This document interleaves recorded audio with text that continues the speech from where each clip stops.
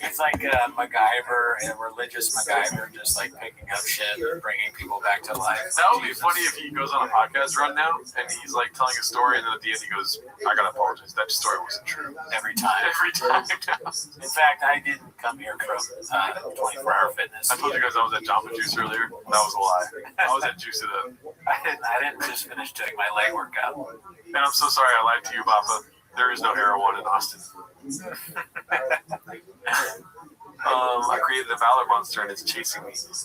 Frankentin, Kennedy Stein. Okay. Sir Tony Sled, never met him before. This one's posted by Aggressive Ass Monkey. That's an aggressive name. Papacito acting toxic towards Rink for going on vacation with his family. I've already seen this one. I mean, it's just like him being catty again. I think it's just like documenting the sourness between the two divas here. Yeah, well, I haven't seen this yet, but do you think they're more angry at each other now because of the weird situation going on? Yeah. That's probably true. I mean, and your homie's getting sued, so. That too, that's over their head too. Apparently, according to Podcast Cringe, they showed up to serve papers at Papa's house, and I don't know if this is true though, because everything's a bit online. But apparently, Papa was like, "Yo, my bad for not being at the house. I'll meet you at a pizza place," and he met him at a pizza place to get to serve the papers. That could be. Shout out to the subscriber. But is that real? I think our audience has seen this video that I'm referencing, the Podcast Cringe. He says it at the very beginning, so I'm like, is that real? How do you know that? Because I feel like Podcast Cringe has some sort of in with the person that's suing them. Maybe. Yeah. They might be feeding him info. It's a big channel, and people like to. There's like hidden. Yeah, of course. You know who it is. Bobby Lee. Oh, you're right. Obviously. Yeah. When I listen to Podcast Cringe videos, and I did, it's for some reason the Australian accent completely takes me out. Like I start listening to it, like I'm gonna listen to this and figure this shit out. And then he's like, I didn't know a thing about Papa. I can't even do it. Or not New Zealand accent, sorry. I like lose. I'm like the video's over and I understood nothing. I haven't listened for the last 15 minutes every time. You're like, fuck, it's been 20 minutes? Oh my god, is that this guy's New Zealand? I parked outside of the house because my girl's going to feed cats for somebody, and I was like, great, time to listen to Podcast Cringe. And then she came out after she fed the cats. The video was over and I didn't hear a thing. You were 7 days ahead, dude. Yeah. Let's see here. Like, you get at a good restaurant in Austin, and it's not like, what? This food in Italy is amazing. It's good. It's at the pasta. It's good. You can find that out. Cat. How do you say that? Yeah. But this your old man had fun, right? He had fun. Did he though? It seems like a lot for him. This is like I've talked to a girl that sounds like Brendan Schaub. Like, your mom was fine though, right? The whole time you went to 4th of July? Yeah, it was cool. Was it though? Is it though? It's like, I answered your question and you're telling me that I'm wrong immediately. Yeah, it's weird. Unless he may be trying to do like a bit of some kind, like some sort of weird child joke. Yeah. But yeah, that's strange to be like, your dad enjoy it though? He probably fucking hated it because you suck. And then putting his hand in his hair while saying it too. He had fun. Did he though? It seems like a lot for him. He's 85, so what he'll do is stay inside his cabin, read, do everything he does in Utah, but then have dinner with his whole family. He can do that anywhere, huh? Probably. Everybody's talking about it. But That was a lot of money. But the kids love it. Oh, he's still mad that they went on a vacation. I see. He's like, I had to have Tim Kennedy in here. He's mad that Brian is seeing his family. What a petty thing. All Brendan Schaub talks about is visiting his family. Look at those things. What do you think about that? Tim's? Or the weird shoelaces? Everything about this. The socks. There's no socks. No socks, yeah. I mean, he's a style guy. He's bringing back whatever shoe that is. Gay shoes. Maybe Tim's, I don't know. Let's see. My daughter's kids don't know if they're in fucking Italy or fucking Chuck E. Cheese. They don't give a fuck. It's a weird thing to say about your kids. My kids they're not going to appreciate anything. They're fucking like 10 years old. They're going to know you took them to Italy. Kids want to go to Chuck E. Cheese? I don't feel like having pizza tonight. And we're not going to Italy. They don't know the difference between Chuck E. Cheese and Italy. Can you imagine your parents take you to Italy like way later in life, your parents are like, remember when we went to fucking the Coliseum and you got to see the Roman history? And they're like, oh yeah, Chuck E. Cheese, right? Or like the opposite, like, remember the mouse in the costume? Was that what Chuck E. Cheese is? Is it a mouse? Yeah. It's a big mouse, right? And they're like, oh yeah, we saw the big mouse in Rome. It's like, damn, I raised some fucking strange children. I mean, why are you bringing up that place with animatronic band playing? That's weird. Yeah, I remember that, Mom. Yeah, I remember that was in fucking Sicily, right? It's just ridiculous. It's a ridiculous thing to say. Yeah. Okay, so here we go. Podcast Cringe goes in on Bappa again, exposing Shab for who he is. This is Dicey. So the embarrassing text Brendan and Shab didn't want you to see. I think we already went through all the texts We did. in the post earlier. We already saw that one. This one's posted by Amacu5 Curie. Chin watches Podcast Cringe to keep up to date with Brendan's lawsuits. Yeah, it's basically the same video. His face. That's so good. Somebody needs to put a fucking handcuffs on his tongue, dude. He's just like, that tongue is keep you busy. It's different. Yeah, it moves So, much. yeah. Clint, puller of clips, posted this one. Callan is really keeping his distance from Shab since the move. We watched this or no? Oh shit! Thank you, James Freeman. I appreciate that. Thank you. James. No, that's a viewer record tweets right there. Gerard, coffee bean on me. Cooney, keep rocking. I think Cooney drinks coffee bean too, dude. So it'd be cool, you know. Maybe throw him some. And I'm the one that rocks, dude. You know, I'm the one that plays guitar. You shred. Yeah, and you know, Cooney likes coffee. This is gonna be a clip we already saw. I'm laughing at Terra Pizza. Reminds me of that one episode of Viva La Bam where Don Vito thinks it's like a pizza shop. I love stuff like that. And I mean, Don Vito, Brennan Schaub, that's a great comparison to those. Same brain function. Let's see. I feel like I watched this on my own time. So I could be wrong. So how far do you live from Brian Callen? You know, I have no clue where he's at. Now that's a friend. Do you understand? That is what a good friend is. No. The good friend's right here. You two are pieces of shit, okay? That's what that is right there. You don't know where Brian lives? So has Brian been on the lake with you guys? Brian hasn't been on the podcast.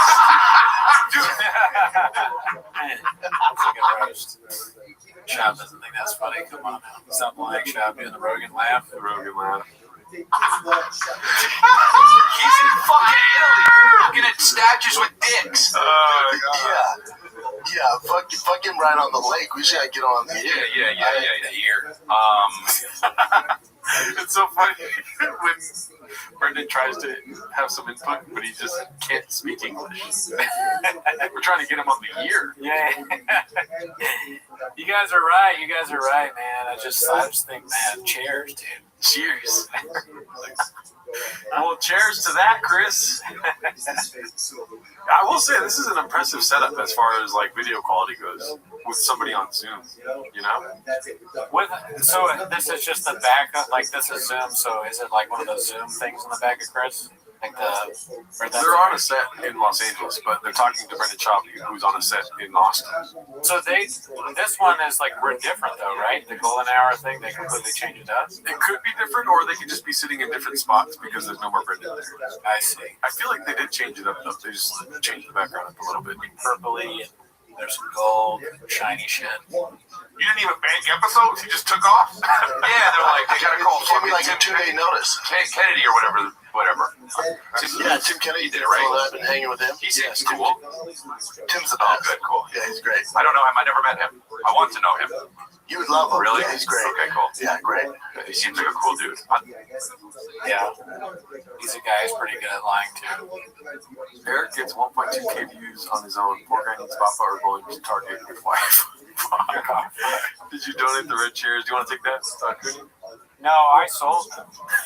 But wait, I said I wouldn't reveal what I actually did, right? Unless you join the Patreon. Oh yeah. Yeah, so you gotta join the Patreon, and then I tell it all. Well, you told the public that you sold them, but you didn't tell who you sold it to. Oh yeah. That information can only be accessed through Patreon. It's a big thing. Trust me. Pause. This one's posted by Caterpillar Hot 7539. Coming in 2026, the faith-based fraud era. Proverbs 22:6 be chin for sure. He's gonna get into deep waters, dude, and then he's gonna come out and just be like, I remember when I was up for all those fraud cases, and I was on my knees begging Mexican not to leave, and then when she walked out the door, I looked up and I said, God help me, and then everything was solved. Chin stayed by him the whole time, and then so Chin has got the little pastor or like the priest suit where he's got the white neck part there. Okay. And they're gonna have different religions because they have to have some sort of chemistry on the show. Right. Chin's gonna go Catholic. Papa's gonna go Presbyterian or Islam or something. Islam. I doubt that. But he's got violence in his DNA. I definitely can see the religious thing. I think he's probably going to be like Protestant of some kind. So I think you're right there. He'll be selling Holy Walder. Holy Walder. You sell Holy Walder. This Holy Walder cures your promo code shop. It'll be the same thing, but it'll just be religious stuff. He's gonna read from the Thick Boy Testament. I know you guys out there are thick boys that love the Lord. So mining trucks will be saving souls. We got a devil problem, y'all. Hey, that works. We got a devil problem, y'all. That works, man. I think you're onto something here. Yeah. I know it's a post, but he went deep with it. Yeah, for sure. He's gonna. Oh, Baba going full Amish. Okay, Alan. That is interesting, dude. Who said that? Victor said it was going Amish. And you said Islam? That would be a funny post, like shop or talking about shop in every different religion. Jewish shop, Islamic shop, Baptist shop. What's the It's too easy, dude. Jewish shop. Yeah. Boy, gay. It's so easy. That's good. Yeah. Fuck. What's the one with Buddhist shop? Confucius shop. Confucius say you're gay. Yeah. Buddhist shop, dude. He becomes fat. Scientologist. L-Ron. I was trying to think of a way to say L-Ron Bubba. Right. I was going to say L-Ron Bubba. Well, yeah, L-Ron. Hey, Bubba. You read that Dianetics? Today only, if you leave the kind of review Brendan and Bernardo deserves for Brendan Chavez getting sued again, you will receive a one-time coupon for 50% off your entire Spectrum order. Yes, that's true. Your fucking audio, what the fuck is going on with the sound? What do we do? Oh no. Is the sound bad? Oh, is the sound back? No, let's see really quick. It's like, wow, it's not fake. It's like, no, it's good. Yeah, it sounds fine. No, it's good. Sound is Netflix is Formula One. I think we got a bad computer on our hands. Fix the audio. What do you guys mean? So you hang out with Shab and then you go see her other friend. Like, man, they got you out hanging out with Shab, and you go, man, he fucking asked me if I want to do an e-meter reading. Or like, he finds a way to. He'll do one of those religions where they have to like sell you on whatever. It's like, man, he's a Jehovah's Witness now. He's crazy. Oh my god. Seventh-day Adventist shop. I mean, just soak it in, dude. Soak that in right there, dude. Proverbs. Sharia law. Shab's house under Sharia law. The message of the cross. He would get it so wrong. He'd constantly be eating food that wasn't halal and doing things that are haram. It'd be like a joke. Other Muslims like, here he goes again. He fucking says he supports Israel. What the fuck?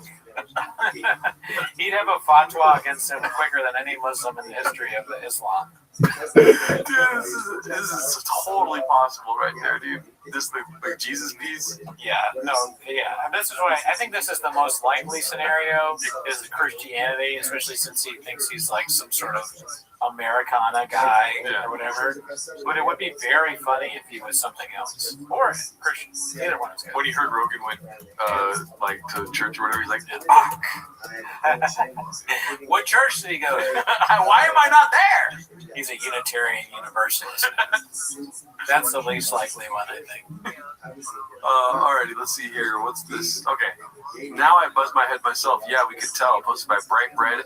So listen, I was keeping up with Chang's a little bit this week, and so when I saw this post, dude, I was like, "There's no way that they're just optical illusions." Yeah, that's what I thought too. And so I went to the video. I don't know why this bugged me so much. Maybe because I got hair issues. Listen to Raccoon Tweeties if you want to hear about those. Dude, it's for sure fucked up. Like the front of his hair is fucked up. When he starts turning his head, you can see. So it's real. Yeah. Yeah, I mean, in the clip, it looks horrible. Yeah. It really looks strange. He's got some weird buzz. It looks like it's like a guy who's going bald and is trying to do something to draw attention elsewhere. Yeah. But it's unfortunate. It's just like, how much of a hurry is he? He is busy. That's the reason. Yeah, he's got a lot of stuff to do. But It leaves me begging the old question: what are we doing here? I do that sometimes with my balls. What, I mean, leave some hair on it? Like by accident, and then I'll be exfoliating my balls and shit, and then be like, "What? There's a big fat patch of hair on my balls right now." So then I got to bring the razor back out and chop it off. In the bathroom or when you're exfoliating outside of the legs in the sun? Oh yeah, Like in public? No, well, it's good. I'm right here. Yeah. Public. No, dude, this is private. I got a private pool right here, Oh, dude. sure, yeah, you're private pool. I got 2 balconies here, dude. Right, no one can see you shaving your balls in the sun. No. From there. Yeah. To not seem like they are. Alan. Okay, cool. I don't know what Alan's on about, dude. Let's see here. Can you guys put complete thoughts in the chat, please? Let's see. I'm not mad. I swear to God. Bappa insults a legend like Mike Tyson. I saw this earlier, dude. This is insane. Posted by Somali Gang 2025. Bappa insults a legend Mike Tyson, then cowardly shifts the blame to Brandon Marshall like a snake. Bappa lies so much he probably believes his own BS. Delusional, doesn't even cut it. Bappa's fully detached from reality. Go ahead and tell me when you want to, you know what I mean? Pause it. Okay. My bad, I have like 13 things going on in my head right No, now. you're good. It's funny that you have 13 things going on. I have like 2 at most, and I still have trouble paying attention. But you're doing fine. Let's see. And me and DC were hosting that Super Bowl show with Mike Tyson. Super Bowl. Brandon Marshall, who's a great receiver for the Broncos, it was like kept fucking with Tyson, and DC was like, "Buddy, you're poking the wrong bear. You can't fight. I don't think you can fight." He's like, "Me and Brandon would be fine, but That's not true, right? Was he saying Brandon Marshall was trying to fuck with Yeah. Tyson? Everyone has seen it's like a video on YouTube that people can Yeah. watch. I mean, it's funny that it's just a strange thing. Like, unless Cormier is doing some sort of joke bit for the show, the idea that he's like, dude, you're fucking, Mike Tyson's gonna fuck you up. Me and Brandon, we can beat the shit out of Mike Tyson. Says that. Yeah. He wouldn't say that. That's so crazy. It's clear that Brendan Schaub was annoying Mike Tyson. Yeah. It's like, I think this would be so funny to watch with the black guy that has seen the video, you know what I mean? Because it's very cultural, like laughing happening, and Brendan thinks that he's cool in the middle of that, which is hilarious. you're gonna get fucked up, dude. 100%. Mike Tyson's, and he kept like poking the bear, like making fun of him in his shoes. And like you tell Mike Tyson was like, "Fuck this, dude. We want to break." He's like, "What? Who the fuck is that?" ECU told him like, "Hey, but you don't have mine and Brendan's skill set, man. You're gonna get fucked up. Keep poking that You don't bear." speak this language. No, but You don't speak. So Daniel Cormier decided to warn Brendan that, he shouldn't poke the bear. He thinks he's talking to Brandon Marshall right there. He thinks Cormier is Brandon Marshall. And it still sent Brendan to the shadow realm.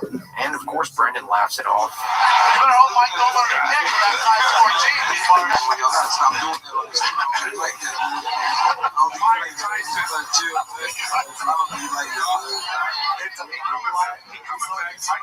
he'll get mad at you, Roy. Once he gets mad, it's over. Yeah, that was sent to you, Bob. There's no Brandon Marshall anywhere. He's not in the campus. Once he gets mad, it's over. I like how Daniel Cormier knew it didn't land, so he had to say it like he's talking to a kid. once he gets mad, it's over. Yeah, well, it is exactly like that because he's on there for like the dad, you know, he's kind of like checked in, like, don't dance on the counter, you're gonna fall, you know, your mom will get mad at me. No more cookies. Where's bedtime? But that's funny because that's actually something that probably needs to be said to Sean. All right, yeah, dessert, you already had it, you're not getting another dessert. The dad is desperately trying to have 30 minutes to himself. All right, no, I mean, come on, no more video games. It's like, no, sure shot does not get rid of your drunk. Okay? No, we have no more rain in the fridge. You cannot do another CBD company because you're tied to this one. All right, told you. Can't promote a CBD company for 12 months, Brandon. All right, just go to your room. Gringo Poppy. You dropped another special? Last cowboy in town, and in Los Angeles, North Korea, the beach. You throw your phone across. What the fuck? You get your belt out. Okay, I'll stop. The belt's coming out, Brandon. I'll fucking twist your neck off, dude. Drives me nuts. That is funny to think that, like, you know how my dad was bad, but I'm better than my dad? Just like he was better than his grandpa? Yes. Like, how fucked up was Brendan's dad's English? You know what I mean? His side goes stupider as time goes on. Oh, so it goes the other way. It's like, like it got better. Yeah, like it's I getting see. better. I'm sorry. Yeah. No, how fun. Yeah, they couldn't understand what he was saying. Let's see here. Very slow, man. You know what his problem is? The old man. Oh yeah, I mean, there. He was off. You could hear his voice off camera too before. But we know Daniel Cormier is talking to Shop because Shop said something about the size of his feet with the kick, and Mike learns how to kick. Yeah, and Shaw was talking. I think Brandon Marshall's not even on the couch. He's standing up practicing his boxing. Yeah. Don't want those Mike Tyson problems. Double leg figure out. I mean, he literally told Daniel Cormier that he'd perform a double leg takedown on Mike Tyson in a scenario where Mike Tyson jumps him for acting disrespectful, which is beyond delusional. Even at 50 years old, Mike's still got that snap in his hips. He needs starts Brendan so fast that he'd forget all about the trub walk. I think Brendan feels inferior to the legendary Mike Tyson, UFC heavyweight champion of the world, Daniel Cormier. He'll get mad at you, bro. And once he gets mad, it's over. Once he gets mad, it's over. So normally when people sit down to do a podcast with Mike Tyson, they treat him with the utmost respect. I'm such a fucking huge fan. I can't even Thank you. I feel like a kid right now, man. That's not what former UFC fighter Brendan Schaub did. In fact, Schaub did just about the opposite. Brendan Schaub deliberately went out of his way to challenge, belittle, and disrespect Mike Tyson to his face. Mike's face is always funny. Referring to his fighting style as prison rules. That's the prison rules, Mike. That's the prison rules. Downplaying how Mike stays in shape, saying that he doesn't actually do cardio because he'd likely be out of breath from all the smoking that he does. How you got to shake like that? You got to shake like that. You got to shake like real shake. And then, stem cell is like stem cell. That's how you got to shake though? Yeah. You run a lot, Mike? Yeah, on the treadmill. I bet you up. Every time Brendan Schaub made one of these jabs, He at just Mike, wants to say something. Yeah. It's not even. I don't think he's trying to even insult. He just he wants to be interesting. Yeah. He's probably like all. I've said this before about the Rogan people. They all want to They all do stuff they've seen other people, right? They're just words, and it comes off weird because it's not. They're not original in their thought. They just want to be heard, say something. And Schaub does it more than everyone else. Everybody does that to some extent. Yeah, because people are so scared of silence when you do comedy, especially as an open micer, where Schaub is in his comedy career at this point. Silence is the worst thing. And it's a natural thing, and silence actually should be what happens on Brendan's podcast because it shouldn't be existing. There shouldn't be. I feel like that would be such a better podcast. Silence.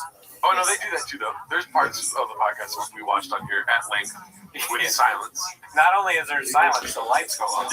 Yeah, dude, they don't. Oh, they're really like that pendulum swinging. Like good podcasting, bad podcasting, and they're trying to find the medium. they've done like everything that a bad podcast, like, you know, sometimes our sound doesn't work or we have issues. Never happened. No, you're right. That's never happened to us, but they do the fucking random guy walks in. That's my favorite. Some guy just walks in. He doesn't work for the show. That's a good one. The noises, you're very good at catching the noises. Yeah. Did it shut down? Did it shut down? Oh, audio's off. Oh, fuck. God damn it. Did you hear any of that? Did you guys hear anything? I was doing full-on act outs. Yeah, dude. Water. You're on Here it now? I think so. I was saying I was going to turn the car around. I was threatening everyone. So I threatened the entirety of our viewership, Yeah. and you didn't see any of that. And we didn't get a single like from it. Not a single. God damn it. Listen, if you've watched it live before, you know that, and I don't know if you've already heard this because I'm not sure what you didn't hear. If it doesn't get over 100, I make the annoying sound happen. Yeah. I'm the only one that can fix it. Gerardo can't stop me. He knows I'll twist his neck. Oh, but I'll turn the lights off. Oh, my bad. No, we're at 102. We should stop there. All right. We're good. We'll leave this thing on skate then. Because I just got back from doing my my foot workout. Oh, yeah. I just got done with the short run. You know, you work out your feet. Yeah. Can you do that? Can you work out feet? For sure, dude. Okay, well, that's what I did. I blame the team Goonie. They have an XD. Let's see here. Mike Tyson. You can see Daniel Cormier getting visibly upset about it. Sorry, Mike. I gotta get up on it. They're not gonna do anything. I mean, look how visibly pissed Mike looks in the face here. Mike then gets up, walks over in front of Brendan, and stares him down while eating a piece of watermelon. Brendan doesn't dare look him in the eye for a second. You forget it's on the grill. That bitch turned black. That's me. I'm done. I'm almost done. I'm done. Officially retired. Man, I retired 2 years ago. Never coming back. DC scratch. You done. I want to do this with you. All right, Bubba Watson and Gary. We love you, brother. We're rooting for you. I'll talk to you when I get out of here. We got it. Mike Tyson knew what he was going to do, but he's like, damn, this food is good, dude. He's gone for like 4 different pieces right there. Yeah, I honestly think that Tyson is just maybe intrigued by Shop to some extent. Yeah. I'm not sure how really mad he is. I think he was just hungry and he wanted to eat food. In the show, there's zero professionalism from Shop as usual. So he's like, I'm just going to go eat food. I'm not sure he's really trying to like stare him down or something. I get that. I understand. Don't kill me. Yeah. But Shab is trying to go viral by saying some wild shit to Tyson. Okay. That's what I. Yeah. Like, why are you saying all this stuff to Tyson? Like, you don't have to be constantly objecting to whatever's happening. And like you have some sort of fucking brain, or he does have a brain from the heavens. I've never seen one like it. You know? That he's a marketing genius. He knew that. I mean, we're talking about it now. To this day. This is years later. Yeah. Years later. If he had just been like, Mike, you're the best, we probably still be making fun of him. Yeah. Honestly, but this is more entertaining. Mike's still pissed off at him too. Yeah. We got Bubba Wallace, NASCAR legend, and Bush coming up right now. Who the hell, John? That's the last time Brendan Schaub's ever done a podcast with Mike Tyson. What? If it's fighting, It wouldn't last over a minute. you grab his legs and then It's so stupid. it's no disrespect to the great. No, but I think it's people grew up on him and like, oh, he was the scariest man in the world. Yes, when he was 19, that guy was a monster. Still not top 5, but he was a monster. He's always got a discount. Not top 5? Are you kidding me? I don't know enough about boxing to know who top 5 is. Yeah. You don't know enough about boxing, but you know Mike Tyson. He's top 5. He's for sure. I wouldn't surprise me if he was. In some sort of ranking. Okay, so here's my ranking. Jerry Cooney. Okay. Celebrate. He's I not just even name a all boxer. the He's name all still the white people. Yeah. They're not even boxers. Like Jeff Bezos. All right, so I mean, from what I know about boxing, Muhammad Ali is up there, right? George Foreman probably. This is so boring to do. Who's the dude that like was almost undefeated? Mike Tyson. Just kidding. Floyd Mayweather? No, the guy way before him. He was like Sugar. It was not Sugar Ray Leonard, but he was like Sugar something. Lewis? Was that it? Let's see. Then now they're doing somebody put Holly Holly. I mean, only for sure that I know is probably Muhammad Ali and Foreman. I think are probably up there. Larry Bird, Donald Trump, XJ, Shane Wow. Sugar Ray Robinson. Yeah, that's it. Okay. He's probably those three are for sure on the list. Yeah. I don't know. You know what's crazy? I saw Sugar Ray Leonard the other day. I went to a restaurant and he was there. Oh shit! I saw Cuba Gooding Jr. at a restaurant once. He was all lubed up, waiting for days. So maybe Tyson's on it. I don't know. You'd have to look it up. I've never been a boxing guy. Yeah, Tyson's top 5, dude. And you know what? I don't have to be right, dude. Julio Cesar Chavez had 100 fights undefeated, but he wasn't heavyweight, right? I don't think so. But I don't know if Sugar Ray Robinson was heavyweight, but he was like undefeated or something like that. Yeah. It's a bunch of people. So this one's posted by You Angry Mod. Podcast Cringe has the goods on Papa. Papa was top 10 UFC. What's it called? Princess Diana, top 10 heavyweight. We haven't seen this one, but I don't think it's worth watching. Okay. You want to watch it or no? Podcast Cringe has the goods on Papa. Because we already know what the goods are, so it's just him like teaser trailering it. Yeah, honestly, all I care about now is being on BrennanShopOfficial.com. The website. That's really, I mean, the show's fine. We'll keep doing it the second and fourth, but unless I get put on that website, I'm done. This is one of the best YouTubes watching the truck. Oh, there you go. It's truck dealing. That's what our show is, truck dealing. Cat's leaked courtroom text. Oh my god, did you see Brendan's hat? No, that's not real, is it? Like Cat, like the girl? No, they wouldn't go that far. Yeah, they would, because it's around that time. Is that real? That Cat's what? Cat, like his old producer lady? Oh, she did what? She leaked the text? Yeah. Or no, I'm just, this is probably just a joke. I'm probably wrong. Yeah. But it says Cat's leaked courtroom text. Oh my god, did you see Brendan's hat? Oh. The foot lady, yeah, the girl that sells the feet. I see. But how, just because, why is the picture associated with that? Well, oh my god, did you see Brendan's hat? He wore that to court. No. This is from way back when. This is around the Yeah, it's an old picture. No, what I'm trying to say is Cat messaging that is funny. Oh my god, did you see Brendan's hat? And then because So the courtroom, the picture of the old hat, like you got it. I want to see what the hat is. I want it to be real. I want to see a real hat. Is this hat not enough for you? This is fucking nuts. Can you imagine if it was that hat in court? It would be like My Cousin Vinny, where the judge is like, "Sir, you cannot wear a mockery of my courtroom. You must leave and come back. I'm holding you in contempt of court, the accused George hat. Does this look like a circus to you?" Brendan full of graves, Cooney. That's true. I have graves. Yeah. You gotta, you forget. Guess what? I'm insensitive to it, dude.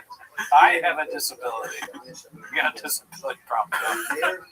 Let's see here. What'd you say? We got a double problem, y'all. Posted by Diligent Brick 2518. Trouble in Paradise with Brogan B. I saw this one earlier in the week. Let's watch this. I want to see the comments. Shot wearing that hat proves he has CTE. But with the eldest graves make you gay. Come on. There's Reddit videos proving that that's true. Let's see. I never do cold plunges. I don't get anybody who does it unless you're a professional athlete.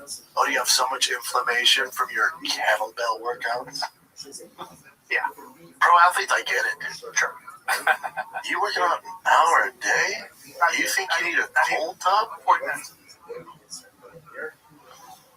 It was so uncomfortable.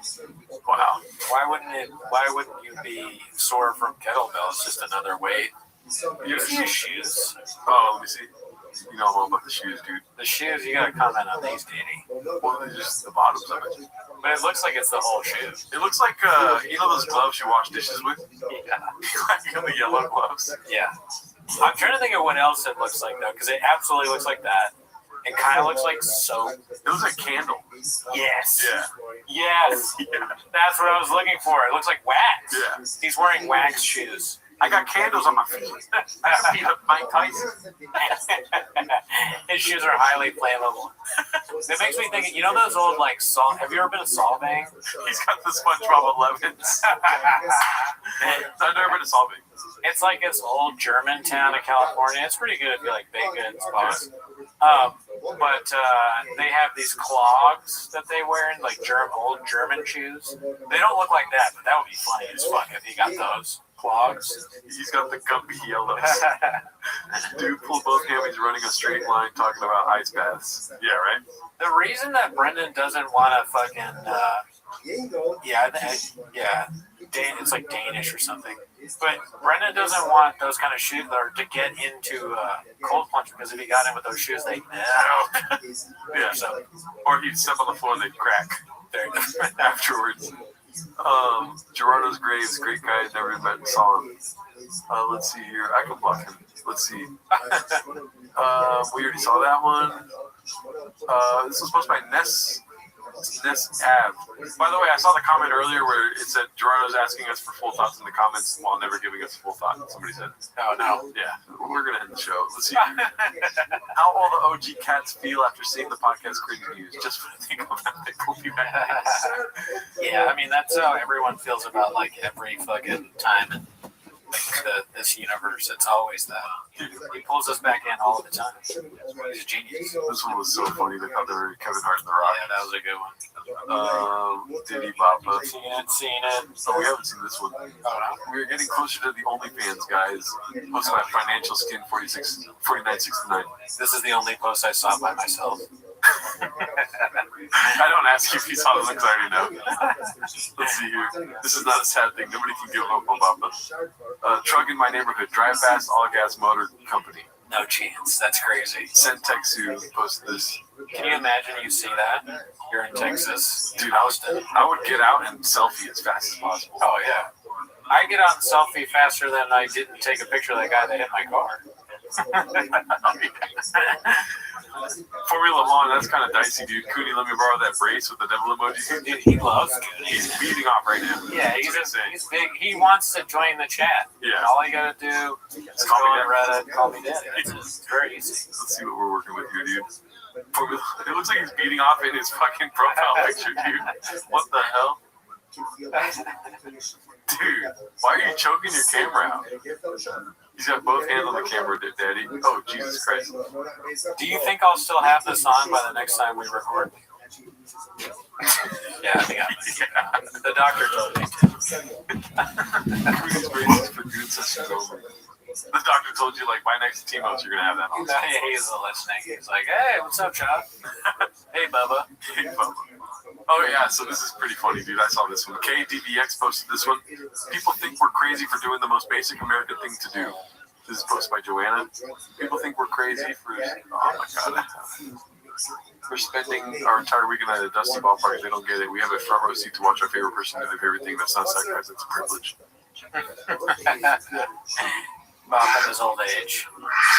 It just fits the aesthetic, the duck cracks. The baseball-aholic, it's like, don't make it that, dude. That's fucking cringe, too. Yeah, it's a little too cringe. There's definitely a Venn diagram of baseball-aholics and pedophiles. You know what I mean? It is at a certain point where you gotta leave the park, you know? Just creepy watching children play. Yeah. Pause. Very creepy. Pausing the idea, not you saying it. Let's see here. People were asking. Posted by Life is Dope as Fuck. People are asking, so here it goes. I'm almost 5'7" and I weigh 140 pounds. I like how she puts the almost in the wrong spot because you're always 5'7". You know what I mean? You're not growing or shrinking. You are almost 150 pounds. I'm just kidding. Who's asking how much he weighs? Yeah, that's not something you have to entertain. It's like, oh, here's what I weigh. Was that good or was that good? I mean, it was quick. Okay. I couldn't have thought of that. Chubby Italian. She's not even Mexican. These are the ones. What do you say? I want to find this Kubi cop wrist straps this week. Asada is a legend. What did he say? All I see is thought that was a JD Manson. What was that about? Hassan says thought that was a JD Manson. I doubt that it's a fucking Oh, It'd be kind of funny if it was. Bob and I got invited to the mothership still. We saw that one. We saw that one. We saw this one. Jim wades into the comments posted by Dandy Cox. That's a good question. That's not a good question. Let my ass up. You realize I enjoy eating exotic meats, right? To me, it was a good question. Oh no, it's like, man, I don't like seeing food dots at the bottom of this page, dude. I didn't see that as a second. Chin said, don't say that stuff out loud. Chin saying high blood pressure runs in my family. Poor diet, lack of exercise, and alcoholism also runs the family. I'll give you the alcohol thing, but I don't get drunk. I just enjoy enough to relax after producing a crazy amount of different shows and playing on a crazy amount of different fires when I get home. Why are you putting fires at home? Do you even have a house? Also, how can you say I don't exercise and have a poor diet? I used to weigh almost about 300 pounds in high school. That's over 20 years ago. And I've been no more than 200 pounds since then. And I am 16, so I haven't gained any other weight back. People are always anti-emoji. So here it goes. To Over 20 years ago, I have been over 200 pounds since I'm 62. I haven't gained any other weight back because I watch my regular diet religiously and work out. Your combination is good, but hey, thanks for the Chin has got to go. Nowhere. Instead of just saying negative stuff, that's constant. God damn, he's going through it, dude. Yeah, I mean, I understand. Look, he doesn't have a place to live, so yeah, he's gonna get a little salty in the comments. Now you have a bed, and you gotta record in a storage locker. What are they called? Not storage locker. Storage locker. It's called the storage locker. The storage unit. Yeah, I mean, that was funnier though. To be like, yeah, storage locker. I give up, dude. My camera's not even working. It's a fucking black screen. Yeah, it's all good. I'm trying to think. He lives in a storage locker, staying with the locker. Oh. Well, yeah, he's mad. He lives in a storage. He's not locker. He got me tripped up again. It's unit, you fucker. He lives in a storage unit. People are making fun of him for being fat when he's not, and talking about him eating exotic meats when he thinks it's a good question. So he's just like answering fully mad. He has to put out fires. God knows. They might be literal fires. No, that's probably in the studio. Papa like fucking lit shit on fire. Papa's car's on fire. Yeah. Someone said earlier that looks like a snake. Oh, dude. If he was naked, he would not be white. He would be brown with all the hair. Yeah, I'm very hairy. We both are, but I'm way more than her, which is unfortunate. Let's see here. Is Chin really over 50? I believe that's true. Yes. What? Oh, I thought you read a comment and said cheapers. Yeah. This one's posted by Aggressive Ass Monkey. One of my favorite moments recently, Boppington pushes his garbage can extra hard to impress your hip, but they are not impressed and say it's slow. The vinegar after is spicy. I feel like we've seen this. Oh, yeah, that makes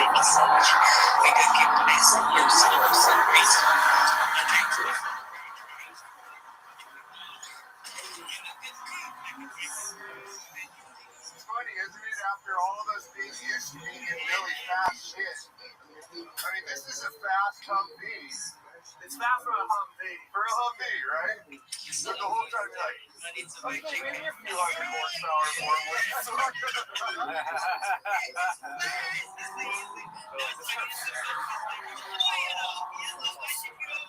You see someone honking, like, can you go faster trying to pass? It's like on the Accord. Yeah. Dude, her sucks.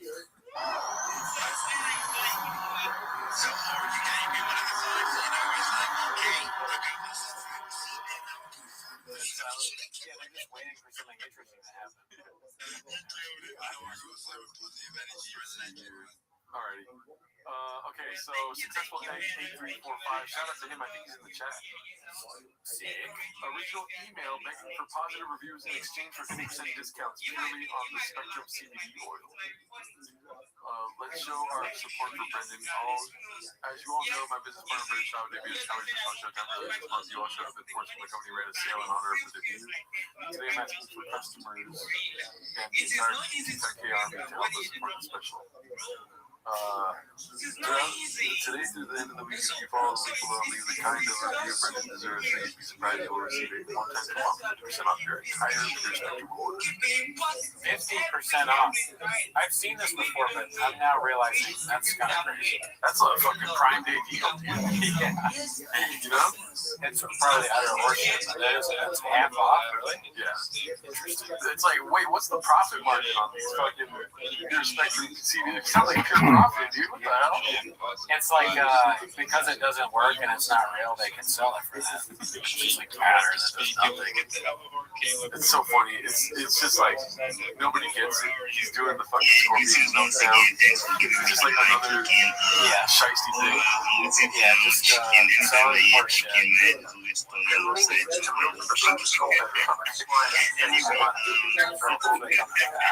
Amps the skull evil. Show what you did. You don't know if you just got here. That's too much. Look at that. That was white before he started smoking it. Now it's all blue. Yeah, my Hondas is actually not a cat, it's just skin color now.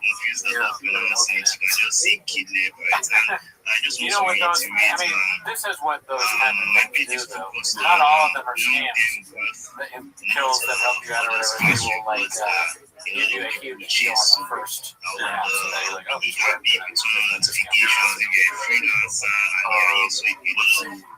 I know that one, all the crazy. That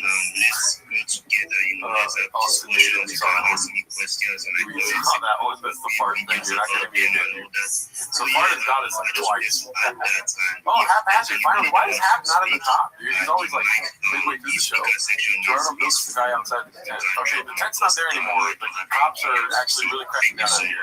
That's how I know Formula One don't listen to Raccoon Tweeties. Good news shit. Let's get this Formula One's a fucking dog bitch in the chat. All right. They're still really good friends. Supposed to be haphazard. Oh my gosh, dude. Every time I see Hap, I'm like, he's got the goods. He's going to be the beginning of the podcast like he usually does the first 5 minutes. No. Okay. Why should I come back or no? You're right. I'm glad we're not like gamblers, dude. That would be fucking gross.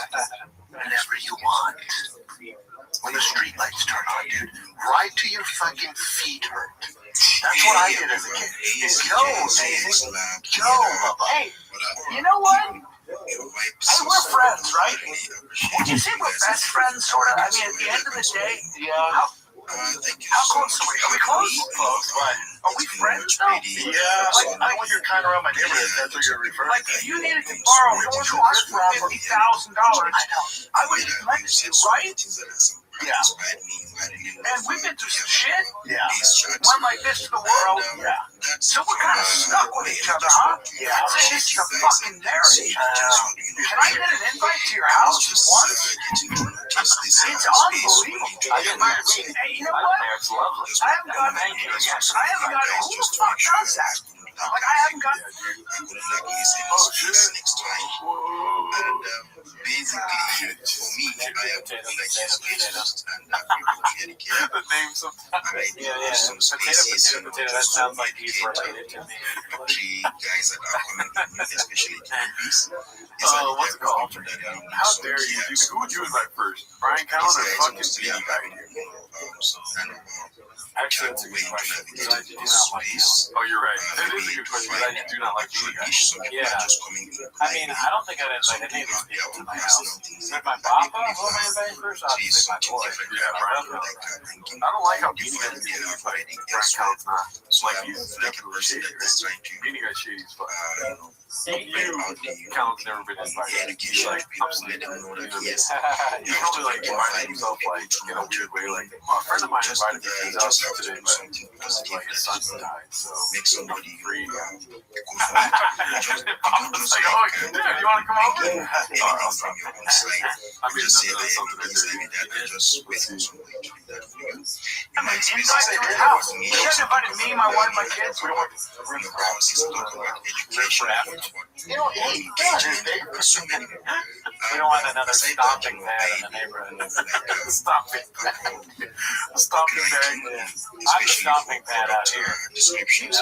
Big neighbor Brian Kelly come around. Yeah. Like a simple time This so town that is too big for the both of us. For the both. and you don't This town is just the right size for as a both of project us. manager quite a while for over 7 years working with NGOs, working for humanity, working across, refugee and IDP camps. Even though we had some I live 19 minutes away. issues down there, having been working in a place where we literally feel like we're dying next minute.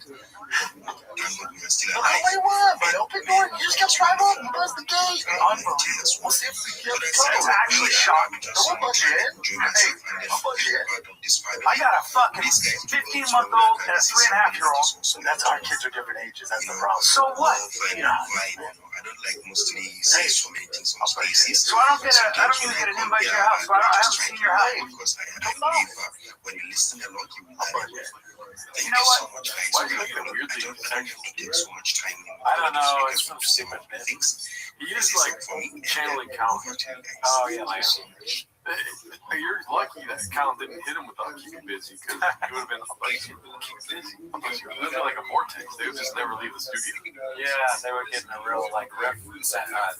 What, do you think that maybe Mexican just doesn't like him? A million percent. Yeah. He's like, I don't want Yeah. Describe to me what it's like when shop goes and inevitably pisses in the sink and they're in the room by themselves. You know, Callan's not looking, you know what I mean? Yeah. And Mexican's not taking a selfie. You know what I mean? He's doing a lot of this. I get along with my wife.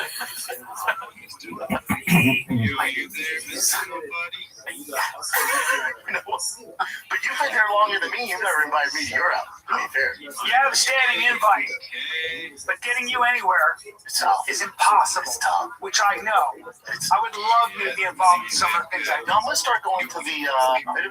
If I'm cheating, I'll go get potato salad. It's a nice potato salad. So that boy's Don's potato salad. A little hole in the wall, dude. I like a nice potato salad. Potato. Everybody likes potato salad. Not true.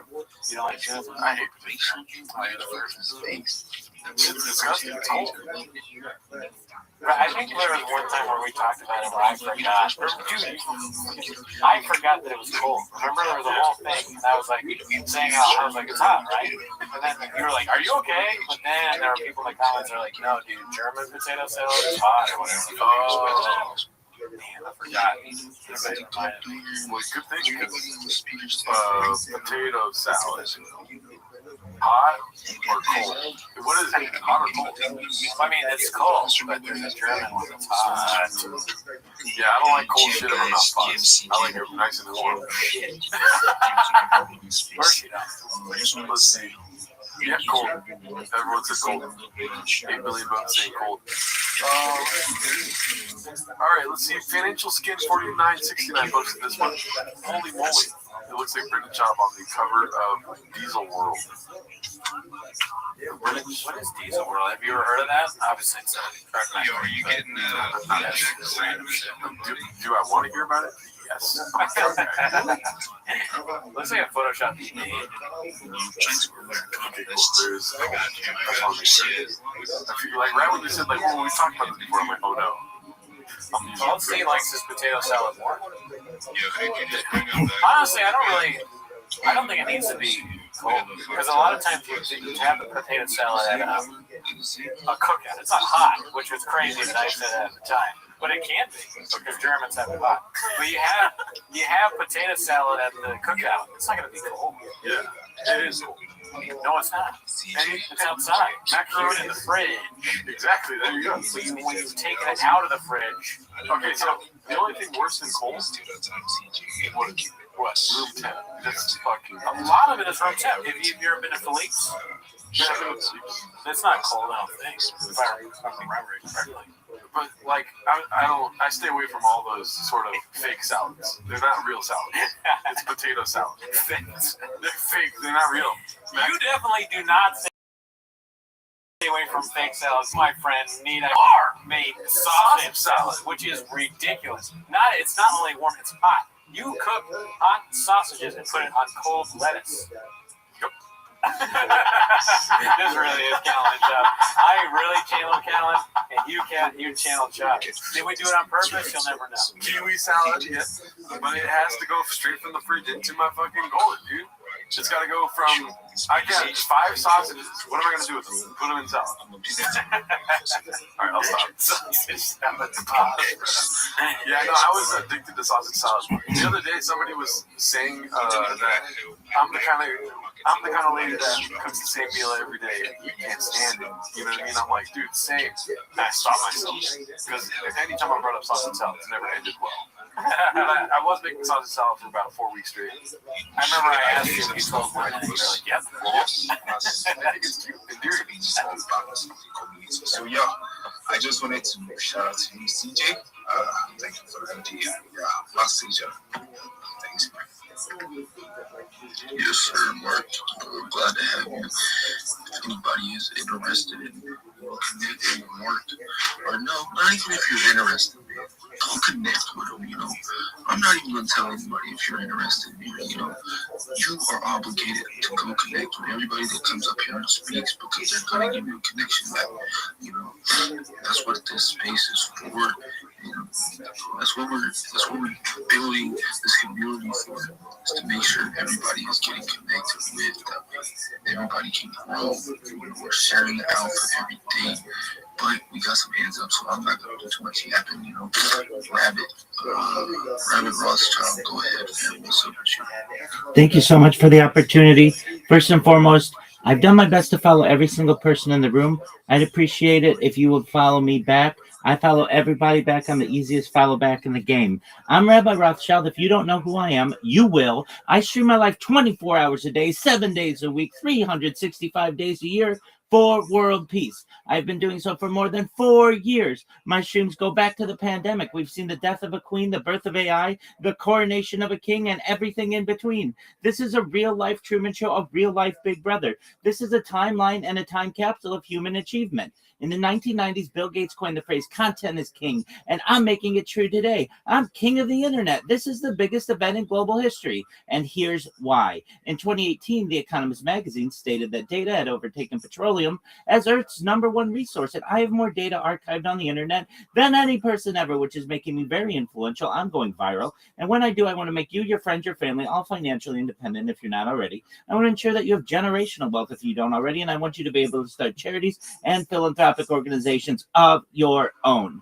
I'm unlike any influencer that you're ever going to meet. I'm not live on 1 YouTube stream nor 2 YouTube streams. I'm live on over 20 simultaneous YouTube streams 24 hours a day. You can view my life in 360 degrees. I even have a ceiling cam. If you want to view my YouTube streams, they're available in the link in my profile. Additionally, they're available in the link in my pinned post. You'll also find in my pinned post a link to my link tree. I dare you to look at my link tree. Nobody dares you to look at their link tree, but I do, because I have more social media than any person ever. I have more content than any person ever. You'll also find a link to my Discord, discord.me/rabbi. We have over 2,700 people in the community and continue to grow each day. In addition to making you all extremely wealthy and wanting to promote world peace, I want to help end world hunger through the use of technology, such as agricultural drones, floating greenhouses, saltwater greenhouses, hydroponics, vertical farming, cloud seeding. I want to help end world thirst. I'm sponsored by a cryptocurrency that's worth about $100 million, and one of the things that we do is we build wells and water towers in developing nations for the benefit of the less fortunate. Additionally, I'm an advocate for the LifeStar program, and most importantly, desalination technology, where we pump Earth's seawater onto land to make it drinkable. If you are a reply guy, if you're a Web3 marketer, if you're a raider or a shiller, and you want a free mentor, coach, and friend, send me a follow. I will follow you back. Send me a DM. I will respond. I want you all to know that I'm here to support you both personally and professionally. I'm here to be a positive person in your lives. I'm here to have an optimistic view on the future. And most importantly, I want to give people hope. And with that, I sincerely appreciate the opportunity to share. Bingo. Yes, sir.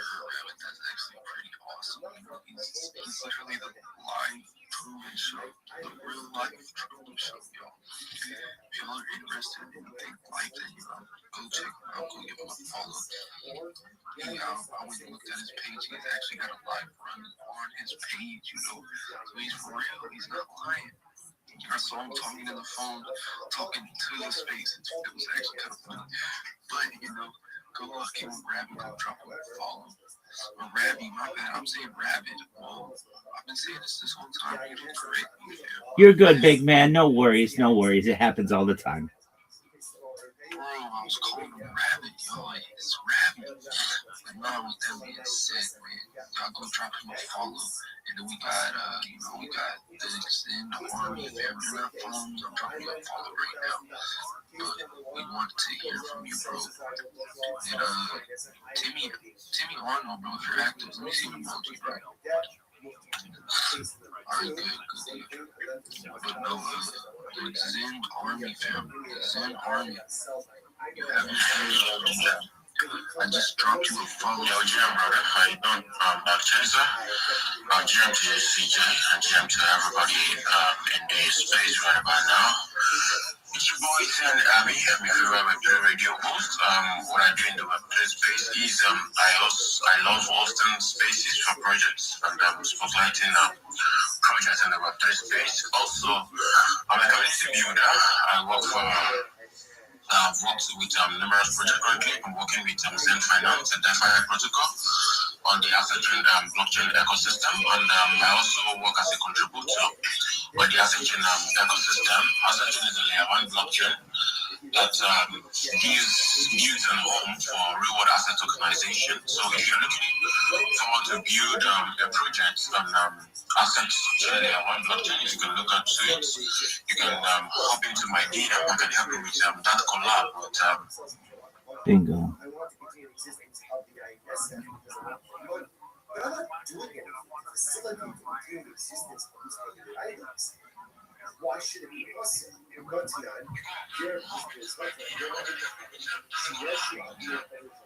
very interesting. You have two brothers. One converted and one they're both Apple brothers. One converted and one stuck. So brother Gare, brother Ahmed. So what happens? Their father died. Their Apple father died. They inherited their father. So they want to stay in the estate. In the estate is idolatry, and let's say primitive idols. So Gare, Yahweh, Roma, so unto Yain, so brother Gare is say to brother Apple, so brother, you take all the idolatry stuff, you take all the idols, and I'll take the money and Eros. You can do that, then you should bow, and that's permitted. However, then you should bow, it's just like your house, obviously. All of this presupposes that Gare has not yet acted in possession of the INSF or items. Obviously, once that happens, there's going to be recourse, right? But there is recourse. So you can get sorry, it's much more complicated. Once that you owns it, there are very little interest there. So as long as Brother Gare has not yet taken possession of these items, the problem is on dividing up the estate. However, if Brother Gare is in possession, then it's also. So it's ultimately what you see there. On the nice side, now in this case, Brother Gare wants the continued existence of the idolatry, the INSF, but he's not doing anything active to promote its continued existence. Folks, look at this. As Davis is really going to just try to summarize it for you. Motherfuckers enough about it. This is just about I don't know, it's made up of breaks. It's still done. So therefore, again, Brother Gare doesn't actually care because the main states will still not. Even if it breaks, who cares? It's still apparently relevant. Bruce Lee says that's how the INS. That works fine for IDO. How would you explain it instead of the INS? The Ferris Hydride. So this is very Adriatic. So apparently, he actually points out to here. Adriatic points to where it's very absorbent. So therefore, you put wine in there, where absorbent and you can take a shard of that anywhere, put it in water, and reconstitute wine. In that case, also, brother here doesn't care. Doesn't matter. Either way, the value is still retained. Which the rest of the ones that blah, blah, blah, so the people say, usually don't show one second. Even if that's so, even if brother here doesn't care about the fact that he's great, right? But he does care about how it's still lost. He still wants their continued existence. When I talk about Yerusha's Hager, how much we don't bring a riot for instance. We bring a riot, bring them in the case of the inheritance. There, no. Shani Yerusha's Hager, Dakilu Baraka. Rabbis would make them by Yerusha. Or normally, the Gemara says perhaps this case should be problematic. But halacha l'maisa, Chazal will make them by Yerusha. And as long as the Ger has not yet actively taken possession of the idols, is absolutely permitted to work this out with his brother. Right? Is you take this, you take the other stuff, I'll take the stuff. Even though, yes, he was taking in existence. Why? Why would they go by a Ger? Like you got we are afraid that if the Ger is going to choice between his show and his origin, he will choose his money, he will choose his life. So that's not what's happening again. That's the reality of the choose as well. For example, right? This is something called Chazal said that in certain places of theft, the thief doesn't always have to return that which he stole. The victim should accept that he stole. Why? In order to go ahead and facilitate thieves, should be afraid of the thief after return everything difficult for people to engage in self-sacrifice when it comes to financial needs. Money is necessary, money is important. And as much as we say no to everybody, as long as you have your health, it's true. As long as you have your health, then you can pay your bills. Because if you don't have money, you just easily and many people do not stand up to religious challenges. There's a choice between religion and you're afraid that there he has to choose between both. And ultimately, again, Shah may be tempted to choose the solution. Again, not because of again, because it's human nature. So if Chazal didn't want to go in that situation, therefore they go by it there, and you say that both of these entities have the statements implies that hidden items, therefore allow him to keep hidden items, give his brother all of them. Also, counting that lucky advice that's support this, when is this so? She or she, in the case of Yerusha, about the Shtab Fuas. In the case, let's say, the business partnership with the here, that Chazal allowed certain things to happen in the context of Yerusha, that they were not normally allowed to occur in the context as well. So you don't want to put the person in this precarious situation. Incredible. So what was that? How do you guys so remember again, all of this is the same. Another question I think.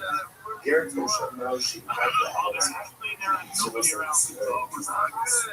can Garrett Tosha?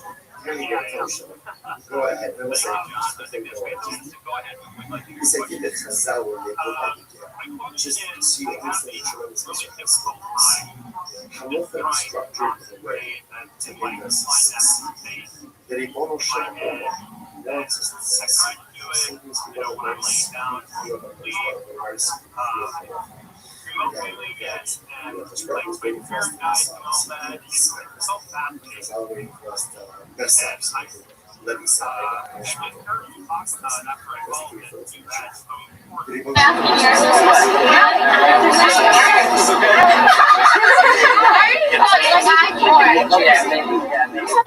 the question.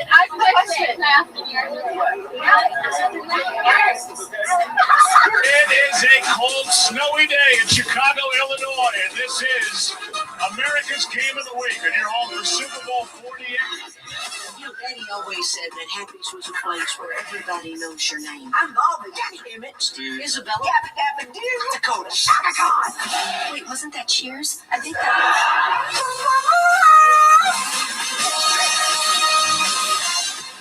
What you see is what you get. You have that Italian accent.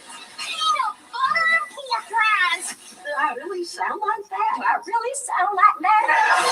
Happy's Place, Friday on NBC. If I looked more want people, I'm sorry, ladies, older than 40. I would have it without divorce my previous 4 wives. I'm gonna pamper you. We're gonna meet first time. But you have to be gentle, sweet, nothing vulgar. Real, genuine, modest, wonderful, intimate. Let's talk as it is. Sex. We're gonna get to know each other. I want you to look away and to feel for me. I tell you the story. We were in a huge carnival, and my parents told me that I'm gonna get lost. And they don't know where I am. They look around, a lot of people. And then they saw me walking beside a beautiful, tall legs of lady with a short skirt. I was just walking like this. Where she going, I'm going. If I would want people, I'm sorry, ladies, older than 40, I would have it without divorce my previous 4 wives. I'm gonna pamper you. If I would I love this woman. So because of that, even though Baruch Hashem, he himself doesn't worship idolatry, but he has the koach to go ahead. He gave it. If I would want people, Ask the question. Ask the question. And that means that only someone who worships it can negate it. But someone that doesn't worship idolatry can negate it. Therefore, the Gerto Shem doesn't have the ability to negate idolatry. So, Damn, you're cute, girl. At first sight. I fall in love at first sight. All the time. Same. I'm looking for someone who's loving and loyalty is really important to me. Same, I've girl. had people lie to me before. Yeah, And, those people well, suck. it just wasn't a good time. I am the type who will always remember your birthday. If You're you're so sad nice. and you don't know why, I know why. Why is I that? love to craft. Because I it love smells your to tweet? extensive craft closet. It could make the best birthday card for I you. love your For enthusiasm. me, a deal breaker is having a girlfriend. What about a harem? Like I can do a anything on the list of first chicks you date. slay. I like breakfast. Ditto, girl. You get breakfast. Like Belgian waffles. Unless you don't like breakfast, then And we can make our own Big Mac You watch muffins. football? I'll watch football, and I hate football. Do you remember what happened November 13th, 1993? And date you, and call Same. you, Cool. and marry you. Ditto, We'll girl. be together. If you're still Forever. single, call me. Whether he worships it or he doesn't worship it. Might have done, what is it you do? What is it you do? Whether he worships it or doesn't worship it. If you want to say that, then I need to know the Shachar. We already said before, has the ability to You should date me because I'm so far out of your league. You would be lucky to date me. Hi, I'm Elizabeth. Call me Beth only. What kind of man am I looking for? I really don't know. Hopefully, a good one. I have never been in love with anybody before. I don't even love my parents or any of my siblings. But every guy I've ever dated has been madly in love with me. And you will be in love with me too. My dream first date is go to a restaurant, get me drunk. You could see if you could keep up. I do smoke cigarettes, yeah, but I don't care if you smoke cigarettes. The key to a good relationship with me is giving me space. I have a lot of pet peeves, but my biggest one is leaving wet towels on the ground. I don't believe in soulmates. I don't really think all people have souls. I like guys who are scared of me. Let's have fun.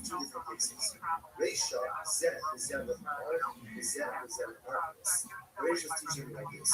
If you have 2 hours, right, and both worship alcohol, but both worship darkness, obviously, again, alcohol can negate his idol. You should date me because I'm so far up. Can negate his idol and his friend's idol. Seifa, Zella, or Zella. Oh, safest teachers say this. Safest teachers did it around. Let's say you have one who worships Narcos and one who worships Baal. What's the balance every year? And after who worship an idolatry, even if he doesn't worship. So we'll say, so there really have this before. Number one, you should date. Negate his own idolatry. Good. Number two, an abdi can negate his friend's idol if they worship the same idolatry. And halacha number three is an abdi can negate his friend's idolatry even if he worships it. Incredible. Incredible. So the Gemara says, but again, no raya about a ger kosher. Right? So it comes to a ger kosher, still like a ger kosher, which is a Gentile who repudiated idolatry, can he without love? You should date me because I'm so far out of your league. You would be lucky.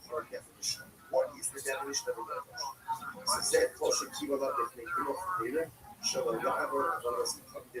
Here says it's any Ahmad who has accepted for himself in front of three Chavim. Again, I will say,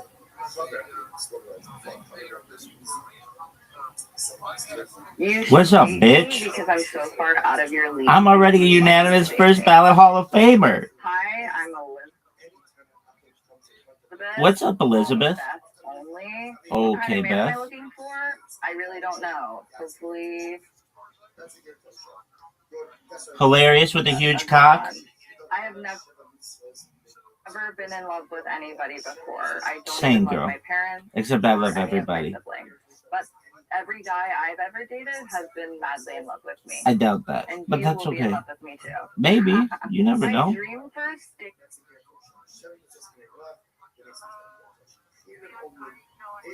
8 is go to a restaurant. Cool. Get me drunk. Heyo. You can see if you could keep up. I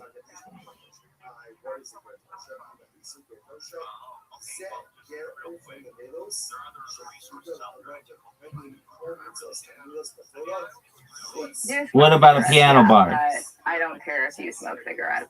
The key to a good Okay. relationship with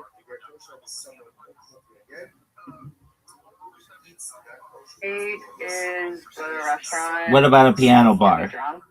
Okay. You can see if you could keep up. Oh, no doubt, girl. I do smoke I'll drink you cigarettes, under the table. but I don't care if you smoke cigarettes. Okay. The key You like to a good Winston's? relationship with me is giving That's me what the space. Flintstones smoke. I have a lot of pet peeves,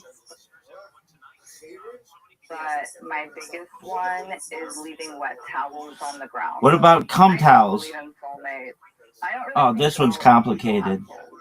There could be an animalistic soul, a Jewish soul. Who the fuck knows? You should date me because I'm so far out of your league. You would be lucky to date.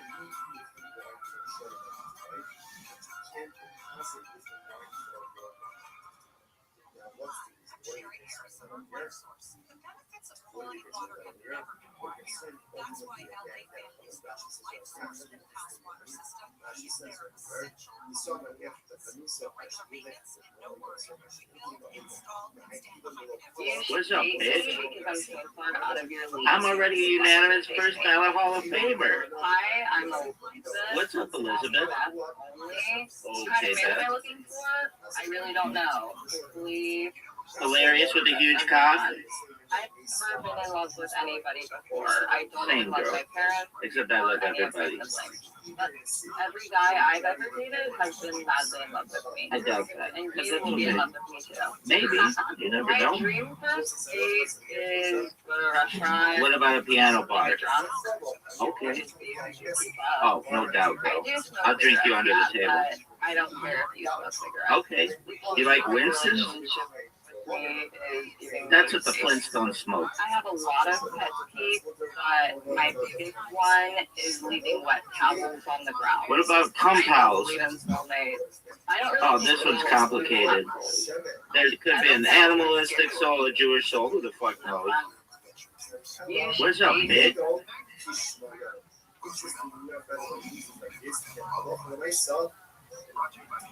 Karina's such a superstar in Philly Cricket Club. Fun to watch her go about her business. on TV, right? That's literally all you can do. Was that talking right after immediately after she didn't even apex yet? Love that. I love that kind of response. Yeah, it's the best you can do. And you got Taylor Henderson on the back first. Just off the green with her third. Serena's great for this type of thing because as soon as she hits the ball, she lets you know what she thinks. Oh. Do you hear that? I heard it. Do you hear sit? Serena's such a superstar. That bitch could have a box munched all 18 holes. Yes, this was you.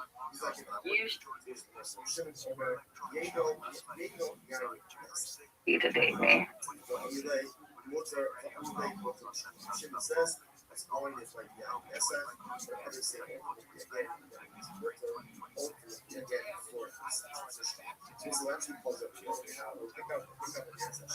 Yes, I'm looking for a date, and I've been looking for a date most of my life. The last guy didn't work out. I'm very easy to get along with, and everybody will tell you that, and my neighbors too. What I'm looking for in a man is he able to afford to take me to the things I enjoy? And most of the things I enjoy are free, so that's an easy one. Take me out rollerblading and catch me when I fall because I'm not very good at that sport. Tell me I'm sexy. I just have an ego that needs to be fed. That's the truth. In my job, I have to be very, strict, non-personal. If you see the sexy side of me, hey, that's going to work for me.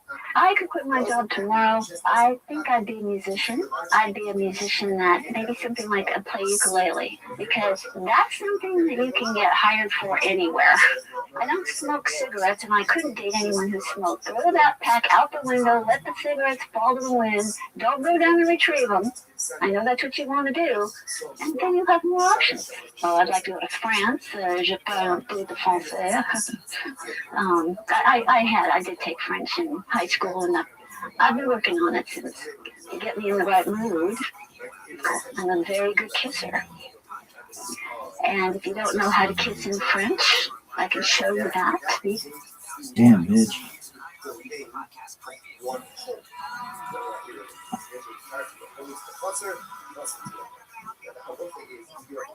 Yes, I'm looking for a date.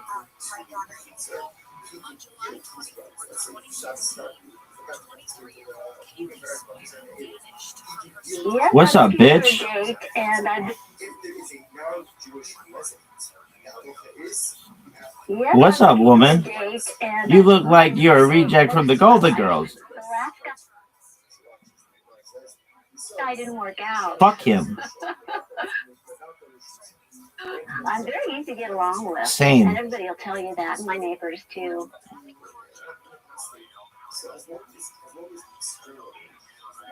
Are your neighbors single? In a man,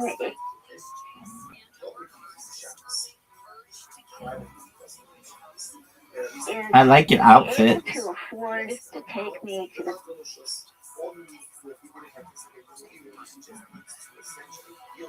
the things I enjoy. Most of the things Do you like the dollar store?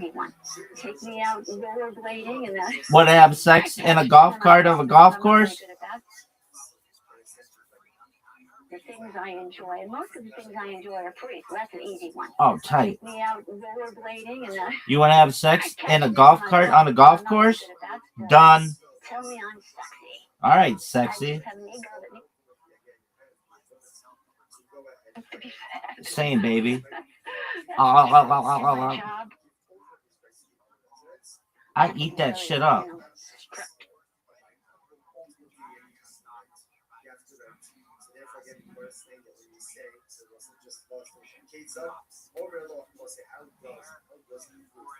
You like getting titty fucked, hoe? The sexy side of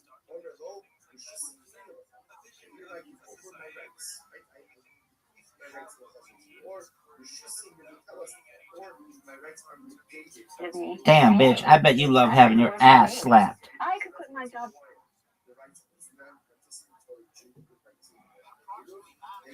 This bitch loves to get spanked. I'd be a musician that maybe something like a play ukulele. Ukulele's amazing, girl. Something that you can get hired for anywhere. Maybe in Hawaii. I smoke cigarettes and Couldn't date anyone who smoked. Okay. Pack out the window, let the cigarette. What about if it's a carton? Not just any carton, a carton of Durals.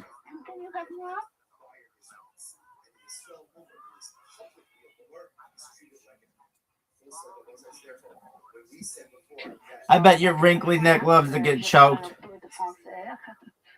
Fancy. Ulu vuku she abigwa seswa.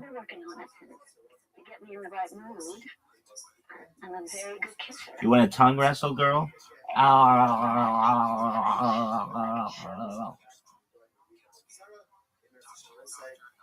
Yes, I'm looking for a date, and I've been looking for a date.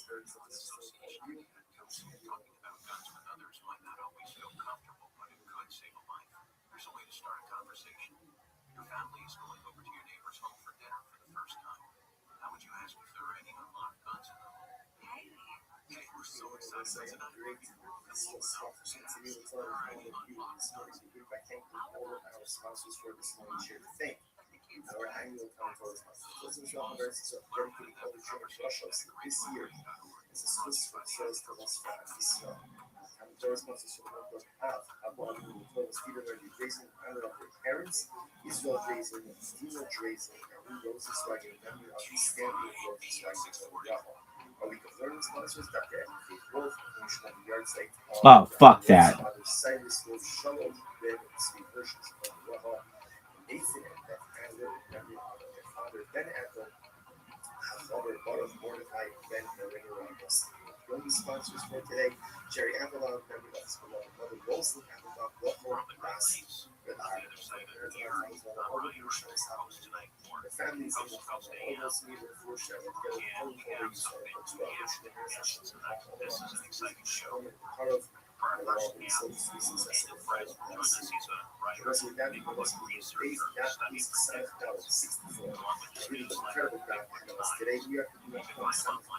And I've been looking for a date most of my life. The last guy didn't work out.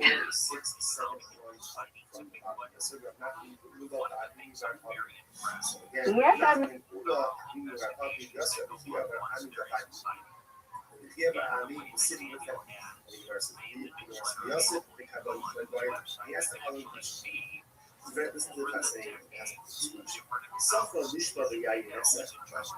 What is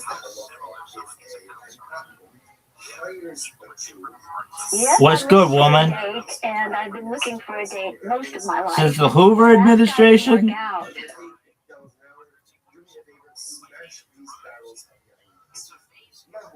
What is the halacha? Is the Jew allowed to receive and to accept the wages of his process? Remember again, in yesterday's document was the concept of. You look like Rue McClanahan's stunt double from the Golden Girls.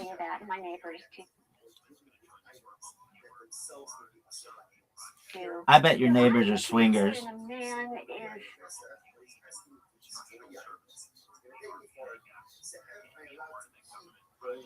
A motherfucker who slangs stick like it's going out of style. Tight, like the library. How about getting fucked in a golf cart on a golf course, girl?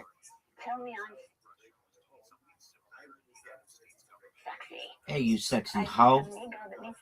Same, baby. Eat that shit up.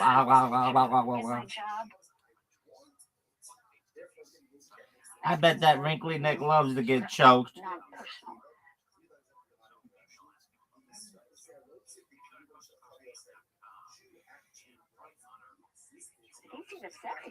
Baby, you can get it. I bet you love to get spanked. I think I'd be a musician. Tight. I'd be a musician that maybe something like a play ukulele. Because okay. That's something that you can get hired for anywhere. Maybe in Hawaii. I smoke cigarettes and I couldn't get.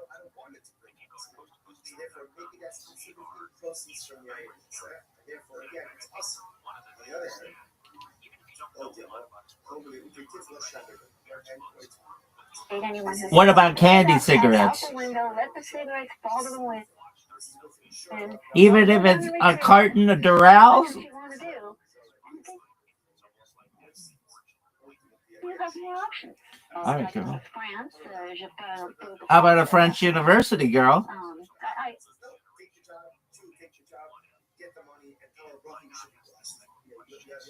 I had. Ulu vous couchez avec moi, ce soir. In the right mood. I'm a very good kisser. You want a French kiss, baby? And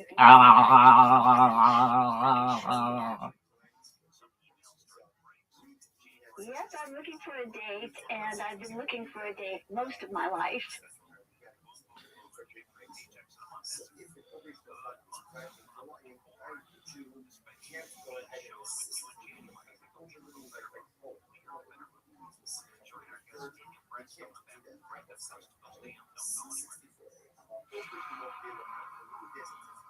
What can I do?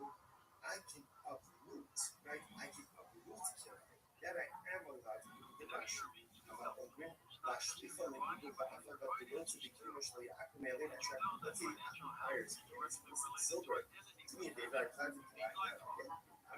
What's good, woman? And I've been looking for a date most of my life. Since the Hoover administration? You look like Lou McClanahan's stunt double from the Golden Girls. I bet your neighbors are swingers. A motherfucker who slings stick like it's going out of style? Tight, like the library. How about getting fucked in a golf cart on a golf course, girl? Tell me I'm sexy. Hey, you sexy hoe. Same, baby. Eat that shit up.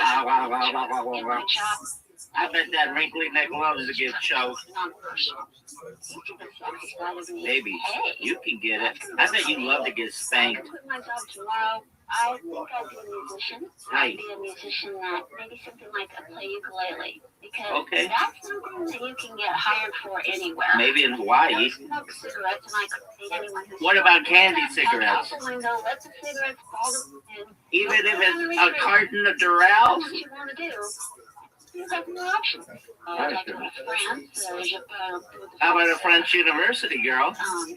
I have. Ulu vous couchez avec moi, ce soir. In the right mood. I'm a very good kisser. You want a French kiss, baby?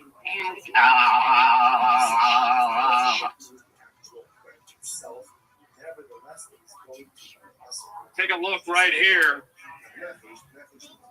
And the helmet, he flips the ball. He clearly loses it. But Dobbs ends up coming in right there. But it doesn't matter. It's going to come back to the spot. Take a look right here. And the helmet, he flips the ball. He clearly loses it.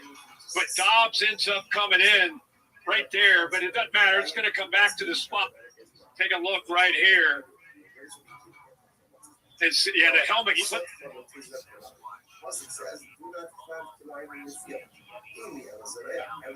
No, they're just like recording me and they're gonna get me saying anything. More. Oh, hell yeah. I'm gonna start Googling who's single. Just kidding. Who on the Kingdom single? Just kidding. Oh, no! Yes! Oh, no! Oh! Come on. Oh!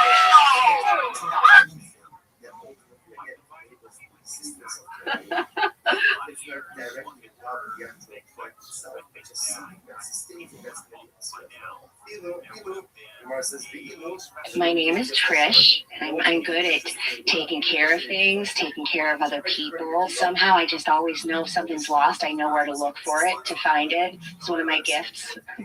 I'm looking for a man with compassion and integrity. Nothing too over the top on the first date, just getting to know you. I started playing the alto saxophone when I was in 5th grade. I really wanted to play the drums, but my arms aren't strong enough. I don't play all the time now, but I do still like getting my saxophone out from time to time. New Year's Eve, somebody will say, "Hey Trish, get out your sax." My idea of happiness is, let's say I'm 70 years old and I'm sitting out on a veranda next to a cool glass of lemonade, and my beloved is sitting right next to me, and we're holding hands and we're watching the grandkids play touch football on the lawn. And I say, "Not so rough." And they say, "Yes, Grandma." And I just think to myself, what a legacy. Jakob asked me to do it, and I'm doing it for free. So what's the point of that? So moving the Amar, dictating behind Nastina, awesome. Ultimately, My name is Trish. the Halo online site who are not allowed to do a favor for her. Right here, actually, I was the name of it. So I lost the family. So I hope is what lost the family. My name is Trish. Hi, Trish. I like that line on your tit. Taking care of things, taking care of other You want to take care of this Somehow dick? I always know if something's lost. I know where to look. It's for always it the to last find place you put it, right? Gifts.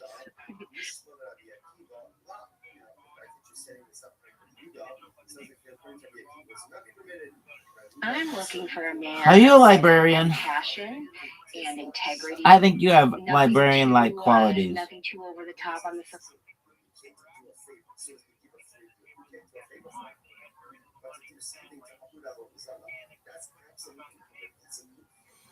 I bet secretly you're a BDSM queen. Playing the alto sax. Can you play Careless Whisper by George Michael? Play the drums, but my arms aren't strong enough. Oh, we could work on that, girl. You give enough hand jobs, you'll be bench pressing houses. Somebody will say, "Hey, Trish, get out your sax." Your friends seem encouraging. I'm 70 years old. Okay. And I'm sitting out on a veranda next to a cool glass of lemonade. Like the Bartles and James commercial. It is sitting right next to me. Oh, I'm right there with you, baby. Watch it.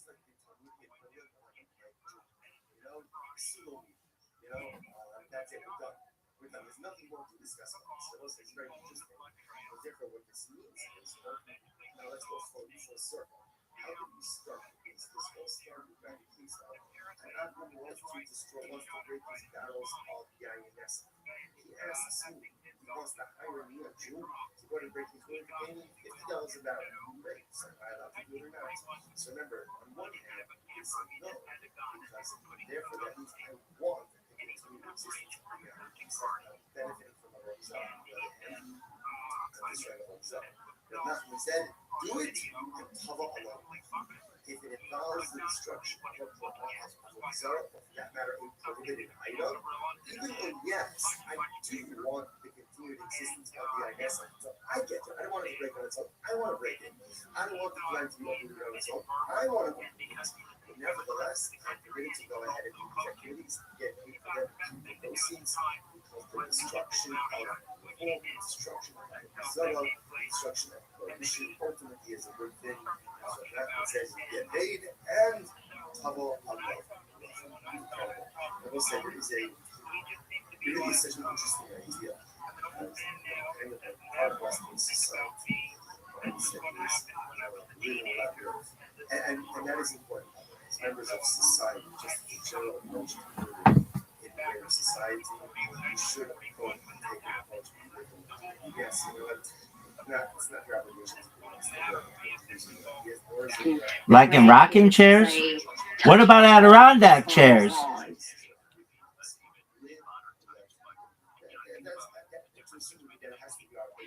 What if they're playing flag football? And they say, "Yes, Grandma." I kind of like this fantasy. Let's do it, girl. I think to myself, what a legacy. And then I fished you. Fuck. I'm good at taking care of things.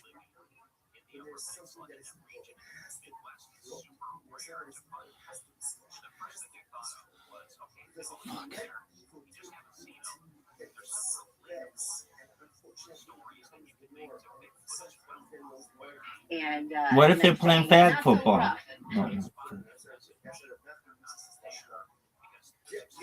What if they're playing flag football? I kind of like this fantasy. And then I fished you. I just think to myself, what a legacy. My name is Trish. I'm good at taking care of things, taking care.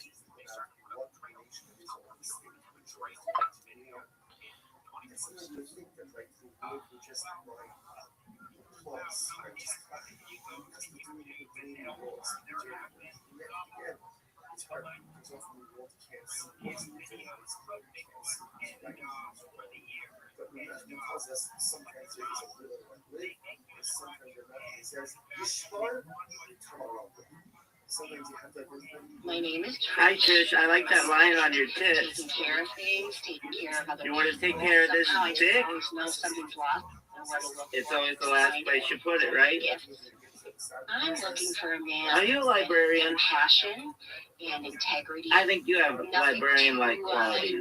too over the top first. I bet secretly you're a BDSM queen. Playing the alto sax. Can you play Careless Whisper by George I Michael? play the drums, but my arms aren't strong enough. Oh, we could work on that, girl. Given those hand jobs, you'll be bench pressing. From time to time. Out. See somebody will say, "Hey, Tris, get out your sax." Your friends seem encouraging. Hey, I'm 70 years old, Okay. and I'm sitting out on a veranda next to a cool glass of lemonade. Like a Bartles and James commercial. I love it. It's sitting right next to me. Oh, I'm right there with you, baby. Like in rocking chairs? What about Adirondack chairs? What if they're playing flag football? Not so rough. I kind of like this fantasy. And then I fished you. I just think to myself, what a like. My name is Josh. Hi, Trish. I like.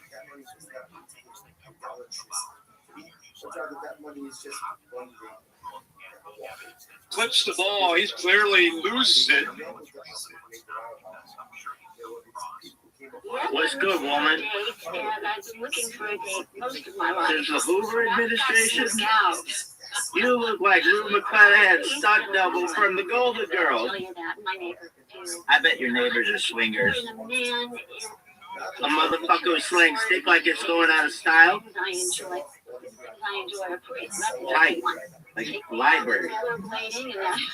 How about getting fucked in a golf cart on a golf course, girl?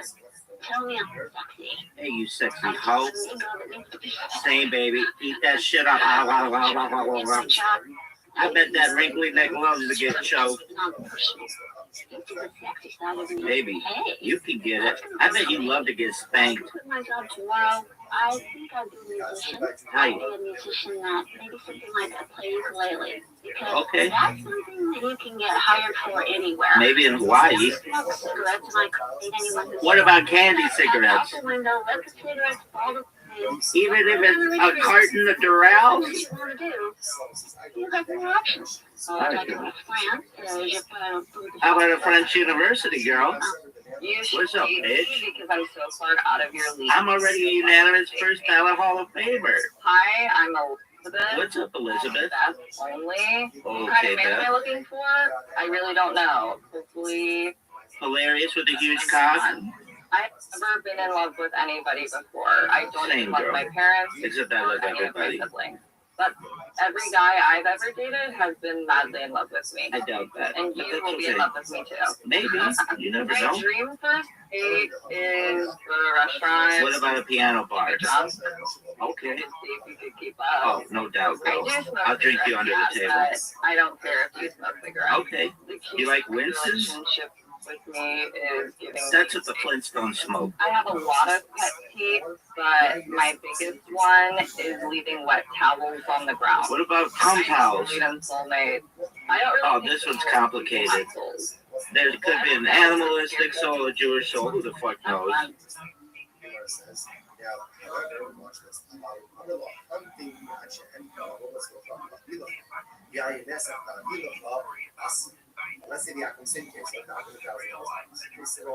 Hi, my name is Madeline. I'm a cocktail waitress at Hula Hands, and I just meet all sorts of interesting people every day. I'm really looking for a guy who is into taking care of himself, someone who's into aerobics, maybe would go to aerobics with me. I think it's so cute when you see couples wearing matching outfits. Maybe we have matching pajamas. Sometimes I like it when a guy's a little bit mean to me, because then it makes me feel like you like me. So you can't be too nice. Sometimes you have to just throw a little sugar in the gas tank and just say a little something snarky and love to talk on the phone. I will call my grandma in Texas and we will talk for hours. I'm not religious, but I like to follow the golden rule. If somebody cheats on me, I just can't be responsible for what I would do. I don't want to go pick out my gift. I want you to pick up on the hints that I'm giving throughout the year of the things that I like and that I love, and then I want to wake up on Christmas morning.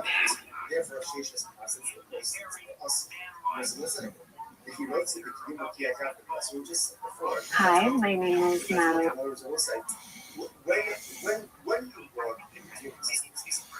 But I'm not doing anything to further the existence. So yes, of course, I want to continue the existence of the idol until the album sells for a lot of money. I want to continue the existence of the ISF because I want more money. But I'm not doing anything to facilitate the continued existence of these particular items. Why should it be us? Vatnan, their visitors, Vatnan, their original family. Shigar Shua, the Hi. You have two brothers. One converted. And what they're both they're Apple brothers. One converted and one is called so brother Gare and brother Apple. So what happens? Their father died. Their father died. And then they inherit their father. Have I been watching the same fucking thing? I've heard about these two fucking brothers like 1,000 fucking times. So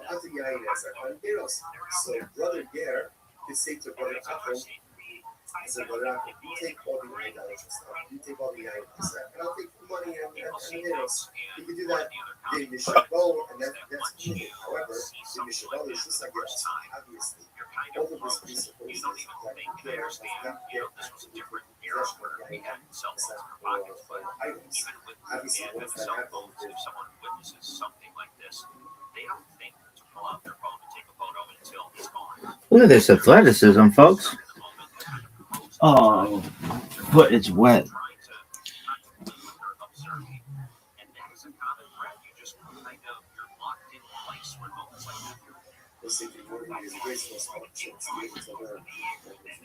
Thinking by thinking all of our sponsors for this meeting. Share to thank our annual Talmud sponsor, Trusting Shkach of Eretz Yisrael, for dedicating all the show and drushos this year as a support for the service levels for all Yisrael. Our Talmud sponsors for the month of Av have brought in the Torah, Stephen Rose, Drazin, honor of Israel Drazin, and Dina Drazin, Eileen Rosenzweig, and Stanley Rosenzweig from the job. Our learning sponsors, Dr. Edward Faith Wolf, Version of the Yard Tom Family with sponsors Cyrus Wolf, Shalom, Ben, and Steve Hirsch, and Nathan and Beth Tyler, living of their father, Ben Father, Paul, Mordechai, the Royal Blessings. Of course, as always, we dedicate our learning system to Shalom and Carl and Miracle to give them success. For the massive and the message that must be really exciting we got ahead of us today. Today's dot is South Base 63, and we are coming up on South Base Base 62B, the day Rabbi which is 2, 4, 6, 8, 10, 12 lines up from the bottom. So the verse says as follows: Today Rabbi yes, we hear Shvius Nadim, who called him the Shvius. So very interesting piece of here. The members of the House of Rabbi Yana do as follows: they would borrow Shemitah produce from the poor, and then repay them with 8-year produce, the non-Shemitah produce on the following year. So if you look at Rashi, Rashi says something very interesting. Yasu Peter Shvius called this not a deal. So obviously, again, without getting into all the Shemitah technicalities, you can go ahead and lend or borrow, not commerce, but lend your own Shemitah produce while it's still readily available for you. So this does, once it's no longer readily available in the field, you really can no longer kind of keep it for yourself. So the idea over here is, so the people of the house of the would borrow Shemitah produce from the enemy and very Shemitah. And Rashi says that part of the Shemitah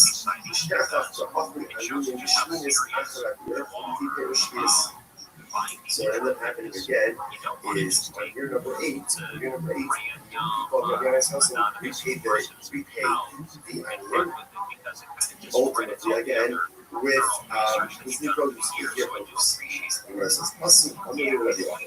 So they came and they said, so people mentioned this practice already. Something about it, obviously, they probably something. So they said something to the Yochanan. Rabbi Yochanan said, yeah, this thing often is talking before. It's perfectly fine. Right? Neck done. Yeah, I will say that. Interestingly enough, look at Rashi. You also know the Psalms 2 from the Rashis. You also know the Bible said the members of the house of Gannon's gunners are acting totally fine. Rashi says the people that he shut down, lo havu hanach lo ichnufe hani ba'ani, ma chalu kenenu, v'lo chayu kedusha shveza asuri again. We saw yesterday that we get into a issue of potential problems with forbidden the first things that forbidden again on the previously forbidden. So, for example, the concern over here is this means that one is checking this Shmita produce, that even the 8th year produce should ultimately have Shmita sanctity, Shmita prohibition. Now, the ultimate set is not even why? Because there's not a recipe, there's not immediacy. I should say, there's no immediate reciprocity. Because the produce is being taken and only being brought to behave during the 8th, because there's no immediate reciprocity, therefore this does not look like you're doing commerce with Shmita produce, and therefore no Shmita prohibition involves the 8th year produce. That's the idea. Therefore, again, halacha saw, and therefore, again, Shmita sanctity was not called this is still very interesting. It's connected to Esla. And interestingly enough, a similar case would come up with Esla on its own. Esla is a way to look at the person who's person and gives her something for her services. Right? Participation, right? Or even gives her an object. That object is called Esla, so the payment go on and cannot be used for any type of sacrifice. Makes sense. This is the sign of the verse is the first one. These guys are it's the sign of this. Bryce says, no some wrong with a boss. Let's say we don't go to Torah. Like we goes to Rachel, and ultimately again gives her this, and he gives her right, but he doesn't have relations with her. Or Muhammad have no muscle, or he has relations with her, but doesn't take anything. What's the halacha? Yes, no. But it's payment, what can be his mother to sacrifice. Obviously, it doesn't make sense to write. That's the level of Allah. He gave her, let's say he gave her a lamb, he gave her a sheep, and he didn't have relations with her.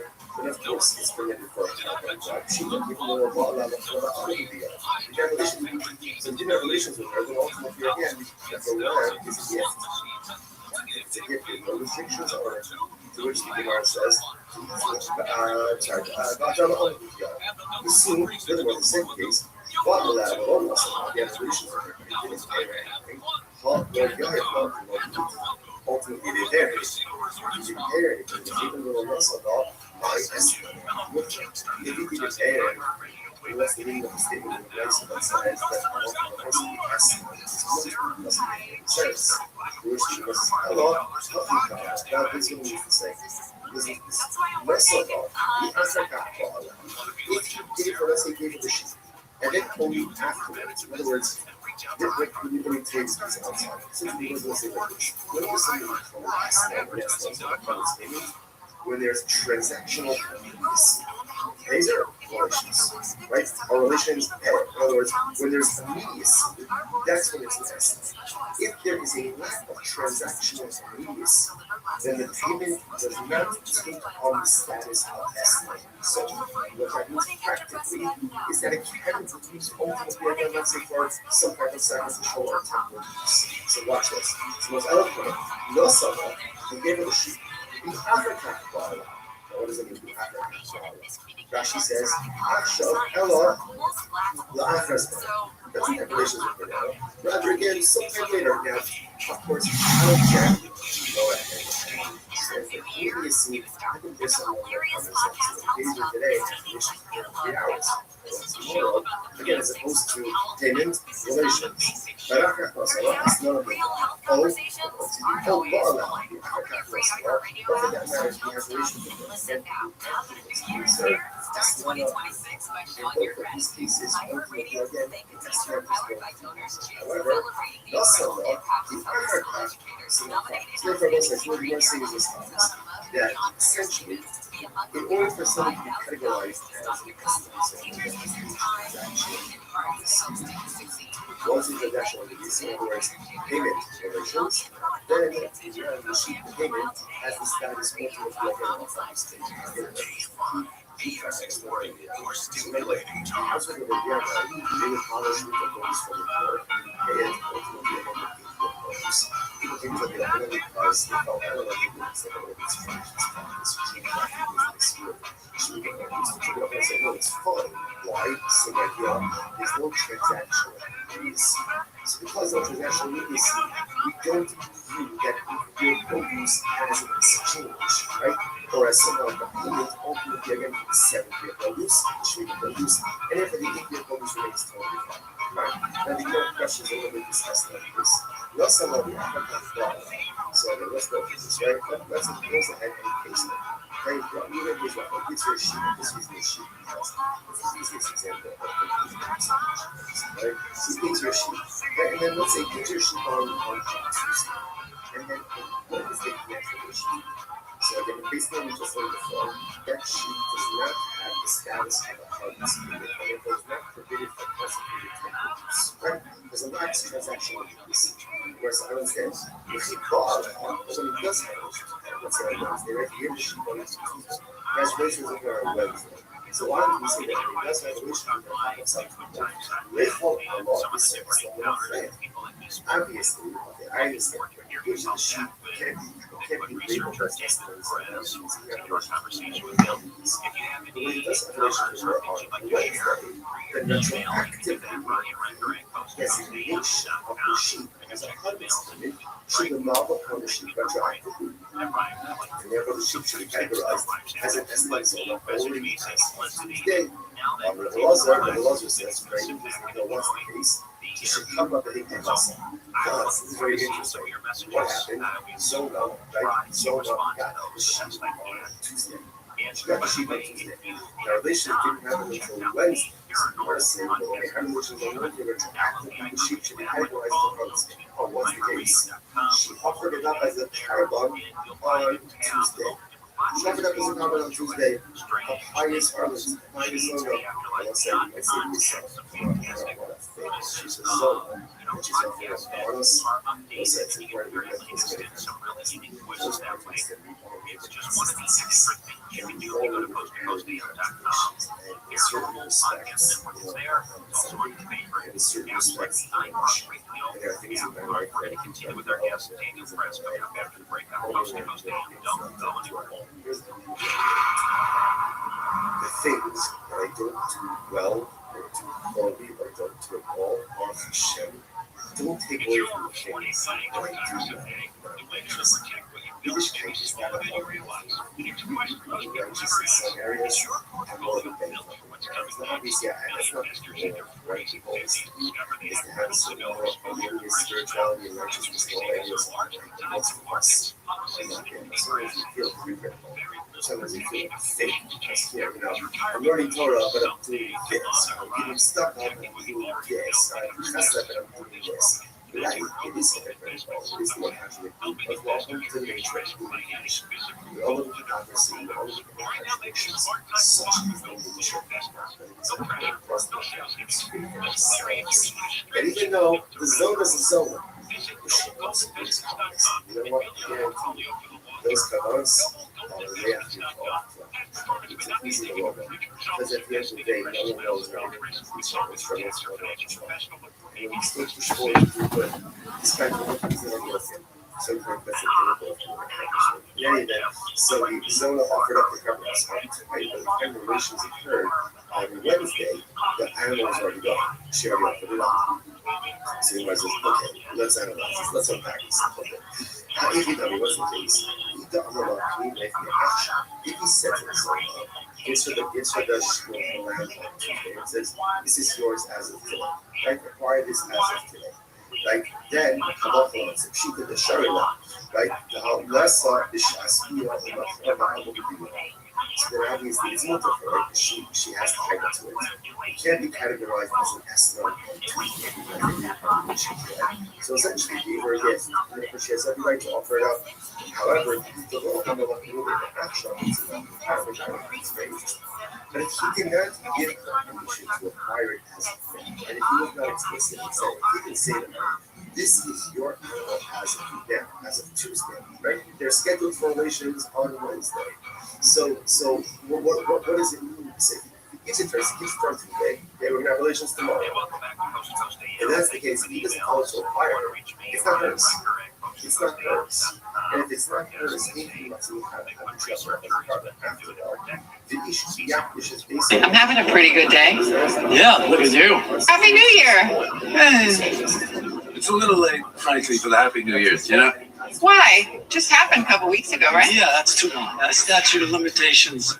It's kind of run out on the New Year's. 3 days. Plenty. 3 days. By the way, everything doesn't have to be happy. Why does everything have to be happy? I'm having a pretty good day. Yeah, look at you. Happy New Year! It's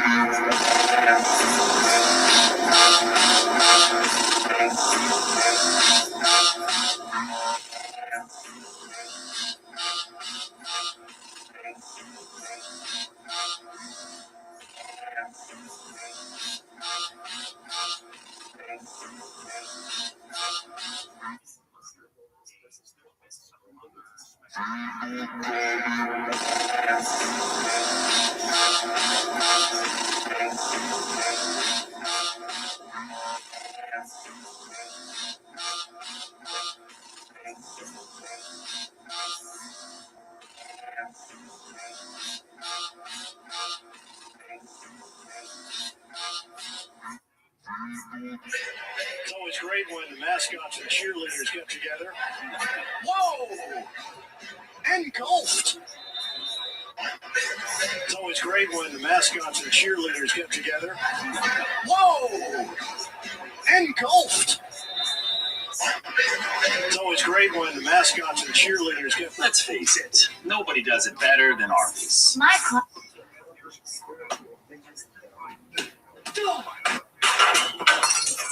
Fuck. Yo, what's your name? Tommy. My name's Dom. This is actually my friend Tommy Tough Knuckles. Yeah, whatever, dude. Yeah. What behind you is, okay, next. He's my appraiser, so he's gonna check it out. Go right ahead. What's this shit? This shit looks broken as fuck. Yeah, look good. I don't know, that shit looks janky. You're a shit. Yeah? Yeah. Yeah. Doesn't look too good, but it's just like rust everywhere. There's all this bullshit down here. You brought him to he told me he was an expert. Did you do, like 400? No. Really? No, dude. I mean, there's a lot of issues. Yeah, dude. Get the stepping, bro. Want to test drive it? Not test drive shit, dude. No playtime. And the way you're carrying yourself, I don't want to talk to you anymore. You're a jerk off, bro. What about 3? Dude, get the step. What's your name? Tommy. My name's Dom. This is actually my friend Tommy Tough Knuckles. Yeah, whatever, dude. Yeah. What behind you is, okay, next. He's my appraiser, so he's gonna check it out. Go right ahead. What's this shit? This shit looks broken as fuck. Yeah, you Welcome to season 2 going Tom Brady's Super Bowl. Tom Brady's Super Bowl helmet. Wow. This is Mike Tyson's belt. This is Vince McMahon from the World Wrestling Federation. This is Shaquille O'Neal's shoe. Oh my God. Right here, which is a serious Is shoe. that a real That's shoe? a real shoe. He took it off after a game and handed it. Oh my God. I carried it like this. Of course, the big thing is the view of New York City. Now, do you live upstairs? I live upstairs. In the penthouse? Yes. Are you going to get down to business when we leave you, or are you going to get down to politics? I get down to business and politics. You know, I'm running a business, and at the same time, I'm running for office. Whereas a politician, they only have to do the one thing, but I'm running a big business and also running for office. So as the days go by, I give more and more to my children to run and my executives. I have great executives, and that's not going to be a problem. Tom Brady's Super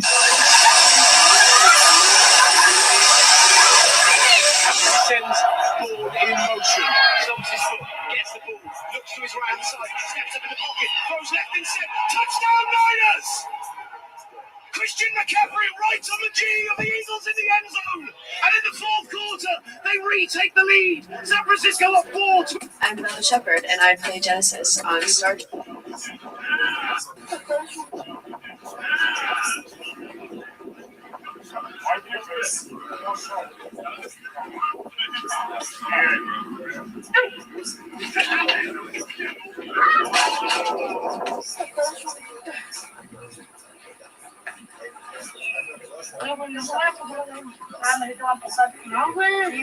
No way.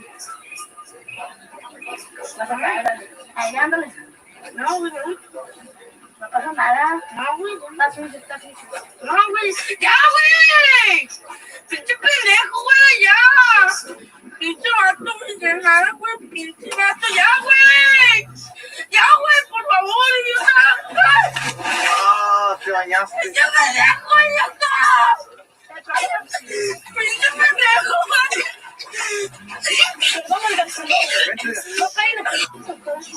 We can all agree there's a lot going on right now. Not all of it's good. And I'm just thankful that George Floyd isn't here to see it, you know? Because we know the incident happened right near where he was, right? This ICE incident with the woman and the ICE officers right near where he was. But I just like to think that if George were still with us, it would take his breath away, you know? The black girl's laughing. I'm just saying this for Black girl laughed. These guys don't like it. Where are you from again? New York. You're from New York? Yeah. And you're from Minneapolis? Well, welcome to Florida.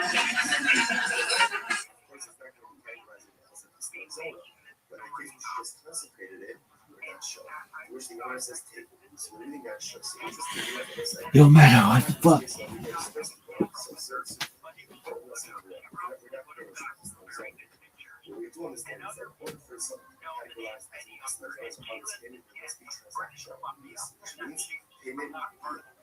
If that order is not followed, either payment and delayed via or via and then payment, ultimately again it is not considered to be so if he deposited an envelope payment, yeah, it doesn't occur until later on.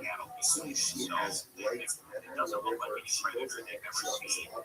It looks like something if she's not, she consequences. So the envelope is still in existence and the fee of the next day. What's the status of that envelope? That's the thing. That's the last one.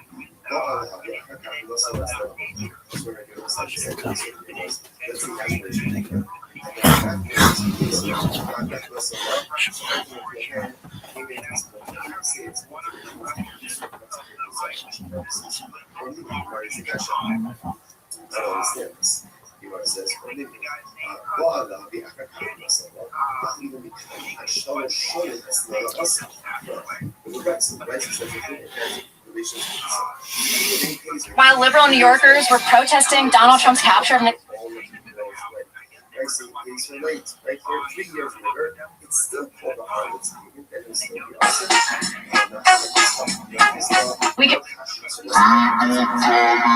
Yeah, so what you see it, and I talk about the point of the ball a lot. You see it from, well, starting from this angle. This is kind of like a neutral plane. This one, the point is slightly down. When you're throwing into the wind, it has to be neutral. If the point of the ball is up, any wind friction is going to push that ball up over the top. So as a quarterback, you don't really like that U throw underneath because naturally that's going to point the tip of the ball up. You like more of a C or an inverse, a reverse C. That's how you kind of control the point of the ball, and then you can kind of just snap it off as you throw it. But in these windy conditions, you can't be underneath the ball. There's too much. These events are based on a true story. Is that the same shirt you wore yesterday? Very good.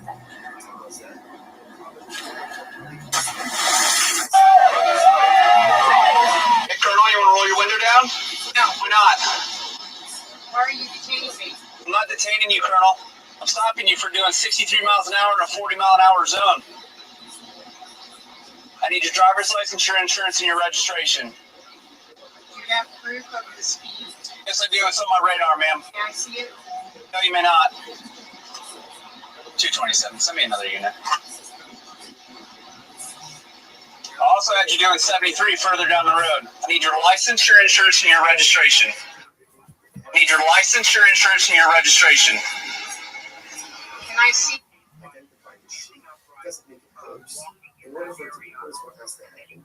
Where it says Shicha, Shabbat tells them right? Remember, livestock animals require machine for partaking possession, which the diversity is so now this will happen when a machine. Okay, so apparently it's actually interesting. And ultimately, the dinner machine was only given by Jews. So apparently, again, by an animal Jew, they don't move the shoe for 2 o'clock. So it's like a sort of is not Jewish. He was aware of what it is. The owner was on Israelis, no, it's talking about a Jewish heritage. If you go, they claim the Hasid. or interested in what the sheep standing in the huts, in which case, again, ultimately this process requires second. ممكن طيب هتصير أطباء عليها وصل هكذا second. I understand. If it's in her thoughts, if she requires, or if he had relations with her, and then ultimately again, dedicated, only dedicated. It's already in her thoughts, it's already required. What are we talking about here? In other words, she acquired it before him. So this is like the paradigmatic case. She's acquired the sheep before the PR if the sheep is standing in her thoughts. The shopping and the apple. Very interesting. Now here's the case. So Ruby comes to the hallway. Here, this sheep is what is it? That in our success there, I'm going to pay you. I'm going to pay you for the relations. Right? If I don't pay you money, you can take this sheep. So therefore, she doesn't really acquire the sheep initially. She requires the sheep in the event that there is non-payment. The Amrullah, and he says to her directly, let's say for the next 30 days, good. And if not, shortly the estimate, take this sheep, ultimately again has your fine. That's a some help. Again, it's interesting. All of this is really about watch this. Let's say you make employees, donkey drivers, and roads. Okay, so now he's paid. Now the way ultimately again, he's paid in the Rashi goes on over here. Rashi, big part of their hearts. His workers are now Jews, or they're hearts. They just want to Jews. Idolaters are only Jews. And he says to them, the whole day is going to be right? So what's the halacha? The Eno Choshesh, okay, so actually, so he goes and he says to them, I'm paying you, right? And essentially, you go use this money to go and purchase for yourself food and drink. Okay, either that for a day or a Sunday, not the wages, whatever it is. He's giving them here, right? Here's money, go and drink, go and eat. So what's the the Eno Choshesh, yes, the Eno Choshesh, he doesn't have to be worried. So you know, is 63 What we should is and what we should price, what we should get is. But I said, here's this interesting right? What's the concern here? The Gemara says that halacha myself, he's giving them money. Now, because it's a couple on their parts, he has to be concerned that it's going to go on their investment. Right? Or maybe ultimately again, is this your vehicle right here? This vehicle right here? Yeah, is it yours? My car, yes. Oh, it is? Okay. Are you gay by chance? Am I what? Are you gay? No, I'm not. Because you parked in the, right there, I don't know if you saw, in the gay parking only. Oh my God, I never noticed that. You didn't see it when you pulled in? No. Yeah, because it's going to be am I going to be fined for this? I mean, unless you just tell me you're gay as I move. Because you've been parked here already, sir. Unless you just tell me and I'll just scratch you. Okay. Oh, you are gay? Okay. All right, perfect. So I'm going to have to ask you just like 3 simple questions so that I can prove that you're actually gay. Just real quick. On a scale 1 through 10, how gay are you? 1 through 10. 1? Oh, that's not gay enough. Maybe like 9. Okay, you are 9? Okay, perfect. And then second question here. Could you give me your best gay voice to prove that you're actually gay? Okay. Perfect. And the next question here is, how many men have you slept with? 7. 7 men? Holy, you're really gay then, huh? Oh, okay. That's all, sir. You're good to go. You mean to tell me that there were certain parking just for gay people? Yeah, it's part of the LGBTQ community. It's a new thing of San Francisco. Just to make sure to look out for those, all right? Hello, sir. Yeah. Is this your vehicle right here? This vehicle right here? Yeah, is it yours? My car, yeah. Oh, it is? Okay. Who blew an 18-point lead? We did. Who lost to our division rivals? We did. Who sucked at kicking? The man is done. Who's headed to Cancun? We are. Yeah. Who blew an 18-point lead? I checked also. If they were off by just a little bit, that would have been a disaster for the project. Thanks to the engineers, this did not happen. After 2.5 years of construction, there was one more piece left, called a keystone. There were thousands of people that showed up to watch this crowning event. And the gap for the keystone was too small, less than a meter. They knew this would happen, but it was still a challenge to deal with. The gap needed to be almost 2.5 meters for the keystone to fit. Part of the problem was the heat from the sun causing the stainless steel to expand. The south leg of the arch received the most sun, so they decided to spray water over the side to cool it down.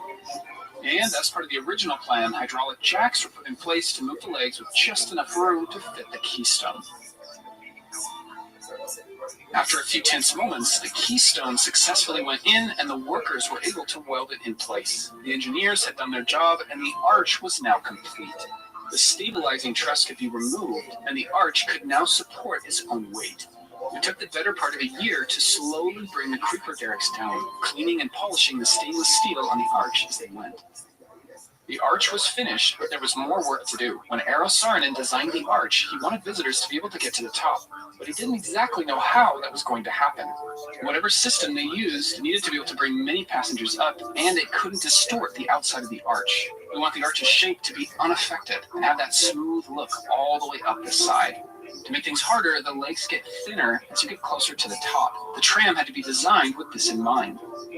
Many industry experts at the time were stumped by this problem. How about we build an elevator? The problem is that an elevator goes straight up and down, and we need something that curves. Okay, how about an escalator? These don't go straight up and down. You might make that work at first, but you'd need to build several of them, and that gets expensive. The main inspiration for the design actually came from the Ferris wheel. This can move people around quite well, and they're always right side up no matter where they are around the Ferris wheel. This same idea can also be used to transport people up the sides of the arch. Dick Bowser is the engineer that came up with this solution. Instead of individual seats, the design called for enclosed cars for safety, and then put all the cars together and use cables to lift them. This tram system needed to be small enough to fit on one side of the arch leg. This leaves enough room for if they were off by just a... What up, Council? My name is Chad Kroger. This is my colleague, JT. What up? We came to the city of Miami Beach with one purpose in mind, to prove that partying on a yacht boosts as much stoke as we had hypothesized. We believe deep in our cores that letting loose on a boat cures depression. In my experience, a quick gainer off a tuna tower can make you forget about inflation or automation. To conduct this experiment, we found a young man on Craigslist, Navi, who self-identifies as awkward and a bit sad. We brought him onto a yacht and hooked him up with a brew. To our surprise, his froth did not fully peak.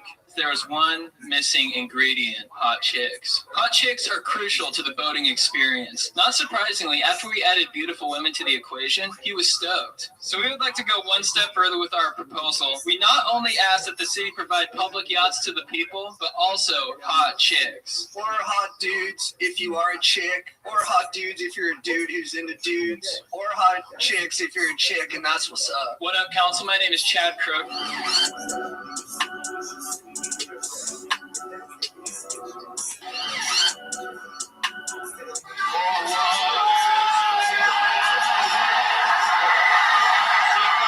I learned some guys, they don't like my voice, all right? So I think Nike has said this best. Not everyone is a winner. Now, if that triggers you, and look at this technique to cut a 90-degree angle iron. He folded the string in the middle, placed it well centered, made a half turn there, right? He marked, look at this, guys. He came there with this electrode. It could be a ruler, right? He connected the ends. You're so good-looking and hot. Thank you so much. So are you. You're such a baddie. Baddies recognize baddies.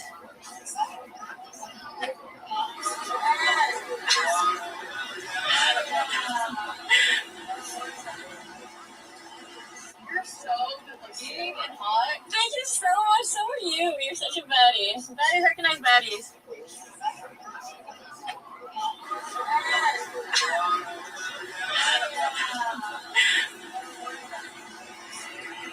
You're so good-looking.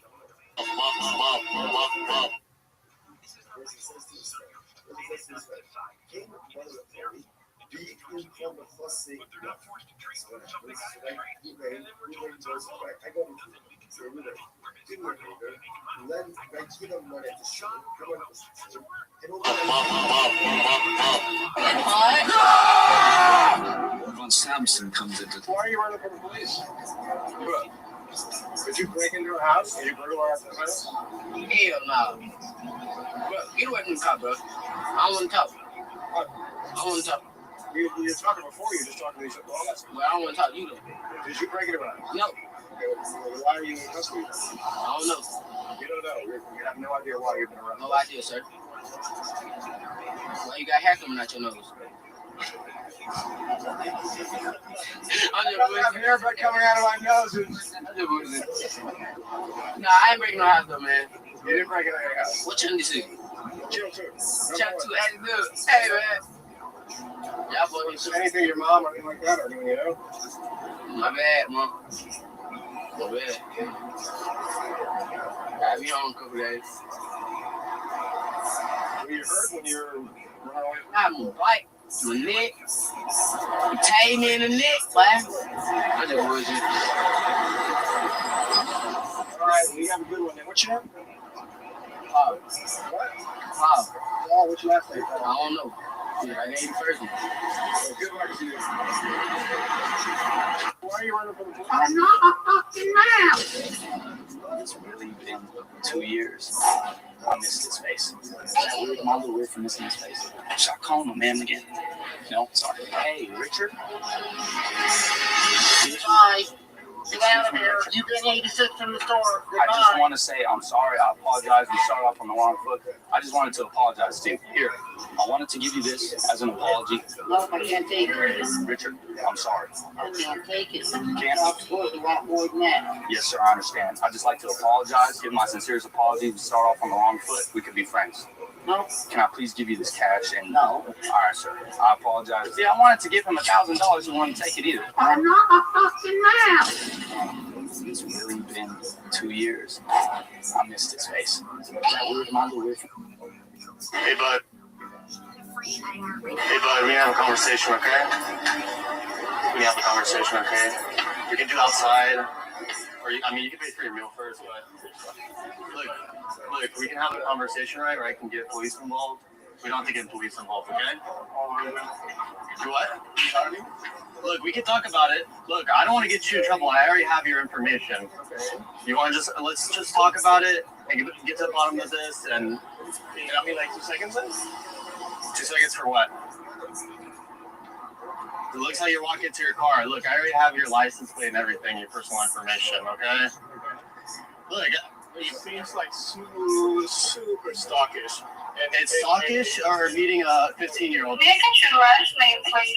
Yes, it's Kardashian. Oh, I see. Yeah, please don't make a big deal or tell anyone. I just don't really need any more attention. And it's just gonna be 2 tickets. I believe you broke a tie with Peyton Manning for perfect passer rating. Yes, I just saw that from our research department. JJ said he broke Peyton Manning's record, so we lit, man. You know what I'm saying? QBR, man. He's up. And then I look back and see JJ get hit, and I was like, dang, dude, should I have done something about that?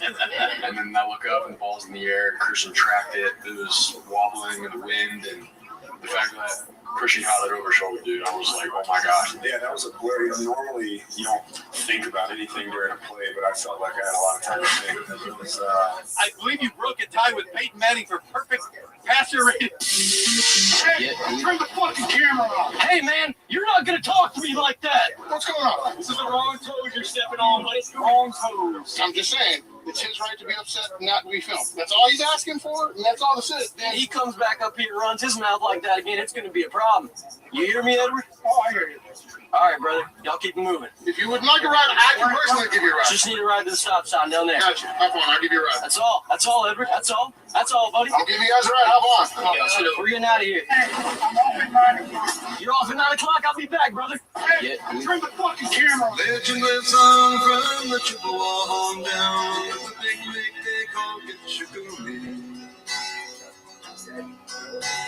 The lake, it is said, never gives up her dead when the skies of November turn gloomy. Legend lives on from the Chippewa on down to the big lake they call Gitchagumi. The lake, it is said, never gives up her dead when the skies of Hey, you don't come to my franchise. Ask for a water tub and get it cold. That's fucked up.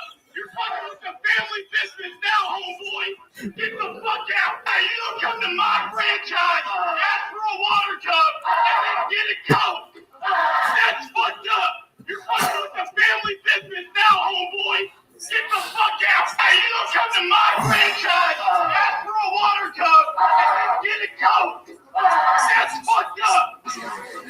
Excuse me, do you speak English and whiskey? Yeah. Как мой русский? Ну, наверное. Я нужно вас помогать. Помогать? Я нужно ваш номер. Юмор? Номер. Твой номер. Я номер не даю. Потому что я тетя. Excuse me. He lifts up his foot, shuffles his feet, and lost contact, and Goins had the ball on Frazier. The hidden ball trick. He lifts up his foot, shuffles his feet, and lost contact, and Goins had the ball on Frazier. The hidden ball trick. He lifts up his foot, shuffles his feet, and lost contact, and Goins had the ball on Frazier. The hidden ball trick. Is this guy rage baiting me? I like to imagine that Kevin Patullo spins a wheel before every play to decide whether he's going to call an inside zone, a spacing concept, or 4 birds. Don't get me wrong, the Eagles had more issues on offense than just Patullo, but this unit is so much more talented than a 49ers offense that doesn't even have George Kittle. But Kyle Shanahan got creative and worked with what he had, and seeing this less talented 49ers offense move the ball better than the Eagles unit. Ref in high school football in Pittsburgh, he needs to be in the NFL stat. 5-yard penalty, go first down. All right. Defense, number 6, 15-yard penalty, the result, first down. Okay. The extra point is good. Still first down. 10-yard penalty from the previous spot, result of the play will be a first down. I don't know if all those calls are accurate, but whenever he was describing them, I just knew he got it right. That's maybe the greatest representation of football in the history. What's up, guys? It's Fred Warner. Yo, what up? See how you live it, pimp?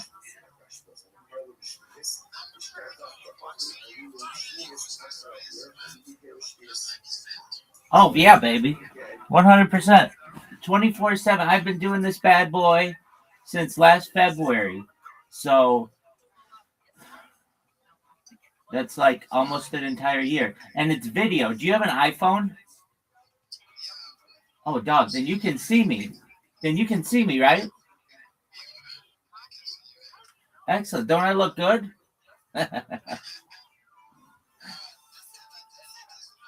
Oh, of course, baby. I'm hot.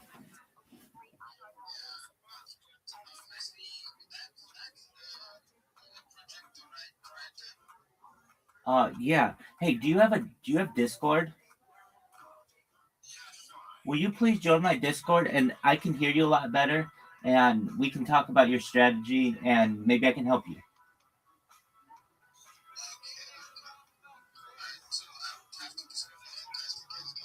That's okay. You disconnect from here, go to Discord.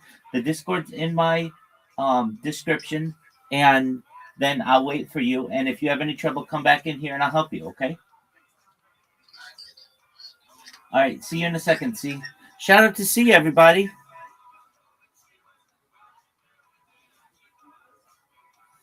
C's the man. C's coming to the Discord. Everybody loves C. C's a pimp.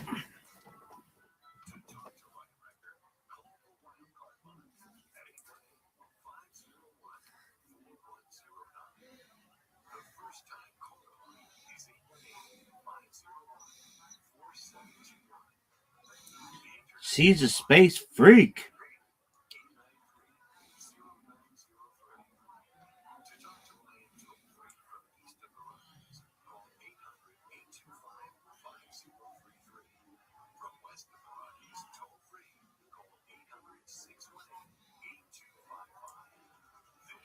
See.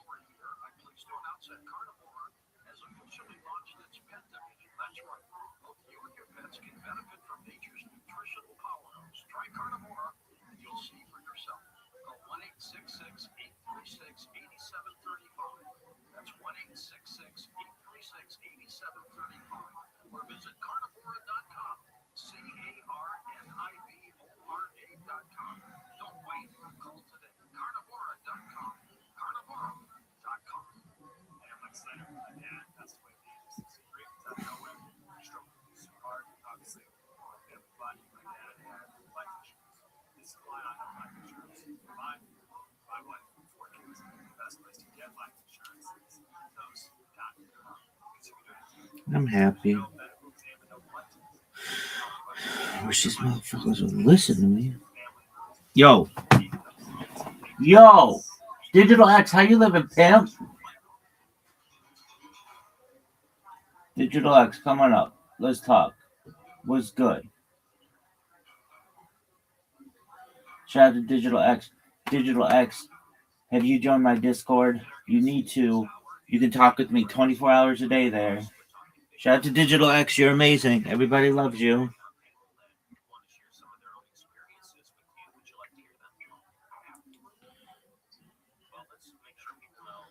Yo, what up, pimp? How are you?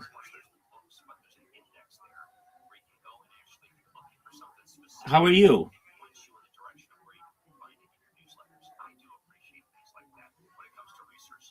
Digital X, I'm sending you a link to my Discord. Join my Discord. You can hear me better in there. I'm live in there too.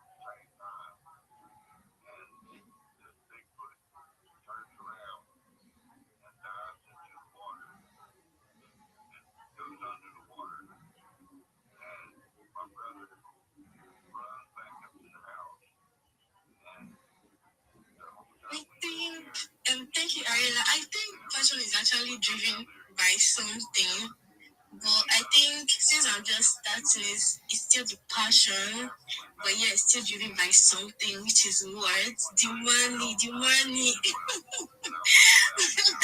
But yeah, passion is actually very important to whatever you're doing, because even if you're like after the money, if the passion is not there, you're just going to like quit after a specific period of time. So anyhow,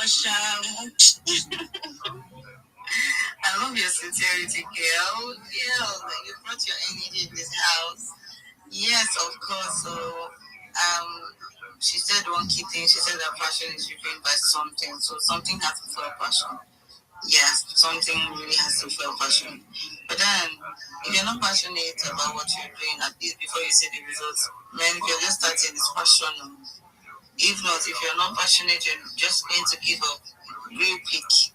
Because I'm telling you, as a newbie, it's a whole lot of things. You're trying to grow your account because people are, you can try to do a lot of things. If you're a newbie or your account is small, nobody wants to pay attention to you. They feel like your account is small. Stuff like that, shit like that, and all. So people like to, try to grow themselves and connect with people. Is it Rabbi Rothschild?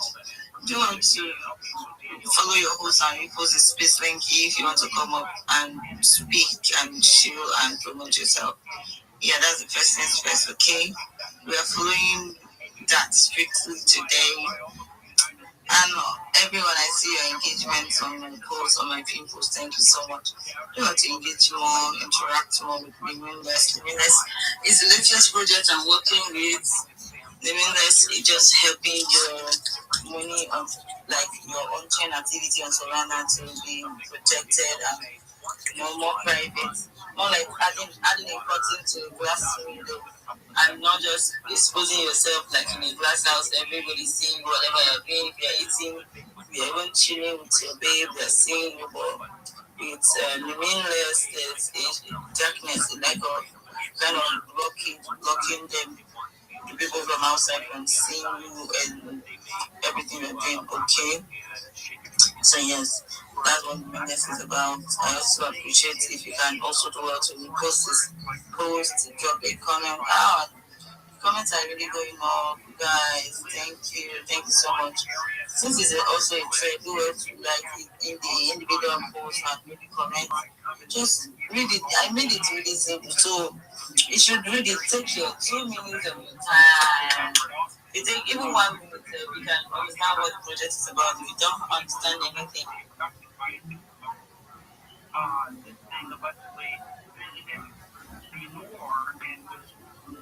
went through his dry goods, food goods, and his bank account, and he wasn't certain what was doing it. And so there's another instance where something should come to the area on okay, let's go west of the Rockies, and Steve is calling in from Alberta, Canada. Steve, you're on with Dan and Press. Go ahead with your comment or question. Yes, that would be me. Good evening, gentlemen. Good morning. Right, Daniel? Yep. Yeah, a couple years ago, when I finished work, I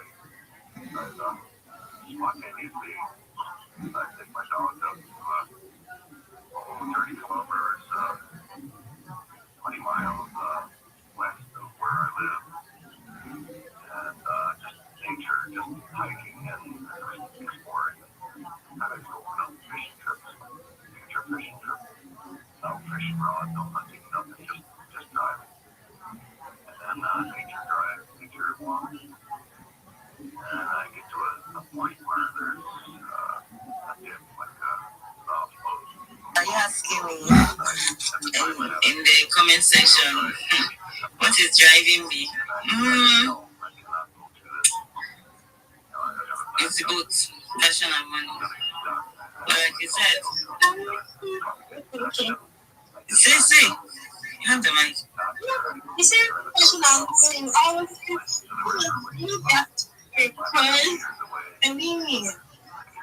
I I started this year. Let me sound like actually started this space. Let me just say motivation. Why did I join Web3? So I didn't really catch my fancy. Although I know I've been doing Web3 for a couple of years. Yeah, doing it Web3 actually. All those Telegram things and stuff like that.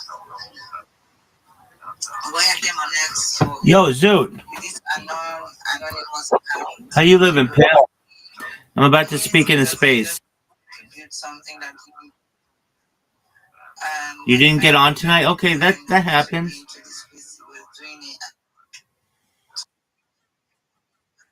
I was already guys.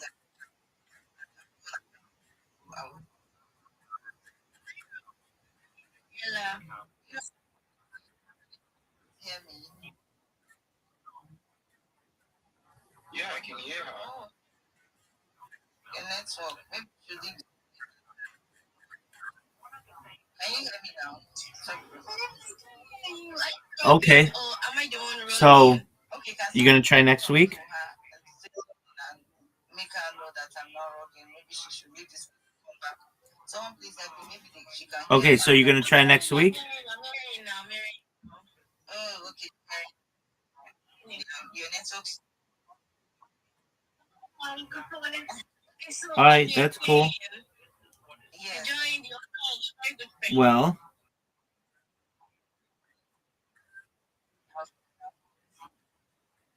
excellent. Hey, Digital X, how you living, pimp? Digital X, how are you? Digital X, I know you from X.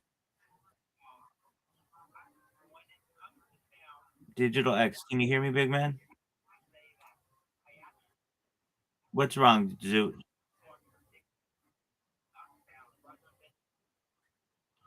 Okay, what happened? How'd you get high as fuck? What up, big man? How are you, Digital X?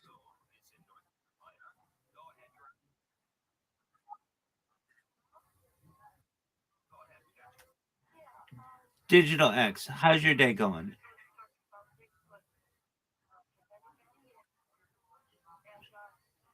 Digital X, can you hear me?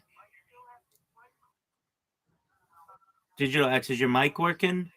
If it's not, leave and come back. All right, Zoot, you just got to keep 10 toes down, baby. Yo, what up, Digital X? Can you hear me, big man?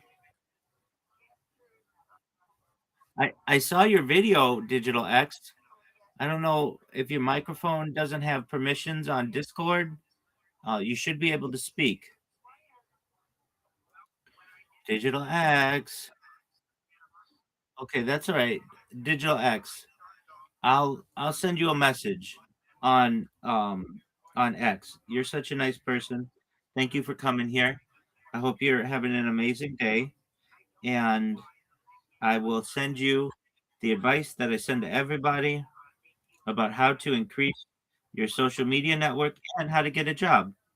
So just one moment and you will have it. And if you have questions, you certainly can ask me anything that you want. And I know that your microphone. Oh, wait, now I can hear you. Go ahead.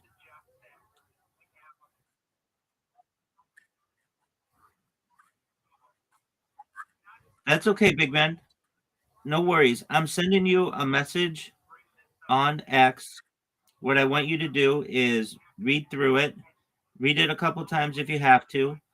It'll tell you everything that I advise that you do if you want to be successful. And if you have questions, just let me know and I will answer any questions that you have. Okay, Digital X? Okay. Absolutely, my friend. Go ahead, Zoot. What up, baby? All right, what did you think of, big? No, you're definitely. You're definitely. That's cool. Yo, Jay Billions. Jay Billions, can you hear me, pimp? Yeah, I want to hear everything about it. Okay, what's the joke?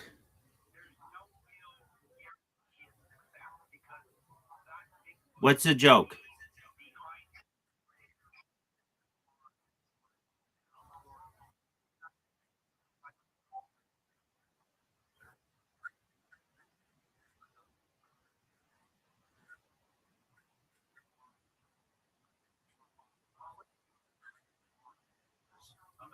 That joke is absolute dog shit.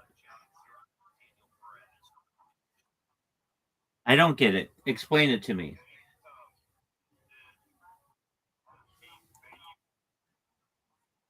Okay, that means you're afraid of children, okay?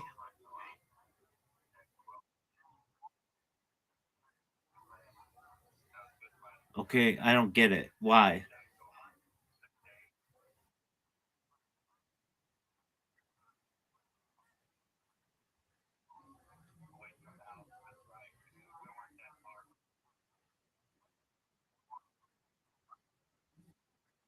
Yeah, you are. You know, you recognize that you can enjoy children and not be a pedophile, right?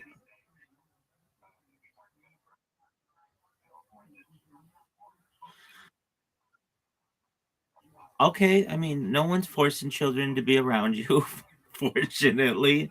But what I'm saying is, you don't either have to be afraid of children or a pedophile. You can be in the middle. The world is shades of gray.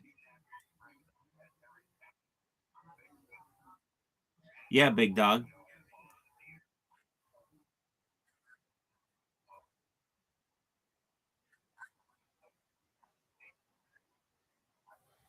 Okay, I mean, nobody. Okay, I mean, that's fine. It's not a. It's that's good. I mean, you shouldn't want to contact children as an adult. But that doesn't mean you can't be around them and it'd be fine.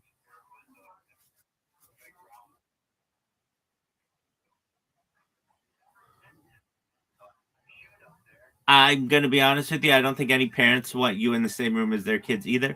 Not because of you being a danger to their children, but I don't know if you'll be the best influence on their children.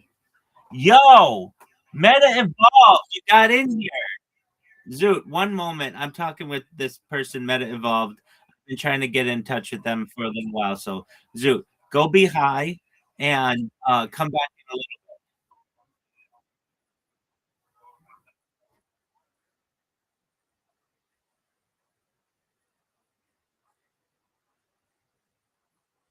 phenomenal. Meta Evolved. How is life in your neck of the woods?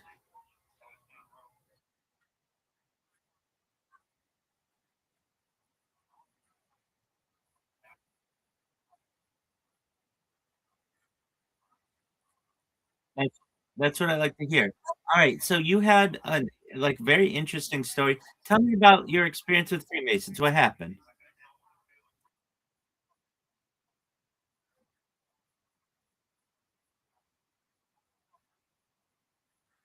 Yeah, I did about your birthday wish, right?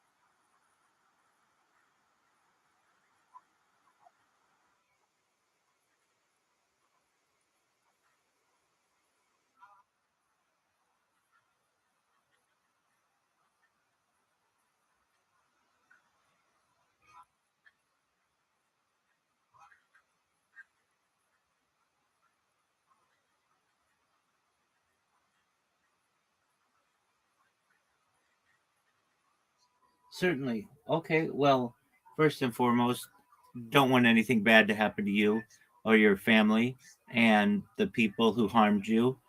I don't know what their background was. They very well could be Masons, but I don't think it's good to paint with a broad brush. And I know you're not. You're open. No, no, no, no, no, no. I'm not denying that they're Freemasons. What I'm saying is they could just be bad individuals, and let's not forget that. Exactly, and I know you said you're 50-50 and you're definitely on the fence about it, and, you should know at least some of the statistics that you cited, like 50 some presidents have been Freemasons. Well, we haven't had 50 presidents, so no, no,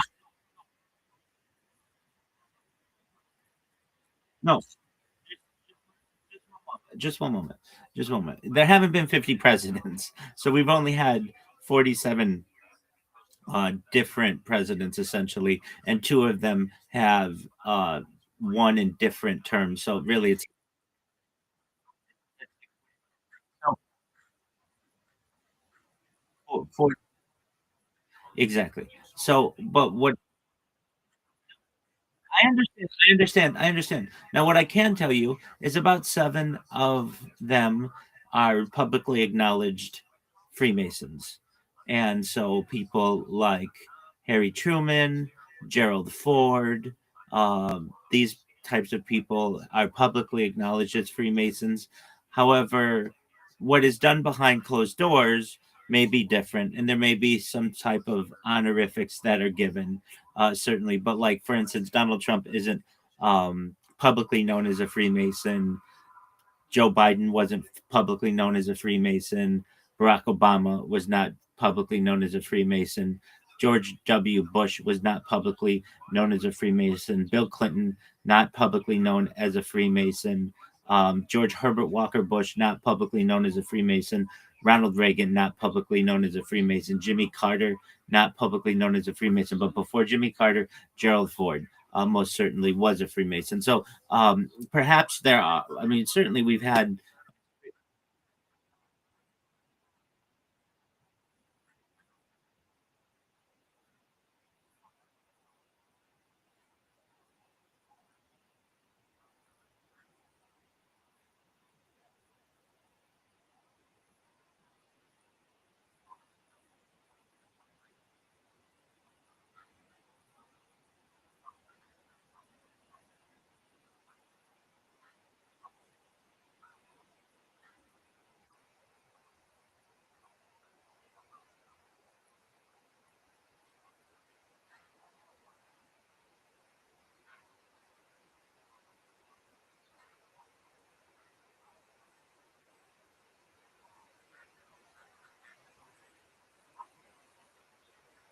Oh, excellent. Excellent question. Okay.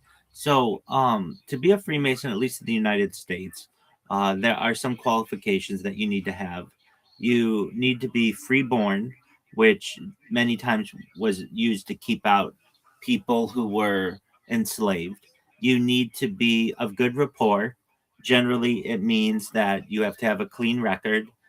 You have to be someone who believes in a deity. It doesn't have to be God, it could be just the creator of the universe, whatever you want to believe.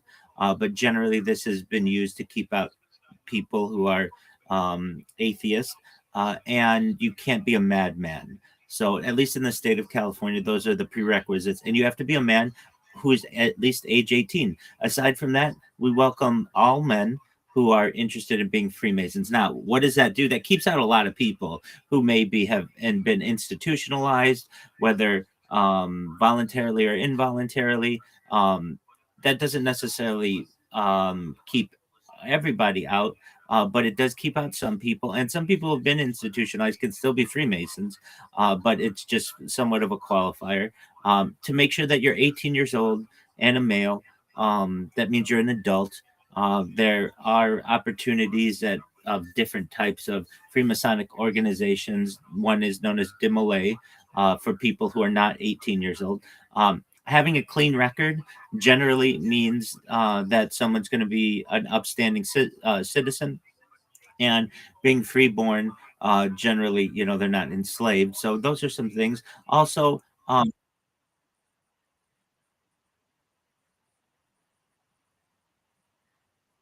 yeah, excellent question. And this has been fought over a lot, especially with the transgender movement. So traditionally, there's been no women because, from a politics standpoint and a sociological standpoint, when you have women in an organization, people start to date. And when they start to date, what happens when they get married? And then there's a divorce. And then that will tear apart the organization. Essentially, people will take sides and you'll have splits. So traditionally, women have been kept out of Freemasonry. Now, what happens when you have someone who is a transgender person? They came in as a male, but then they've changed to being a female. Some states are making these arguments of what they're being considered, but there are female organizations. One's known as the Right of the Eastern Star. So basically, there is a group that allows for men and women. It's a Freemasonic adjacent organization where if you want to be a woman and you want to join, you absolutely can, and you're welcome to, and men are welcome to as well. But for Freemasonry proper, it is a group that is limited to male membership. And really, many of the things that I can't necessarily divulge, at least, but you could see on something like a Netflix documentary or something. There's some let's see, I could just say, like, there's part of the ritual where you are shirtless. So, like, having a woman there, that might cause some issues, certainly. And that's to prove that you are a man and not of a woman. There are other issues, though, just when having a woman in a group of men, you're going to get guys who want to date her and then eventually get married. And if there's any kind of bad blood within that relationship, it's going to break up the marriage. It's going to break up the lodge. And so, to avoid these types of confrontations, women are limited to the Right of the Eastern Star, and generally, the Freemasonic organization has just been men. So I hope that answers your question. And then, in terms of, you were saying, like, go ahead. You're okay. And in terms of, you were saying, well, like, what makes these guys any better than anybody else? I mean, really, I've seen very successful Freemasons. I've seen pretty poor Freemasons as well. At least in the state of California, depending on your lodge, you need to have maybe $150 a year or so, depending on the size of your lodge, each year for dues. And then generally, we do a lot of charity work. So sometimes there will be like collections to help people who may be like everything, a lot of things, like food drives for places, helping the homeless, helping like youth organizations go to the state finals or things like that, whatever it may be. So there's always somebody who's taking up a collection or passing a hat around. And so, to be a member, I would say you have to have at least the bare minimum, but you don't necessarily have to be employed. You don't have to be educated. Um, you could be a blue collar worker. You could be,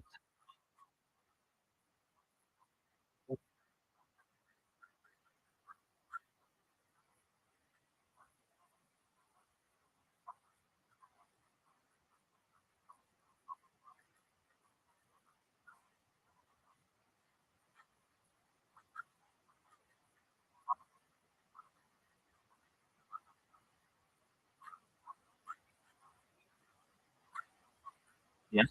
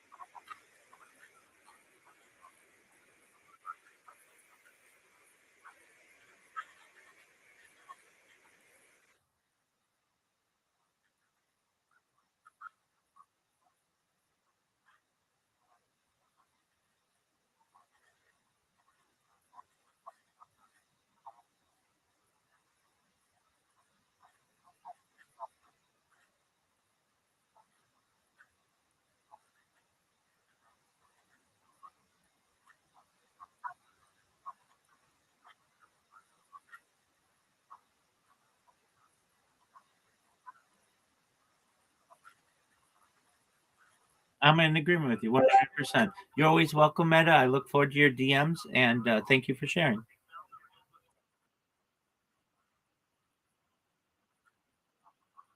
100%, my friend. Peace.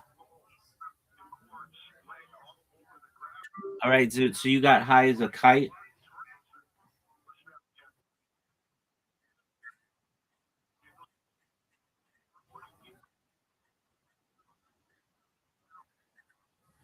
Yeah, you're fine, Zoot. I get what you're saying.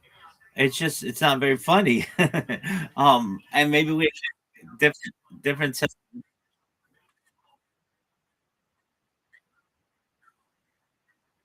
That's okay. That happens. I get those kind of jokes myself. Let's see if there's anything there. Let's see if there's anything there. So, you say that you are you have a phobia of children. By you saying that, that is that alone is outlier behavior. Basically, it's saying that you are afraid of children without reason, and then for you to say, but I said to a friend of mine that I told them this, and they said, well, why don't we try to counsel you so that you're no longer afraid of children? And then you say, no, absolutely, I don't want that, because if you do that, then I'm going to want the opposite of that, which is not what I want. Something along those lines. But like to a normal ear, it's too black and white. You either love children or you hate children. There's a very large middle ground that you can have, and that's why the joke doesn't necessarily land as well, is because most people are going to think, all right, well, then you could just have normal relationships with children as from afar. And but I get what you're saying. So with that being said, you got really high. Did you get high on a sativa or an indica or a hybrid? Okay.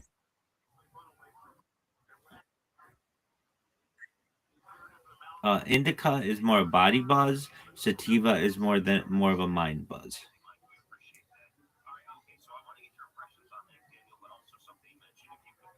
Indica makes you tired, and sativa generally not as much.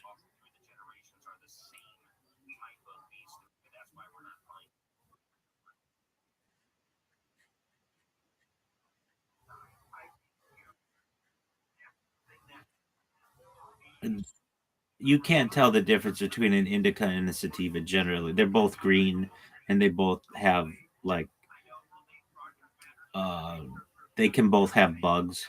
It's more about the strain. So what it does to you once it is burned.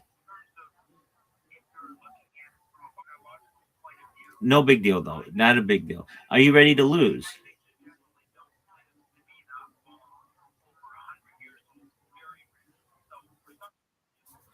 All right, Zoot. I've got a feeling that you're gonna play like one game and then you're gonna quit.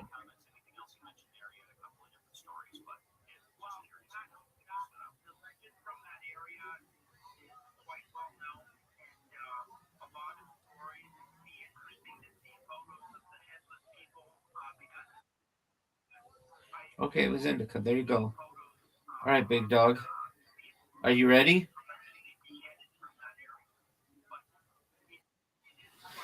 All right, Zoot. You don't know what I'm gonna send. Okay, I prefer sativa, so um,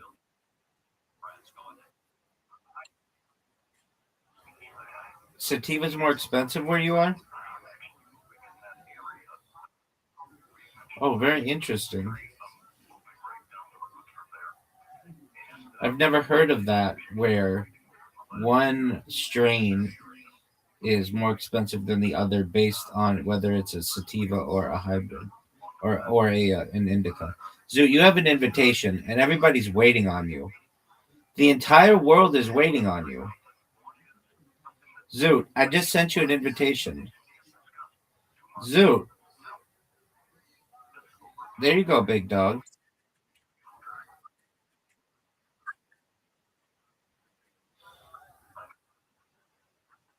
Okay.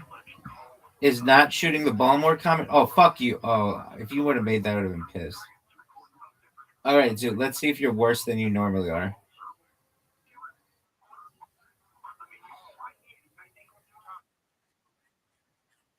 Was Chelsea there? Was she eyeing you?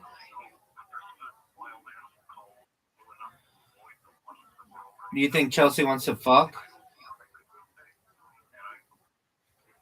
Okay.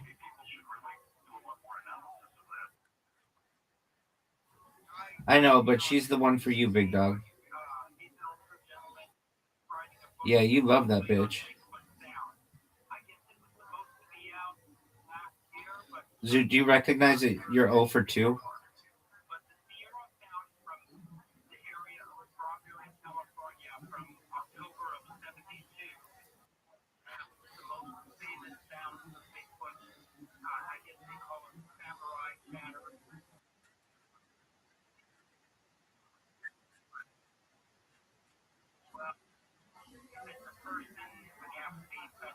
Well, what's her name?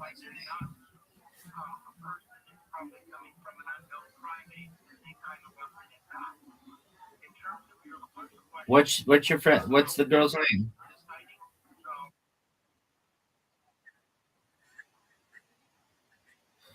Okay, so she has like a strange name.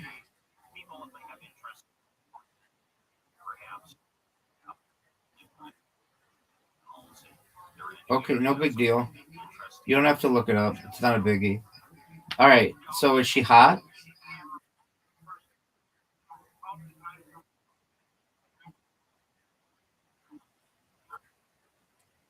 That's okay. Is she hot?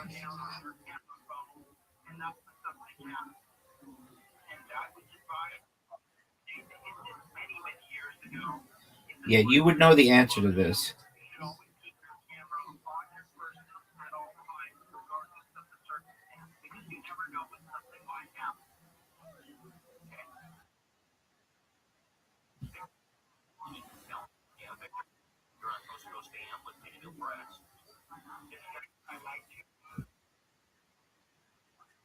No, it doesn't. If there's a hot chick you want to fuck her, it takes no time. Zoot, you're playing like a motherfucker. Watch, there's just one of these games when you're high and you're just really, really good at it. Like this one. Dog, I've never seen you play this well. You have 8, 9. That was all right. That's cool. Would you fuck her?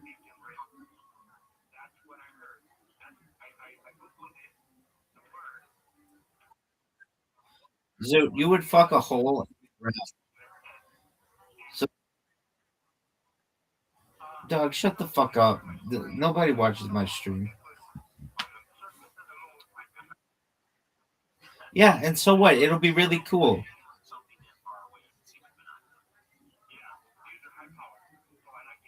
When that happens, you'll be super famous and she'll want to fuck you, even if you said, no, this bitch is a dog. She's the ugliest bitch I've ever seen. This bitch is still gonna want to fuck you. Why? Because she'll be like, oh yeah, you didn't think I was hot when you were high? Fuck you, dude. I'm gonna fucking ride you like a fucking horse.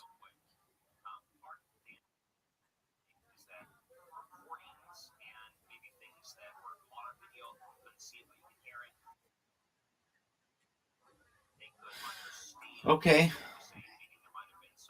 Does your friend like why not?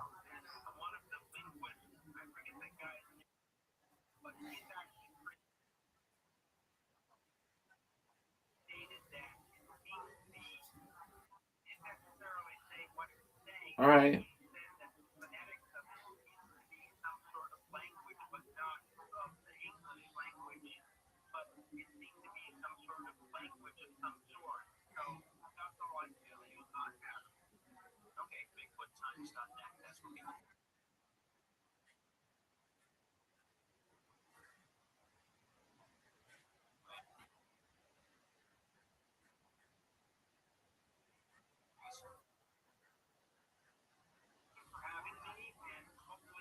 Okay. So do you think these two are gonna get married?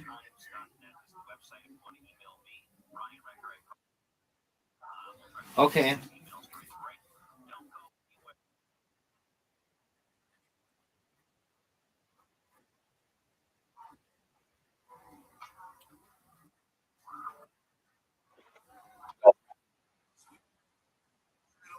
Okay.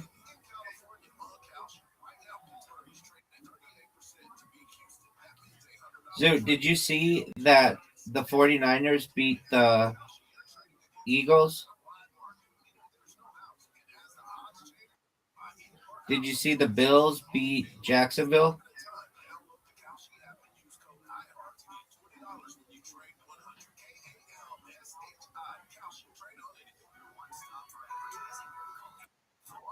That's tight. Dude, you're doing pretty well. But I don't know why you used the strategy that you used. Like, you did all that work for 190. Look at my strategy. And look how fucking sick it is.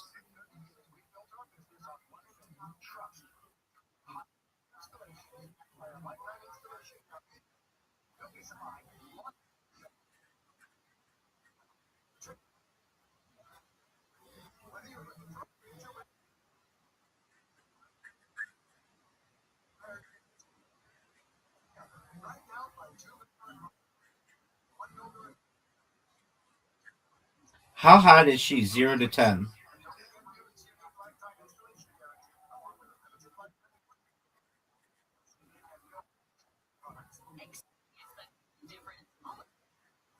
Dude, it's a simple question. You can be like, she's a 7, and that's really good.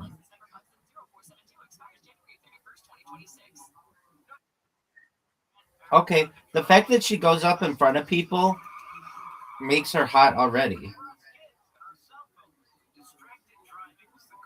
So, Chelsea, if you're watching this someday, you can ride the rabbi train.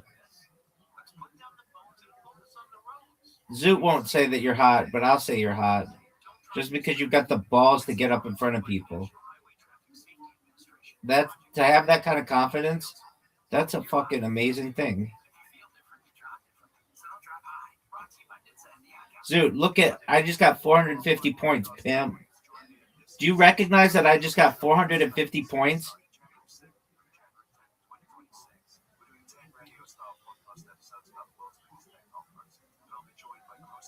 Zoot, are you gonna go or are you gonna jerk yourself off raw?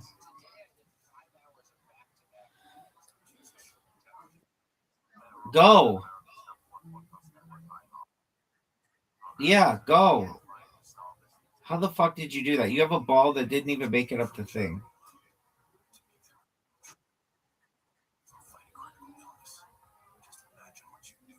Get it. Yep, I do know that. But I'm still gonna dominate because that's what I do. Tell it to me again. It's one of my favorite stories ever.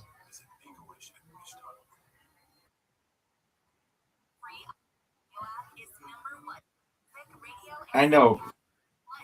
Let me quickly say, I said to you, "What's her name?" And you're like, "I don't want to say."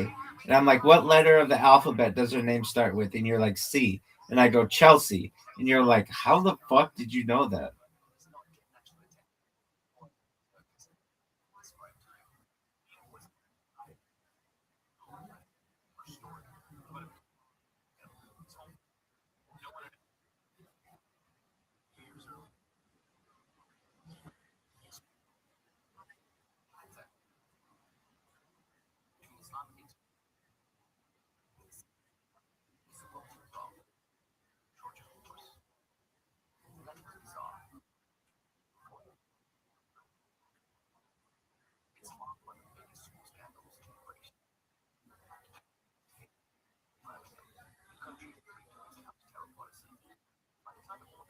And then you ate her box? Okay. Do you think that she wants to fuck?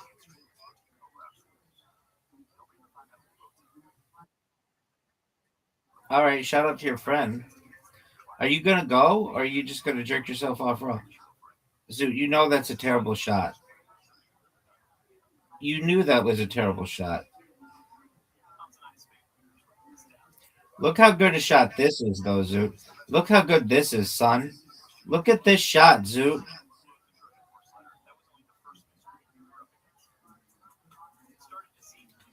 Zoot, you're up, big dog.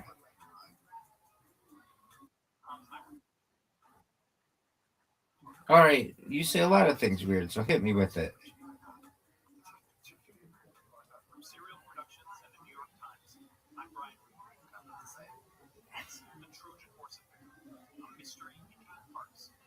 Say it, Zoot.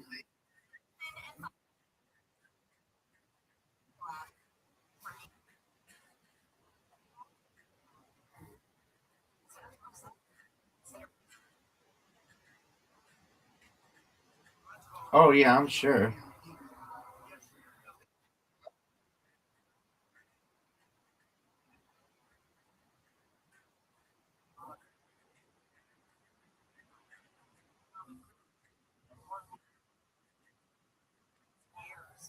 Yeah, you do.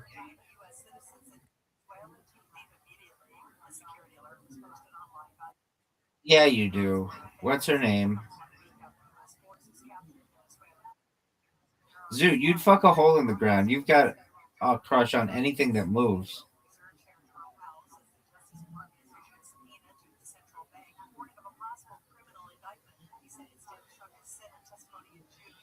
Zoot, did you know that there are people who just have sex with comedians? You know what they're called? Chuckle fuckers. Yep. They're like, oh, fuck you, Zoot. They're like chicks who go to comedy clubs who like guys who make them laugh, and then they'll just have sex with all the comedians.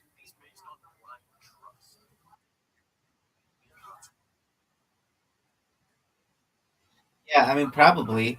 Let's be honest. If you were making 70% of the crowd laugh, you would be no longer an open micer and you'd have tons of chicks who would be wanting to fuck.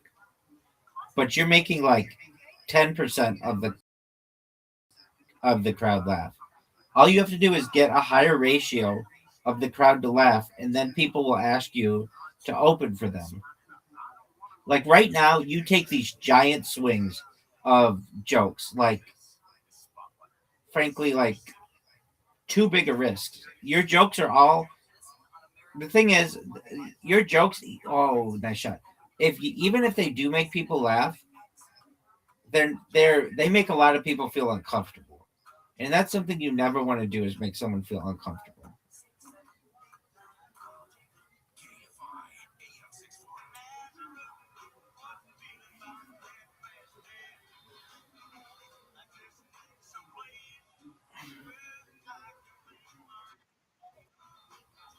Now, some people may think your jokes are really funny, and that's cool, but a lot of people, you're going to make them feel very uncomfortable.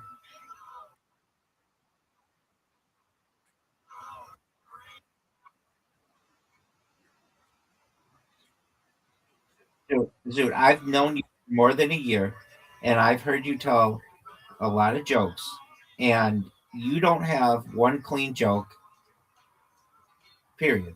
You don't have a joke that you could tell a child.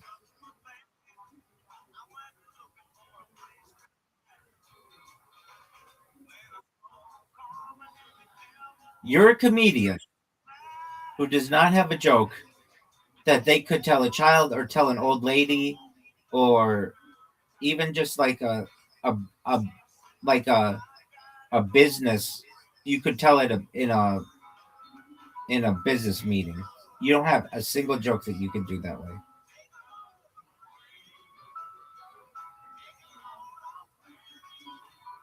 And that's okay. I mean, some people are blue comics, and you're kind of a blue comic, but um, just know that like if you're gonna be a comedian, you got to have some kind of joke that makes people laugh, that doesn't offend people. And if you don't, then you're not a very diverse comic. You want to be able to make whatever your crowd is laugh. If you've got college kids, you want to be able to make them laugh. if you want to make like old people laugh, you want to be able to do that. If you want to make cool hip people laugh, you want to be able to do that. If you are ever a comedian in front of children, which happens, you want to have. What'd you say? I mean, it happens, dude. You just water bumped me like a motherfucker, son.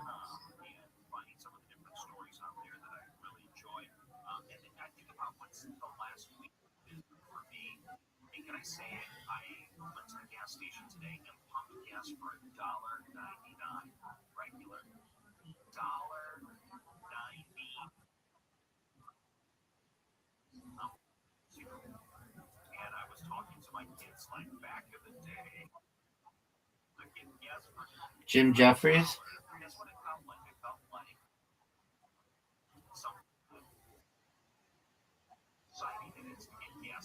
No, I'm not saying you have to be a comic for children. I'm saying that you just need to have at least one joke that if a kid comes up to you and asks you, "Hey," he says to you, "What do you do for a living?"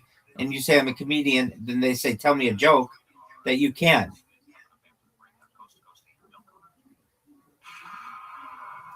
The reason why I say that, do you know who Bert Kreischer is? He sucks, and I don't think he's funny. But he was at Target once doing a live stream, and some kid comes up to him, and he's like, "Are you a YouTuber?" And he's like, "No, I'm not a YouTuber. I'm a comedian." And the kid's like, "Oh, okay. Can you tell me a joke?" And Bert Kreischer's like, "Well, I don't really have any jokes for kids." And then he says, "Well, I was once abducted by the Russian mafia," and the kid goes, "I don't get it." Like that's what you don't want to be. You want to be able to say, "Oh, okay. What is?" Or you could say, "I'm really good friends with all of the letters in the alphabet except one." And the kid says, "Okay, which is the one that you're not?" And then you say, "I don't know why." Zoot. Not that it's a hilarious joke, but it's something that makes you think.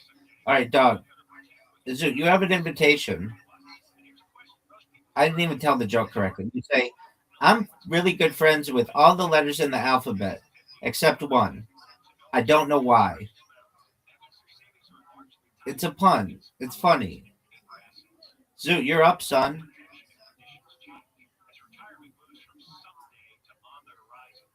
Oh, what a shot. Did you see your balls just go in? That was amazing.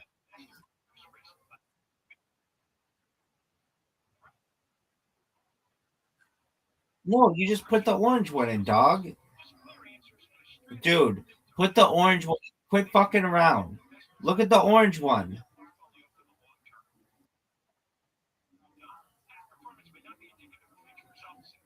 Yeah, it's an open table. It's an open table. Yeah, it says that. No, I'm not. I'm dead serious. I just did.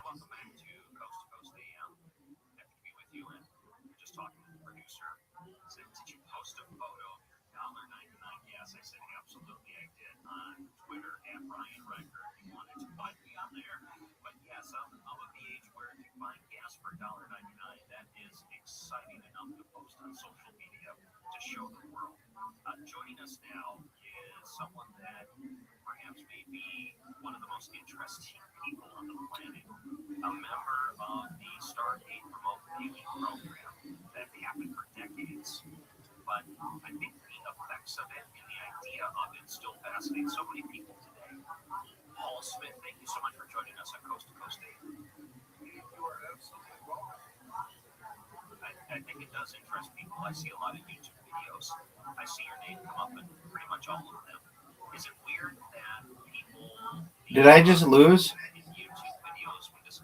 Fuck. Fuck this game. Isn't that interesting?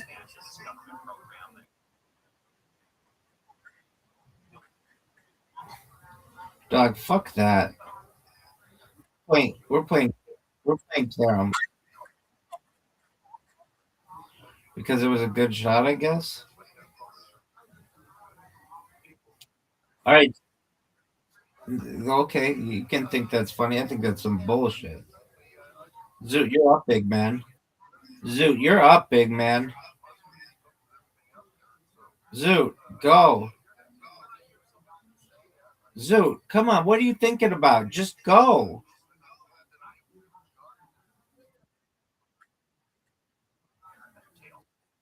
Okay. Then you can say that.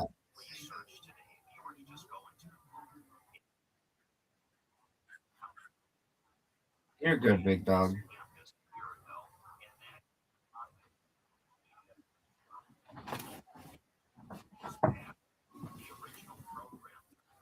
Zoot.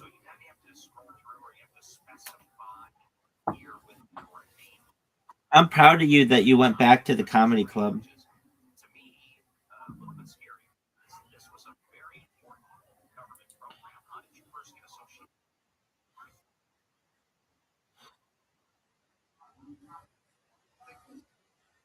No, they're not. They know a simple. Okay, it doesn't have to be to a child. Zoot, what joke would you tell to an old lady? What joke would you tell to an old lady?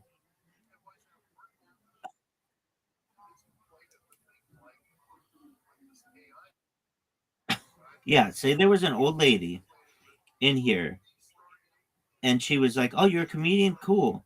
Can you tell me a joke?"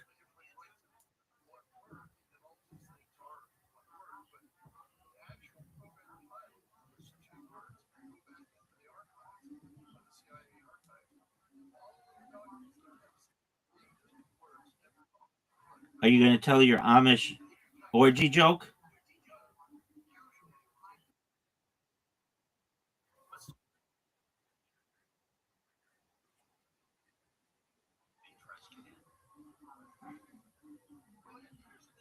Okay, I mean, imagine there was an old lady here. You're a comedian. Your job is to make people laugh. And not everybody's going to be like a 20 something person for you to make laugh. Some people are going to be you might have a diverse audience.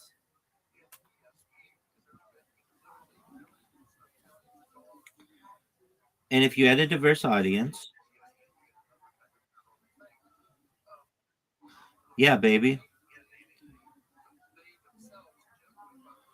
Do you have a single joke that even a family member might think is funny?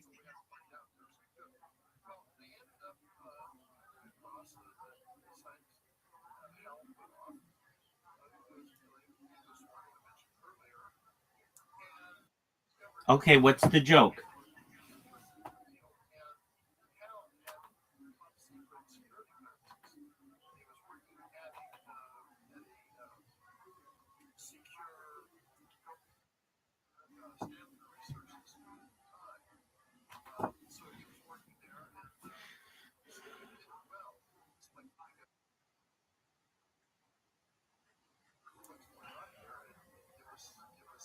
And your family thinks that's funny?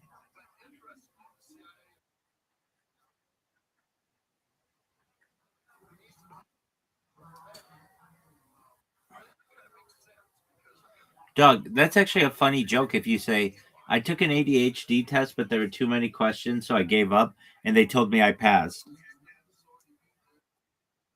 That's a funny fucking joke. Now that's a joke you could use.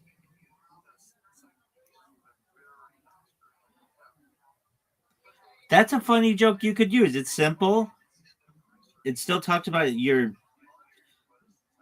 psychological bullshit. You you should use that joke, Zoot. No, you didn't. That's a new joke. No, you didn't say the joke. I gave it a new ending. I gave it a new ending that's funny. Your version of the No, it's not how do you pass an ADHD test. You just say, I took an ADHD test. There were too many questions, so I gave up, and they told me I passed.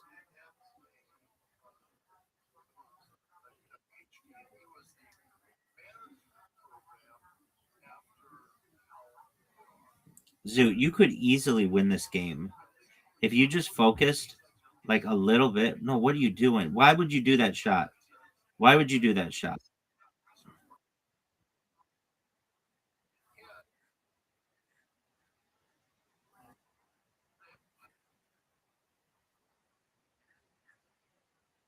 Okay.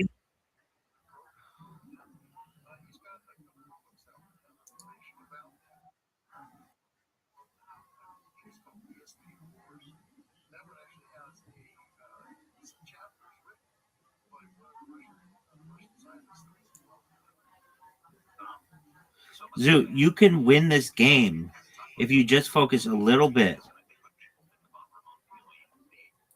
There you go.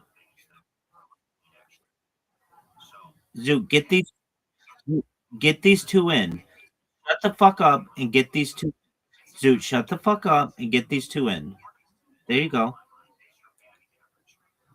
All right. Well, you got one in. That's fine. Now get that one in. There you go. No, wrong one. Zoot, your shot selection is terrible.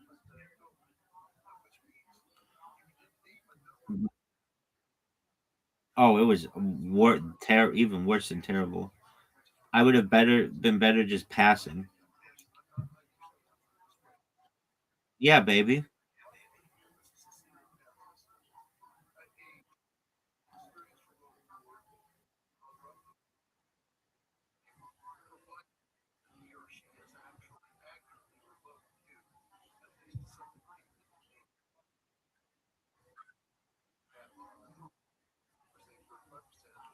Zoot, remember when you said you fucked up and I just almost won?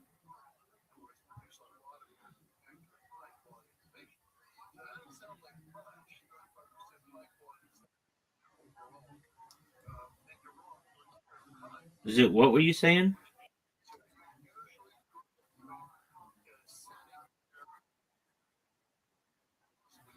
There was a rare. Okay, what was the game?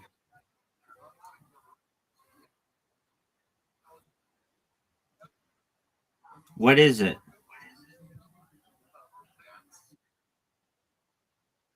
It's over, right? Okay, what is it?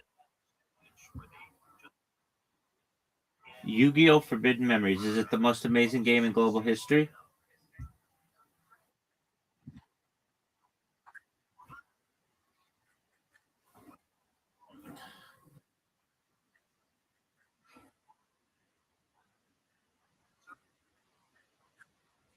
What's what's RNG?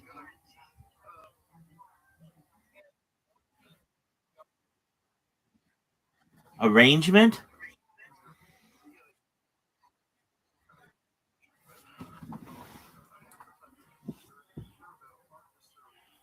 Okay, well, you think of that. Stay here. I'll be right back. Stay here. I'll be less than 2 minutes.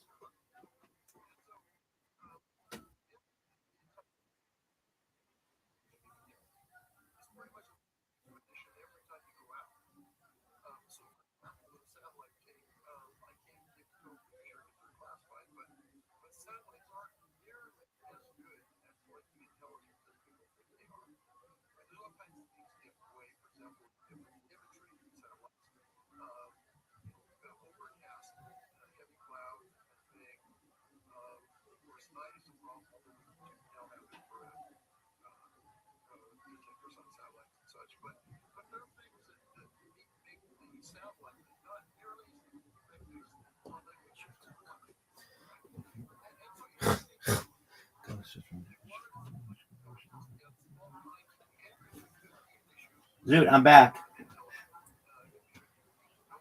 What's RNG? RNG.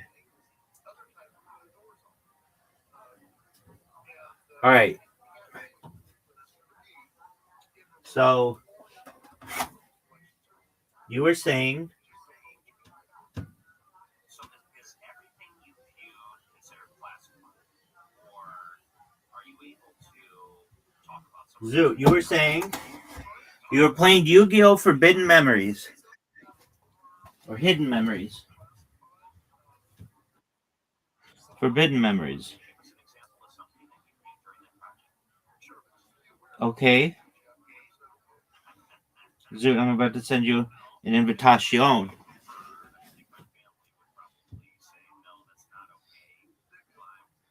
Zoo, you have an invitation, dude.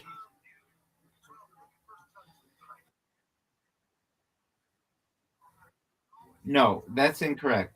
You've never had a set go really well. You've had mediocre sets and then 2 bombings. But you've never been like, dude, I blew the fucking doors off the crowd.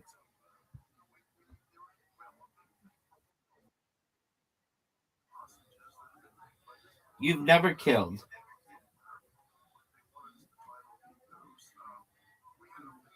And the reason why I say that is you would have come in and you would have been like, Rabbi, I absolutely killed. There wasn't a single person who was not laughing. Every single person laughed, like hysterically. There were people who were crying. People came up to me afterward and said that was the funniest set of the night. You've never had anybody say anything close to that. So for you to be like, they've all gone well, I mean, maybe they've gone well, and you didn't have to kill, but like, I'm just saying that like you have yet to have that, and when you do, it's going to be a really great day for you, and I'm looking forward to it because you could. There's a chance if you worked on your comedy and you came up with jokes that were funny that you could do that.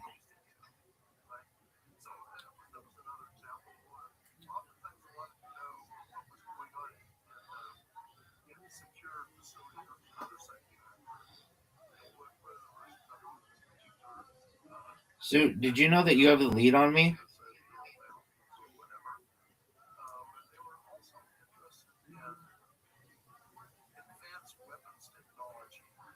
But I just regained the lead on you. What the fuck happened to Zoo? That's interesting. What about other things outside of this work? So a lot of people, we talked to remote viewers on the show, and I've talked to them about how they communicated with other civilizations through remote viewing. What are your thoughts on things like that? Well, I think maybe we can break that question down a little bit. Let's say, did we actually do those kind of things in the Stargate program? And the answer is yes. Okay. Sometimes usually we did them in a more supposed to try to have. Okay. Our bosses didn't like us doing that. Zoo, what happened to you?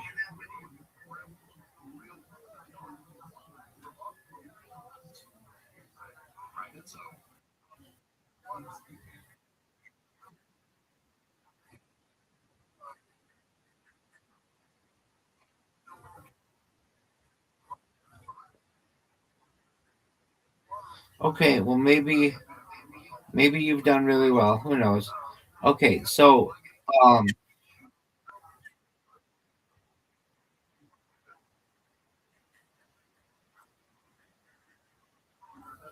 okay.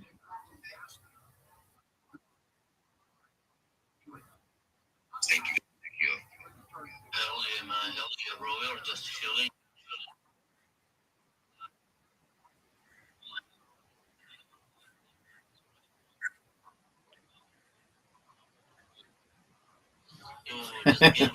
Okay. Companies to network with big people in the space. I see. What's up, man? Hey, what's up, bro? How are you doing, my brother? Bro, it's been waiting to see you hosting the spaces, bro. How are you, man? Well, Zoo, I think you have the chance, if you work on your jokes, to be really funny. You try. Nobody's saying you're not trying, but what you think is funny and what average people think is funny are miles apart. I'm here to grind, guys. I'm here to support, to show my love. I'm here to Yes, so is beauty. Zoot, have you ever thought of being a prop comic? and I'm here to support. I'm here to grind. I'm here to connect with all of the spaces because Okay, well, support is your head. Guys. no, I don't think that'd be funny, but maybe under the right circumstances, people might think it's funny. So I appreciate you, man, for bringing me up here. I'm here, bro. Thank you very much, bro.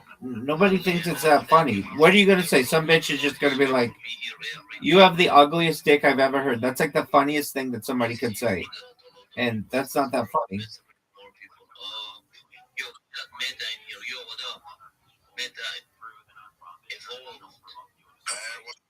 How you doing, bro?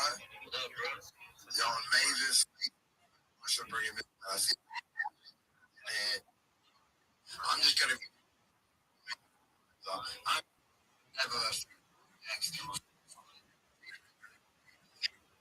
right now. Is into what you see in my deep project. I'm working on Web3. That's my own chain. I would consider that to be extremely desperate and not funny. I've done about 15 Google alpha on my wall ways you can level yourself up. Because you're not the one making people laugh. It's whatever somebody would rate your dick as. Give away the same kind of thing you are doing, Charles. I've seen Doc out here doing it. I see 32, so I don't want to chill too much today. Also, you're reading it. People will find it. People will find it to be better if you don't read it. So it'd be funnier if you came up and you said, "Yeah, I send my dick to women to rate, and some of the favorite things that they've ever said to me are this." That's funny. You're going to see a lot of giveaways paid today because I got the card at home today and the IDs are here. You're going to see the sub paid, more giveaways, and thank you very much for letting me. If anyone got questions, Oh yeah, was he there tonight or last night? Much love, man. Thank you for being here, bro. Make sure be here every day, same time, bro. Buddy, you know.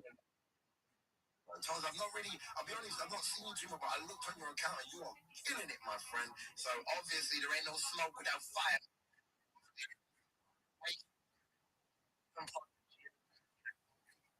One, I did memes, a couple of things. What'd you say? You know, Link Token, I wanted to see to things when it makes the whole market. I said, save, build, learn. Oh, don't get bags. Don't keep getting rugged every day looking for one gem. Anyway, I'm not going to get back. How's that going to work? Thank you very much, Todd. You're a Chad. I'm going to drop you a DM. Let's link in the back end. I'm going to give some to your community, bro. All right. So you taking the year off from World Comedy? So legit, so I'll send you a DM, right? Hell yeah, bro. All right, let's see who we got here. We got 60 plus requests.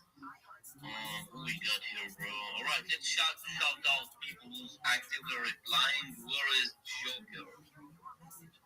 I am right here and waiting for your order. So, guys, right now, before I'm going to shout out to you guys. I see we're already eating crazy bookmarks. I want guys to bookmark the space, retweet the space, like the space, retweet the space, and I'm going to calling up to the page, guys. Come on, let's go. What'd you say? So I see Surge, I see Commentary, Unique, I see Snipe, I see Baker, I see Danny. I don't either. Bro, I see Jay again, I see Timmy.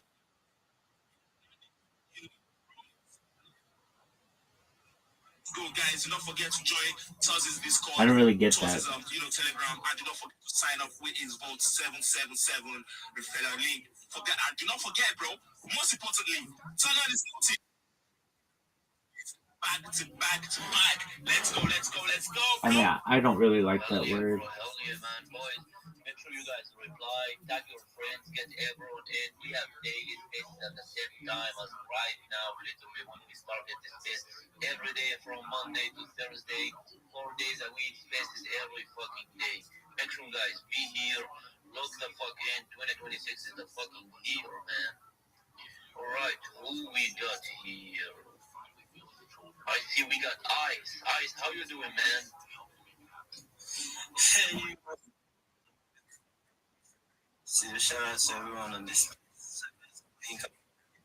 You all follow, and then it's a massive space here. I'm Ice, and I'm spacing from Nigeria, and then it's been a very great space out here, and then I'm just catching the vibe, cutting up the alphas, and then chilling. Yeah, I'm Ice, and then I'm a co-host Quintus.org, and then I'm also a BD, I get down this space also. So yeah, I'm really glad to be here and also to connect with you guys. Thank you. Amazing space. It was a big shout out to you, man. Hell yeah, bro. Hell yeah, man. But 1984. Like, who won the Heisman in 1982? That was for Let's get more Let's go with 1984. That was Doug Flutie. We're just asking Heisman questions. Okay, well, I'm the Heisman guy. I'm taking anybody in the world Heisman. What Heisman winner? That's the point where you have to say it. What Heisman winner killed in World War II has a stadium named after him? Stop doing 1940s. No, he's in a bag right now. World War II has a stadium named after him. Now, what two?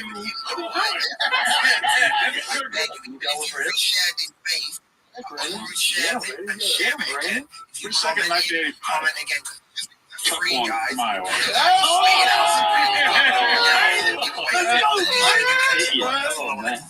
Who won the Heisman in 1982? That was for sure. Yo, baby. If you think you want to play I'm just gonna keep it normal, boys, even if we have spaces. Oh. My daily is just normal. Okay.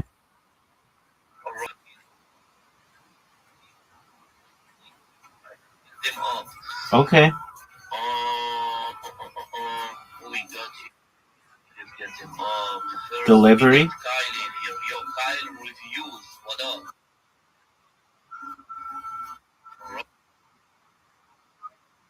How you doing?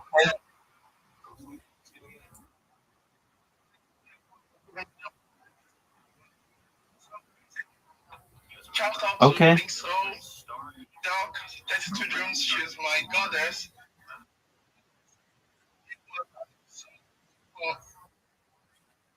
Thank you for being here, bro. Shout out to Wise, shout out. Perhaps. Thank you so much. Yo, you're right. Rugging, bro. Yo, yeah, he's rugging, bro. Yo, Kyle, thank you for being here, bro. Sorry, you are, bro. You have a bad network out there, but any space, anytime, whenever you request to speak, we will get you up as always, bro. Will be up.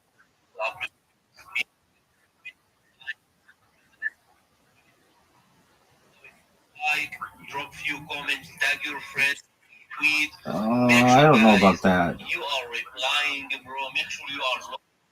You are active, I don't know about that. Cook, man. We got. Oh, what is good, fam? It's been I've watched every special of his except his most recent one. Happy New Year, fam. How you doing, bro? Happy New Year, bro. Chilling and chilling. Couldn't get it on like the Pirate Bay yet. 2 hours a day, bro. Same time as right now. We'll be off the fucking It only came out like 25 days ago. Bro, absolutely. I woke up this morning. First off, shout out to Doc, Taz, Pink Soul. I see what you guys got in here cooking. It's amazing. This morning, and I'm getting multiple messages from Rita Ella. And when I mean multiple, it's like 1, 2, 3, 10 What up, baby? And she's like, you have got to spit out your in here, bro. How is Game of Thrones possible when what? Big shout out to all of you. BS. Joker, Toss. What was that other part? Everyone was just watching Family reunion, and I'm so Pirate. Yeah. A lot of people had HBO. A lot of people had HBO and watched. Like literally big people to network with in our space 2 Yeah. days ago. We had It's like arguably like it used to be as big as Netflix. we had Gambino, one of the best devs in the Bonk platform, bro. The Bonk Launchpad. We had the Blackwell. It just doesn't have that many. Well, like because people went to Netflix really. Having these people almost every day, bro. Home box office. They had like Game of Thrones, The Sopranos, Sex and the City. Like I love those days when you wake up to just straight, No, that was AMC. They did not have Breaking Bad. Bro, is this like I see it's a chill and chill. Can I say a few words or where you guys at? Bro, I appreciate that. Thank you so much. Guys, my name is Kenny. In the community, we're built on 3 different pillars. All right. One, we believe your community shows up. If they're growing, if they're vibing with you, that they should be. 2, we believe in mass collaboration. They had 2 really big shows. They had Mad Men and they had Breaking Bad. Oh, and they had The Walking Dead. They had 3 big shows. 3, we believe in giving back. We want to give back through charity. We got better than what we found. What stock plummeted? It is our community, but also our perpetual reward. No, that's different. That's that AMC is like for theaters in the United States. There's also a channel that's unrelated to that theater chain that does that is owned by like Paramount or something like that. Like they're different. They're different. That's a good question. So what I'm saying to you is there's AMC, which used to stand for, still does, but whatever, it's American Movie Classics. They used to just show old movies, and then they changed to that from that to be like Mad Men and Breaking Bad and Walking Dead. And then there's AMC, the theater chain, which is like totally unrelated. They're not the same.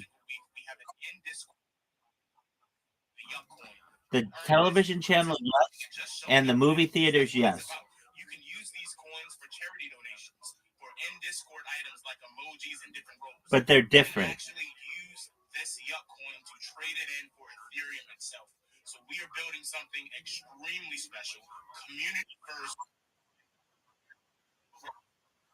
What's that, Zoo? Fox? So if you're not locked in with the Yucky Ducks, I urge you see what we're building. It is okay, what are they? 2026, and I am so excited for what we have in store, and also just so many projects. That's it, and you guys can check out some of our PFPs and get an idea. Check out mine. Check out Rita Ella. You guys will see a bunch of other people around here, and bro, we're just cooking right now, fam, and I feel blessed to be here and grateful that you have this space and you allow me to speak, bro. Hell yeah, bro. You are welcome every day, same time, bro. We're going to look in 2026, bro. I swear I will never miss this space, bro. I will be hosting spaces every day. That's it, bro. We are so back, man. Who we got here? We got 60, 70 plus requests. We got Dante up. Let's see, bro. Let's see, man. Just recycling through some people. Everybody else who's in here, make sure you go down there and drop. You got 1,000 people in here right now, and only 1,000 comments. I don't think that means everybody dropped one. So make sure you go down there, drop a comment, tag some friends. We're gonna bring you all up on stage. Don't you want to see you on one of the biggest stages on X right now? Get it moving, guys. Got to participate. Don't just show up. Participate. I know we all say showing up is the biggest step. Doing the first step is the biggest step. So tag some people, and we'll rotate on through. I see we brought Stu up. What's happening, Stu? Yo, what's up? Hey, shout out to Utahs for the back-to-back glorious stages. This is awesome. And shout out to my boy Doc on the co-host and my man Pixel. You guys are having a glorious, glorious space this morning. I see so many legends in the house. 32 Dreams, BMs, Joker, Joker. Haven't seen you in forever. My brother Rita, Ella, and Yucky Ducks. And some of the legends in the crowd, man. I'm hyped on what you got going on. Man, this is awesome. Yeah, man, I think this is going to be one of the better networking spaces for the morning. It catches the East Coast, which everybody should be. You want to improve your life? First step, set your time to EST. I don't care if you're from here, not from here. This is where most of the commerce happens. And we started in 4 hours. But yeah, man, this is going to be the morning show of X, I think. Toes put some good shit together. He's got some good sponsors coming in, and you're going to get to network, man. We bring everybody up. Everybody gets to say what's up. I do encourage you to follow the hosts, the co-hosts, all the speakers we bring up. And just pay attention to what's being heard, or what's being said. Give me the opportunity to hear it all. What else we got up here, brother? My focus right now is on account growth right now, while I just sit back and learn from a lot of the experienced people here in Web3. So it is important that you guys do listen to what these guys are saying. Like, hey, tag 2 to 3 friends with the purple pill, repost, because like that's to get to the other side. I'm interested in growing X, and now I am where I am because I have listened to a lot of these people who are showing up every day. So just take the time to listen to these legends. Yeah, 100%. Like, we're not telling you because we need your engagement. Plenty of engagement, attention anyway. This is how you grow your account. Just think about it. If we get like 100 replies to us a day, and you want us to see you got to do more. You got a little fucking stage. Make sure you're following this stage and see what everybody's doing throughout the day. If you want to get I don't get it. Do a step above. Don't copy. It's participate, man. This is 2025 is the year of building. I watched part of it. What's the big thing about it? If you pay attention, because you got some real leaders out here. Speaking fact. Okay. All right, who you got here, bro? Let's bring more on, bro. To get to the other side. Coma can hear. Yo, how you doing, Coma? A lot of you. I think I'm having Jim. Okay. How you doing, man?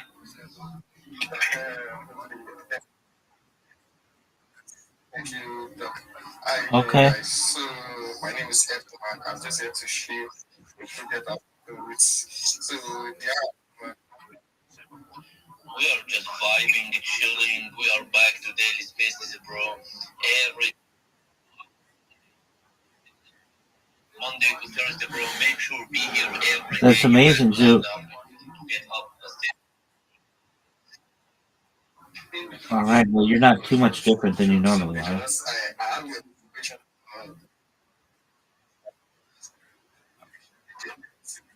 I shout out to you, Yogi Ducks.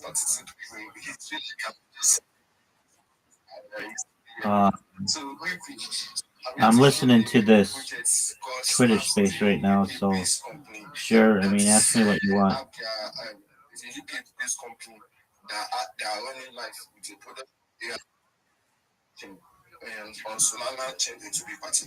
So right now, this snaps is the AI. So about this. No, what happened there? Yeah, currently What happened there? CS at Lagos.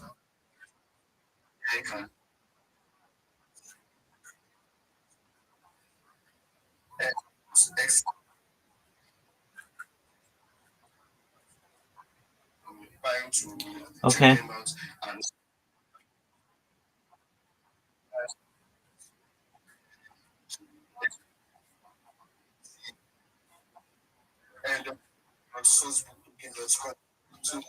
Okay. No. Just add your NFT as you create, you can add it there for the collector to pick it up. So what we have for you. Okay. So shout out to you, man. Shout out to you, man. And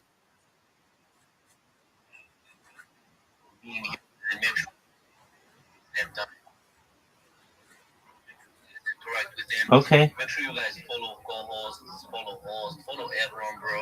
If they don't follow you back, just unfollow them, bro. Who gives a shit? Let's get more people up. How you doing? I'm doing amazing. I was actually just looking at my followers and trying to get back to people. I'm doing amazing. What about you? We're just chilling. I'm just being locked in the trenches, being trading, being traveling, just being chilling, living my life. Nice. Have you seen my new content? My new art that I dropped? Let me see. I'm gonna check that very, very soon.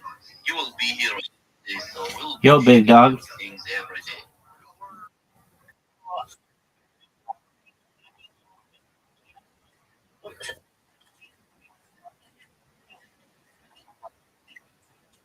Times in a row, it sounds I'd like probably be appreciative. no one is that productive early in the morning. You toss a Yeah. little dab in your mouth and bada bing, you're awake. And so, wasabi, everybody. It makes sense to me. I see your print post got 70.4K likes. I met a guy who could spell any English word. That was pretty amazing. And it's basically constantly going to Yucky Duck space. He was a very talented individual. Truly been helping me grow my account, which is so much fun. Have you gone to any of those spaces yet?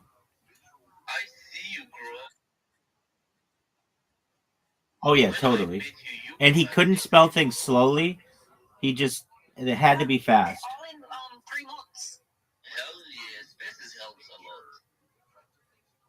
shit, I remember you 2,000 followers too. Yeah, Doc met me when I had 2K followers, bro. Damn, man. Bro, the time fucking flies.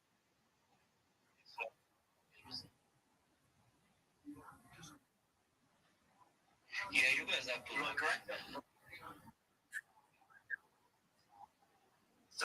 That I show up every single day. It's not just about when you join the X. It's all about showing up every single day.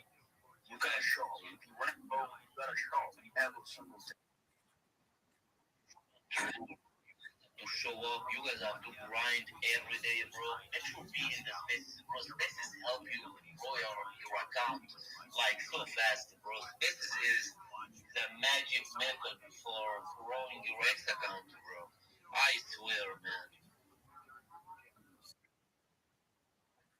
Yo, Wiz, we got Wiz in the Dodginal. Okay. PFP, how you doing, man? You are rocking us, bro. Okay. Bro, I see a lot of new That's just known as Yucky Dogs. that's just known as perfect pitch. That's not savant. Hell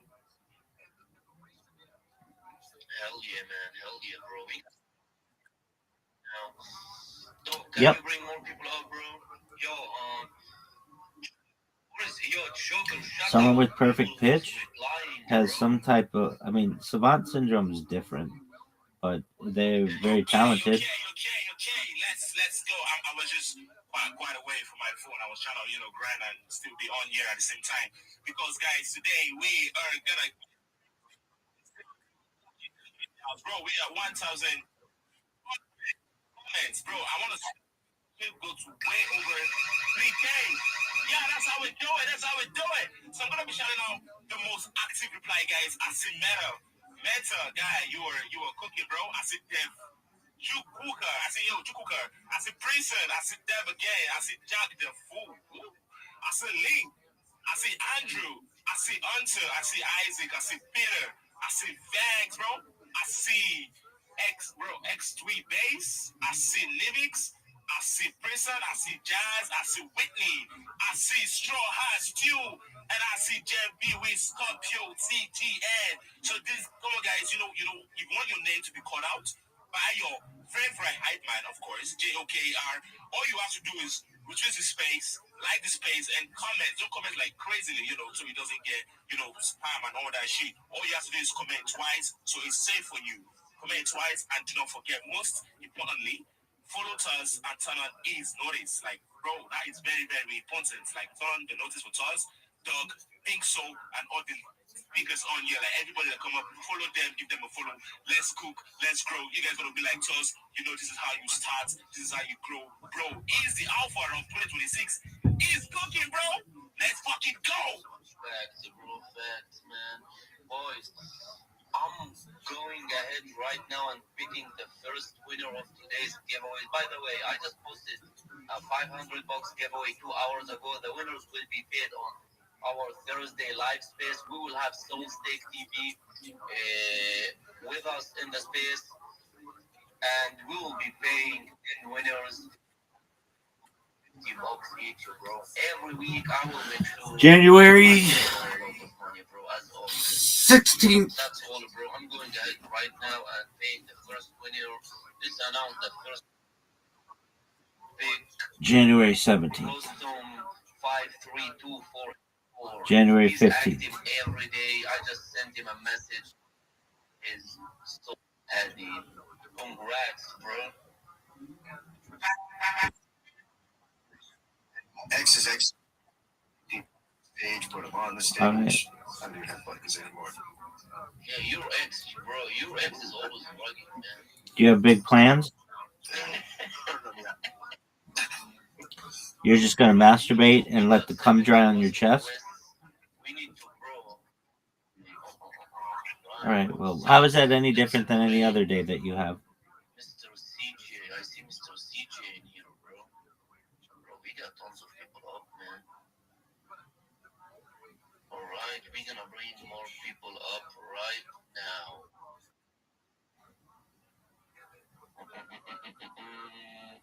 Yup. Alright, Mr. CJ. Yo, Mr. CJ, how you doing, man? Us, man. He's not Rabbi CJ. His name is sorry, man. I didn't even know.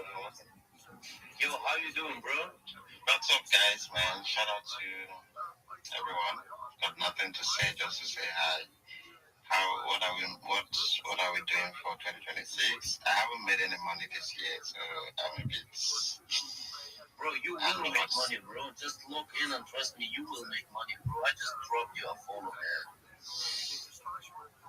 Thanks, man. I wish I would. I also wish same thing for everybody here. Just keep doing up. Hopefully, it's a better year than last year. I wish everybody all the best, all the health, but importantly, money, take care of your health. There's been a lot of ugly stories lately. But yeah, that's it.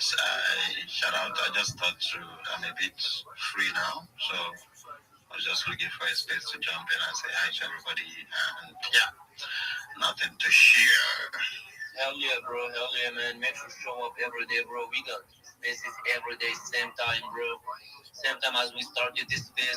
And that's all, bro. We got to log in 2026, bro. That's it, man. Thank you for being here, bro. Make sure to be here every day. Right, we're gonna bring more people right now. I see plus requests, bro. Alright, we brought up XL with the Doginal dog. She's connecting. Yo, XL, how you doing, man? Don't brag us, bro. Yo, XL Meta X, what's up? Yo, what's up? Hi, man. How'd you fuck up, Zoo? I'm good. Guess you're back. I'm just back now because since like last year, you like not been having your space. So I'm glad that you're back. GM guys, Pink Soul, Dog, 3D, Vita, Astro, Wise, Joe, DMS in the building. What's up, CJ? I'm just glad that you're back now. What's up? How are you doing? How are you guys? Bro, I'm doing great. Hope you're doing well as well. I'm doing good, BMS. I'm doing good.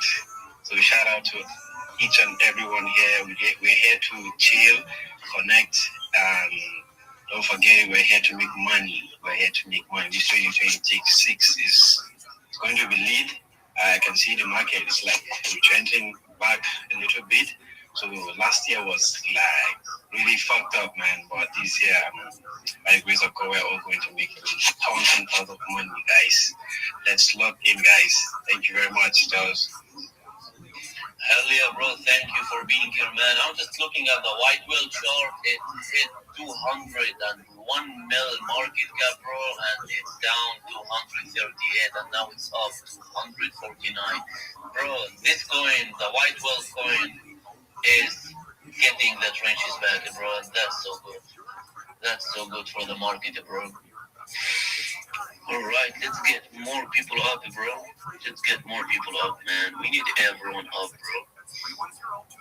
Alright, I see Phantom, I see El Tiger.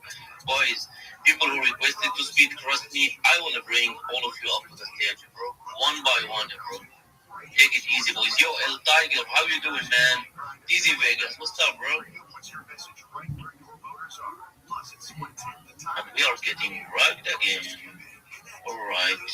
Who we brought up? Yo, Phantom, how you doing, bro? Yo, what is good, everybody? What's up, Toes? What's up, dog? What's up, Big Toe? I see you, Yoshi. I see everybody. How you guys doing? Hope you're having a great day. What's up? I'm so happy to be here. I just be here, chilling. Just came here to support you guys. Hope you have a great time. Hope you have a great day. W guys, W Joker, W Yossi Ducks, 32 Dreamy Wise, and have a great day, guys. I just came here to chill anyways. Hell yeah, man. Yeah, bro. Yo, you guys hear me, right? Yeah, we can hear you. Yeah, hell yeah, bro. I just paid the first winner. Let's go. Shout out to the first winner. Congrats. Hell yeah, man. Let's get the first winner up, bro. Right. He did not request to speak. Oh, no, it's here. Yep, he's here. Alright, for those who don't know, boys, I got a $500 giveaway. I literally posted it like 1 or 2 hours ago. Go to my X account, reply, drop your reply, and just repost it, bro. We will have that Soul Steak TV. It's a new streaming platform on Solana. I think we will have them in our Thursday space, and the 10 winners will be paid live space on Thursday. So make sure you guys have my notifications on and don't miss our spaces, bro. I will host daily spaces every day from Monday to Thursday, same time as right now. And that's all, bro. Make sure you guys be here. Yo, Blossom, how you doing, man? Congrats, bro. You're the first winner of the day. Well, good Monday morning to you. Are you rugging me, bro? Alright. I see the mic is unmuted, but we can't hear him. Yeah, he's rugging or something. I don't know. Alright, it doesn't matter, bro. Have a good day, bro, and congrats. Let's get more people up. I see end of death of Pumpfun. Bro, what a good name, bro. Oh, that's my buddy right there. Bring him up. Yeah, I did. How I'm gonna live if Pumpfun died, bro? What the fuck is talking about, bro? What up? Bro, what the fuck is that name, bro? Dude, what isn't that name, man? I just woke up. Bear with me a goddamn second. But my name is Jackson. I'm the dev and founder with Pumpfun. The ticker is Pump Death. But we also have the NFT project Rug Reapers by Pump Death. So yeah, you can tell from the name, right? Not too happy with Pumpfun when I made the token, but hear me out on this a little bit, right? I think on paper, the platform really could have been used for good, right? Like technology-wise, highlighting projects, making it easy to launch a token. But I feel like it's fucked up the culture of Web3 where no one wants to really invest in real projects anymore. I mean, that's not completely true, but there's a culture shift where everyone just wants to bind on a green candle. Most of the time, It's artificially made. The tokens last a day, and people keep losing their money and have no idea why. So I kind of got fed up seeing projects with real potential just rug out right away. So I decided to start this, and you know, the way we've been doing it is really focusing on organic growth by being out here, getting to know people, connecting with people, trying to bring like-minded people together. It's a slower process, but a lot more stable and steady to make sure our community gets the best entry possible. And the people who like what we're building, you know, are all solid holders. And what we're building, you know, we have the coin flip game in the Telegram group. We have the NFT collection where once we mint out more, we're going to introduce some staking rewards so you can earn the token. You can actually buy the NFTs with our token for cheaper. We're taking half the profits from the NFT sales, putting them back in the chart as locked liquidity. We have a lot of other stuff planned for the future, such as games and such. We're setting up a private Discord for holders only. We have a shop front set up on that Exclusivo platform, so when we do physical merch, you know, we have a place to sell it, but that's way down the line because there's a lot of legal processes and stuff. But yeah, we're really out here building, trying to do things the right way, trying to end that pump fun mentality and actually show that that platform can be used for good. So that's what we're about. I just woke up, bro, but I want to hop in here, so thanks for letting me come up. Hell yeah, bro. I agree, man, bro. People don't want to invest in real projects right now, bro. I can see it as a fucking trader or a trencher, whatever you want to call it, bro. And people just want to buy a green candle, bro. That's all, man. It is what it is, bro. Hopefully traders' mindset change, bro. Even the best traders in the whole crypto space doesn't go like the whole trenches space. They never held a coin more than fucking 3 minutes, bro.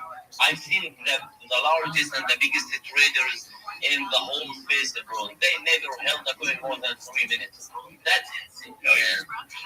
It's terrible. Bro, I know people backstage, bro, who held a coin from 30K market cap to 24 mil market cap, bro. I know badass traders, bro, people who actually know how to fucking invest on home, bro. Exactly, bro. That's how you make some big fucking money. Yeah, literally, bro. I know people who is up literally right now in coins, bro, 1.5 or 1.8 mil, and they're still holding it, bro, in the trenches, bro. Bro, did you guys see that Rim trader who, it's not actually a trader, he's just a fucking holder, like let's say he's a trencher, but he doesn't daily trade. He bought the white whale at 24.3K market cap, and he is still holding. He is worth over $1 US dollars, man. 1.4 million, bro. Man. That's how we make money in the fucking space, bro. You need to hold. You need to believe in the projects, bro. Yep. Look at the black whale. Look at the black whale, bro. Who is that? Yeah, it's Lee who said that, bro. Hell yeah. Actually, hell of a time. They're all happy to find the space, man. For the 4 a.m. in my time, I was like, fuck yeah, I guess I'm up. Damn, bro. Did you sleep? You know how it is. Hell yeah, bro. As a trencher, we don't fuck. I lock into my trades. You know, I love to lock in trades and around this time at 4 a.m. before everyone else wakes up. Facts, bro. Facts, man. That's good, bro. Let's be here every day in our spaces, bro. I love it, bro. You're gonna do this 4 days a week, eh?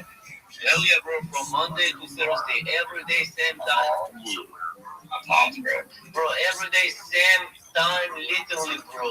With the second, bro. I'm so accurate, bro. Same time. If I don't post the space from Monday to Thursday, every day, every time, literally the same time, just know, guys, that I'm dead. Yeah, bro. Yeah, bro. We've been locked the fuck in for fucking 5-6 years, bro. Right now, I have the time to host this, bro. Thank God. I love it. I've been locked in since September full time. Hell yeah, man. Hell yeah, bro. We want to bring more people up, bro. We got recovery point in here. How you doing, man?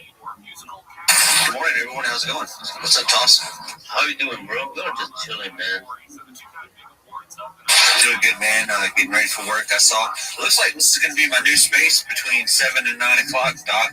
I'm going to be coming here every morning now. Facts. You come here and they're ready to mine. Yeah, bro, it's definitely gonna be the morning space. This will be the best networking you've ever had. And everybody, I highly recommend you keep engaging down there. Don't just comment, let's go, and hi. Go see who else is engaging down there. We're bringing up founders and developers and people who could be looking for employees, could be looking for work, could be doing giveaways on the page. Just make sure you're paying attention down there. And this is where you're going to avoid all that crypto Twitter attack shit you're hearing. Crypto Twitter's not under attack. LFG all over the timeline is under attack. So if you're going to talk in these spaces. Help build the presence of your community. This is your community. Look around you. All these people in here, that's your community. So pay attention to them. And I don't know what I'm saying. Back to you, Toes. Hell yeah, bro. Hell yeah, man. Yeah, recovery. Metro be here every fucking day, bro. Same time from Monday to Thursday, bro. We gonna chill and bring people off. By the way, guys, we had Gambino, one of the biggest devs in the Bonk launchpad, bro. He deved the coins, like multiple coins. We went up to 10, 20, 30 million market cap, bro. You guys need to hear from these people, bro. If you guys are traders, you guys need to hear from these people. How did they make it, bro? You're talking about seven to 8 figures people, bro. You're talking about fucking millionaires, bro. So bringing millionaires and good ass people in the space to my spaces, bro, that's huge for you guys, even for me, bro. You guys learn from me, I learn from you. We all learn from each other, bro. That's all, man. And we got X-Range Trader. How you doing, man? Don't drug me, bro. Hello, John. How are you doing? It's been a while. Yo, it's been long for me. I think almost 3 months or so. How are you doing? We are just chilling, bro. We are so back today.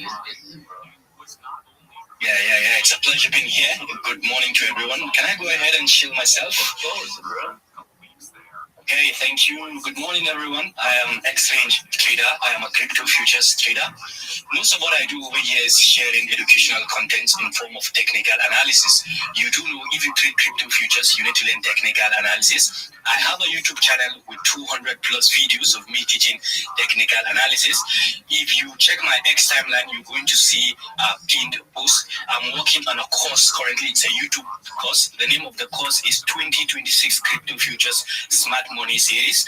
It's going to be a beginner to pro series of me teaching trading. It's going to contain the 3 pillars of trading needed for your consistency. I discuss about technical analysis on the playlist. I discuss about risk management and trading psychology. I'm currently working on the playlist. I think I've dropped about 3 videos at the moment. It's going to be a long one. I plan to work on that playlist till about the end of 2026. So if you're trading crypto futures or you want to start trading crypto futures, this is definitely going to be something good for you to lean on. And this is kind of my own way of giving back to the crypto community, because when I started trading, I had the opportunity to meet a mentor who had a YouTube, and that was kind of the way I learned my own trading. So I'm just trying to incorporate the same thing by enlightening people. You know, it's a kind of symbiotic relationship.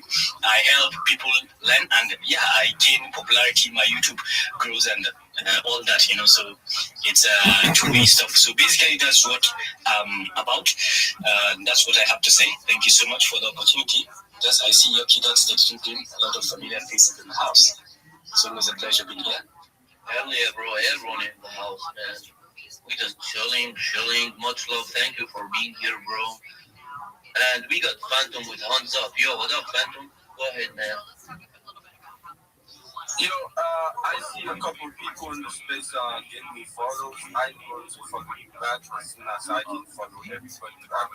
I'm trying to follow you guys back. It's telling me client's error. So just give me a bit, just give me a couple hours or a couple minutes. I'm going to do what to follow you back. Appreciate you guys for following. And thank you, Thors, for hosting this amazing spaces. And thank you guys for always being the greatest. Appreciate it, guys. Hell yeah, bro. Make sure you guys literally follow everyone on the space. If they don't follow you back, just unfollow them, bro. Guys, follow everyone on the space, bro. It's about chill. Crypto meme coins, Web3 jobs. We have big companies that are joining our space, bro. And literally, one of like the largest companies out there will be joining our spaces, like our own space. So, guys, you might find a job in here, bro. you will get tons of followers. You will make money like by giveaways, by being active, by replying, by following everyone, bro. We are just chilling, bro. Let's look in 2026, bro. That's all I gotta say, bro. I'm gonna bring more people up right now. We got tons of requests, bro. We got all right. I started bringing tons of people up right now. I will make sure everyone gets up, bro. All right. All right. We got D Boo Boo with Doginal Dog DSB. How you doing, man? Hey, Toss, it's wonderful meeting a lot of days of chats, here.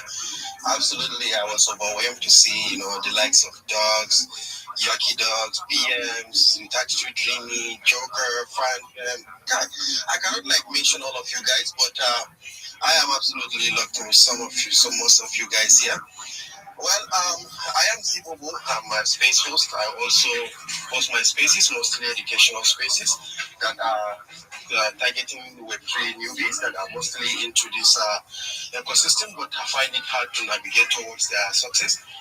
And I'm also locked in with Equidox, which is also a project that guys really need to tap in. We are really mostly in Discord, waddling around. And also, there's lots of spaces that's going on. So thank you so much, guys, for having me. It's more of like me trying Yo, it's the biggest pimp of all time. The West Side Gang. Meet you anytime soon. So you guys, please do what tagging with us in our Discord. Thank you so much, guys, for having me. Yo, how about you call me up, you fucking loser? Yeah, no doubt, man. It was good bringing you up. Because I'm the best motherfucker of all Is there time. anyone who's on stage right now who has not spoken yet that we haven't gotten to? Yeah, nobody. So then why We're not? gonna Come start on. rotating Because he's a things. We pimp. do have 66 requests right now. You got 66. Hola, what's up, homie? What's happening? Yo, hola, What's sup? going on?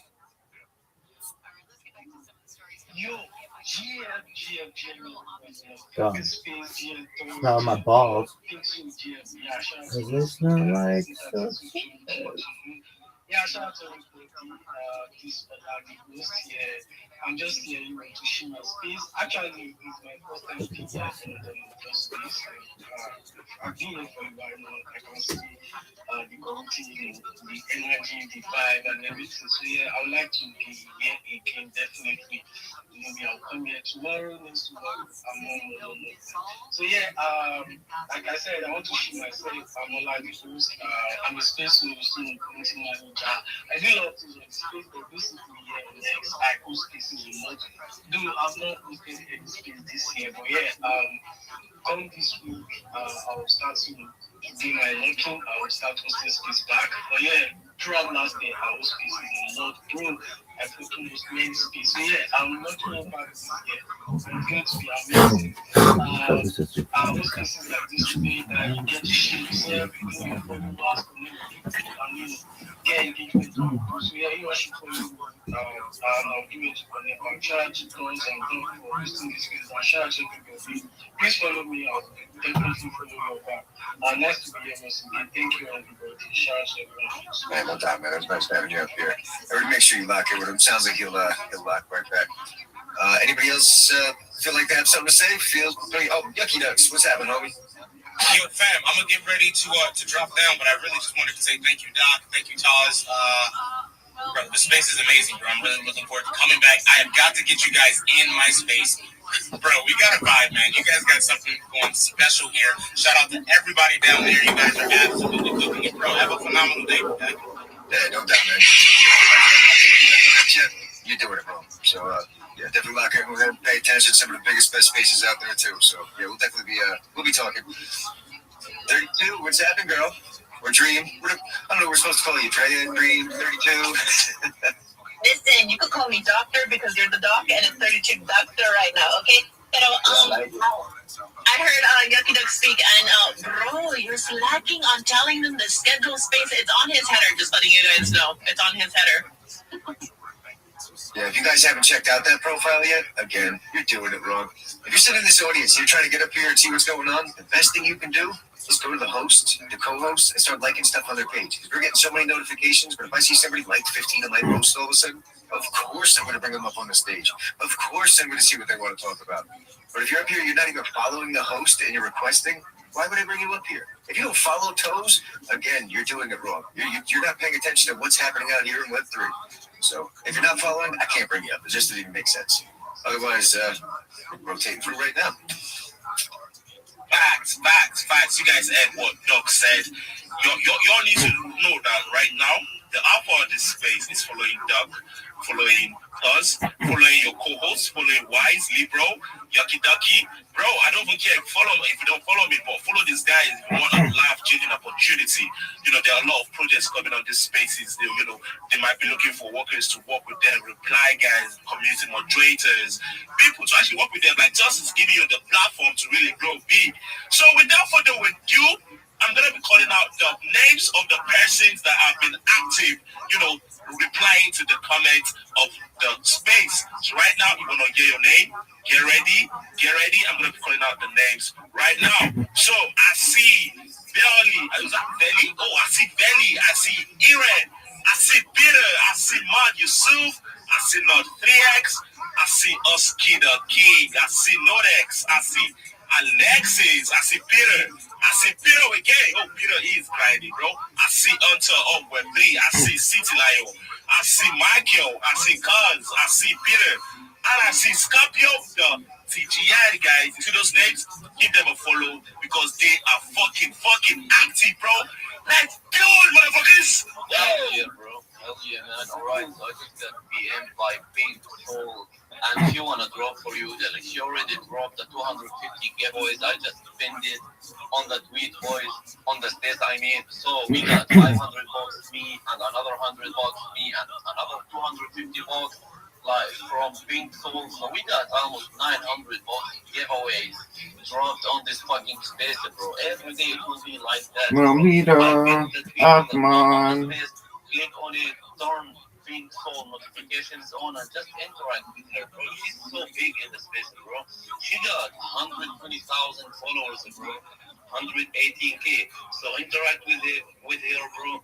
And let's log the fuck in, man. We got tons of fucking requests, bro. We're gonna bring everyone up. Alright, let's start bringing more people up. Yo, Lee, when are you going to sleep, bro? Yo, what's up, bro? No sleeping, bro.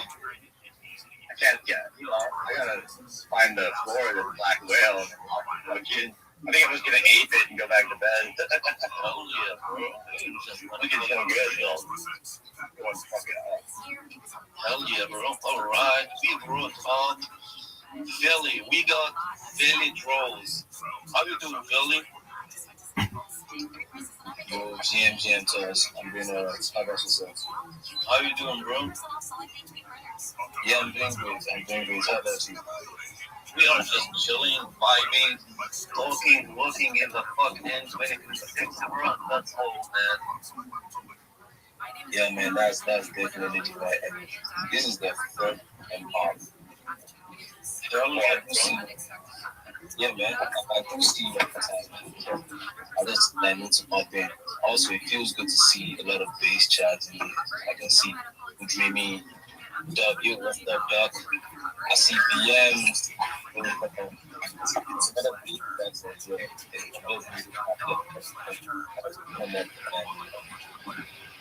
so, yeah, Bro, you're breaking up a little bit. We hardly hear you. Yeah, you're working pretty hard, man. Alright, can you hear me now? Yeah, you're good now, bro. Alright, thanks, man. Let me just show myself real quick. I'm an illustrator. I do arts for projects and enthusiasts. So, I've been going strong with it for 2 years, so I believe to a large extent I've gathered that experience to actually deliver bangers. So if you're a project in the space and you need clean visuals for your memes, your custom banners, NFT and stuff like that, just shoot me a message. I do well to write long term and deliver clean visuals. You can check out my profile. I believe to a large extent my arts do speak for themselves. So yeah, man, that's basically what I'm about. And hey, Tuz, I appreciate you having me up here to speak, man. Hell yeah, bro. Be here every day, same time, bro, as we start in this bit. We will be hosting spaces from Monday to Thursday every time, same time, bro. Every day, same time. If the space didn't go up at the exact time that it went up today, from Monday to Thursday, any day, bro, just do it.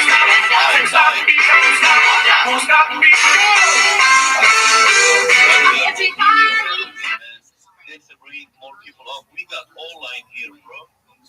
Ola, how you doing, man? You, since you remarked, I already spoke. I should myself. So here, well, yeah, shout out to you. Much love, bro. Thank you for being here, man. Be here every day, bro. Just chill and chill. Get followers, bro. We got giveaways. We got tons of things, bro. We will be having big companies, big casinos, big trading platforms. We will have everyone in here every day, bro. We just started it. You guys don't know what's coming, man. Just wait and see, bro.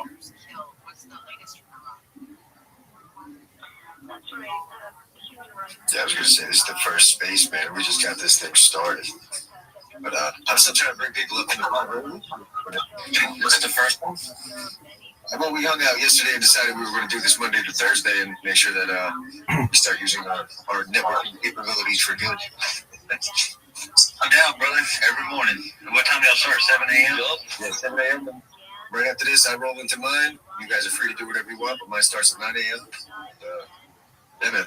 Just be here at 7. That's the important part. You're going to see way more people here. If you like interesting and deep conversations, you can roll into my space right after.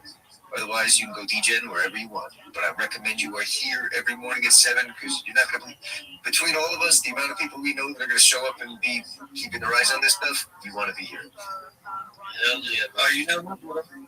Sorry, Taz. You know me, brother. I'll be here sharp if I can. Well, I don't know about 7, but somewhere around 7:30, 8 o'clock, boss. But Taz, I'll be here in your space, man. Hell yeah, bro. You're welcome every day, 7 a.m. EST, bro. 12 p.m. afternoon GMT and 12 p.m. UTC. Make sure you guys be here and we gonna cook, bro. We just brought more people up. We got Shiwi 11. How you doing, Shiwi R? I'm good, man. You good, bro? You just having fun? I'm about to be fun. I swear. I love being up here, man.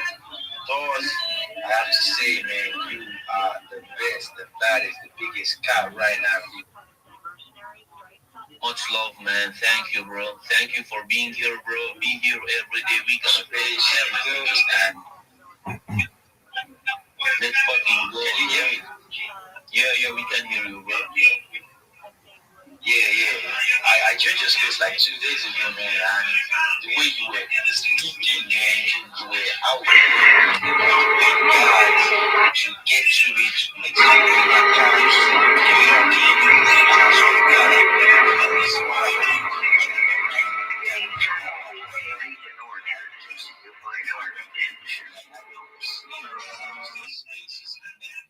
I've been following Wise. I see Wise up there. I see 32 Dreams. I see BM's and Joker. And the last time I think Gambino was up in here, man. Jockey Dogs left already. I know jumping from space to space, man. Just connecting with people and building and growing because of what you said that night. And man, I gotta say thank you. Thank you for doing that, man. Thank you for inspiring us to really rise. For inspiring us little guys to come up here to talk to the big names, to show ourselves and be seen. That's amazing, man. Thank you to everybody for showing up to these spaces. Thank you to Todd for hosting, the co-host. I say thank you to you guys. Thank you to everybody. Joker, I see you, my brother. I see you, my brother. Thank you to everyone. I just want to share myself a little bit. Someone was copying just now, another artist just like myself. I do art as well, digital art. I do contemporary art as well. I do everything art. I do sculpting. I do expressionism, I do stilize, whatever it is, as long as it's arts, man, I'm doing it. So I'm working this space, trying to link up, trying to get, something going for myself like that. And so, yeah, that's about everything, man. Thank you for letting me up here. And Taz, I shot you a DM. I know you're really busy. I know you have a long way to play, but I'm just trying to get at you about something. So yeah, thank you. That's about it. Hell yeah, bro. I got you, man. Be here every day, bro. It's all about grinding, connecting, networking, and just looking in 2026, bro. Thank you for being here, man. And we got Lazy Boss. What's up, man? Hey, what is happening? How is everybody this morning? We're just chilling, bro. What about you, man? Same, sipping on the coffee, getting the day going. Seen your Alpha Space a little while ago and was getting invites and was like, well, damn, let me come check this out. I didn't realize we had this going on right now. Hell yeah, bro. We're just chilling, bro. Yeah, I didn't come up to chill too much right now, just to show some love to the space and say what's up to all the alpha, the heathens, the legends, speakers, listeners. Just honored to be here and showing the love and support to everyone. Hell yeah, bro. Thank you for being here, bro. Be here every fucking day, same time, bro. 7 a.m. EST, your time, bro. Definitely, I'm locked in, bro. Hell yeah, bro. Hell yeah, man. All right, we got Ample Protocol. How you doing, Ample? GM guys, finally, I've been given the chance to finally speak. That's literally what patience is all about. You know, stay patient, stay consistent. You know, time is gonna come. Yeah, I want to give a shout out for Toz, Doc, and every other top chat in here. You know, seeing a lot of familiar faces. People who are always showing up every single day. 32 Dreamy, BMs, Joker, Lazy, you know, every other guy, Wise, Team Wise Project. You know, need people who are always, you know, showing up every day, putting in the work, staying consistent. Yeah, that's what this space is all about. Appreciate the opportunity. Yeah, at Ample, we treat IP as real world assets, and we are focused on the tokenization, distribution, and monetization of intellectual property.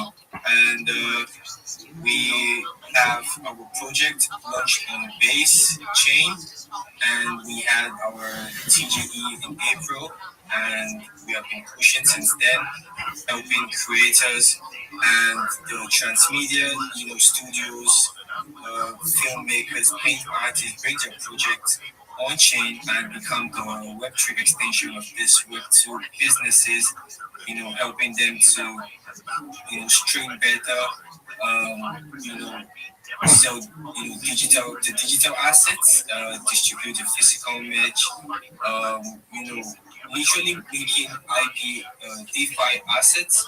Um, we have over 30 plus, you know, launch partners ready to, you know, launch, and we are building the infrastructure and our, you know, usable beta app that these creators can interact with. You know, we're trying to revolutionize what traditional IP market looks like, which is, you know, usually slow and hard to monetize globally. So Ample is trying to modernize that and make it move faster, more open, and, you know, more, you know, digital, like how every other IP asset moves. So we have our Metaverse Genesis, where creators can, you know, mint their NFTs and showcase their NFTs as well. Um, we distribute your IP if you launch with us. If these creators get to launch with us, you get your IP across Zora, you get your IP across Retake, Base App, and the Apple ecosystem as well, which cuts across over, you know, millions of followers to, you know, interact with your, you know, project. We enable streaming with real-time payouts for this, you know, transmedias. You get to keep your ownership, and Apple just keeps a very small fee, which is about 10%. You get cross marketing. You get your token rewards because now our token is well, which is, you know, really great. I mean, I don't want to say too much, spend too much time because this is my first time on the space this year. If you got more technical questions, give us a follow. Follow your Telegram and Discord channel is active, and the founder is active as well to answer some tough questions. Down to talk. Drop a comment on our pin post. We'll follow you back as well. Thank you, Toss, for this opportunity. I'm gonna make sure I keep showing up. I'm gonna make sure we keep supporting this this community, this ecosystem, and keep putting it together. Hell yeah, bro. Thank you for being here, man. Every day, same time, bro. Be here, show up, grind, kill yourself. You will get followers. We are hosting giveaways. We are connecting a network with big ass companies and trenchers, traders, trading platforms, casinos, whatever you want, bro. We will have the largest people on X to join my spaces, bro. I promise you that. And Speaking of which, one of my buddies just hit me up, said he'd like to give away a mutant bull bear on behalf of Soul on Chain. I don't know if you see Obi in requests. He's not there yet, but he just wants to get one out for a crowd and just let you know you got Soul on Chain support too. Hell yeah. OBG on Chain. He should be wearing a mutant bull bear down there. I don't see him. Or maybe Sherry. Well, tell him to request, bro. We got Coco in here. How you doing, Coco? Good morning, fam. Let me come up here and have the stage. Taz, Elon will only let me follow one person a day, man. And so I'm not following you, bro, but I'm about to go unfollow somebody that I don't know, and I'm about to give you a follow in a minute. That's important, everybody. In case you don't know, follow your host, your co-host. Doc, everybody, good morning, man. Thanks for having me up, dude. I'm not here to show anything. I'm here to tell you guys a little bit about what I'm doing, if that's okay. Right now, as everybody knows, I'm a graffiti artist. I paint murals. I paint whatever the fuck I can. I tattoo. I do a lot of stuff, but I've been out here at Web3 for 2 years. I'm not a digital creator. I am part of a team. My girl Cannon Chick is my designer. Right now, bro, we are painting the biggest motherfucking crypto mural in the world. We are setting a Guinness Book of World Records. We're setting a Guinness Book of World Records for this. We have over 120 projects on the wall. It's 140 feet long, 3,400 square feet. And we're showcasing all of you guys. We're showcasing your projects, your NFTs, your coins, your artwork on our wall in a really cool way. Check out my timeline, check out Cannon Chick, and get a sneak peek of some of the panels that are going on this mural, dude. It's really cool. I'm very excited about it. And but fact is, if you guys don't see yourself up there or your project or your NFT, hit up Cannon Chick, man. This is free. It's not going to cost you nothing. All you have to do is be real. Be a real project. Be a real community. And you'll get your ass up on that wall. We are setting a Guinness Book of World Records. We're going to immortalize everyone here in Web3. And I'm excited, dude. 6 years ago this week, I was in prison doing life without parole, man. They changed the law in 2019, and they knocked on my door, and they released me January 5th, 2020. And my 6-year anniversary just passed out of prison. And I spent 25 years there, bro, under pressure, under a lot of things, man. The fact of the moment is, it's a system that I survived. It's not one that I glorify. Context matters, but growth matters even more. I don't come out here sharing my story every single day just for the fun of it. I do it because the truth matters, And what I want to showcase out here to you guys is they tried to give me the death penalty. I was in solitary for 11 and a half years. Let me tell you something, man. The most important thing I want people out here to see is that, this stuff comes from under pressure. And the fact of the matter is, this goes to show you what you can create whenever you take that pressure and you turn it into discipline and you turn it into something good. Okay? I mean, literally, I was sitting in a cell doing life, not even thinking about coming out here. And now I've been in Web3. I've painted some of the biggest murals in my city. I've painted thousands of graffiti projects out here for crypto people. My whole art studio is full of NFTs that I paint every single day, and I surround myself with them because I love art, man, and I love the colors. They get me going. But it literally, Web3 right here, you guys, all my followers, everybody that I rock with for the last 2 years have given me the strength, the courage, and the energy. And now I'm setting a fucking Guinness Book of World Records, bro. From the damn cell block to the blockchain to the Guinness Book. I mean, I can't even believe it. And like I said, I'm not here selling anything, man. I just like to come and tell everybody what I got going. I got one other thing. I'm gonna make it quick, man. There's a kid in my family. It's my best friend, Lady's son. He's 13 years old. They call him Cage Side Kid. Now, if anybody knows anything about me, you know I have 3 black belts. I train every day. As a matter of fact, today I'm going to Rufus Sport Gym in Milwaukee, Wisconsin to train with Anthony Pettis, the fucking champ, who used to be the champ. And I'm so excited, man. A kid in my family, all of us are fighters. One of our best friends in the family, he's a father of my daughter's sister. Was put some hillbilly shit, I guess, but he had been struggling with drugs and alcohol. This guy is a potential UFC candidate. He is a good fighter, but he rolled his car. He's been drinking. He went into a house. He almost died, and now he's got to spend 90 days in jail. Well, the kid in my family that I've been raising and teaching karate for the last 5 years, he's 13 years old, man. And 2 days ago, he came and told me that he's autistic, okay? He came and told me, he said, you know what? He said, I made up my mind about something. I said, what? He said, I'm going to start an X page. I'm going to start a Twitter handle. He said, I'm going to call myself Cage Side Kid. He said, and I'm going to post MMA content and every day until our buddy Dusty gets out of jail. He said, when Dusty gets out, I'm going to show him what I've been doing for the last 90 days. And I'm going to tell him he needs to come home with us, get back in the gym, and be sober. And just for me to hear this coming from this kid's mouth that I've been raising, like I never dreamed that he would come to Twitter or do anything. And the fact that he made this page so passionately, man, to try to help people stay sober, fighters, people that I love, one of my best friends, like it inspires me, dude. And it tells me, man, that everything I've been doing has been the right thing here for the last few years. And it gives me the resounding knowledge that, bro, I can't slip up. These fucking kids are looking to me. I can't be out here drinking and drugging and stuff. I have to be in these gyms every day, painting on the wall, going hard because they're watching me, bro. And look at the product of this, man. I can't believe it. If anybody sees Cage Side Kid X, man, give him a follow. He has a noble cause. He's my best friend's son. I'm just saying, man, this community's out here, bro. You know, you can follow coins, you can chase this, that, dollars, wherever you want, all over the world. You're probably going to chase it down into a rug if you're running too fast after it. I can tell you that right now.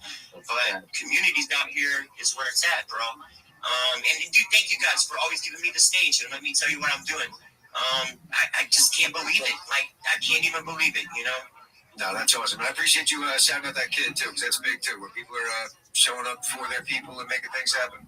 Because just like you said, man, coins aren't forever. Community is. When these coins run, and most of them do, the people are still there. So make sure you make connections. Tap in with the real ones. And Coco's definitely legit. And I looked into that Cage kid, man. That's cool, man. I like hearing shit like that. I did bring a couple more people up. We only got about 20 minutes left, so I want to hit up Dev Kid. What's happening, buddy? What you got going on today?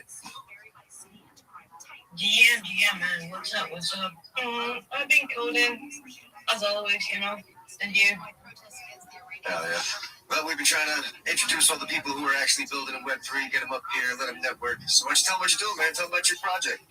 This kid's actually, 15? And he's putting in more work than half these pretend KOLs out here who have their 100x shills for you.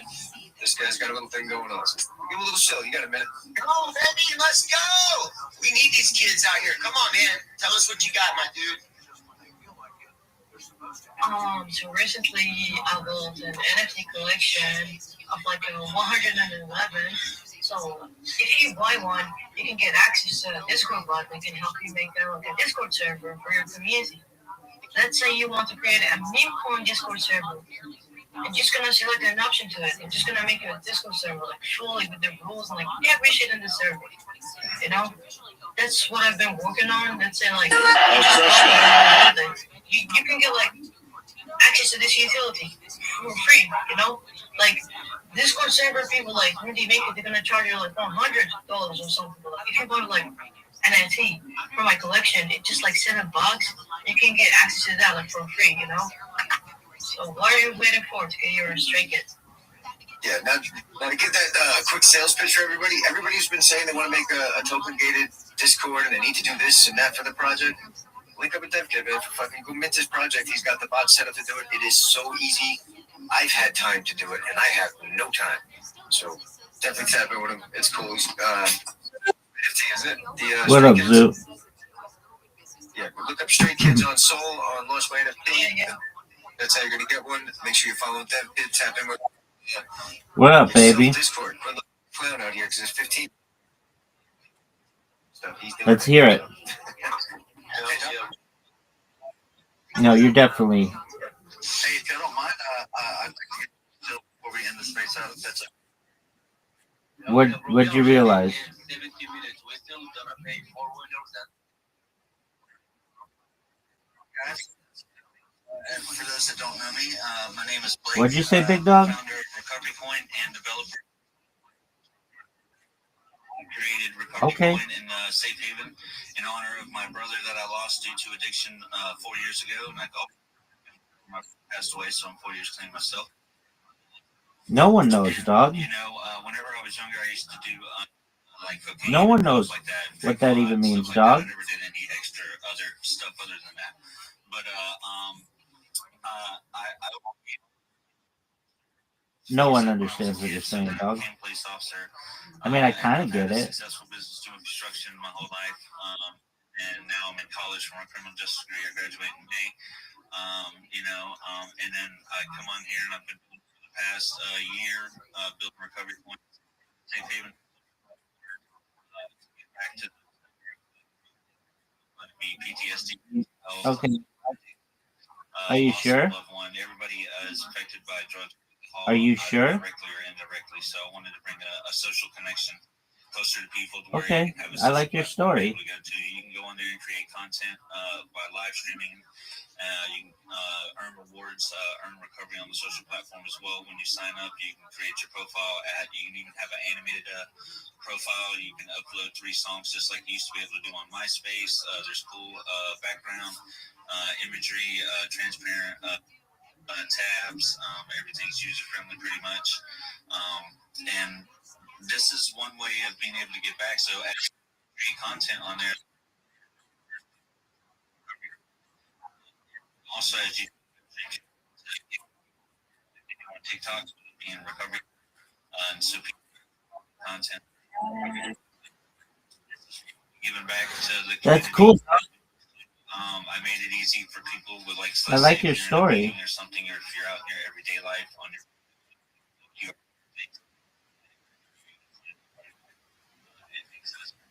60 seconds to be able to sign up and create or sign up for it. It takes you a couple minutes to be able to create you a profile. It's not too hard, but like I said, I've been building this for the past year. Safe Haven's been out for the Recovery Coin's been out for the past year. Safe Haven's been out for the past month and 2 weeks, something like that.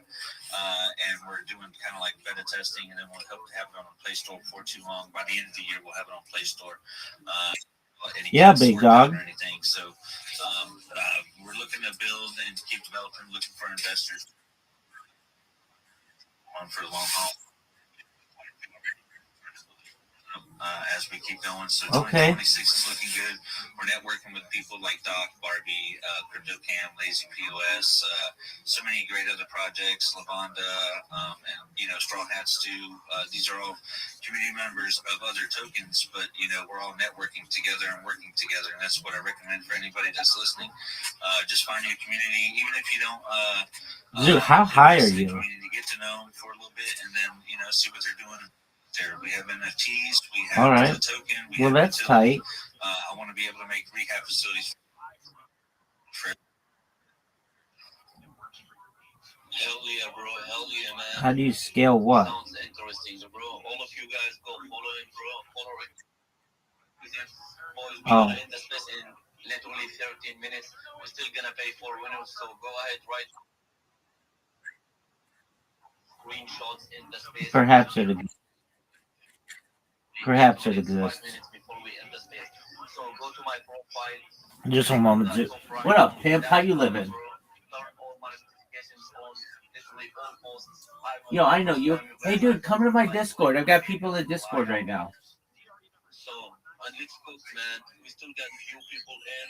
And by the way, I just dropped the post right now. Just go live. Okay, I'll send you another. I'll send you a link. To the top of the space, and that's all, bro. Let's see who we got here. I see we got a lot of companies in here, bro. Guys, just shoot me a DM, and we will get you up to the stage tomorrow, because we are ending the space in 12 minutes. Okay, I just sent it to you, big man. Here, CXL Lab. How you doing, man? Yo, Thomas, thank you for bringing me the mic. And yeah, I'm doing well. I just made a switch. All right, come into the Discord. So, for everyone who doesn't know me, Yo, there he is. How you living, Alex? Stocks learning app. So it's like a learn to trade app for. I see you in there. And it's not like a game or a course. So you basically start. Yo, dog. What's good, son? Deeper levels, which goes with market. Excellent. All right. So each level.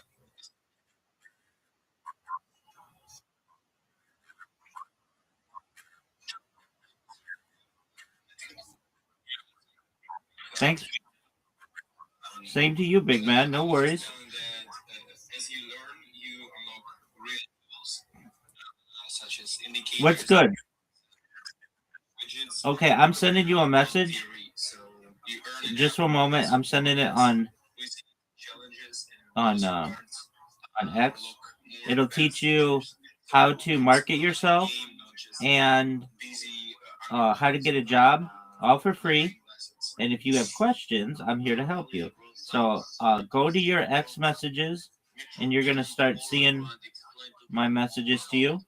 And if you have questions, I want you to read it. And if you have questions, come to me, and I will help you with whatever you have. So in the meantime, all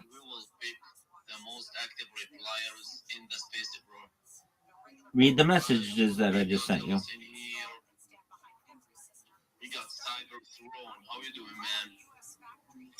Good morning, good afternoon, guys. Can you hear me now? Yeah, bro. All right, so for those who don't know me, my name is Andras Shimali. I am the founder of Cyberphone Technology. I started to create a project 4 years ago when pandemic hit, and I already had a business before, a publishing business, but because of pandemic it failed. So I thought about what I could do, and I basically implemented and wrote all of my books, softwares, and everything else in digital world, and made an amazing NFT collection which is going to launch in February, Cyberphone. And basically this is a digital library for books, music, and software, and everything will be available for those who hold the token. We also created a legal framework where the people are going to receive a commercial license of our NFTs, which they can use. But if they decide to license back those usage rights, they are going to get access to all of 25% of the revenue we make from digital sales. Everything that's what we are going to do in the future, including selling the books online in Amazon, Barnes and Nobles, licensing software, Yo, baby. cut from all of the revenue we generate. So that's it. Basically, I need to find winners. So I'm not going to talk about visit our page or come to Discord, join a lot of information. We have a lot of we are making and so That's like nothing. So just please visit our site, and then you will find out. Is like nothing. You can drive in the United States on that. Thank you for being here, bro. Interact with them. We are paying winners in 3 minutes. Yeah, that's what I'm saying. You can drive in the United States on that. All right. Oh, we got here. I think I'm on this page. Giveaway on this page, if you're going to giveaway done while you're doing stuff, right, man? Get them. No doubt. Cam, what's happening, homie? What you got going on? What's up, here? Yo, GLG. Chill, crypto, meme coins, web, followers and giveaways. You're my man. Y'all go hit that purple pill. Like and repost the room. Tag some friends. Tag some frenemies and send it to all those group chats you're in. Yo, top of the morning to you. I posted up a giveaway society. Yeah, that's not a lot, dog. If you're a builder, if you're an entrepreneur, come vibe with us at Vibe Society. We're turning things into reality, people. We're doing IRL things. We're making real products out here. We connect with one another. We've already got a hemp protein powder we formulated. It's coming out to market soon. We already got THC gummies able to ship 50 states. If you want it from your project, we can white label it for you. We've got products. We've got strain tree, genetics out there. We're deep in the streets out here. Go up top, tap in, get part of the Vibe Society. Follow what you gotta do. Follow the host, follow the co-host, follow the rules of engagement on their family. And while you're at it, give me a follow. Turn your noties on if you're into you want to get connected. I used to work with Redman for 4 years. I'm gonna also post up to top this Wednesday. Wait, that's a lot. Space, of course, that's Eastern. We're going to do an amazing interview with the CEO of Leaf Extracts. Another post up top. Go check it out. Tap in with that. We'll be giving giveaways. We'll be talking about stuff. Talking cannabis. So we're plugged in. Get connected, fam. We're growing and doing amazing things. Crypto Toss, thank you. 32 Dreams, thank you. Doc, fuck off. Nah, just kidding. Love you, bro. Love you, man. Appreciate it. Yeah, definitely tap in with Cam. We're gonna get him his blue check mark back. He had to swap PFP and shit. He's a real one. Lock in with him. And So okay. what's happening, Toes? We gotta pick names. You got a dinner ready? What's happening? Am I supposed to be? Yeah, I already picked. Yeah, I figured you were talking about it. I'm DMing you right now. Good. Man, everybody, make sure you are here every morning. Every single morning, 7 o'clock, we're gonna do this. We're tapped in with a whole bunch of big communities, big builders, big sponsors, places where you're gonna want to get seen. So make sure you show up every morning here. And drop some comments. Don't just sit here and do nothing, or we don't know what happens. I don't know you. If you're just sitting here doing nothing, I'll never see you. If you're commenting, we'll have a chance to see where we can put you, maybe get you jobs, get you wins. Just show up every day. Who we got else on the stage bro, before we end the space?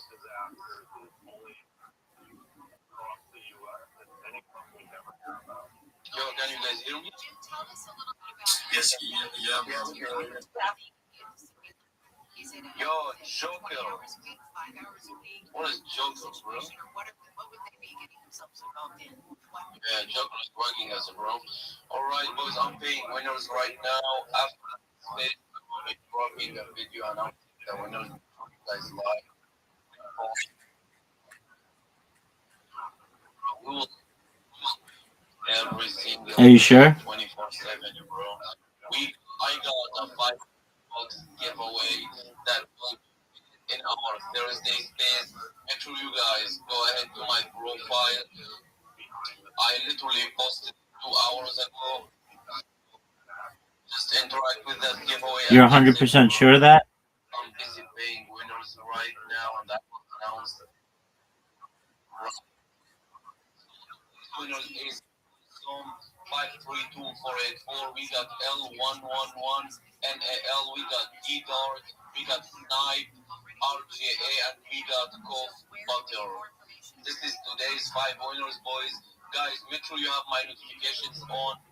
And make sure you show up every day, same time. We got space will be cooking literally every day. 7 a.m. EST, 12 p.m. afternoon GMT, and 12 p.m. afternoon UTC. Make sure you guys be here. And we'll have big companies in here, big casinos, big trading platforms. We will have big devs in the trenches big traders in the group. Just be here every day, boys. Every day, same time as we started this space 2 hours ago, literally, and just be here every fucking day, boys. From Monday to Thursday, daily space. We are so back, man. Much love, and we'll see you guys tomorrow, same time. Yeah, big dog. Much love, boys, and see you tomorrow. Peace, boys.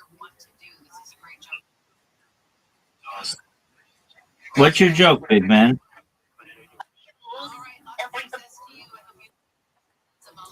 What's your joke?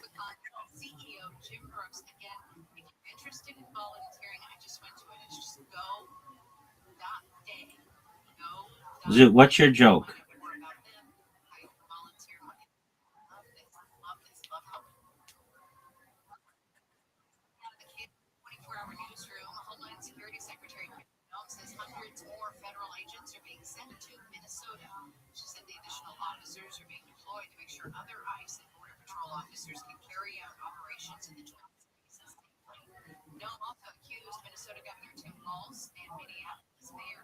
Zoot, are you speaking English?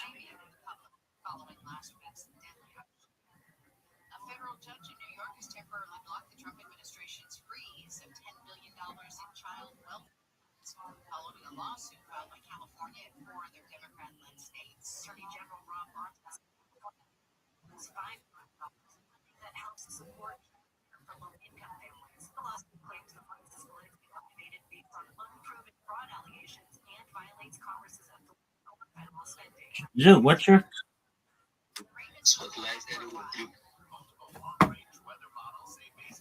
Zoot? You think of your joke. I'll be right back. I'll be back in less than 2 minutes, and I want to hear this joke.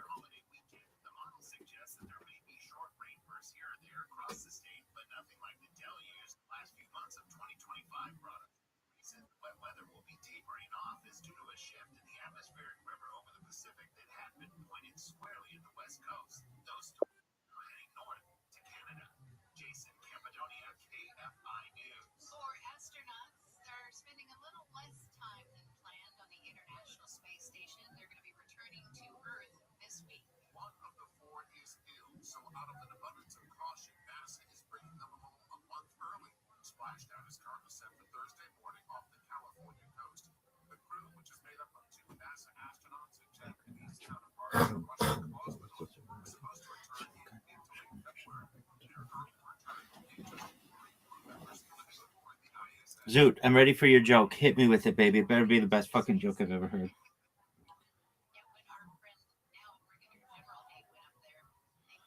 Zoot. Let's hear your joke, big man.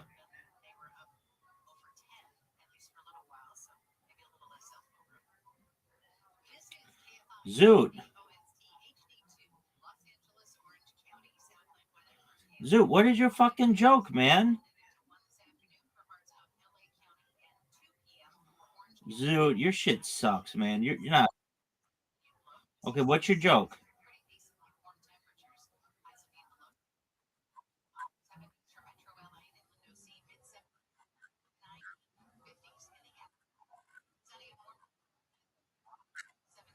Yo, what's up, Alex?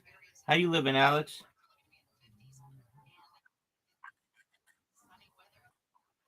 Okay. Very well. Did you see the message I sent you, Alex?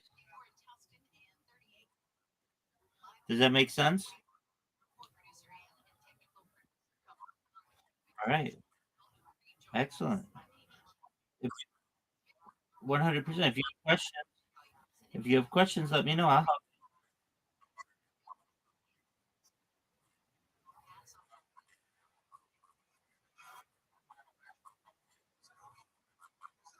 You just do it, and if you have questions, come to me, and I'll help you through them. Okay?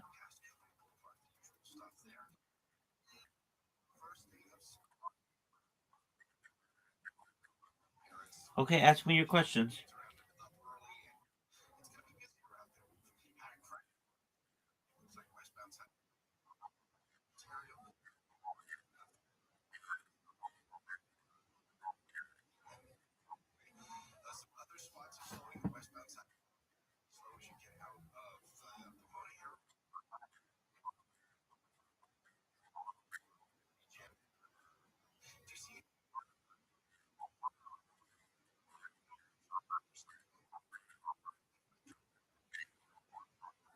I want you to create them all. You should create all of them. There are 30 of them there. They're free. It takes a little bit of time, maybe a day or two. You create all of them in a browser. You connect them to your link tree. You never have to create them again. And this is going to help you in multiple ways. It's going to give you 30 different places to promote yourself, 30 different places to promote your clients. It's going to give you 30 new communication channels to be able to connect with new clients. It's going to help you to dominate search engines, social media, AI, and it's going to make it very difficult to impersonate you. Does this make sense?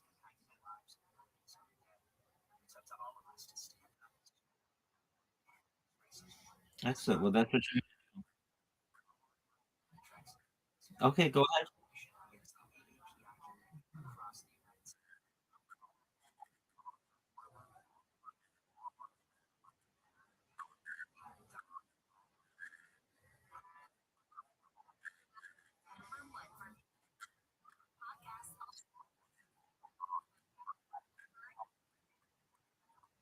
Absolutely. So it should be as consistent as possible. And I recommend, if you haven't already, making it a business name. So you can use your personal name, and that's totally fine. But if you have the opportunity, you want to say something like, I don't know, Web3 digital marketing or something like that.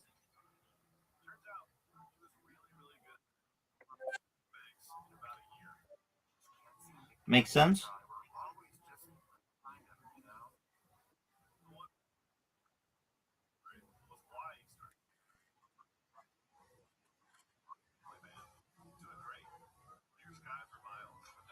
What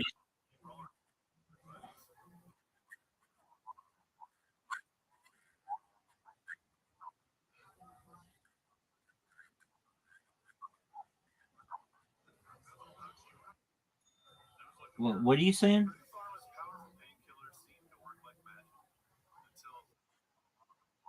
Yeah, I want to make sure. I want to make sure that you got them all, and I want to make sure that you didn't miss any of them. But you should do that. You should do the necessary to make sure that you have them all there. But I'll look them over, and if any of them are missing, I'm going to tell you you need to add the other ones.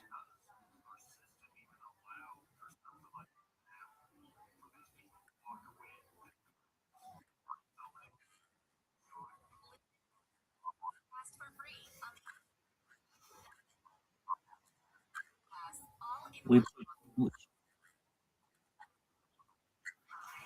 Yeah, I mean it's as much as you want it to be. But right now, if you want to be shilling yourself as a reply guy or a Web3 marketer,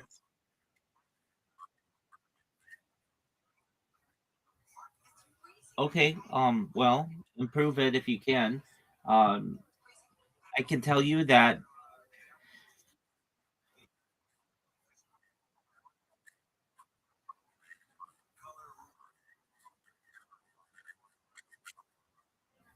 yeah, it's your end. It's not my end.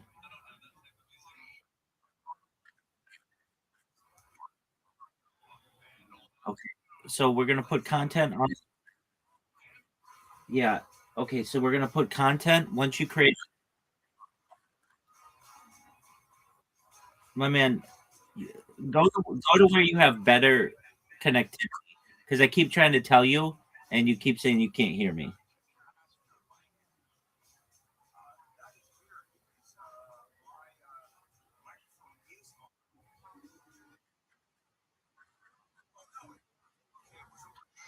Okay. Can you hear me?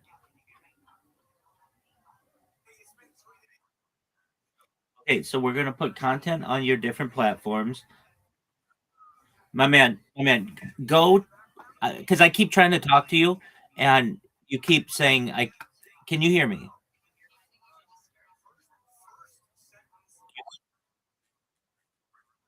It's okay. Okay, we're gonna do this one more time, and if it doesn't work, then just go to where you have better service, and then I will help you.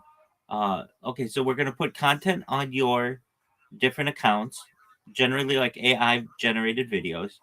We're gonna make sure you know how to join X communities, Discord communities, Telegram communities, and I'm gonna teach you to shill. And then you go into any space that you want. You shill yourself as a Web3 marketer. You go in and say, "Hi, everyone. My name is Alex. I'm a Web3 marketer. I'd love to help you to be able to promote your project on my 30 different social media platforms. What this is going to do for you is it's going to help you to improve your search engine rank, your social media rank, and the visibility that you have in AI. If this sounds like a great strategy for you, I'd love for you to send me a DM and we can get to discussions on how I can help you specifically." That's what you want to be able to say. And you do that every single day, multiple times a day, and you'll be making hundreds of dollars a week if you can do it if you can do it regularly, routinely.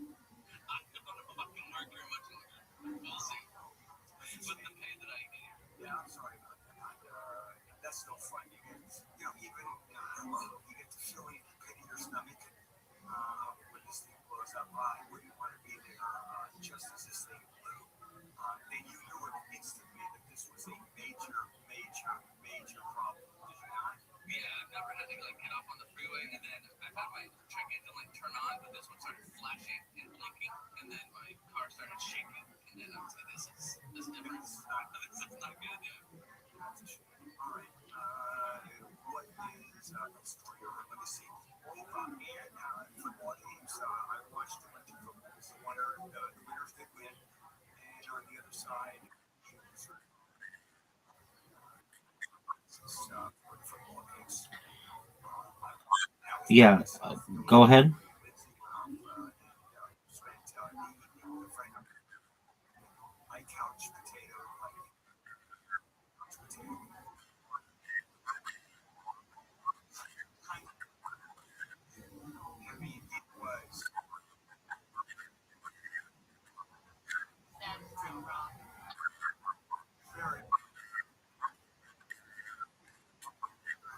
Go ahead.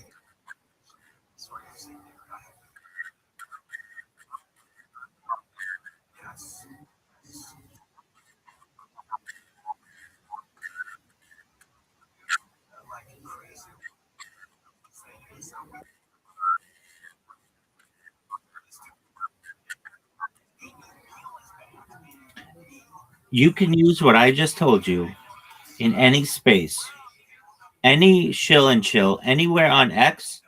And if you do it enough, people will send you a message and be interested in your services.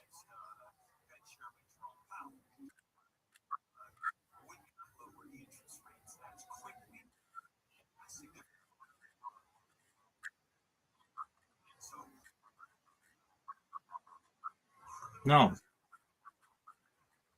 it's all on you. You keep it all.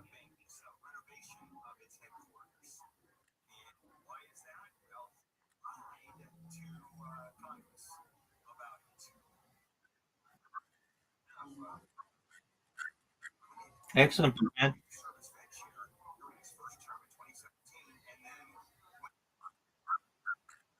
You're welcome, my friend.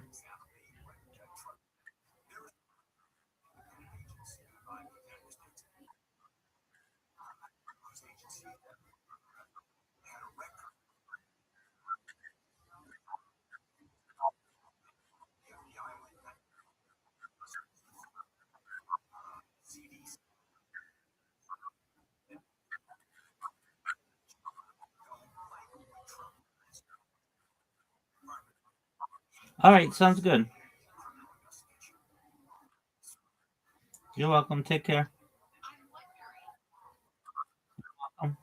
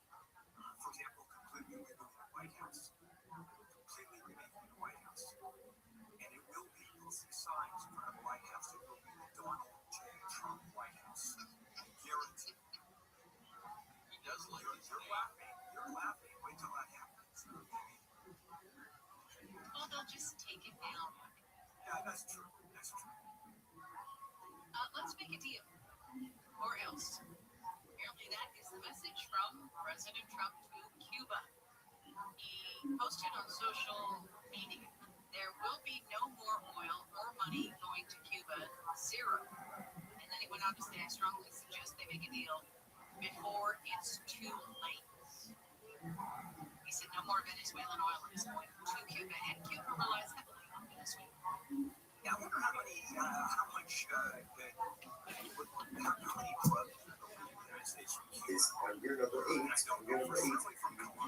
also repay the early ultimately again with the focus, with their focus. Also, so they came and they said, so people mentioned this practice something is the people. So they said something to the I'm going to say, yeah, this thing often it's perfectly fine. It's perfectly fine. And why you connect them, so I would say that interestingly enough, look at Rashi, you also know the stars, two couple of Rashis. You also know there, what Nicholas said, the members of the House of Yanas are actually totally fine. Rashi says the key that you shaita, lo habi hanak ta'em, lo is fair, and love how you ולא חייב לקדושה שיש את הסופר again. בסוף יש ביתה, אבל we get into an issue. So sometimes that forbidden identity is the beginning. So for example, the concern over here is things like one is transaction, the focus, that even your eighth-year focus should ultimately have the same issue with prohibition. But the other one said it's not really a problem. Why? Because there's not a reciprocity, there's not immediacy. I should say, there's no immediate reciprocity. Because the focus is being given and only being called for grade 8, because there's no immediate reciprocity, therefore this does not look like you're doing commerce with Shmita focus. And therefore no Shmita prohibition involves the 8th year focus. That's the ideal thing. Therefore, again, I for myself, and therefore, again, Shmita sanctity will not help this is the very interesting. Is to connect them to S level. And interestingly enough, a similar piece would come up with S level. S level is the person is for something, and he gives her something for her services. right times to use your money, you're going to use your object. That object is called an SDR, so looking for a market, and do not use for any type of sacrificial purposes. Makes sense. Easy to decide, versus the corresponding feedback. So, Yeah, big dog. What's up, Tim? Hey, what's up, Durago? Every day's a holiday. Every meal's a feast. What's good, son?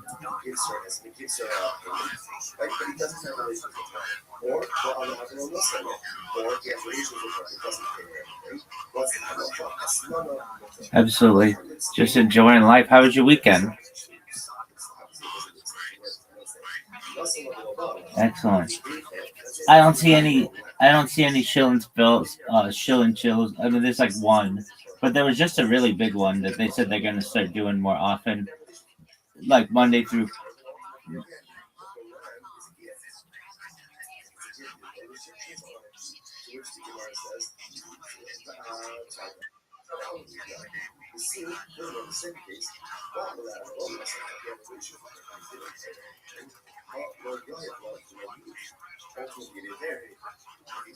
Hold on.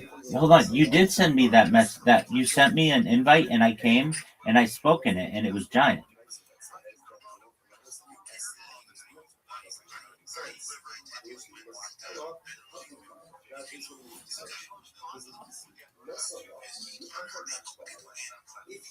Oh, okay.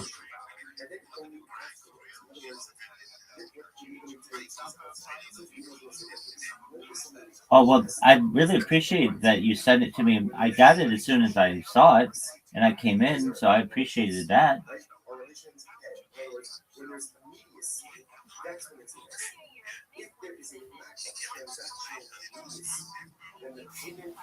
Who's Peter?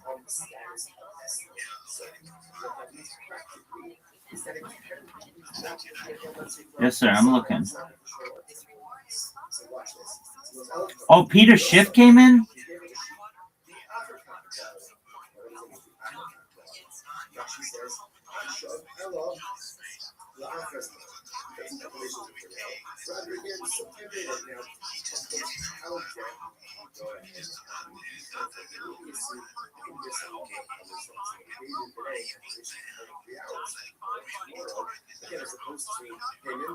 Dude, that's a big person to have in there.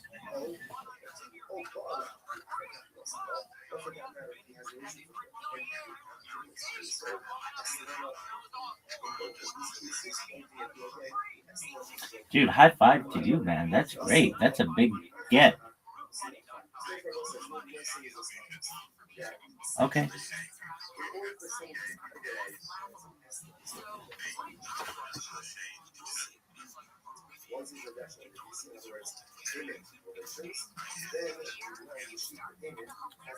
Oh, is there any way you can send it to me in a DM? To the account you always send it to.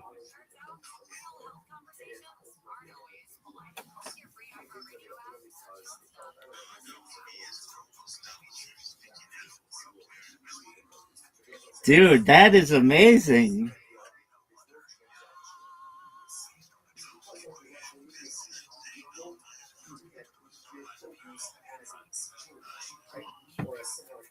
Well, I feel badly that I missed them, but I'll get him. Don't you worry. That is huge for you, though. Look at you, man. You're moving up in the world, Durago.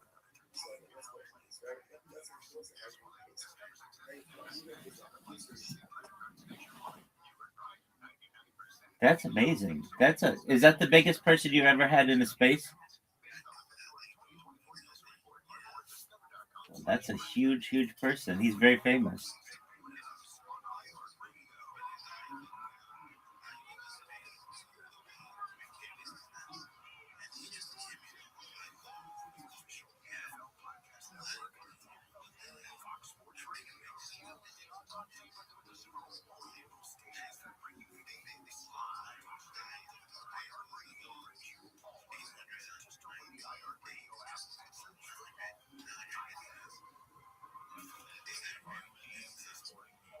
That's incredible. Good on you, man. That's a new high score for you. Well, that's phenomenal. Do you have big plans for your week? You are you doing spaces with anybody this week?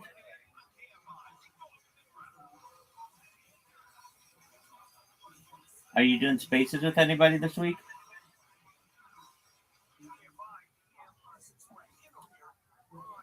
Durago. Durago. Yeah, are you doing spaces with anybody this week?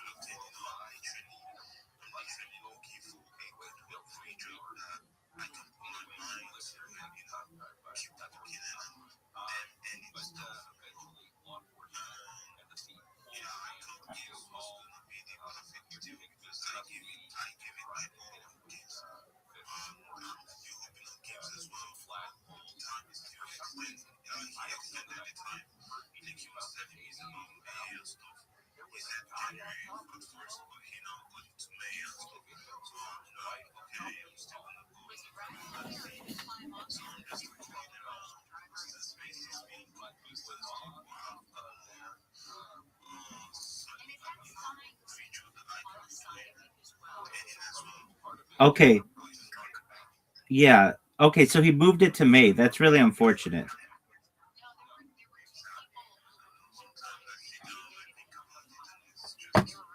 Yeah. Okay. So, I just sent you a message. Look, if you want a job, I can't give you one, but I can help you to get one. And I just sent you a breakdown. I want you to read it. It should make sense to you. Do you have a resume? Do you have a resume? You don't know what a resume is? Oh, then I can definitely help you. It's a thing that has your contact information, your previous work history, your education history, and your desired career. Okay, well, read the message that I just sent you, and then talk to me. Just read what I just sent you.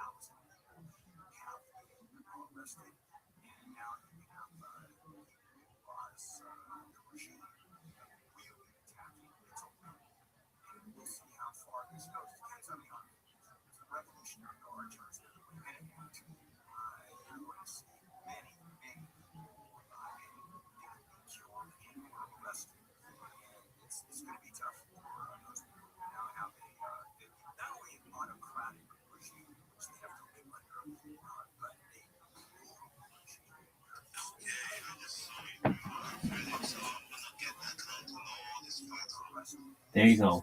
And you want to get a resume first. So you go to ChatGPT and say, I need a resume. Here's my contact information.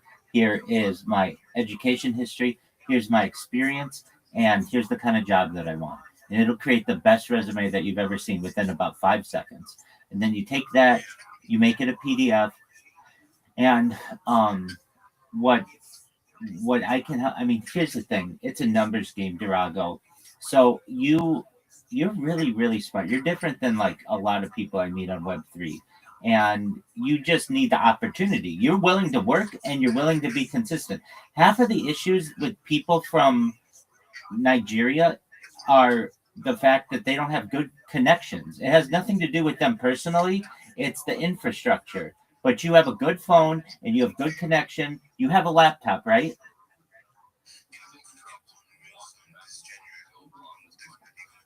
Excellent. Well, so you're going to have access to that, and but that's okay. The right job will send you a computer, so that's not a big deal. But here's what you're going to do: you're going to create your resume, just like I said. Well, the right job will. So, like when I've gotten jobs like the way that I've sent you, they send you your own computer. Yeah, but I'm not saying every job will do that. I'm saying the better jobs, they will send you your own computer. Right, but don't think that you shouldn't have your own computer first, because you can't put your personal files on their computer. That's all for work and stuff. But what I am saying to you is that many of these contracts, they want you to have good equipment, and especially the bigger companies, they'll send you your own computer. But what you're going to want to do is you create your resume with your contact information, your employment history, your education history, and your desired employment. And yours would be something like a community manager, social media marketer. You're really a Web3 guru. You're a Forex trader. That's really a big one you could do. And so, and then you have your resume that's optimized for that. Then what you do is you create those different accounts on those different platforms. Now you have to understand that it is a marathon, it's not a sprint. And what do I mean by that? It means that you're going to want to keep applying, because you're going to get rejected not just tens of times, not just hundreds of times, but perhaps even thousands of times. But if you do it enough, and the thing is, it's pretty easy to apply on them. You just have to hit one button, and many of them you apply to. I recommended people applying for at least 100 jobs a day on each platform. And if you do that for a month, you'll have people who want to interview you, and you'll have people who maybe make you an offer. And so I'm willing to help you with that, and guide you through that, and give you some of the tips and tricks. And so what you do is you create your resume. Then what you do is you create the different accounts on, like, you already have a LinkedIn, right? Okay. Do you have a headshot on your LinkedIn?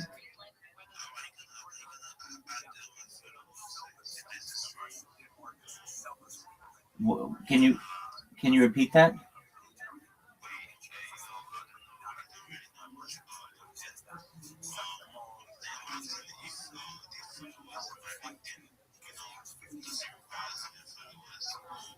No, it doesn't. It's best to. So what you want to do is follow maybe 10 people a day, and they'll follow you. Maybe 5 of them will follow you back. And over the course of 20 days or so, you'll get over 100 followers. And once you have that many connections, then you look legitimate.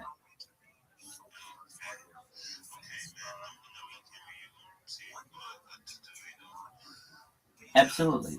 And then what you do is you want to make sure that you have a good headshot. Your headshot that you've got here is cool. Um, it's a cool profile picture, but for one of these websites, you just want to go to ChatGPT and ask it to create a headshot for you. And it'll create a headshot with you in a suit, and then you upload that, and then you create your profile and say what kind of job that you want, all that kind of stuff. And then you start applying. And it takes maybe to apply to 100 jobs, like maybe 30 minutes. It doesn't take that long. And then there are about 3 or 4 different platforms on which you could apply to maybe 100 jobs a day. So that's like 4, maybe if you do it on another 500 jobs you're applying to a day. And within a week, you're going to have people who are wanting to say, okay, well, we want to interview you. And so just be ready and have your schedule open, and you're going to have to be able to chat with them on camera generally. And they're going to ask you about your Forex experience, your Web3 experience, what motivates you, what your passions are. And then they're not going to hire you. And guess what? You've got to be okay with that. You're not going to win every single interview. All you need is one.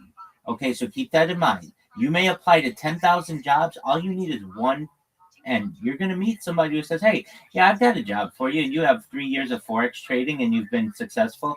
All right, well, here's our project. If you're interested, we'll send you a contract. If it's of interest to you, then you sign it, and then we're going to send you a computer, or we will give you credentials to our system, and then you start working. And then, you're going to want to, once they make you an offer, whatever, you ask them, like, okay, so how, like, what's the payment structure? They usually, if they're legitimate, they'll say, you'll look them up and you'll make sure that they're a legitimate organization. But once you have that type of understanding, and another big thing, and I'm going to recommend this to you, whenever you get somebody who's sending you an invitation to interview or anything, do your research on that company. Look up what people say about them. Look at people.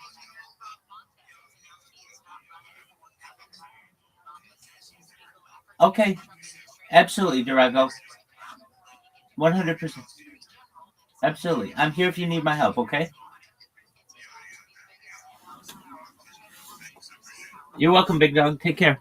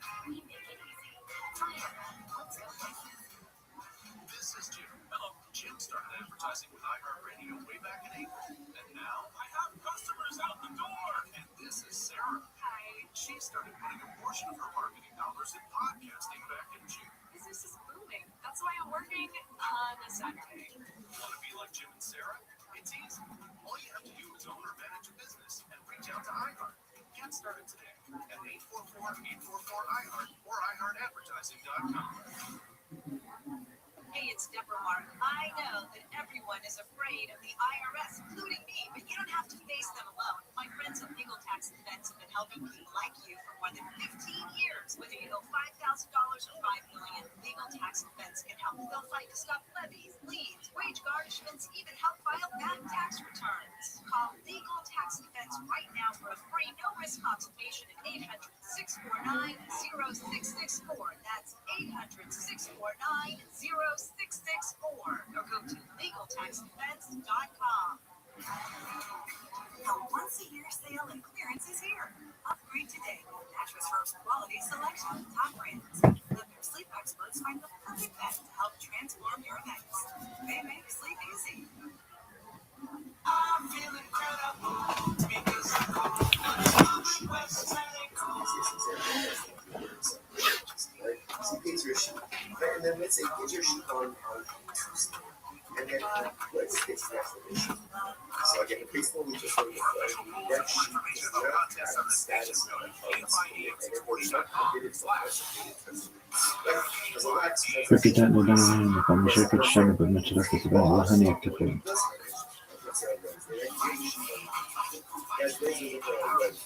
So why do you say that in English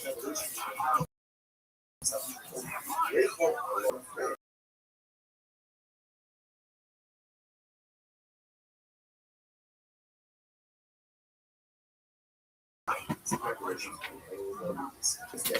Then retroactively, the designation of the sheet as a finance payment should develop upon the sheet retroactively. فكرة مشاكل الشعب بالمشاركة تبع وهن Tuesday, Rabbi says, very interesting. Well, what's the case? He should come up and think about something. That's very interesting. What happened? Zona, right? Zona got the sheet on Tuesday. She got the sheet on Tuesday. The relation didn't have it until Wednesday. So we're saying that when they have relations on Wednesday, it's oh, what's the case? She offered it up as a carbon. Shema Israel Adonai Eloheinu Adonai Echad. Baruch Shem Kavod Machut Olam Bad.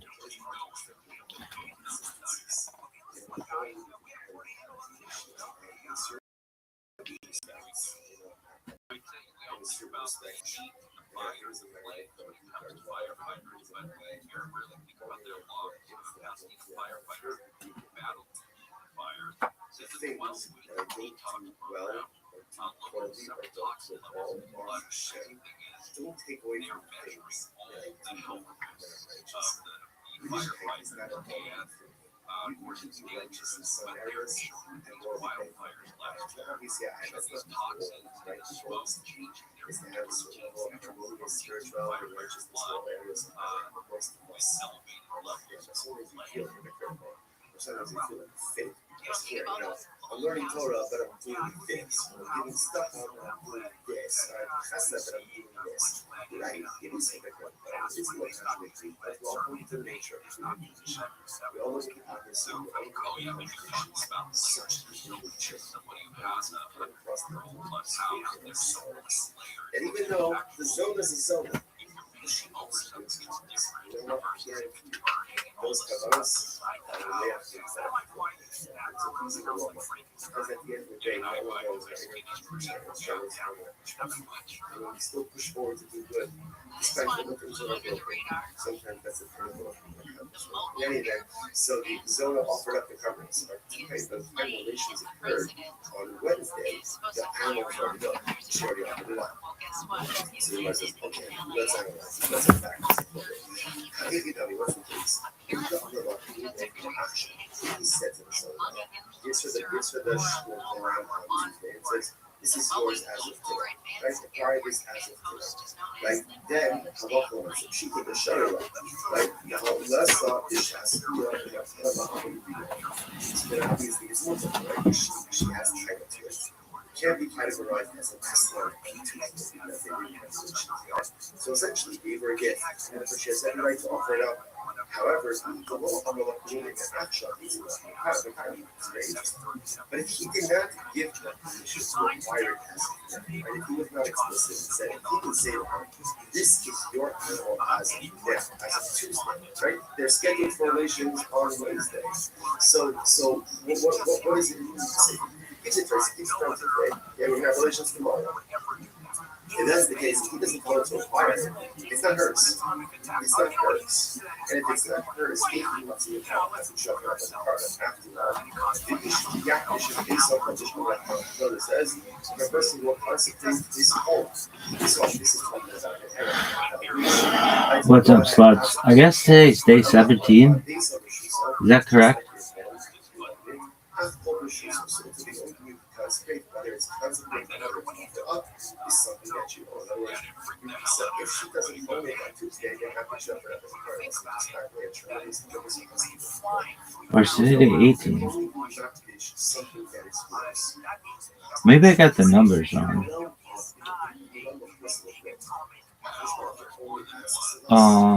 How could I do this?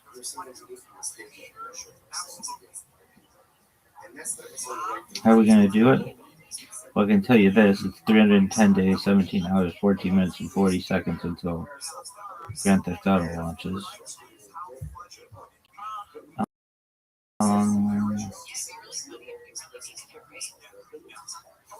Okay, count up. New.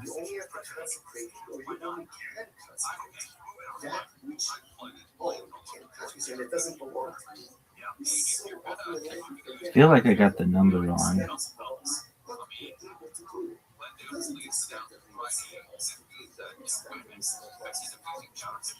So today's day 17. No, I'm right. Alright, so today's day 17, sluts. Today's day 17 of Pimp Kabbalah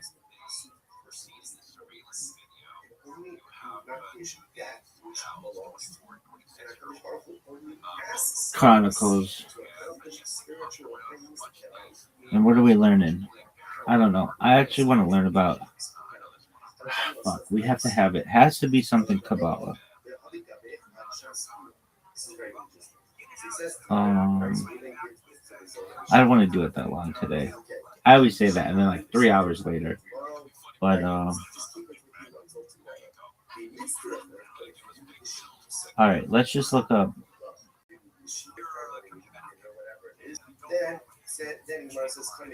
Jewish mysticism. Okay, so that's one. And then I'm going to look up Baruch Spinoza. All right, academic study of Jewish mysticism, especially since Gershom Schollem's Major Trends in Jewish Mysticism, 1941, draws distinctions between different forms of mysticism which were practiced in different eras of Jewish history. Of those, Kabbalah, which emerged in 12th century southwestern Europe, is the most well known, but it's not the only topological form, nor was it the first form which emerged. Among the previous forms were the Merkaba mysticism. We learned about that. That's about the wheels. Ezekiel's wheels, and Ashkenazi Hasidism, early 13th century, about the time of the emergence of Kabbalah. Kabbalah means received tradition, a term which was previously used in other Judaic contexts. But the medieval Kabbalists adopted it as a term for their own doctrine in order to express the belief that they were not innovating, but were merely revealing the ancient, hidden, esoteric tradition of the Torah. This issue has been crystallized until today, but the alternative views on the origin of the Zohar, the main text of Kabbalah, attributed to the circle of the central protagonist, Rabbi Shimon Bar Yochai, in the 2nd century Common Era, for opening up the study of Jewish mysticism. Traditional Kabbalists regarding it as originating in Tanaic forms and Ta'anim means repeaters, teachers, singular, borrowed from Aramaic, were the rabbinic sages whose views are recorded in the Mishnah from approximately 10 to 220 Common Era. The period of the Tanaim, also referred to as Mishnaic period, lasted about 210 years. It came after the period of Zugot pairs and was immediately followed by the period of Amorim interpreters. So we have the Zugot, the Tanaim, the Amorim, the Savorim, the Geonim, the Rishonim, and the Akaronim. So we're right now in the Akaronim. Okay,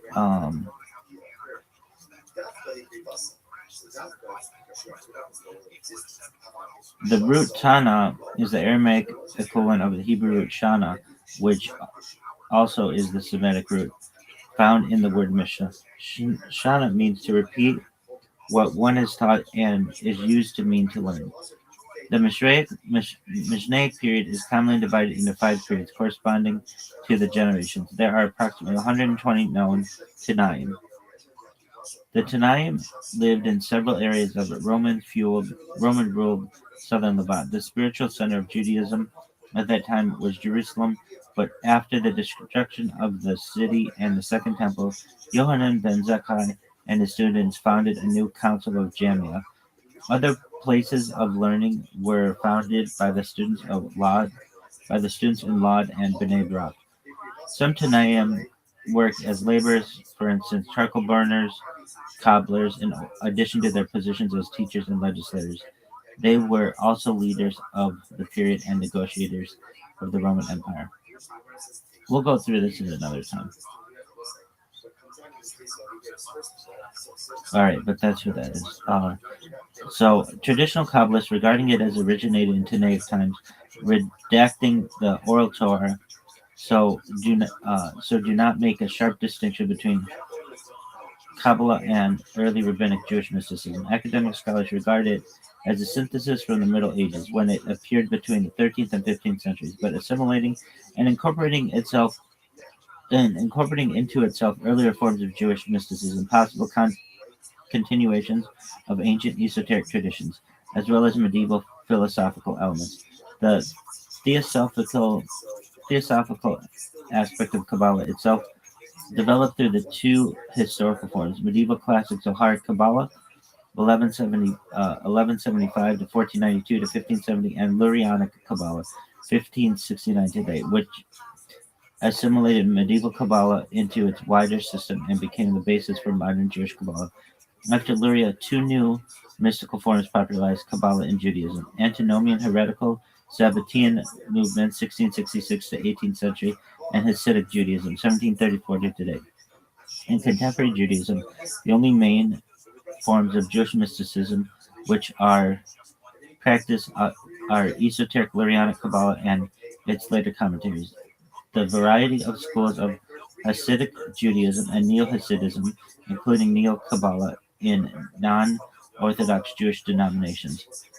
2 non-Jewish syncretic traditions also popularized Judaic Kabbalah through their incorporation as part of the Western esoteric culture of the Renaissance onwards. The theological, other kind of Kabbalah, not even Kabbalah, which is something different, around 15th to the 18th centuries, which adapted Judaic Kabbalists, the Extian Kabbalah, which adopted Kabbalistic doctrine into Extian belief and is its diverging occultist offshoot, the Hermetic Kabbalah, 19th century to today, which became the main element in esoteric and magical societies and teachings.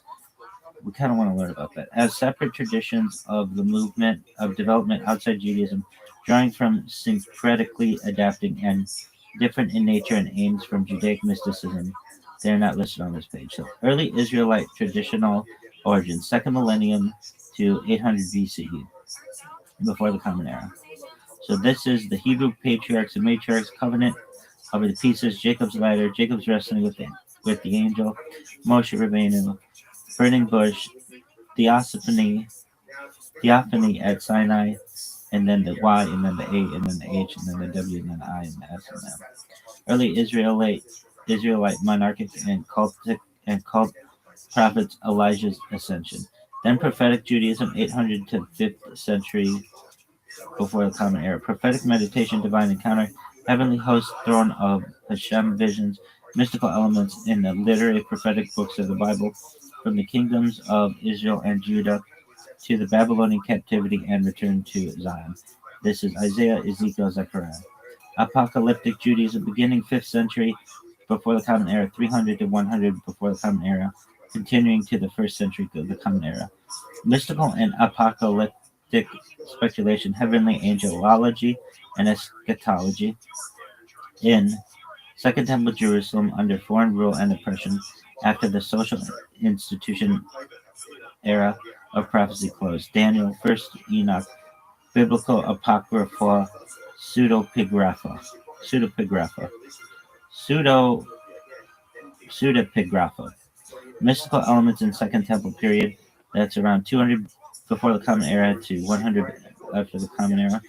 Mystical, esoteric, and pious elements among the diverse Jewish sects in the religious syncretism of the Second Temple period.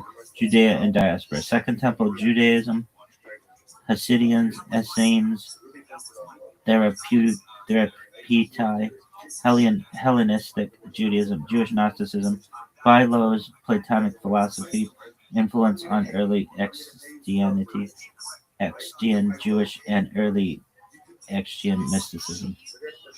Early rabbinic mysticism and mystical elements in classical rabbinic literature. This is around 1 to 200 of the Common Era, influence of the 5th century Common Era. References in exoteric Talmud and Midrash and Tanaic early rabbinic mystical circles, Messe, Merkaba. That, of course, is Merkaba mysticism. That's chariot. Merkaba's chariot. Work of the chariot exegesis and ascent Masa Bereshit. Work of creation. So Masa Merkaba is chariot work and Bereshit Masa is work of creation. So it'd be work of chariot. Masa Merkaba, work of chariot, and Masa Bereshit, work of creation. Exegesis, wide, contributing mystical elements in Agada, rabbinic theology, and narratives. Yohanan ben Zakkai and his disciples, Rabbi Akiva, Shimon bar Yochai, traditional pseudepigraphical attribution of later Kabbalist Zohar, mystical Agadot, dog. This is so long. Oh, I thought this picture was going to be easy.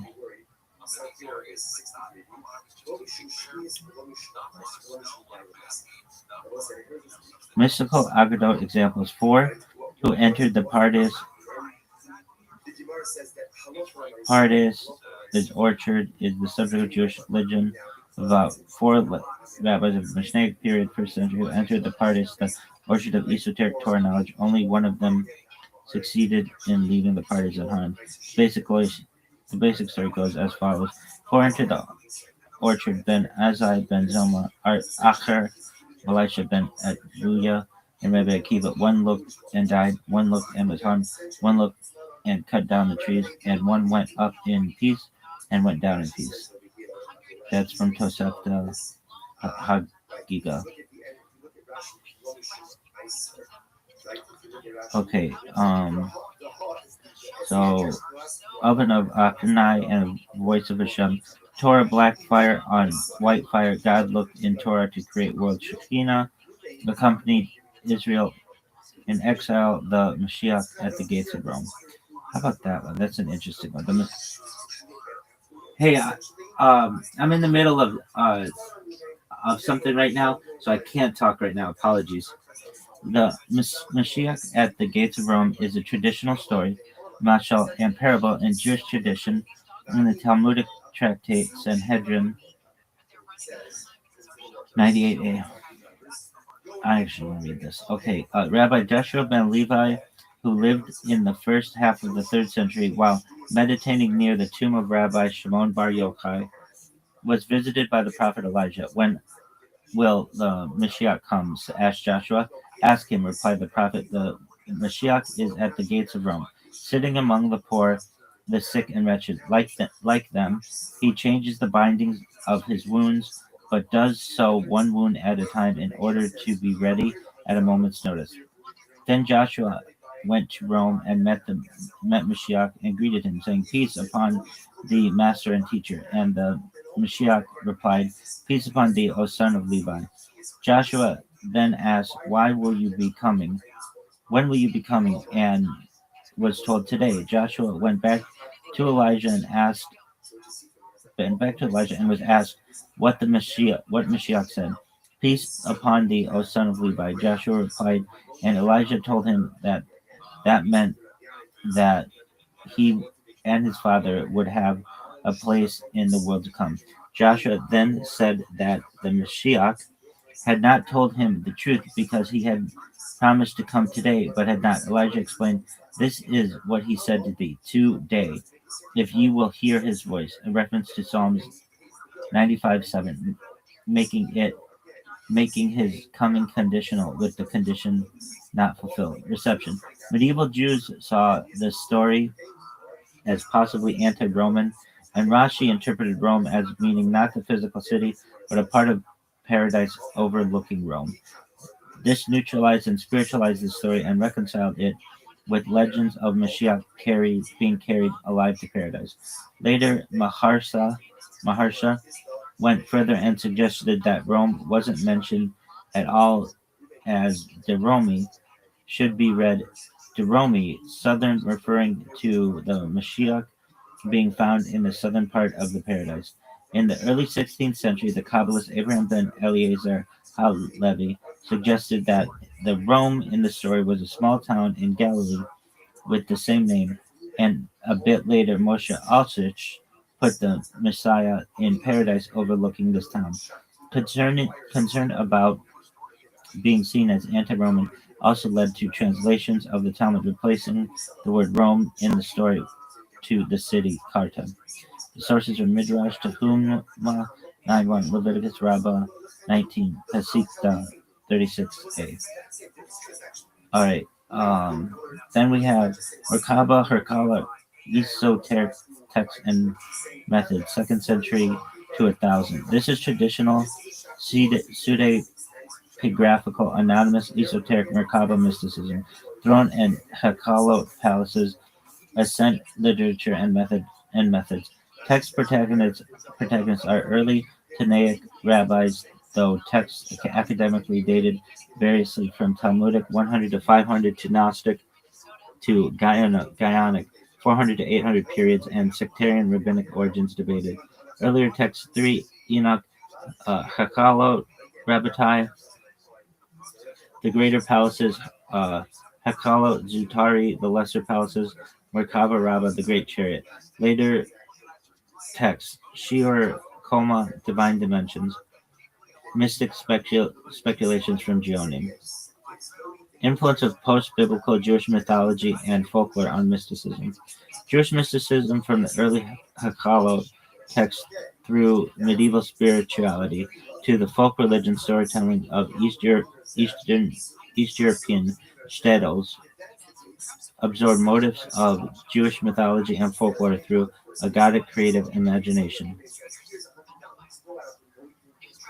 Reception of earlier Jewish apocrypha traditions and absorption of outside cultural influences. Later Midrash and smaller Midrashim evolved towards the ethos of Kabbalistic mysticism. This is Lilith, Theli, Estries, Ziz, Kefitza, Haderic, Evil Eye, Dibyuk, superstition, and Judaism. Then there's practical Kabbalah white magic. This is early Common Era to early modernity. Elite Jewish use of white magic directs spiritual practices to influence the material realm or to gain spiritual ascent by mystics, colloquially called practical Kabbalah, drawing from syncretically collected traditions of the Talmudic period to early modernity, distinguished from Kabbalistic theurgy, influencing solely the supernal realm of inner divine attributes from natural magic, interpretations of Kabbalah, and from popular folk magic. Magical elements in Merkaba mysticism, Hakala literature, a sense use of Sefer Yetzirah for magic, Sefer Raziel HaMalach, Golem, amulets, Joseph della Reina, 1400s attempt to hasten the Messiah, 16th to 19th century European Bolshevik. Then there's Proto-Kabbalistic 200 to 600, Masai Bereshit creation speculation text describes 10 spirot, though without their significance to later Kabbalah. Received rationalist interpretations before becoming a source text for Kabbalah. Sefer Yetzirah, Book of Formation. Mystical elements in medieval Jewish philosophy and culture, 11th through 13th centuries. Mystical elements in the thought of medieval rationalist and anti-rationalist Jewish philosophical theologians. Solomon ibn Gabriel, Jewish Neoplatonism. Israeli ben Solomon, Jewish Neoplatonism. Abraham ibn Ezra, Jewish Neoplatonism. Judah Halevi, anti-rationalism. Moses Maimonides, Neoplatized Aristotelianism. Mystical elements in the efflorescence of poetry in Moorish, Spanish, Jewish culture, and Exchequer, Spain. Jewish Sufi piety, 11th to 15th centuries. Jewish mystical piety influenced by Islamic Sufism, systemic meditative experiential practices. Baya ibn Paguda, 11th century to Shavuot, Levavot, duties of the heart, Abraham Maimonides, and the Jewish Sufis of Old Cairo, 13th to 15th century. Early Kabbalah, 1174 to 200 to 1200. Emergence of mystical, mythic, theosophical, theurgic Kabbalah among the Hakme province in southern France, Aquitania. The Behir, first regarded in academia as the first Kabbalistic work, incorporates an earlier source text. Sefer HaBehir, Book of Brightness. Abraham ben David of Posgires, the Ravad, critic of Maimonides, Isaac the Blind, Iyun and Unique Cherub, mystical circles of unknown provenance. Hasidei Ashkenaz, around 1150 to 1250. Mystical ethical piety and speculative theology theory in Ashkenaz, Germany. Shaped by Merkaba, Hakalo texts, practical Kabbalah, magical elements, mystical reinterpretation of early medieval Jewish philosophy, Rhineland Crusader persecution, and German monastic values, established a supreme value for devotional selflessness in Judaism. This is Samuel of Speyer, Judah of Regensburg, Sefer Hasidim, Book of the Pious, Eliezer of Worms. Then medieval Kabbalah development, 1200 to 1492, Common Era. Alternative philosophical and mythological interpretations of theosophical Kabbalah, Neoplatonic quasi-philosophical hierarchy, and Jewish Gnostic mythology, interest in sexual, theuric, and demonic dualism motives, centered in Spain's Kabbalistic Golden Age. Early 13th century Gerona Neoplatonic school, Ezriel of Gerona, Nachmanides, Ramban, Torah commentary, 13th century Castile Gnostic school, treaties of the left emanation, the Zohar in Spain from circa 1286, Zohar literature, Book of Splendor, late 1200s to 1400s, Castile's Gnostic culmination, canonized as Kabbalah's central poetic visionary scripture, later Strata, Reaya, Mehimena, Idrot, are most esoteric and anthropomorphic. Subsequent Zohar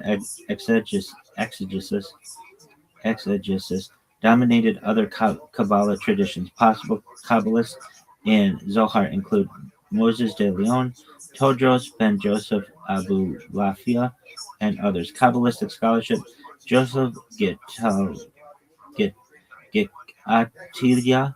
Sha'ari Ora, Gates of Light, circa 1290 Spain, Sefer HaTemuna, Book of Figure, 13th through 14th century influential doctrine in Kabbalah of cosmic cycles, later rejected by Cordovero and Luria.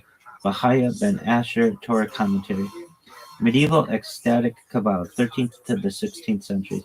Medieval meditative Kabbalah developed its own traditions. Abraham Abu Lifa's ecstatic prophetic Kabbalah, his Maimonidean alternative competitor to Theosophical Kabbalah, embodies the non-Zoharic ecstatic stream in Spanish Kabbalism. Reimagining Judaism's prophetic techniques, it remained marginal to mainstream Kabbalah, but established a following in East Mediterranean. Abulafian prophetic Kabbalah school. Abraham Abulafia, Mediterranean area, late 13th century.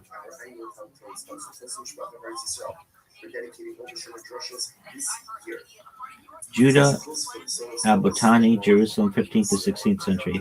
Other meditative methods: Isaac of Akko, 14th century. Joseph Sayach, Damascus, and Jerusalem, 16th century. Renaissance and Kabbalah influences, 1450s to 1600s. Influence on the European Renaissance, crystallizing philosophical and magical interpretations of Judaic Kabbalah and fusions of philosophy and Kabbalah in late medieval, early modern Jewish philosophy. Italian Jews' historical openness to general culture, Florence center of Renaissance humanism, perennial philosophy influences on Jewish philosophy, Yohanan Alamano, culmination of natural magic interpretations of Kabbalah, interpreting Judaism, drawing down divine influx to the material world, influence on 16th century systemizations of Kabbalah and later Hasidism, influence on Pico della Mirandola, Christian Kabbalah and Western esotericism. Platonist influenced fusions of Kabbalah with Jewish philosophy. Abraham Cohen de Herrera, early 1600s, other mystical elements in early modern Jewish philosophy. Judah Leon Abravanel, Leon Hebreo, Portuguese, Italian, early 1500s, dialogues of love, Platonism. Post 1492 and Tzvat Kabbalah, 16th century. Transition to esoteric medieval Kabbalism and Kabbalah as a national and messianic doctrine after the 1492 expulsion from Spain exile, Judaic Renaissance of the P word. Joseph Teatazak, Salonika, Salman Molcho, Jewish Messiah claimant, Meir ibn Gabbai, 16th century early systematizer. The two definitive systematizations of Kabbalah in later 1500s spot Galilee. One, quasi-rational Moses Cordovero Ramak, Partis Rimonim, Cordoverian systematization of medieval Kabbalah until 1570. Two, supra-rational Isaac Luria, the Ari, new post-medieval Lurianic systematization, taught 1570 to 1572. Other Kabbalists of the Svat mystical and scholarly Renaissance. Joseph Caro, central legalist and mystic diarist. Shlomo Alkabetz, Hayim Vital, main Lurianic compiler, and other writings. Svat, meditative Kabbalah, vital. Sha'ari, Kedusha, gates of holiness. Luria, Yehudim method. Maharal's mystical theology, 16th century. Medieval Kabbalah expressed in non-Kabbalistic philosophical theology. Judah Loyal, Maharal, Prague. Early Lurianic and post-medieval Kabbalism, 16th to mid-18th centuries. Esoteric Lurianism, the second of Kabbalah's two systems of theosophy after medieval Cordoverian, incorporating dynamic myth of exile and redemption of divinity taught by Isaac Luria, 1570 to 1572. Other post-medieval popularizing ethical Kabbalah based itself on the more exoteric system of Moses Cordovero. Disciples compiled Kitvei Ari Lurianic thought.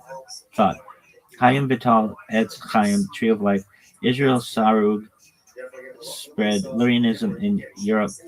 Lurianic exegesis and meditative methods dominated other post-medieval Kabbalah trends, popularizing Kabbalistic Musar and homiletic literature. 1550s to 1750s. Moses Cordovero, Tomer Deborah, Palm Tree of Deborah. Eliyahu de Vidas, Reshit Chokmah, Beginning of Wisdom. Kav Ha-Yashar, Isaiah Horowitz, Shelah, Shnei Lukot HaBrit, Tables of the Covenant, Central Europe. Kabbalistic Renewal and Scholarship. Abraham Atzulai, Chaim Ibn Attar, or Hayim Torah Commentary. Moshe Chaim Luzzatto, Ramchal, Italian early 18th century mystical messianic circle, now public dissemination and revelation of Kabbalah, Joseph Ergas. Sabbatean movement, 1665 to around the 19th century. Kabbalistic messianic mystical heresies developing antinomian new theologies from Zoharic and Lurianic Kabbalah. Theological spectrum from mild to strong. Sabbatean, Sabbatai v. Messianic claimant, Islamic convert. Nathan of Gaza, Sabbatean prophet. Moderate crypto and radical antinomian factions. Emden, Ivor Schultz controversy and rabbinic excommunication of Sabbateans. Frankism, Joseph Frank, messianic claimant, pseudo Christian convert, late 18th century nihilism. Early and formative Hasidic Judaism, 1730s to 1850s. Eastern European mystical revival movement, popularizing and psychologizing Kabbalah through pantheism and the Zodic mystic leader. Neutralized messianic dang expressed in Sabbateanism. Pre-Hasidic origins. Baal Shem, Eastern Europe, Practica Kabbalist. Zadikim Nistarim mythology. Early Hasidism. Israel ben Eliezer Baal Shem Tov, the best founder of Hasidism. Dov Ber of Metzerich, the Maggid, systematizer and architect of Hasidism. Jacob Joseph of Polon, Levi Yitzhak of Berdichev. Main Hasidic schools of thought. Mystics after 1850 shown later. Mainstream Hasidic Zadikism, Elimelech of Lizerhensk, Noam Imelech, Pleasantness of Imelech, Yaakov Yitzhak of Leuven, the Koza, Chabad Intellectual Hasidism, Russia, Shneur Zalman of Ladi, Tanya Lukatai, Amarim, Collected Words, Theorist of Hasidism, Aaron of Staroselye. Breslov, Imaginative Hasidism, Ukraine, Nachman of Breslov, Lukutai Moharan, Collected Teaching, Nathan of Breslov. Peshicha Kotsk, Introspective Hasidism, Poland, mystical offshoot from Mordecai Yosef Leiner of Izbika, Maya Maihash Iloach, Waters of Shiloah, Personal Illumination, Shivchei HaBesh, Praises of the Best, published 1814, Superior Ma'asiot, Stories that were told, Nachman of Breslov's 13 Mystical Tales, 1816. Later traditional Lurianic Kabbalah, 18th century to today. This is traditionalist esoteric interpretations and practice of Lurianic Kabbalah from 18th century until today, apart from Hasidic adaptions. Brody Kloitz and pre-Hasidic introverted Hasidism, Kabbalistic circles in Eastern Europe renewed esotericism in response to Sabbatean heresy. Mitnagdic, Lithuanian non-Hasidic Kabbalah, Elijah ben Shlomo Zalman, Vilna Gaon Gra, figurehead of Mitnagdim, 18th century, Chaim of Volosin, Nefesh HaChaim, Soul of Life theorist of Mitnagdism, founder of Yeshiva movement. That's cool. Chaim of Volosin.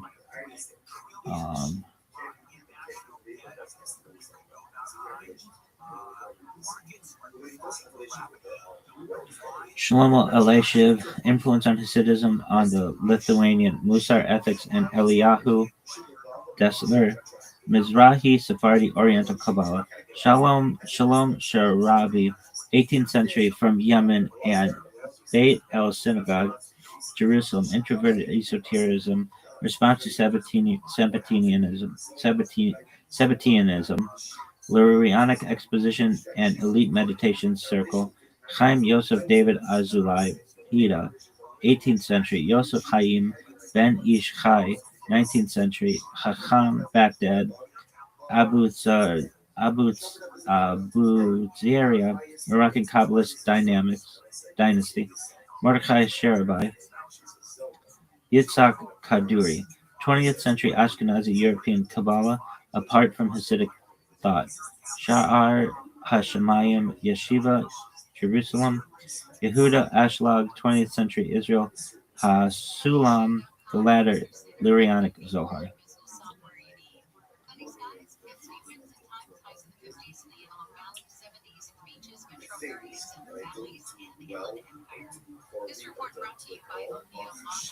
Later Hasidic Judaism, 1850s to today. Dynastic succession and modernizing society turned Hasidism away from pre-1810s mystical revivalism to post-1850s consolidation rabbinic conservatism. Mystical focus continued in some schools. Yitzhak Elsik Safarin of Komarno, visionary mystic Chabad Lubavitch, intellectual Hasidism, communication, Zadok HaKohen, late 19th century, Izbika school, Aharon Roth, early 20th century Jerusalem piety, Kalanimus, Kalman Shapira, response to Holocaust, Menachem Mendel Schneerson, Lubavitch, Rebbe Hasidic outreach, and 1990s Messianism, Breslov contemporary mystical revivalism. Synthesis of Haskalah, political ideologies, and secular culture with mystical elements, 1800s to 1950s. Haskalah, Jewish Enlightenment promoted critical thinking, promoted critical rationalism, strongly opposed Kabbalistic and Hasidic anti-modern mysticism. However, moderate Maskilim began scholarly investigation of Jewish mystical texts and adopted Haskalah to Orthodox religiosity, while modern Jewish philosophy encountered universalist intellectual mystical elements in German idealism. Late 1800s, East Europe shifted toward Jewish political movements, awakened secular Jewish culture spiritually. This is Elijah ben Mosed, 1800s universal modern interpretation of Kabbalah, continuing Italian Jewish fusion of Kabbalah with general humanist culture. Wissenschaft des Judentums, early critical historical scholars of Jewish mystical texts. The J in Jewish should be capital. Adolf Jelinek, 1800s Russian Reformed rabbi scholar. German idealist, rational, mystical elements in modern Jewish philosophy.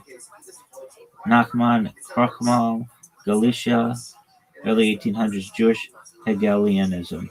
Mystical elements and influences in post-1800s Jewish political movements and secular Jewish culture. Secular Yiddish Renaissance mystical themes in Yiddish literature. Jewish autonomism,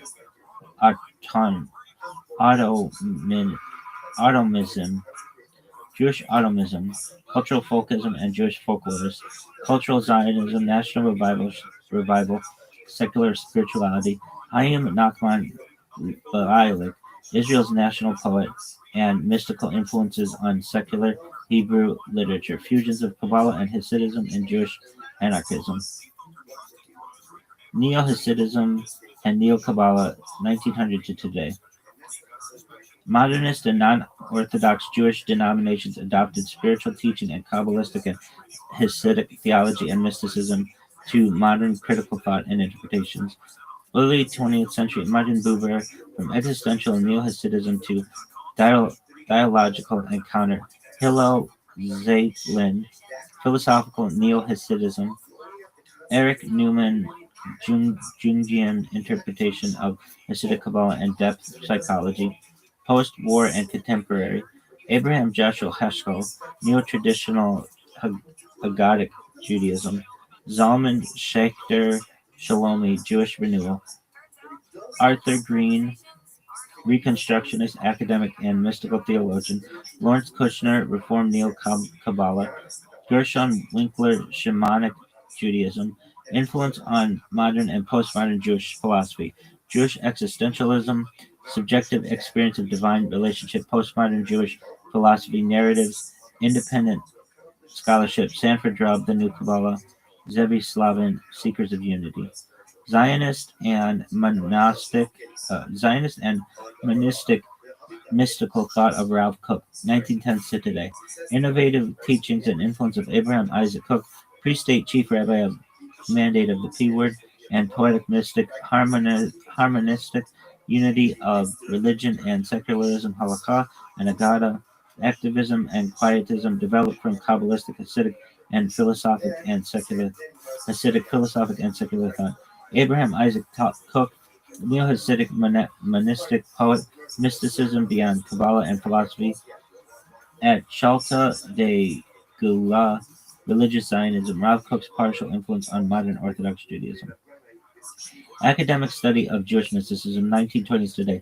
Critical study of Jewish mystical texts in the 19th century, but Gershom Sholom's school in the mid-20th century founded the methodological disciple in academia, returning mysticism in a central position in Jewish historiography and Jewish studies departments.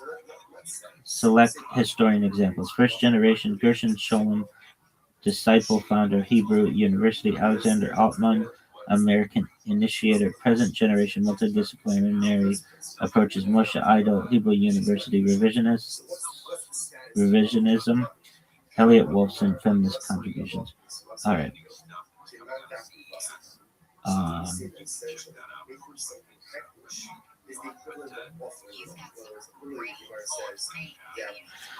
Okay.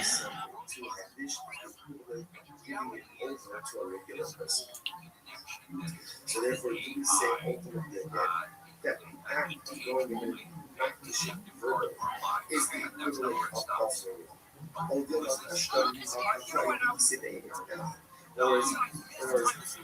right, now what? I want to learn about Baruch Spinoza. Oh, there was another thing though.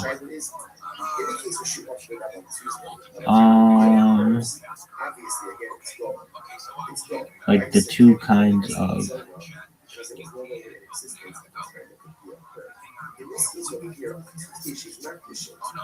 non-macabre mysticism. I want to learn more about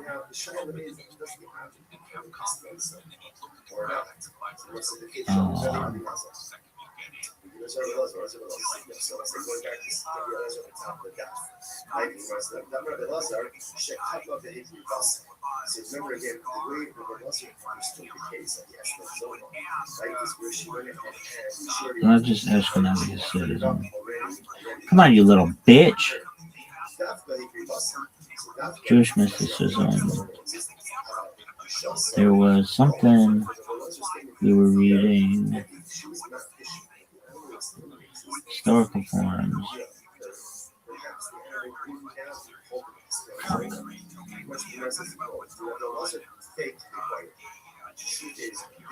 Dog, where is this?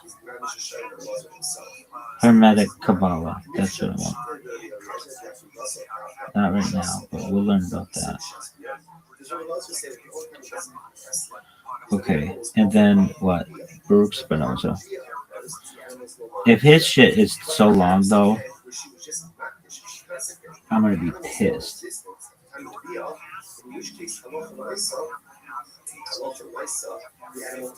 Yeah, his shit looks really long. Dude, his shit's too long. Nope. No. So we'll just read a brief background on him.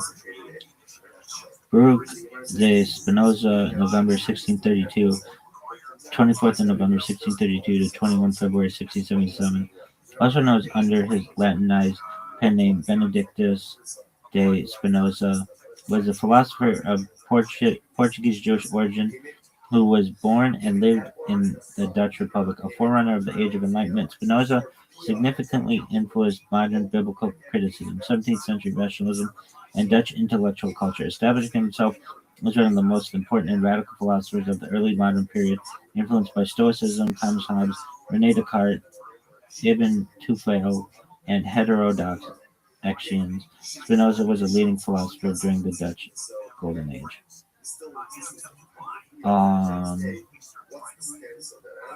Dude, how long is this? It's too long. It's way too long. This shit is really long. We'll read about him later.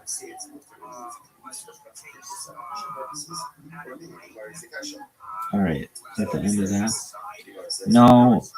Now we're gonna debate. We're gonna get a brief breakdown. I should really read all this shit.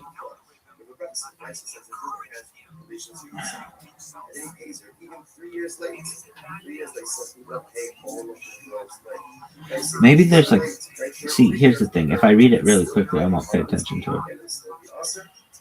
Yo, dog, can you give me a breakdown of Baruch Spinoza's religious stuff? Like his religious philosophy or his theology or whatever? Yeah, sure. Spinoza's religious thought is weird, radical, and way ahead of its time. I'll break it down without academic fluff, but still precise. Who Spinoza was? Quick context. Baruch Benedict Spinoza, 1632 to 1677, was a Jewish philosopher in Amsterdam who got excommunicated by the Jewish community for his views. Ex-Jews didn't like him either. A lot of people straight up called him an atheist, though that's not quite right. His big religious ideas show up mainly in ethics, theological, political treatises. God equals nature, the core idea. This is the Spinoza move. God is not a personal being. God is nature itself. He uses phrases like Deus sive natura, God or nature. What that means. God isn't a dude with thoughts, emotions, or plans. God doesn't intervene in history. God doesn't answer prayers. God doesn't give commandments. Instead, God is total reality, is single, infinite substance. Everything that exists is a mode of God. Natural laws are divine laws. So a tree is an expression of God. Your mind is an expression of God. Gravity is an expression of God. This is pantheism, or sometimes pantheism, but pantheism is the usual label. No personal providence or miracles. Spinoza straight up nukes traditional theology here. Providence, God does not guide events towards moral ends. Things happen by necessity, not divine intention. There is no God's plan in the normal sense. Miracles are impossible. They would violate God's own nature and natural law.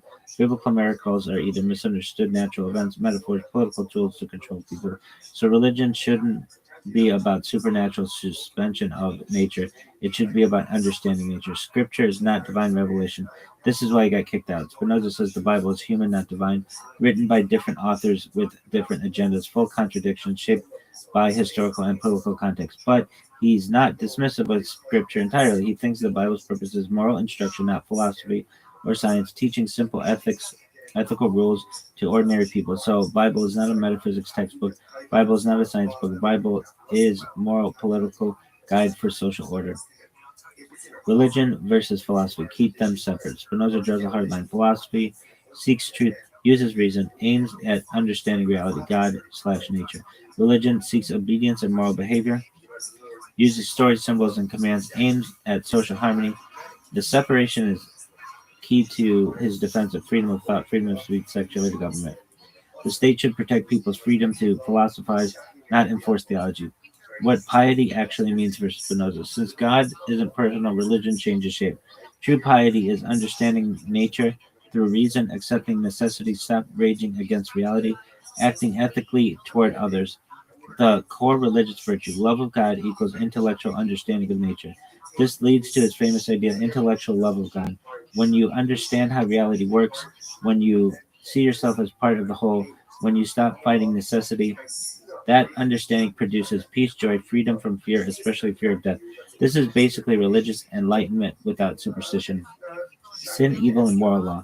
Spinoza redefines these completely. Sin is ignorance, evil is misunderstanding what's good for us, good that increases our power to exist and act, bad what diminishes it. There's no cosmic moral scoreboard, no divine punishment, no hell.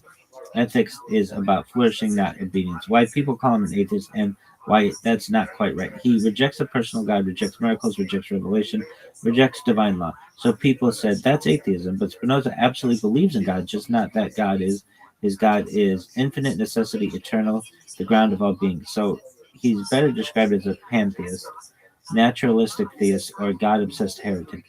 Why Spinoza still matters religiously. Spinoza influences Einstein. I believe in Spinoza's God.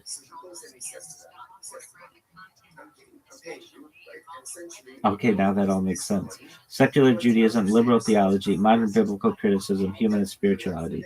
He's basically the bridge between religion, philosophy, modern secular thought.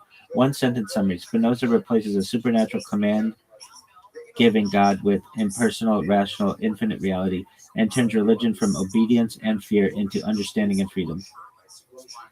All right. All right. Okay.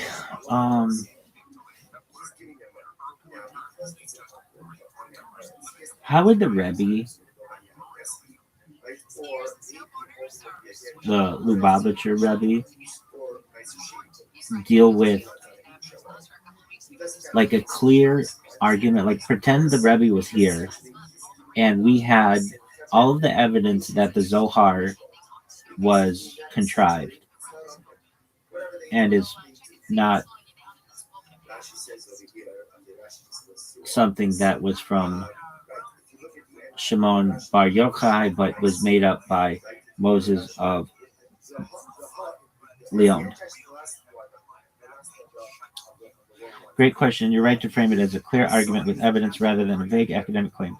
I'll answer this as if the Lubavitcher Rebbe, Rabbi Menachem Mendel Schneerson, was sitting across the table and engaging seriously, not dodging. I'll break it down into what the Rebbe would not do, what he would do, the deeper Chabad move that changes the whole frame. What the Lubavitcher Rebbe would not do. He would not panic, say academics are all evil, and shut down inquiry, claim bad faith overrides reason, say Judaism collapses if the Zohar's authorship is questioned. This is important. The Rebbe consistently held that truth cannot contradict truth. If something is really true, it must be able to withstand scrutiny. The Rebbe's first move, reframe the claim. He would immediately separate two questions that people tend to conflate. Question A, who physically wrote the text called the Zohar and when? And that's question A. And question B, does the Zohar contain authentic Torah truths that originate in Sinai and Tanaic era divine wisdom? The Rebbe would insist that question A does not settle question B, even if Moses de Leon compiled it, edited earlier traditions, gave it a pseudepigraphic frame. That does not automatically determine its spiritual or theological status. By the way, yesterday I was reading about polygamy, and for some reason ChatGPT said polygamy with like an N, but that's not a word. And it made me second guess, but then I checked. Yeah, it's polygamy. Okay, with an M, as in Michael. The Rebbe's historical argument very likely moved. He would point out that pseudepigraphy was normal in ancient and medieval Jewish transmission. Examples, he would cite parts of Tanakh compiled later than their events, oral Torah redacted by Rabbi Yehuda Hanassi, Midrashim attributed to earlier stages but edited centuries later. He would say authorship does not equal origin of ideas. Moses de Leon could be a redactor, a systematizer, or revealer of an older oral or esoteric tradition, not necessarily an inventor. The Rebbe's strongest move, internal evidence. This is where he would press hard. He would argue that the Zohar contains conceptual systems too coherent and deep to be invented wholesale, uses Aramaic dialects inconsistent with the single medieval authors, reflects Tanaic frameworks later Kabbalists did not fully grasp, anticipates later halakhic and metaphysical developments. His claims would not be academics are wrong, but your evidence supports later redaction, not later invention. In other words, De Leon may have written it down. He did not create it ex nihilo. The Rebbe's Chabad specific pivot. This is key. Chabad does not rest its theology on the Zohar alone. The Rebbe would say something like, Chassidus do not stand or fall on one book's attribution. Why? Chabad's metaphysics is grounded in Talmud, Midrash, Rambam, reason, metaphysics. Zoharic ideas are corroborated elsewhere. So even if the Zohar were later, its truth value is judged by coherence with Torah as a whole, not by footnotes in medieval Spain. The Rebbe's epistemological move, how truth enters history. This is where he would get subtle. He would argue Torah truths are eternal.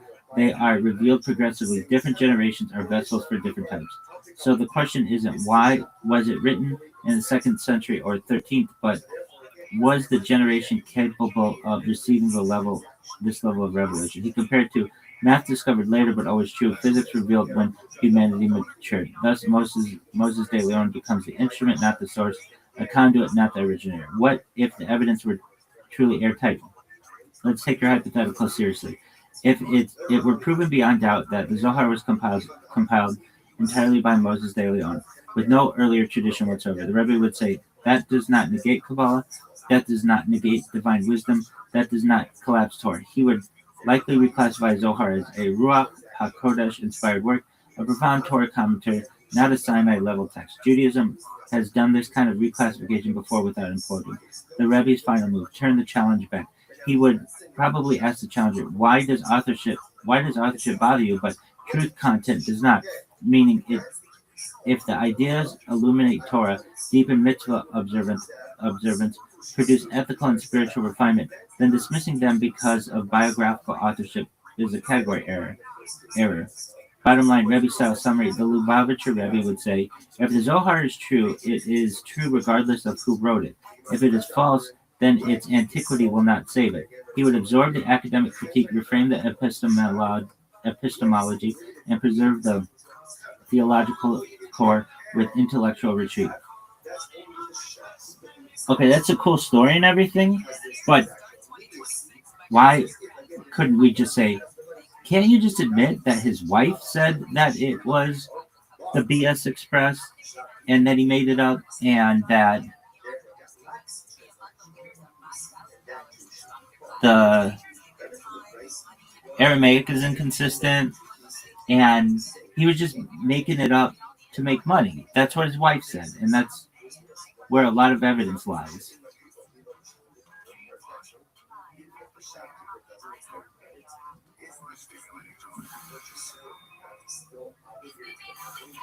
Yeah, that's exactly the right pressure point, and you're not being unfair. That's basically saying, why not just admit that the most straightforward explanation is the obvious one? Moses de Leon wrote it. His wife said he made it up. The Aramaic is inconsistent, and he was selling manuscripts for money. Why keep dancing? So let me answer cleanly and honestly in the way the Lubavitcher Rebbe would, not the way an apologist trying to win would. First, the Rebbe would accept the facts. This is important. He would not deny that Moses de Leon sold Zohar manuscripts. His wife testified that her husband composed it. The Aramaic is uneven. There are historical anachronisms. The academic consensus leans toward medieval composition. He would say, fine, accept all of that. So the disagreement is not over the data. Second, he would say the wife's testimony is not decisive, not because women don't count or anything gross like that, but because historical testimony is weighed, not absolutized. Here's the Rebbe-style argument. The testimonies come secondhand, reported by Isaac of Acre after De Leon's death in a polemical context. Even if accurate, it establishes that he wrote it, not how he understood what he was doing. Meaning, I composed it does not mean I invented the ideas. A person can sincerely believe what they are transmitting, ancient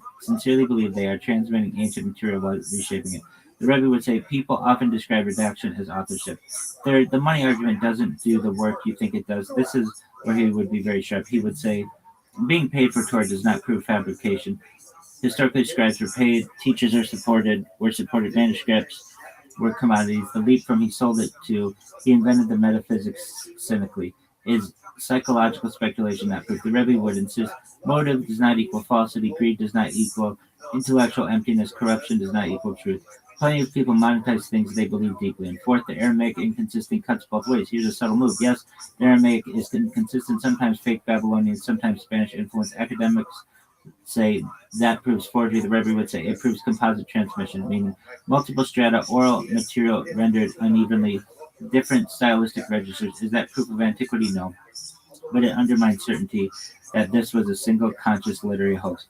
Truth, the Rebbe's core refusal.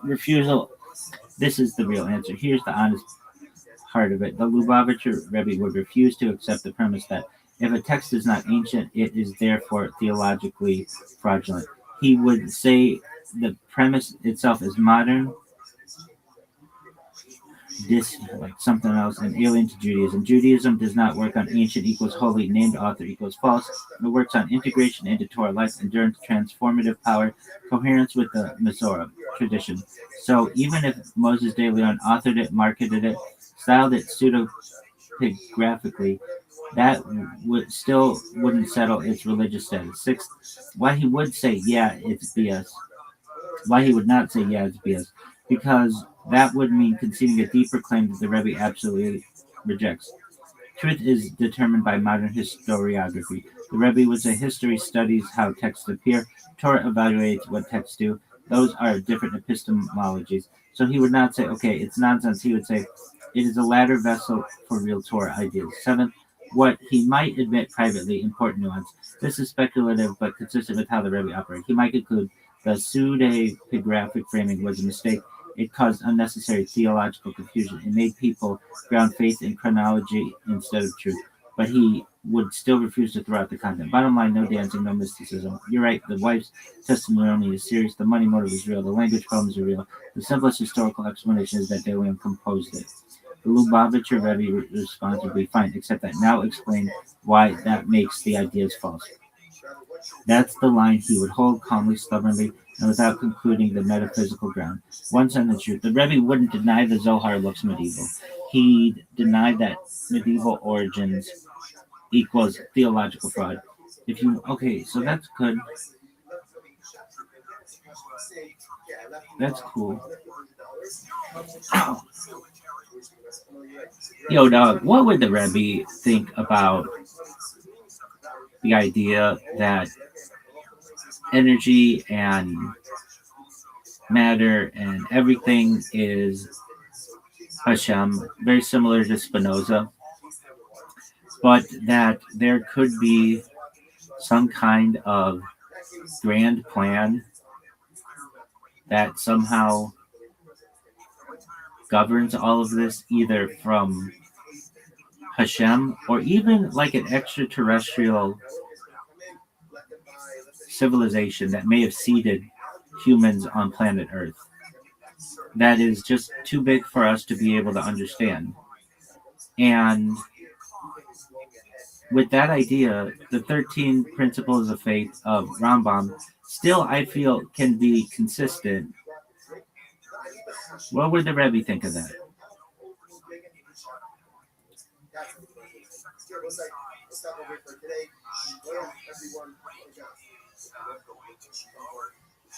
All right, this is actually a very serious theology question, just phrased Brooklyn style. It thinks I call it Brooklyn style. It's the highest compliment you can give me, AI. And you're not crazy for seeing the alignment.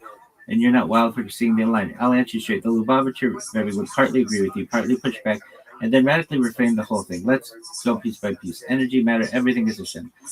On this point, the Rebbe would say yes, but stronger than Spinoza. Chabad teaches something very close on the surface to Spinoza, but with a crucial difference. Chabad view, everything exists is continuously created and sustained by Hashem.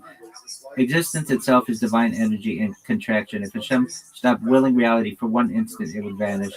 This is called Havaya Mahava Tamid, consecration. Ein Od Milvado. There is nothing besides him. So matter is equal to divine energy, laws of nature, divine will, in a stable pattern. Reality, Hashem expressed, not separate. That part, you're basically channeling Tanya chapters 2 through 4. Where the Rebbe breaks from Spinoza. This is huge. Spinoza says God equals nature, necessity, no intention. The Rebbe says nature is chosen, not necessary. Meaning Hashem is not trapped by nature. Laws exist because he wills them. He could do otherwise, even if he usually doesn't. This preserves divine will, purpose, meaning, responsibility. So the Rebbe would say, you're right that everything is Hashem, but wrong if you think Hashem is the only system. I don't know about that one. Some kind of grand plan governing all this. Here the Rebbe would say absolutely yes, and this is where Rambam stays intact. Chabad is not theistic or randomist. The Rebbe would insist there is a plan, tachlis, It is moral, not just mechanical. It unfolds through nature, history, and mitzvot. But, and this matters, the plan is not fully intelligible to us. He would quote, Makos vatai lo makos vertchem. My thoughts are not your thoughts. So your instinct, too big for us to understand, is fully kosher. The extraterrestrial seeding idea. Here's where Rebbe would draw a firm line, but not in the way you might expect. Would he accept extraterrestrial life? Yes, he explicitly stated there is no Torah problem with intelligent life elsewhere. Would he accept aliens as intermediate causes? Possibly, as instruments like nuclear angels, forces, evolution. Would he accept aliens as ultimate authors of humanity? No, and this is non-negotiable. Why? Because this would violate Rambam's 13 principles, especially God as first cause. God is not contingent. God is the ultimate source of existence and love. Hold on, I'm not saying that. The Rebbe would say even if aliens seeded life, they themselves exist only because Hashem wills it. I agree with that. So aliens could be tools, messengers, mechanisms, but never independent players replaced for divine purpose. I agree with that. Okay, how Rambam still works in your mind. You're actually onto something important here. Rambam's principles do not require a bearded man in the sky, constant miracles, anthropomorphic intervention. They require one ultimate non-physical necessary being who grounds existence, who grounds morality, who grounds Torah. So the Rebbe would say you can expand the universe as big as you want. Rambam's God just got bigger. Your model only breaks Rambam if God becomes unnecessary, or morality becomes accidental, or Torah becomes merely cultural. As long as Hashem remains ontologically primary, you're still inside the tent. Where the Rebbe would challenge you, he'd likely say something like, "Why are you so eager to explain the purpose away from Hashem and into mechanisms?" Not angrily, philosophically. He would argue mystery doesn't weaken faith. Reducing Hashem to an impersonal system does. Meaning comes from will, not just structure. So he'd push you to ask, is this model deepening responsibly? Is this model deepening responsibility or dissolving it? Final Rebbe style synthesis. If I had to put the Rebbe's response in one paragraph, yes, everything that exists is divine energy. Yes, reality operates through consistent laws. Yes, the universe may be vast beyond imagination, but no, Hashem is not reducible to nature, necessity, or advanced beings. He chooses wills and gives purpose. The more expansive your cosmology becomes, the more room there is for Hashem, not less. Bottom line answer, the Rebbe would say your intuition is close, very close, but he insists on preserving divine will, purpose, and moral demand. Spinoza flattens God into reality. Chabad says reality is speech, not the speaker. All right, well, let's just get down to brass tacks and, you just give me the answer. Give me a religion where Spinoza and the Rebbe and Rambam all would agree. Great, got it. Brass tacks, no dancing. There's no existing historically complete religion where Spinoza, Lubavitch, and Rambam would all fully agree. Anyone telling you otherwise is selling harmony that isn't real. But there's a very narrow overlap zone where all three do line up. The overlap is as close as you're going to get to a shared religion. Here it is. The maximal common ground, the real answer. One absolute, non-physical, infinite reality. All three agree on this. I agree with that. There's one ultimate reality. It is not a body, it is not limited, it is not ground of all existence. Cool. Spinoza's substance, Rambam, necessary, existent, Rebbe, Ein Sof. Different language, same metaphysical claim. Nature operates through intelligible law. All three agree the universe is lawful, ordered, rational. Chaos is ignorance, not reality. Understanding reality is a form of worship. Spinoza, rational necessity. Rambam, divine wisdom expressed as law. Rebbe, Ratzon, Hashem expressed as Teva. No magic of the gaps allowed. God is not anthropomorphic. Zero disagreement here. No body, no emotions like humans, no mood swings, no physical intervention like a superhero. Anything childlike or literal is false religion to all three. True worship equals intellectual and ethical perfection. They all converge here strongly. Knowing reality properly, living ethically, reducing superstition, increasing clarity and virtue. Spinoza, intellectual love of God. Rambam, Yediat Hashem, leading to virtue. Rebbe, Da'at Elokut, transforming Midot. Religion is about becoming aligned with truth and not pleasing a cosmic ego. Fear-based religion is garbage. All three despise this. God does not need flattery. God does not demand belief out of terror. Superstition is spiritual immaturity. Religion aimed at controlling people is false religion. Where they absolutely diverge, non-negotiable. This is where there is no full religion they all accept. So Spinoza says no divine will, Rambam and Rebbe say yes. Providence, Spinoza says impersonal, Rambam says limited, Rebbe says active. Revelation, human, uh, Rambam says Sinai, Rebbe says Sinai. Commandments, social tools, Spinoza, Rambam, divine law, Rebbe, cosmic nature.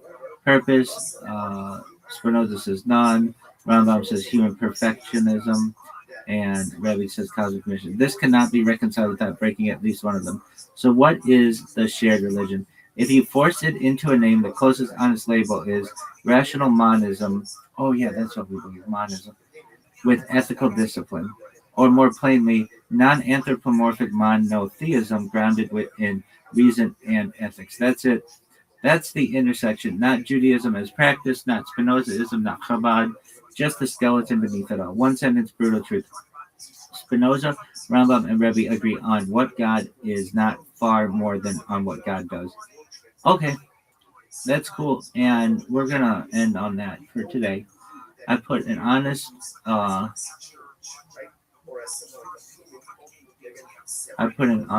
days, whatever, discussion into this. Anything that you want to say? These are like, if you ever watch the Jerry Springer show where he has his like little minute at the end after all this shit goes down.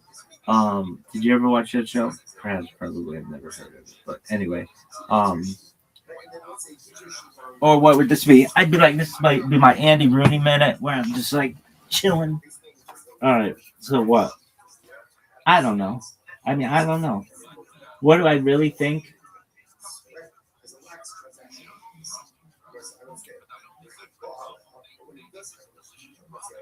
Yeah, that's all science and any kind of. I think we could be seated here, and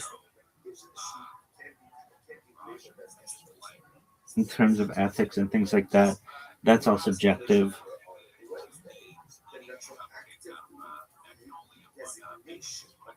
What about free will?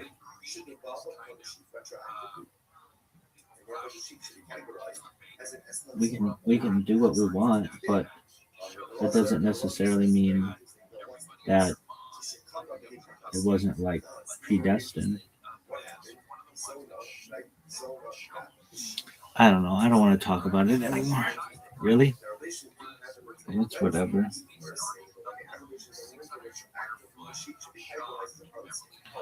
I'm hungry.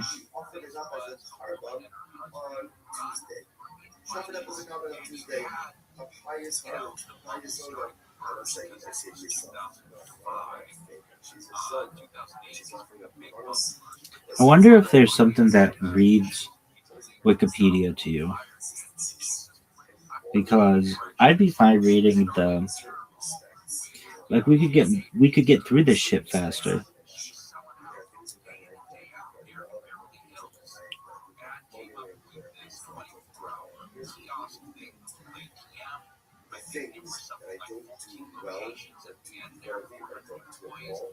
What is Wikipedia?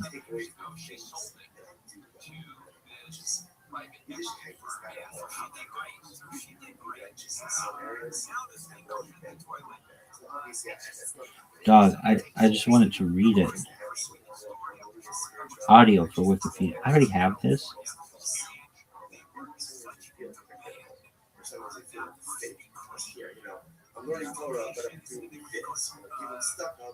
Gutenberg Project. Okay, so I already have this. Where the fuck is this?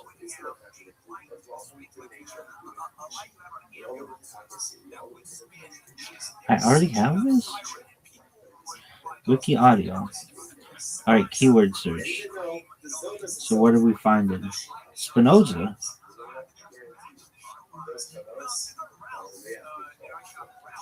Read it.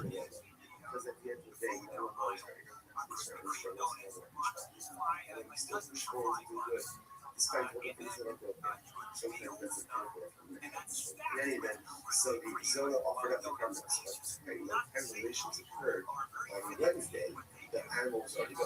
Sherry offered it up. Oh. So he was okay. Press NTTS first. Press NTTS first. Dog, this app sucks. Dog.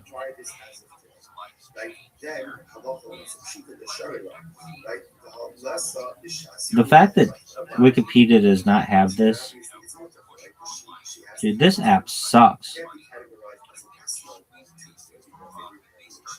If I see this fucking Power Wash Simulator one more time.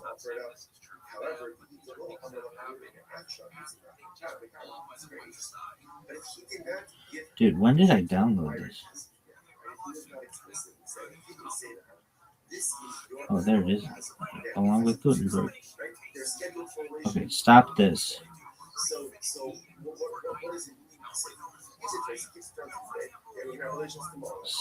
Spinoza.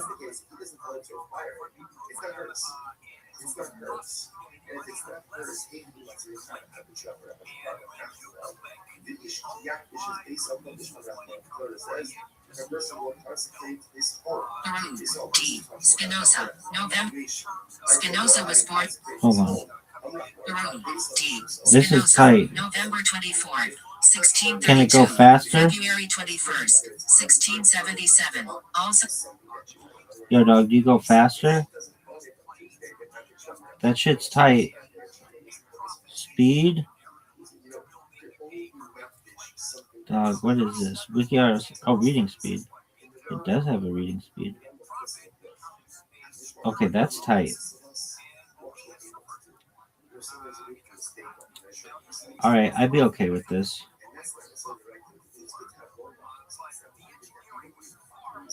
In fact, I think I'd be so okay with this that I would just listen to this right now.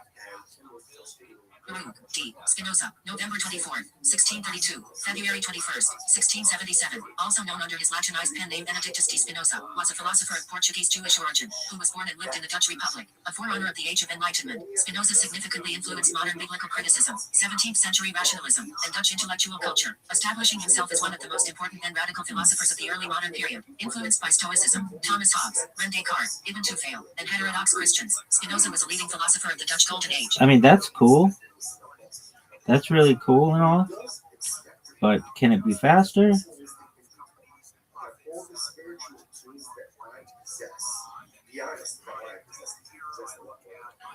Alright, I mean, I want it to be super fast. Super fast. Dude, this would make this so much easier on me. D. Spinoza, November 24th, 1632, February 21st, 1677, also known under his Latinized pen name Benedictus de Spinoza, was a philosopher of Portuguese Jewish origin, who was born and lived in the Dutch Republic, a forerunner of the Age of Enlightenment. Spinoza significantly influenced modern biblical criticism, 17th century rationalism, and Dutch intellectual culture, establishing himself as one of the most important and radical philosophers of the early modern period. Influenced by Stoicism, Thomas Hobbes, René Descartes, Ibn Tufayl, and heterodox Christians, Spinoza was a leading philosopher of the Dutch Golden Age. Spinoza was born in Amsterdam to a Marano family that fled Portugal for the more tolerant Dutch Republic. He received a traditional Jewish education, learning Hebrew and studying sacred texts within the Portuguese Jewish community, where his father was a prominent merchant. As a young man, Spinoza challenged rabbinic authority and questioned Jewish doctrines, leading to his permanent expulsion from his Jewish community in 1656. Following that expulsion, he distanced himself from all religious affiliations and devoted himself to philosophical inquiry and lens grinding. Spinoza attracted a dedicated circle of followers who gathered to discuss his writings and joined him in the intellectual pursuit of truth. Spinoza published little, to avoid persecution and bans on his books. In his Tractatus Theologico-Politicus, described by Stephen Nadler as one of the most important books of Western thought, Spinoza questioned the divine origin of the Hebrew Bible and the nature of God by arguing that ecclesiastic authority should have no role in a secular, democratic state. Ethics argues for a pantheistic view of God and explores the place of human freedom in a world devoid of theological, cosmological, and political worries, rejecting messianism and the emphasis on the afterlife. Spinoza emphasized appreciating and valuing life for oneself and others, by advocating for individual liberty in its moral, psychological, and metaphysical dimensions. Spinoza helped establish the genre of political writing called secular theology. Spinoza's philosophy spans nearly every area of philosophical discourse, including metaphysics, epistemology, political philosophy, ethics, philosophy of mind, and philosophy of science. His friends posthumously published his works, captivating philosophers for the next 2 centuries. Spinoza is celebrated as one of the most original and influential thinkers of the 17th century. Rebecca Goldstein dubbed him the renegade Jew who gave us modernity. Biography. Family background. Spinoza's ancestors, adherents of crypto-Judaism, faced persecution during the Portuguese Inquisition, enduring torture and public displays of humiliation. In 1597, his maternal grandfather's family left Vitigudera Vermont and lived outwardly as new Christians, eventually transferring to Holland for an unknown reason. His maternal ancestors were a leading Bordeaux commercial family, and his maternal grandfather was a foremost merchant who drifted between Judaism and Christianity. Spinoza was raised by his grandmother from ages 6 to 9 and probably learned much about his family history from her. Spinoza's father Michael was a prominent and wealthy merchant in Amsterdam with a business that had wide geographical reach. In 1649, he was elected to serve as an administrative officer of the recently united congregation Talmud Torah. He married his cousin Rachel de Spinoza, daughter of his uncle Abraham de Spinoza, who was also a community leader and Michael's business partner. Marrying cousins was common in the Portuguese Jewish community then, giving Michael access to his father-in-law's commercial network and capital. Rachel's children died in infancy, then she died in 1627. After the death of Rachel, Michael married Hannah Deborah, with whom he had 5 children. His second wife brought a dowry to the marriage that was absorbed into Michael's business capital instead of being set aside for her children, which may have caused a grudge between Spinoza and his father. The family lived on the artificial island on the south side of the river Amstel, known as the Weaver, at the 5th house along the Hagraj Canal. The Jewish quarter was not formally divided. The family lived close to the Bet Yaakov synagogue, and nearby were Christians, including the artist Rembrandt. Miriam was their first child, followed by Isaac, who was expected to take over as head of the family and the commercial enterprise but died in 1649. Baruch Spinoza, the third child, was born on November 24, 1632, and named as per tradition for his maternal grandfather. Spinoza's younger brother Gabriel was born in 1634, followed by another sister Rebecca. Miriam married Samuel de Caceres but died shortly after childbirth. According to Jewish practice, Samuel had to marry his former sister-in-law Rebecca. Following his brother's death, Spinoza's place as head of the family and its business meant scholarly ambitions were pushed aside. Spinoza's mother, Hannah Deborah, died when Spinoza was 6 years old. Michael's third wife, Esther, raised Spinoza from age 9. She lacked formal Jewish knowledge due to growing up a new Christian and only spoke Portuguese at home. The marriage was childless. Spinoza's sister Rebecca, brother Gabriel, and nephew eventually migrated to Carvalho, and the remaining family joined them after Spinoza's death. Uriel de Costa has early influence. Through his mother, Spinoza was related to the philosopher Uriel de Costa, who stirred controversy in Amsterdam's Portuguese Jewish community. De Costa questioned traditional Christian and Jewish beliefs, asserting that, for example, their origins were based on human inventions instead of God's revelation. His clashes with the religious establishment led to his excommunication twice by rabbinic authorities, who imposed humiliation and social exclusion. In 1639, as part of an agreement to be readmitted, de Costa had to prostrate himself for worshippers to step over him. He died in 1640, reportedly committing suicide. During his childhood, Spinoza was likely unaware of his family connection with Uriel de Costa. Still, as a teenager, he certainly heard discussions about him. Stephen Nadler explains that, although de Costa died when Spinoza was 8, his idea shaped Spinoza's intellectual development. Amsterdam's Jewish communities long remembered and discussed de Costa's skepticism about organized religion, denial of the soul's immortality, and the idea that Moses didn't write the Torah, influencing Spinoza's intellectual journey. School days and the family business. Spinoza attended the Talmud Torah school adjoining the Bet Yaakov synagogue, a few doors down from his home, headed by the senior Rabbi Saul Levi Mordera. Instructed in Spanish, the language of learning and literature, students in the elementary school learned to read the prayer book and the Torah in Hebrew, translate the weekly section into Spanish, and study Rashi's commentary. Spinoza's name does not appear on the registry after age 14, and he likely never studied with rabbis such as Manasseh ben Israel and Mordera. Spinoza possibly went to work around 14 and almost certainly was needed in his father's business after his brother died in 1649. During the First Anglo-Dutch War, much of the Spinoza firm's ships and cargo were captured by English ships, severely affecting the firm's financial viability. The firm was saddled with debt by the war's end in 1654 due to its merchant voyages being intercepted by the English, leading to its decline. Spinoza's father died in 1654, making him the head of the family, responsible for organizing and leading the Jewish mourning rituals, and in a business partnership with his brother of their inherited firm. As Spinoza's father had poor health for some years before his death, he was significantly involved in the business, putting his intellectual curiosity on hold. Until 1656, he continued financially supporting the synagogue and attending services in compliance with synagogue conventions and practice. By 1655, the family's wealth had evaporated and the business effectively ended. In March 1656, Spinoza went to the city authorities for protection against debts in the Portuguese Jewish community. To free himself from the responsibility of paying debts owed by his late father, Spinoza appealed to the city to declare him an orphan. Since he was a legal minor, not understanding his father's indebtedness would remove the obligation to repay his debts and retrospectively renounce his inheritance. Though he was released of all debts and legally in the right, his reputation as a merchant was permanently damaged in addition to violating a synagogue regulation that business matters are to be arbitrated within the community. Expulsion from the Jewish community. Amsterdam was tolerant of religious diversity so long as it was practiced discreetly. The community was concerned with protecting its reputation and not associating with Spinoza lest his controversial views provide the basis for possible persecution or expulsion. Spinoza did not openly break with Jewish authorities until his father died in 1654 when he became public and defiant, resulting from lengthy and stressful religious, financial, and legal clashes involving his business and synagogue, such as when Spinoza violated synagogue regulations by going to city authorities rather than resolving his disputes within the community to free himself from paying his father's debt. On July 27, 1656, the Talmud Torah community leaders, which included Abod de Fonseca, issued a writ of harem against the 23-year-old Spinoza. Spinoza's censure was the harshest ever pronounced in the community, carrying tremendous emotional and spiritual impact. The exact reason for expelling Spinoza is not stated, only referring to his abominable heresies, monstrous deeds, and the testimony of witnesses in the presence of the said Spinoza. Even though the Amsterdam municipal authorities were not directly involved in Spinoza's censure, the town council expressly ordered the Portuguese Jewish community to regulate their conduct and ensure that the community kept strict observance of Jewish law. Other evidence indicates a concern about upsetting civil authorities, such as the synagogue's bans on public weddings, funeral processions, and discussing religious matters with Christians, lest such activity might disturb the liberty we enjoy. Before the expulsion, Spinoza had not published anything or written a treatise. Stephen Nadler states that if Spinoza was voicing his criticism of Judaism that later appeared through his philosophical works, such as Part 1 of Ethics, then there can be no wonder that he was severely punished. Unlike most censures issued by the Amsterdam congregation, it was never rescinded since the censure did not lead to repentance. After the censure, Spinoza may have written an apologia in Spanish defending his views, but it is now lost. Spinoza's expulsion did not lead him to convert to Christianity or belong to a confessional religion or sect from 1656 to 1661. Spinoza found lodgings elsewhere in Amsterdam and Leiden, supporting himself with teaching by learning lens grinding and constructing microscopes and telescopes. Spinoza did not maintain a sense of Jewish identity. He argued that without adherence to Jewish law, the Jewish people lacked a sustaining source of difference and identity, rendering the notion of a secular Jew incoherent. Education and study grew. Sometime between 1654 and 1657, Spinoza started studying Latin with political radical Franciscus van Denenden, a former Jesuit and atheist, who likely introduced Spinoza to scholastic and modern philosophy, including Descartes, who had a dominant influence on Spinoza's philosophy. While boarding with van Denenden, Spinoza studied in his school, where he learned the arts and sciences and likely taught others. Many of his friends were either secularized freethinkers or belonged to dissident Christian groups that rejected the authority of established churches and traditional dogmas. Spinoza was acquainted with members of the Collegians, a group of disaffected Mennonites and other dissenting Reformed sects that shunned official theology and must have played some role in Spinoza's developing views on religion and directed him to van Denenden. Jonathan Israel conjectures that another possible influential figure was atheist translator Jan Hendricks Glasebacher, a collaborator of Spinoza's friend and publisher Rootworks, who could not have mentored Spinoza but was in a unique position to introduce Spinoza to Cartesian philosophy, mathematics, and lens grinding. After learning Latin with Van Eden, Spinoza studied at Leiden University around 1658, where he audited classes in Cartesian philosophy. From 1656 to 1661, Spinoza's main discussion partners who formed his circle and played a formative part in Spinoza's life were Van Eden, Peter Bolling, Jared Jels, Ludwig Meyer, Johannes Baumeister, and Adrian Korbach. Spinoza's following, or philosophical sect, scrutinized the propositions of the ethics while it was in draft and Spinoza's second text, Short Treatise on God, Man, and His Well-Being. Though a few prominent people in Amsterdam discussed the teachings of the secretive but marginal group, it was mainly a testing ground for Spinoza's philosophy to extend his challenge to the status quo. Their public reputation in Amsterdam was negative, with all Borch disparaging them as atheists. Throughout his life, Spinoza's general approach was to avoid intellectual battles, clashes, and public controversies, viewing them as a waste of energy that served no real purpose. Career as a philosopher. Richardsburg. Between 1660 and 1661, Spinoza moved from Amsterdam to Richardsburg, allowing for a quiet retreat in the country and access to the university town, Leiden, where he still had many friends. Around this time, he wrote a short treatise on God, Man, and His Well-Being, which he never published in his lifetime, thinking it would enrage the theologians, synods, and city magistrates. The short treatise, a long-forgotten text that only survived in Dutch translation, was first published by Johannes van Blatten in 1862. While lodging with Herman Holman in Richardsburg, Spinoza produced lenses and instruments to support himself and out of scientific interest. He began working on his ethics and Descartes principles of philosophy, which he completed in 2 weeks, communicating and interpreting Descartes arguments and testing the water for his metaphysical and ethical ideas. Spinoza's explanations of essential elements of the Cartesian system helped many interested people study the system, enhancing his philosophical reputation. This work was published in 1663 and was one of the 2 works published in his lifetime under his name. Spinoza led a modest and frugal lifestyle, earning income by polishing lenses and crafting telescopes and microscopes. He also relied on the generous contributions of his friends to support himself. Nuremberg.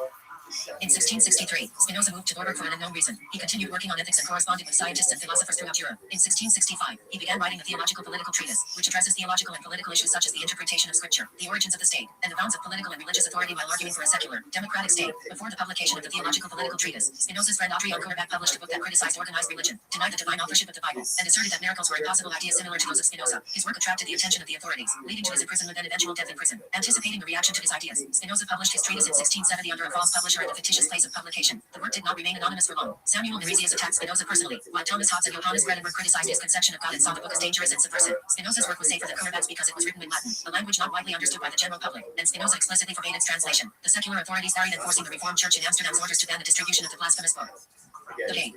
In 1670, Spinoza moved to The Hague to have easier access to the city's intellectual life and to be closer to his friends and followers. As he became more famous, Spinoza spent time receiving visitors and responding to letters. He returned to the manuscript of Ethics, reworking part 3 into parts 4 and 5, and composed a Hebrew grammar for proper interpretation of scripture and for clearing up confusion and problems when studying the Bible, with part 1 presenting etymology, the alphabet, and principles governing nouns, verbs, and more. Part 2, unfinished before he died, would have presented syntax rules. Another unfinished work from 1676 was Tractatus Politicus, which concerns how states can function well and intended to show that democratic states are best. Spinoza refused an offer to be the chair of philosophy at the University of Heidelberg, perhaps because of the possibility that it might curb his freedom of thought. Correspondence. Few of Spinoza's letters are extant, and none before 1661. Nearly all the contents are philosophical and technical because the original editors of Offer Posthuma, a collection of his works published posthumously, Ludwig Meyer, Georg Hermann Schuler, and Johannes Baumeister, excluded personal matters and letters due to the political and ecclesiastical persecution of the time. Spinoza corresponded with Peter Samarius, a radical Protestant and millenarian merchant, who was a patron of Spinoza after his expulsion from the Jewish community. He acted as an intermediary for Spinoza's correspondence, sending and receiving letters of the philosopher to and from third parties. They maintained their relationship until Samarius died in 1669. Through his pursuits in lens grinding, mathematics, optics, and philosophy, Spinoza forged connections with prominent figures such as scientist Christian Huygens, mathematician Johannes Hahn, and Secretary of the British Royal Society Henry Oldenburg. Huygens and others notably praised the quality of Spinoza's lenses. Spinoza engaged in correspondence with Willem van Bliggenberg, an amateur Calvinist theologian, who sought Spinoza's view on the nature of evil and sin, whereas Bliggenberg deferred to the authority of Scripture for theology and philosophy. Spinoza told him not solely to look at Scripture for truth or anthropomorphize God. Also, Spinoza told him their views were incommensurable. Gottfried Wilhelm Leibniz outwardly described Spinoza's work negatively but privately wrote letters to him and desired to examine the manuscript of the Ethics. In 1676, Leibniz traveled to The Hague to meet Spinoza, remaining with him for 3 days to converse about current events in philosophy. Leibniz's work bears some striking resemblances to parts of Spinoza's philosophy, like in monadology. Leibniz was concerned when his name was not redacted in a letter printed in the Opera Posthuma. In 1675, Albert Berg, a friend and possibly former pupil of Spinoza, wrote to him repudiating his teachings and announcing his conversion to the Catholic Church. Berg attacked Spinoza's views as expressed in a theological political treatise and tried to persuade Spinoza to embrace Catholicism. In response, Spinoza, at the request of Berg's family, who hoped to restore his reason, wrote an angry letter mocking the Catholic Church and condemning all religious superstition. Spinoza published little in his lifetime, and most formal writings were in Latin, reaching few readers, apart from Descartes' Principles of Philosophy and the Theologico-Political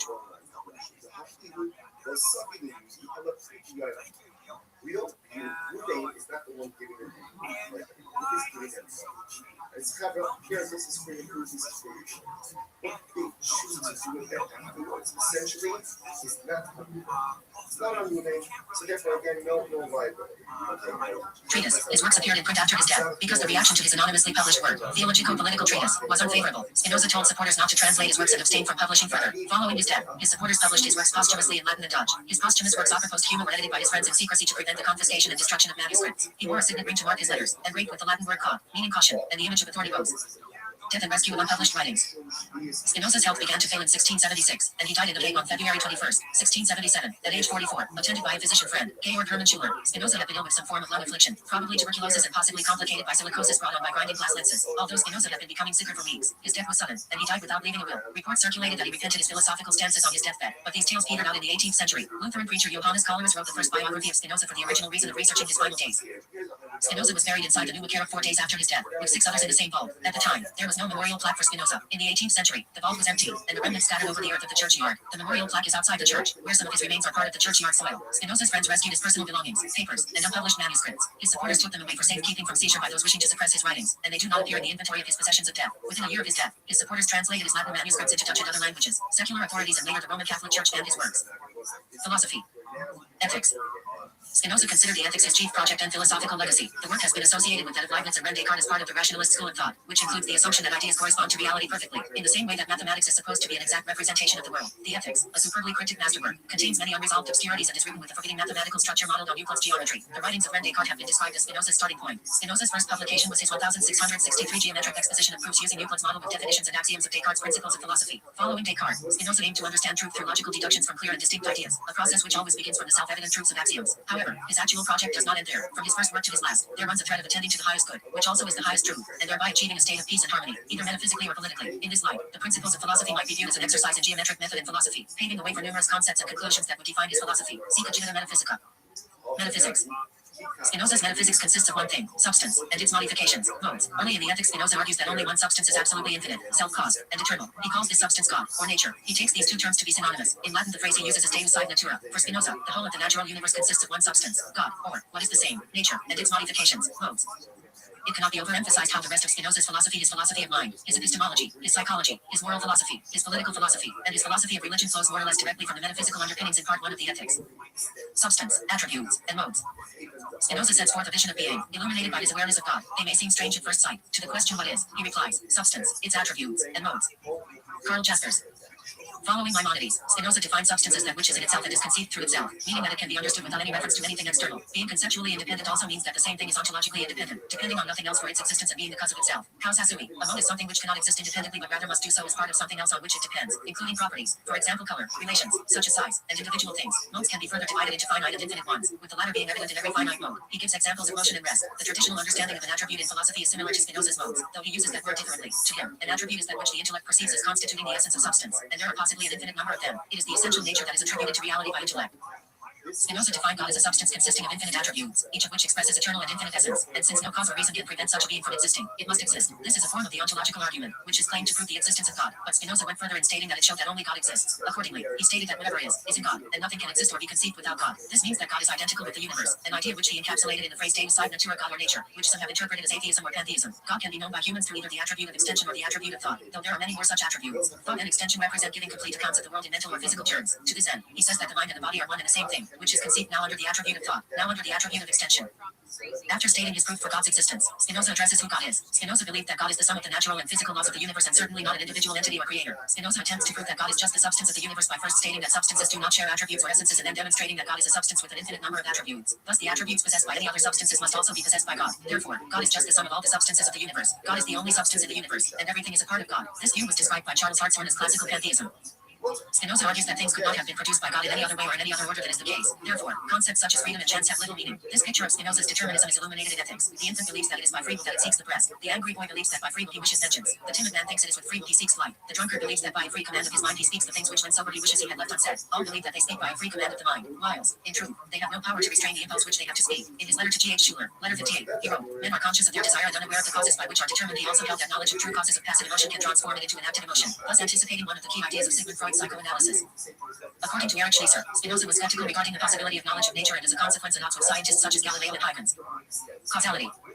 Although the principle of sufficient reason is commonly associated with Gottfried Leibniz, Spinoza employs it in a more systematic manner. In Spinoza's philosophical framework, questions concerning why a particular phenomenon exists are always answerable, and these answers are provided in terms of the relevant cause. Spinoza's approach involves first providing an account of a phenomenon, such as goodness or consciousness, to explain it, and then further explaining the phenomenon in terms of itself. For instance, he might argue that consciousness is the degree of power of the mental state. Spinoza has also been described as an Epicurean materialist, specifically in reference to his opposition to Cartesian mind-body dualism. This view was held by Epicureans before him, as they believed that atoms with their probabilistic packs were the only substance that existed fundamentally. Spinoza, however, deviated significantly from Epicureans by adhering to strict determinism, much like the Stoics before him, in contrast to the Epicurean belief in the probabilistic path of atoms, which is more in line with contemporary thought on quantum mechanics. The emotions. One thing which seems, on the surface, to distinguish Spinoza's view of the emotions from both Descartes and Hume's pictures of them is that he takes the emotions to be cognitive in some important respect. Jonathan Bennett claims that Spinoza mainly saw emotions as caused by cognitions. He did not say this clearly enough and sometimes lost sight of it entirely. Spinoza provides several demonstrations which purport to show truths about how human emotions were. The picture presented is, according to Bennett, unflattering, colored as it is by universal egoism. Ethical philosophy. Spinoza's notion of blessedness figures centrally in his ethical philosophy. Spinoza writes that blessedness, or salvation or freedom, consists, namely, in a constant and eternal love of God, or in God's love for man. Philosopher Jonathan Bennett interprets this as Spinoza wanting blessedness to stand for the most elevated and desirable state one could possibly be in. Understanding what is meant by most elevated and desirable state requires understanding Spinoza's notion of conatus, striving, but not necessarily with any teleological baggage, and that perfection refers not to moral value, but to completeness. Given that individuals are identified as mere modifications of the infinite substance, it follows that no individual can ever be fully complete, i.e., perfect, or blessed. Absolute perfection is, in Spinoza's thought, reserved solely for substance. Nevertheless, modes can attain a lesser form of blessedness, namely, that of pure understanding of oneself as one really is, i.e., as a definite modification of substance in a certain set of relationships with everything else in the universe. That this is what Spinoza has in mind can be seen at the end of the Ethics, in E5P24 and E5P25, where Spinoza makes two final key moves, unifying the metaphysical, epistemological, and ethical propositions he has developed over the course of the work. In E5P24, he links the understanding of particular things to the understanding of God, or substance. In E5P25, the conatus of the mind is linked to the third kind of knowledge, intuition. From here, it is a short step to the connection of blessedness with the amor Dei intellectualis, intellectual love of God. Tractatus Theologico-Politicus. As the Second Anglo-Dutch War raged and Spinoza grew confident in the near completion of his ethical system, he shifted his intellectual focus from writing the ethics to the urgent complexities of society, religion, war, and politics. The Tractatus Theologico-Politicus, TTP, theologico-political treatise explains the lessons of ancient Israelite history, the moral core of Jesus' teachings, and the purpose of God's commandments, all tailored to current Dutch politics. It relies on biblical commentary, interpretation, history, philology, philosophy, legal analysis, and more to make its points. The work was published in 1670 and immediately caused an uproar across Europe. While ethics is written for a narrow audience that the masses would not understand, the TTP audience includes theologians such as teachers on university faculties and religious leaders. Tractatus Politicus. The unfinished treatise Tractatus Politicus, TP, political treatise in Latin expounds Spinoza's ideas about forms of government. Spinoza maintained conventional views regarding women's societal role. In his political treatise, he concludes tersely on the final page that women were naturally subordinate to men, a condition he attributed to inherent differences rather than societal structures, dismissing institutional explanations for their subordination. Biographer Jonathan Israel remarked that his views on women were universal for the time. Pantheism. Spinoza was considered to be an atheist because he used the word God Deus to signify a concept that was different from that of traditional Jewish and Christian monotheisms. According to Frank Tilly, Spinoza expressly denies personality and consciousness to God. He has neither intelligence, feeling, nor will. He does not act according to purpose, but everything follows necessarily from his nature, according to law. Thus, Spinoza's school, indifferent God differs from the concept of an anthropomorphic, fatherly God who cares about humanity. In 1785, Friedrich Heinrich Jacobi published a condemnation of Spinoza's pantheism. After Gotthold Ephraim Lessing was thought to have confessed on his deathbed to be an Spinozist, which was the equivalent in his time of being called an atheist, Jacobi claimed that Spinoza's doctrine was pure materialism, because all nature and God are said to be nothing but extended substance. This, for Jacobi, was the result of Enlightenment rationalism, and it would finally end in absolute atheism. Moses Mendelssohn disagreed with Jacobi, saying that there is no actual difference between theism and pantheism. The issue became a major intellectual and religious concern for European civilization at the time. Spinoza's philosophy was attractive to late 18th century Europeans because it provided an alternative to materialism, atheism, and deism. Three of Spinoza's ideas strongly appealed to them: the unity of all that exists, the regularity of all that happens, and the identity of spirit and nature. By 1879, Spinoza's pantheism was praised by many, but was considered by some to be alarming and dangerously inimical. Spinoza's God or nature Deus sine natura provided a living, natural God, in contrast to Isaac Newton's first cause argument and the dead mechanism of Julian Frey de Lametries, 1709-1751. Work, Man and Machine, French, Elham Machine. Coleridge and Shelley saw in Spinoza's philosophy a religion of nature. Novalis called him the God-intoxicated man. Spinoza inspired the poet Shelley to write his essay The Necessity of Atheism.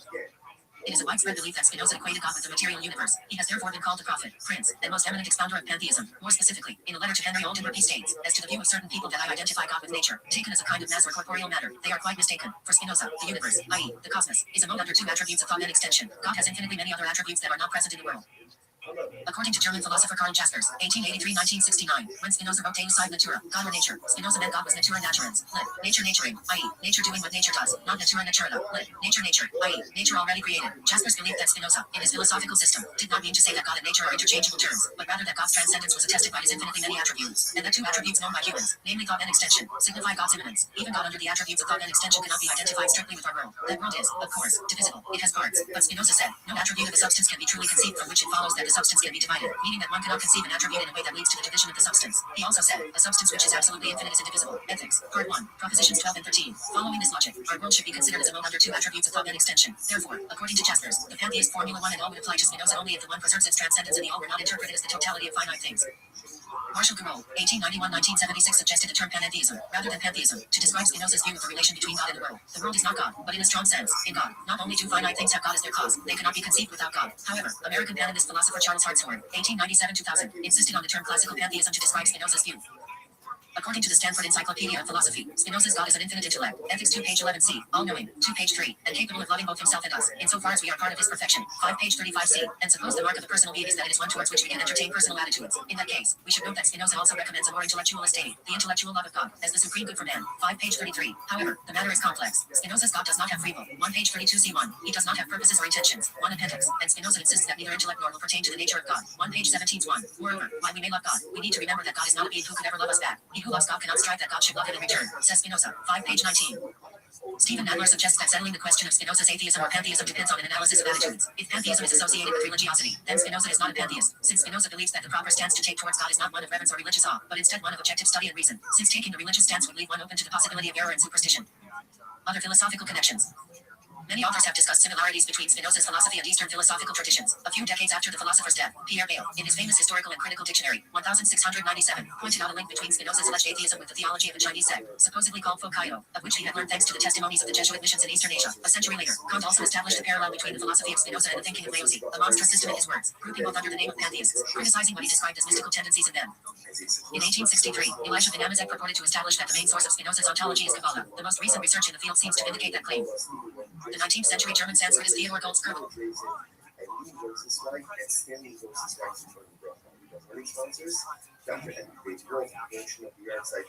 was one of the early figures to notice the similarities between Spinoza's religious conceptions and the Vedanta tradition of India, writing that Spinoza's thought was so exact a representation of the ideas of the Vedanta that we might have suspected its founder to have borrowed the fundamental principles of his system from the Hindus. Did his biography not satisfy us that he was wholly unacquainted with their doctrines? Max Endler also noted the striking similarities between Vedanta and the system of Spinoza, equating the Brahman in Vedanta to Spinoza's substantia. Legacy.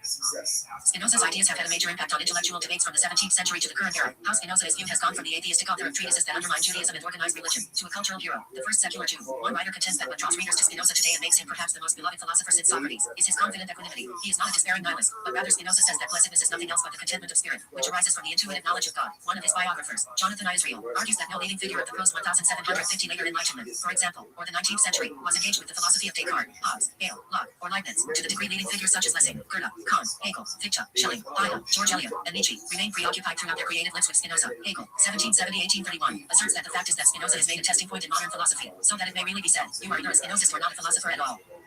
His expulsion from the Portuguese synagogue in 1656 has stirred debate over the years on whether he is the first modern Jew. Spinoza influenced discussions of the so-called Jewish question, the examination of the idea of Judaism in the modern, secular Jew. Moses Mendelssohn, Lessing, Heine, and Kant, as well as subsequent thinkers, including Marx, Nietzsche, and Freud were influenced by Spinoza. The changing conception of Spinoza as the first modern Jew has been explicitly explored by various authors. His expulsion has been revisited in the 21st century, with Jewish writers such Berthold Auerbach, Solomon Rubin, who translated Spinoza's ethics into Hebrew and saw Spinoza as a new Maimonides, penning a new guide to the perplexed, Zionist Joseph Klausner, and fiction writer Isaac Bashevis Singer shaping his image. In 1886, the young George Santayana published The Ethical Doctrine of Spinoza in the Harvard Monthly. Much later, he wrote an introduction to Spinoza's ethics and an intellect disseminationer. In 1932, Santayana was invited to present an essay, published as Ultimate Religion, at a meeting at the Hague celebrating the tricentennial of Spinoza's birth. In Santayana's autobiography, he characterized Spinoza as his master and model in understanding the naturalistic basis of morality. Philosopher Ludwig Wittgenstein evoked Spinoza with the title, suggested to him by G. E. Moore of the English translation of his first definitive philosophical work, Tractatus Logico-Philosophicus, an allusion to Spinoza's Tractatus Theologico-Politicus. Elsewhere, Wittgenstein deliberately borrowed the expression sub specie divinitatis from Spinoza. Notebooks, 1914-16, page 83. The structure of his Tractatus Logico-Philosophicus does have some structural affinities with Spinoza's ethics, though, admittedly, not with the Spinoza's Tractatus, in erecting complex philosophical arguments upon basic logical propositions and principles. In propositions 6.4311 and 6.45 he alludes to a Spinozan understanding of eternity and interpretation of the religious concept of eternal life, contending, if by eternity is understood not eternal temporal duration, but timelessness, then he lives eternally who lives in the present. 6.4311. The contemplation of the world sub specie eterni is its contemplation as a limited whole. 6.45. Spinoza's philosophy played an important role in the development of post-war French philosophy. Many of these philosophers used Spinoza to erect a bulwark against the nominally irrationalist tendencies of phenomenology, which was associated with the dominance of Hegel, Martin Heidegger, and Edmund Husserl in France at that time. Louis Althusser, as well as his colleagues such as T. N. Balibar, saw in Spinoza a philosophy which could lead Marxism out of what they considered to be flaws in its original formulation, particularly its reliance upon Hegel's conception of the dialectic, as well as Spinoza's concept of immanent causality. Antonio Negri, in exile in France for much of this period, also also wrote a number of books on Spinoza, most notably The Savage Anomaly, 1981, in his own reconfiguration of Italian autonomia operaia. Other notable French scholars of Spinoza in this period included Alexandre Matheron, Marshall Carreau, Andrew Tussell, and Pierre Maggiore, the last of whom published a widely read and influential 5-volume commentary on Spinoza's ethics, which has been described as a monument of Spinoza commentary. His philosophical accomplishments and moral character prompted Gilles Deleuze in his doctoral thesis, 1968, to name him the Prince of Philosophers. Deleuze's interpretation of Spinoza's philosophy was highly influential among French philosophers, especially in restoring to prominence the political dimension of Spinoza's thought. Deleuze published 2 books on Spinoza and gave numerous lectures on Spinoza in his capacity as a professor at the University of Paris 8. His own work was deeply influenced by Spinoza's philosophy, particularly the concepts of immanence and univocity. Marilena de Sousa Choi described Deleuze's expressionism in philosophy, 1968, as a revolutionary work for its discovery of expression as a central concept in Spinoza's philosophy. Albert Einstein named Spinoza as the philosopher who exerted the most influence on his worldview. Spinoza equated God, infinite substance, with nature, consistent with Einstein's belief in an impersonal deity. In 1929, Einstein was asked in a telegram by Rabbi Herbert S. Goldstein whether he believed in God. Einstein responded by telegram, I believe in Spinoza's God who reveals himself in the orderly harmony of what exists, not in a God who concerns himself with the fates and actions of human beings. Einstein wrote the preface to a biography of Spinoza, published in 1946. Leo Strauss dedicated his first book, Spinoza's Critique of Religion, to an examination of his ideas. Strauss identified Spinoza as part of the tradition of Enlightenment rationalism and eventually produced modernity. Moreover, he identifies Spinoza and his works as the beginning of Jewish modernity. More recently, Jonathan Israel argued that, from 1650 to 1750, Spinoza was the chief challenger of the fundamentals of revealed religion, received ideas, tradition, morality, and what was everywhere regarded, in absolutist and non-absolutist states alike, as divinely constituted political authority. Spinoza is an important historical figure in the Netherlands, where his portrait was featured prominently on the Dutch 1,000 guilder banknote, legal tender until the euro was introduced in 2002. The highest and most prestigious scientific award of the Netherlands is named the Spinoza Prize. Spinoza Bridges. Spinoza was included in a 50-theme canon that attempts to summarize the history of the Netherlands. In 2014, a copy of Spinoza's Tractatus Theologico-Politicus was presented to the chair of the Dutch parliament, and shares a shelf with the Bible and the Quran. Modern era. Spinoza and Zionism. In the Tractatus, Spinoza said, in passing, about the Jews that were it not that the fundamental principles of their religion discourage manliness, I would not hesitate to believe that they will one day, given the opportunity, establish once more their independent state, and that God will again choose them. This comment, and Spinoza's general emphasis on the political national aspects of Judaism, had inspired some of the secular forerunners of Zionism. Some Zionist leaders even described Spinoza as the first secular proto-Zionist. Some scholars agree, to various degrees, with the characterization of Spinoza as proto-Zionist, while other scholars are critical of it. Reconsideration of Spinoza's expulsion. There has been a renewed debate in modern times about Spinoza's excommunication among Israeli politicians, rabbis, and Jewish press, with many calling for the cherem to be reversed. A conference was organized at the YIVO Institute for Jewish Research in New York entitled From Heretic to Hero, a symposium on the impact of Baruch Spinoza on the 350th anniversary of his excommunication, 1656-2006. Presenters included Stephen Nadler, Jonathan I. Israel, Stephen B. Smith, and Daniel B. Schwartz. There have been calls for Spinoza's cherem to be rescinded, but it can only be done by the congregation that issued it, and the chief rabbi of that community, Havim Pinkas Toledano, declined to do so, citing Spinoza's preposterous ideas, where he was tearing apart the very fundamentals of our religion. The Amsterdam Jewish community organized a symposium in December 2015 to discuss lifting the cherem, inviting scholars from around the world to form an advisory committee at the meeting. However, the rabbi of the congregation ruled that it should hold, on the basis that he had no greater wisdom than his predecessors, and that Spinoza's views had not become less problematic over time. Memory and memorials. Depictions of influence in literature. Spinoza's life and work have been a subject of interest for several writers. For example, this influence was considerably early in German literature, where Goethe makes a glowing mention of the philosopher in his memoirs, highlighting the positive influence of the ethics in his personal life. The same thing happened in the case of his compatriot, the poet Heine, who is also lavish in praise for Spinoza on his On the History of Religion and Philosophy in Germany, 1834. In the following century, the Argentinian Jorge Luis Borges famously wrote 2 sonnets in his honor, Spinoza in El Otro, El Mismo, 1964, and Baruch Spinoza in La Moneda de Oro, 1976, and several direct references to Spinoza's philosophy can be found in this writer's work. Also in Argentina and previously to Borges, the Ukrainian-born Jewish intellectual Alberto Turkunov wrote a novella about philosopher's early sentimental life, Los Amores de Baruch Spinoza, lit. The Loves of Baruch Spinoza, 1932, recreating a supposed affair or romantic interest with Clara Maria van den Enden, daughter of his Latin teacher and philosophical preceptor, Franciscus.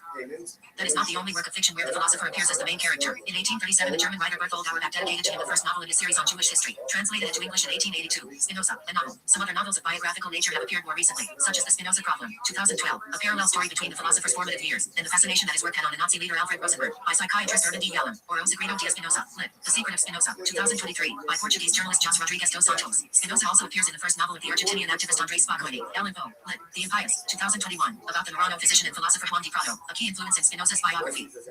Spinoza's ethics play a central role in Isaac Bashevis Singer's short story, The Spinoza of Market Street. The main character, Dr. Nahum Fischelson, studies the book religiously and holds Spinoza in divine esteem. Works. Original editions. Contemporary editions. See also. References. Notes. Citation.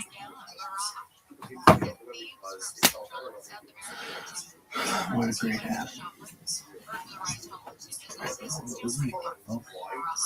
Go fuck yourself.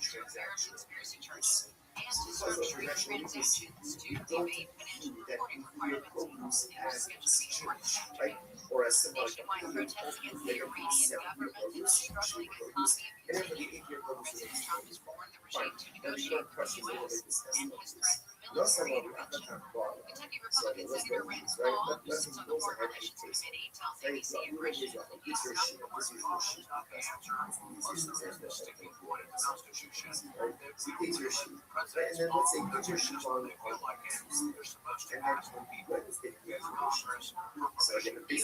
human rights activist news agency says more than 400 people have been killed during demonstrations and that more than 10,000 have been arrested. The mosque says it will dissolve its government in Gaza once the Palestinian Leadership Committee takes over, part of the U.S. program peace plan for the region. It's not clear when that might happen. A so-called Board of Peace, led by President Trump, is set to oversee the committee. Its members have fans taking on Okay, you are welcome. You are welcome.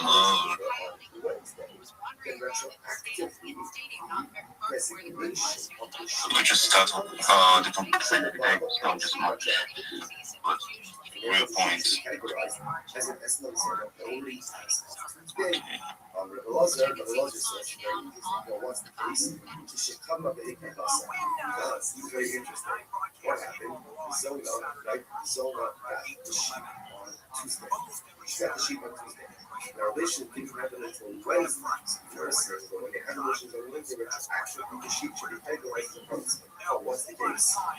Okay.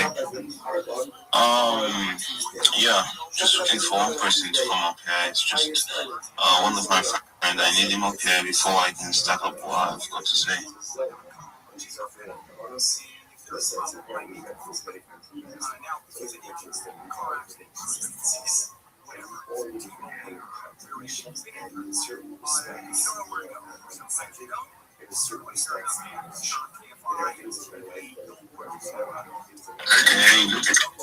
Yeah, I can hear you.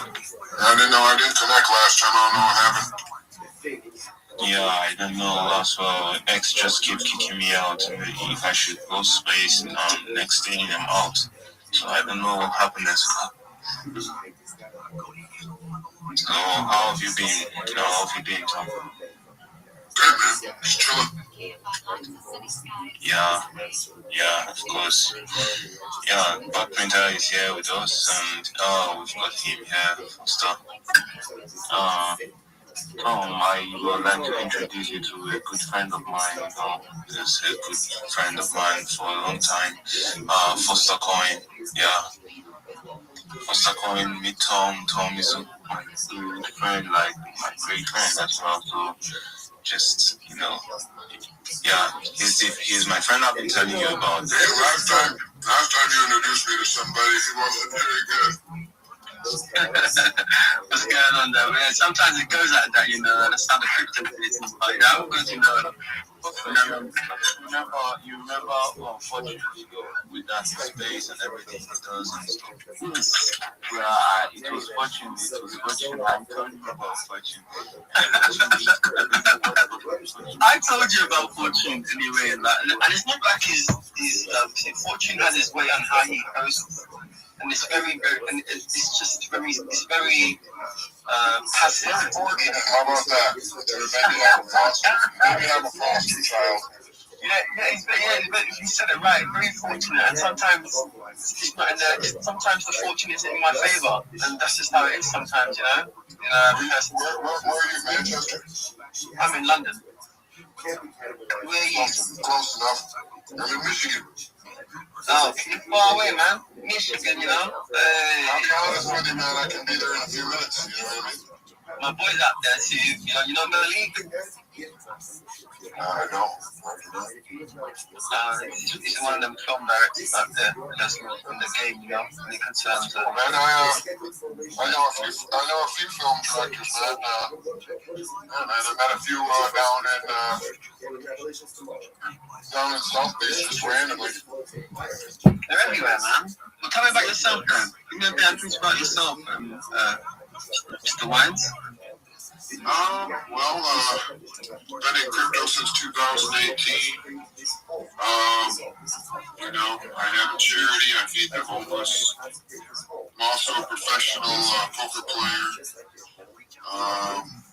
Professional everything. Salesman, real estate agent. Crypto trader. Even though I don't really like to tell people if I do win or not, because it's nobody's business. You know what I mean?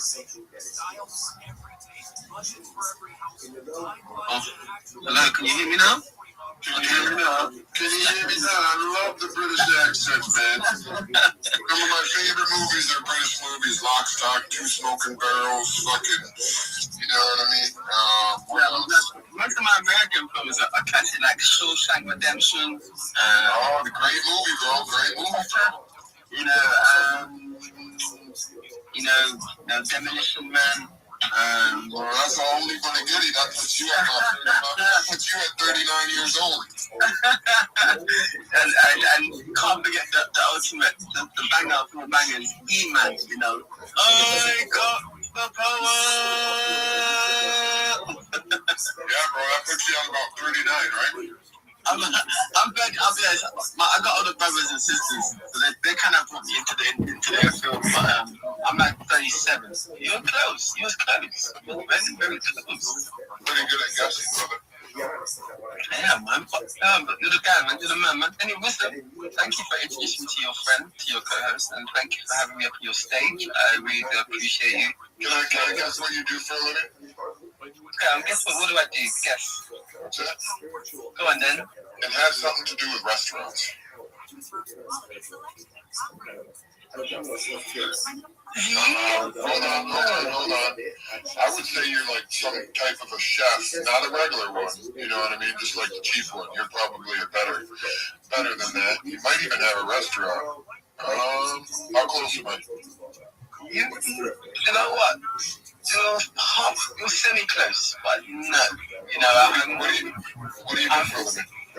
I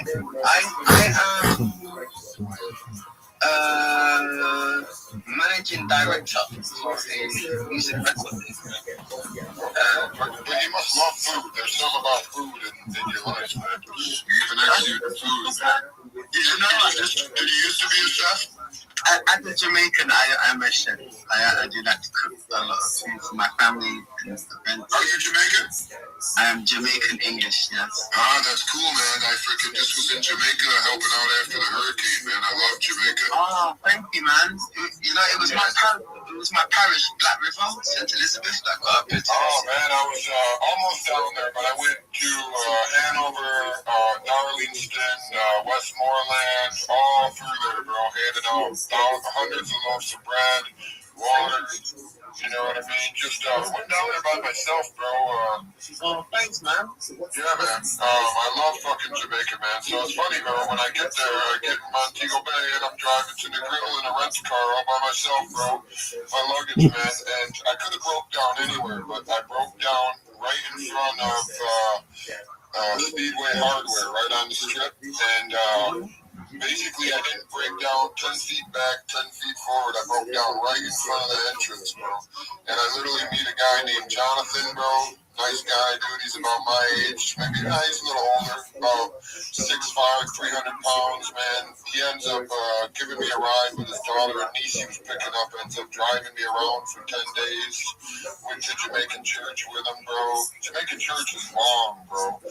Long church. It was like 7 hours, bro. Man. But I got to get up there for the first time in my life, and actually I read Philippians 4 to the entire church, bro, and then I was able to, making them moves, there's a reason why we've met. Because anyone that's helping out my island, anyone that's making sure that they're showing the love towards, because we are close to South America, the Jamaica, the Caribbean. So, is it Central America? What? Yeah, Central America, sorry. Excuse me, sorry for everybody that's trying to hit me in the head. You guys are about the same distance from Central to South America. Literally, my woman was like, I'm getting coconut gas in my headlight, the back of my headlight. Literally, so as we are in the Central America, it's nice to get that support and get that love from my fellow Americans. Because it is serious what we're going through in Jamaica right now in the Caribbean. And if you can raise some more money, man, I'm going to go back down there with some Starlinks and generators. I haven't been able to get down there, but kind of of did some stupid gambling, but I hope I can help you, generate and push you up and help your revenue. Oh, bro, I'm gonna make millions and millions of dollars and put them all into my charity bank account. I'm gonna make millions and millions of dollars this year and put them in my regular bank account, and I'm gonna help millions and millions of people, including my friend in Jamaica, Jonathan, bro. So yeah, man, that's what I'm gonna do. And I'm definitely gonna happen, bro. Help me manifest it right now, bro. I'm manifesting that. I can see my wife's head. Her dreadlocks has gone up too as well. So I think we're all involved in supporting your charity, and we're all involved in pushing your thing forward, especially when it comes to scaling, when it comes to crypto. This is what crypto is about. Meeting your tribe, you meet the people, and then you start to bro. Connections, all about connections, bro. And the fact that you got what, 4 kids? Yeah, I got like 4. I had 5. 4 passed away. Oh man, I'm sorry to hear that, bro. No, I had. It's been a rough year last year. We had 2 passed away. My wife's first son, and then we had a miscarriage. Early, just before the end of the year. So it's been one of those times. Your first son, how old was he? How old was your wife's first son? He was 24 years of age. It's sad, man. What happened? July the 4th, he committed suicide. That's sad, man. That's sad. My daughter was just checked in. She's 11, talking about committing suicide, bro. Man. Yeah, bro. Yeah, listen, I have a quick word with my wife, because obviously it's her son. Hi. Hello, how are you? I'm okay, thank you. Who am I speaking to? Sorry, I'm just in and out. My name's Tom, and it's very nice to talk to you. My daughter's been going through a rough time, but I've been just manifesting positivity and goodness and praying with her. And her mom's pretty negative and, said a lot of negative things to her, and I'm just trying to fight against that as well.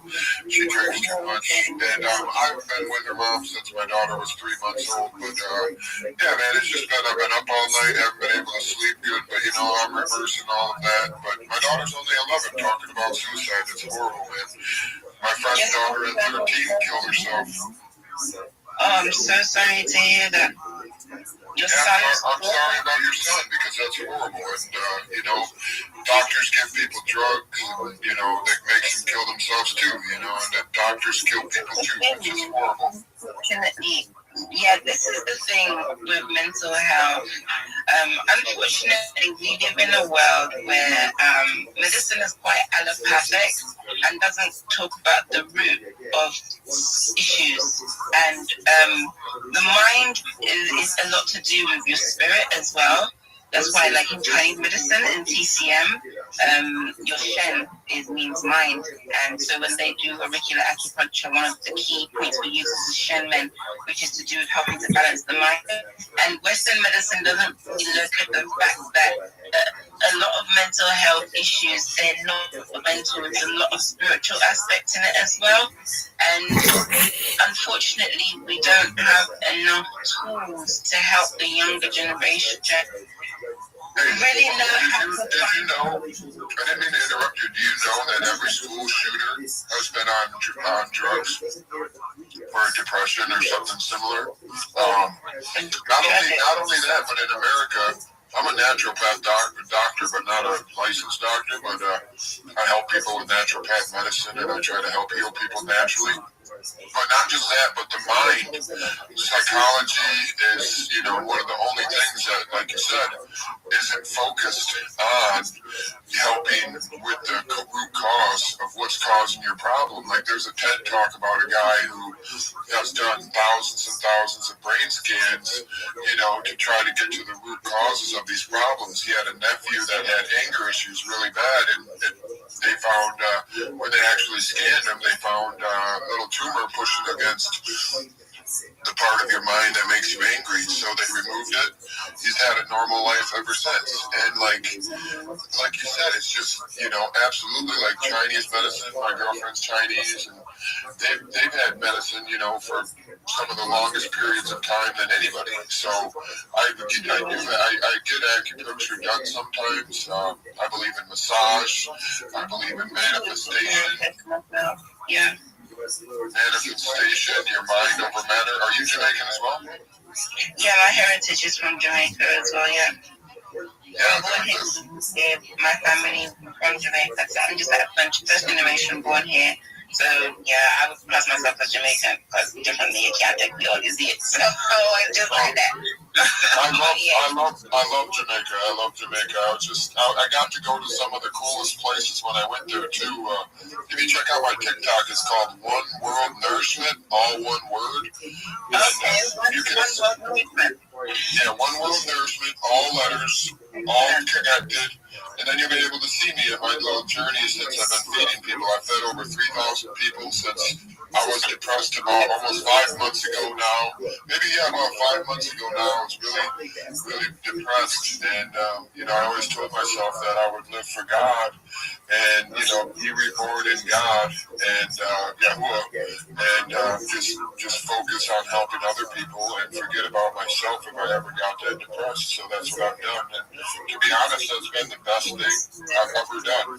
So. Blessings and love to you, Brother Tom. That's amazing. That is really amazing. Yeah, that's a powerful word sound for everybody as well, because truly, when you give to others, it's returned back to you tenfold, especially when you just do it from a heartful place with no I don't want anything back.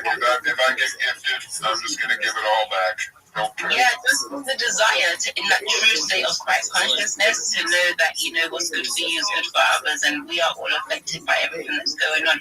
So when you see other people in a lesser position than yourself, so long as you're able to provide for them, not passing just what I'm just fine, passing your person just fine. Sorry, because when you have children, sometimes you have to have a different mindset because. Being empathic myself as well, I have the misfortune of giving away house of heaven everything, and so I'm going through the bad attack and stuff that sometimes, but you have to be able to be in a position to pull from your overflow. So that's what that was about. Yeah. If you can, anytime you have a negative moment in your life, a negative thought, flip it to a positive. Every morning, just claim joy and happiness in your heart and peace in your mind. And joy and happiness in your heart and peace in your mind. Health in your body, health for your children, health for your husband, health for the people that you love in your life. And just manifest your own health. Manifest that your body will be healthy, that it's becoming healthier right now as we speak. Right now it's becoming healthier. You become wealthy beyond anything you've ever imagined as well. Claim these things, see them into your mind, and just manifest this into your mind, because the Father says greater in you are the things you can do than me. You know what I mean? You can do anything. Just people don't understand how. Well, my brother studies Paleo-Hebrew, and the majority of the word, the Torah, is actually derived in a spiritual sense, in a spiritual realm, in a whole other realm, and people don't understand, even myself for a long time, how much negativity I manifested for myself, how much unhappiness and sickness that I was pushing on myself. So just continue to not only do that for yourself, but just manifest your children's happiness, their wealth in life, and their everything that you want in life, anything that you desire, just see it and it'll become true. You know what I mean? And that is the truth behind the world that we live in, and most people don't see it. Literally, that was the trick that they tricked everybody, the illusion that source, infinite creative energy, God, for lack of a better word, is outside of self, but it's as above, so below, so as within, so without. So when source forgets self to know self and created everything to have the experience of knowing self, the infinite, most sacred part of us is that divine intelligence that's coded in our DNA. And if we tune into our heart space and in the higher virtues of our being, we'll get all the directives that we need. Everything is by knocking that should be given. That's where, the secrets of manifesting, just trust and know we are in a most beneficent, benevolent, as they say in Arabic, Ar-Rahman Ar-Rahim, the universe will provide also in Hebrew, Yahuwah Barak Atah. means God bless you. It's one. Literally, listen, bro. Between all the Abrahamic faiths, right? It's just one. It's one. It's all coming from the same source. Whether you want to say Exyabir, whether you want to say Yahuwah, whether you want to say Allah, they are all coming from one Patreon. Well, you have to understand that religion and all of those different things that are created from the source are all different manifestations and separation of people being separate. And remember, the Father Yahuwah wants us to be together. He wants us to be one. He doesn't want us to be separate. He wants us to love one another, forgive each other for our sins, help us come back to the light. There's so many lies in this world, you know what I'm saying? One of the scriptures that I really love is this. I'll read it real quick. Rejoice in Yahuwah always. Again, I will say rejoice. Let your reasonableness be known to everyone. Yahuwah is at hand. Do not be anxious about anything, but in everything, by prayer and supplication with thanksgiving. Let your request be made known to Yahuwah. And in the peace of Yahuwah, which surpasses all understanding, will guard your hearts and your minds in Yahushua HaMashiach. Finally, brothers, whatever is true, whatever is honorable, whatever is just, whatever is pure, whatever is lovely, whatever is commendable, if there is any excellence, if there is anything worthy of praise, think about these things. What you have learned and received and heard and seen in me, practice these things, and Yahuwah of peace, and the God of peace will be with you. You know what I mean? So I don't know, that's just talking about him being a God. But you know, my brother studies Paleo Hebrew all the way back to the original pictographic language. You know, the nail and everything. Like, I don't really understand it personally, but you know, I mean, and he tries to teach me a lot of different things, but I mean, most people don't understand that what you understand, and then the parties come so close to understanding, you know. So, I mean, even I don't understand, you know, just but a little bit of it. But I tell you this much: the Father will reveal what He wants you to see, and the Father will reveal what you need to know. And you know, even through your loss, you know, the Father told me a long time ago, because I've lost a lot of people I love in my life, is that greater is it to not have to suffer the evils of this world and to be with Him. You know what I mean? And also, my mom used to say that to me all the time when someone would pass in our family. You know, she would say that it's only us that are left behind, that we weep and we feel sad because of missing that one that's gone. But that one has gone to the next stage in their journey and a different level of peace in their existence that, you know, we cannot comprehend until we go through that. So rejoice, be glad for them. And as our traditions as well, we're grateful when one passes on to that next stage in the evolution of their journey. So yeah. You know what you're saying about the Paleo Hebrew, right? Being a pictorial language? Because I actually have a book, I'm just going to draw it down for myself right now. It's called Secrets of the Exodus, yeah? And it's written by two brothers who are actually born in, they're Jewish, to use that word, but Lily Mesod and Roger Sabah. And it's a book called Secrets of the Exodus, and it's the Egyptian origins of the Hebrew people. So these two people being brought up in the Jewish tradition with information that hadn't really been given to mainstream, with their education and their scholarly endeavors, they put together this really good book, and I've had it for quite some time. I could just say the copyright, when was it first published? 2002, and then 2020, 2004. So they've gone through and they've broken down a lot of the information that has been given with regards to the language and shown with pictorial references, you know, Hebrew and Paleo being called the light language, and like the language of fire. A lot of that pictorial referencing, you can see where the imagery is very, very similar to the hieroglyphics that are still carved in the walls of Egypt. So, yeah. You gotta be careful. You gotta be careful who you listen to, who you understand, and what you think. And everything There is only one correct person in this world, and it's not a person, it is Yahuwah, God Himself. And He is the only one that is right. He is the only one that can show you your path. He is the only one who can guide you.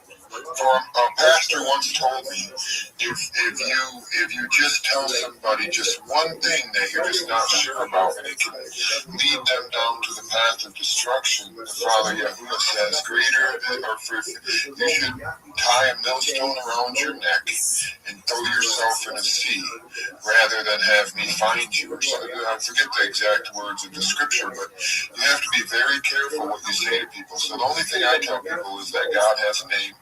It's not God. It's Yahuwah, Yahweh, Jehovah Jireh, different things. But He does have a name, and it says in Exodus, it does say, "This is my name, and this is my name forever." It doesn't change. Doesn't go somewhere else. He needs the I am, because that translation, meaning those infinite creative energy is more something of a being and doing rather than a thing. So when people always say, he, because those infinite creative energy. I just say that. I say he is it. I say he because that's what people refer to. You know what I mean? Source infinite creative energy, it's immaterial, and source infinite creative energy, male and female source made he them. So there's a lot of deciphering left for humanity, right? But I'm grateful for ones like yourself who are very much awake and very much active to do great things to help, and that's the main thing. Be the light, be the love. Love is the sacred order, and everything else just confuses it all, don't you think? It really, and Christ said, the Mashiach, the anointed one, does come again. Do unto others as you want unto yourself. Love others as you love yourself, as you love the Most High. God would indeed. How can you love the Most High that you can't see, and you cannot love your fellow man who you can? So it's so simple. And these humans make it difficult. It's been great talking to you. I'm going to pass the phone back to Foster because, thank you, Tom, and thank you to everybody for sharing space with me. Yeah, wisdom back to you, man. Yo, man, just made some great points. I appreciate you all. Appreciate you, Tom, for start. Appreciate you, shout out to her. She's really smart, Yeah, okay, I'm just gonna dive in real quick about what I've got today, It's gonna be deep, yeah? And what I've got, we wanna know, knowing what the battle really is, Hello, how are you doing, myself? Okay.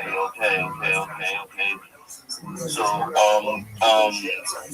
Tom, please, I would like you to open to the book of Ephesians chapter 6 verse 12. I'm just gonna start up there. So can you get it for me? Ephesians Everything that is meant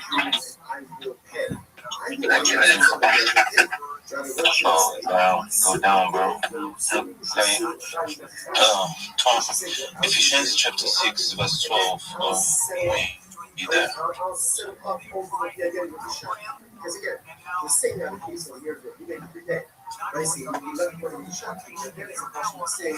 there?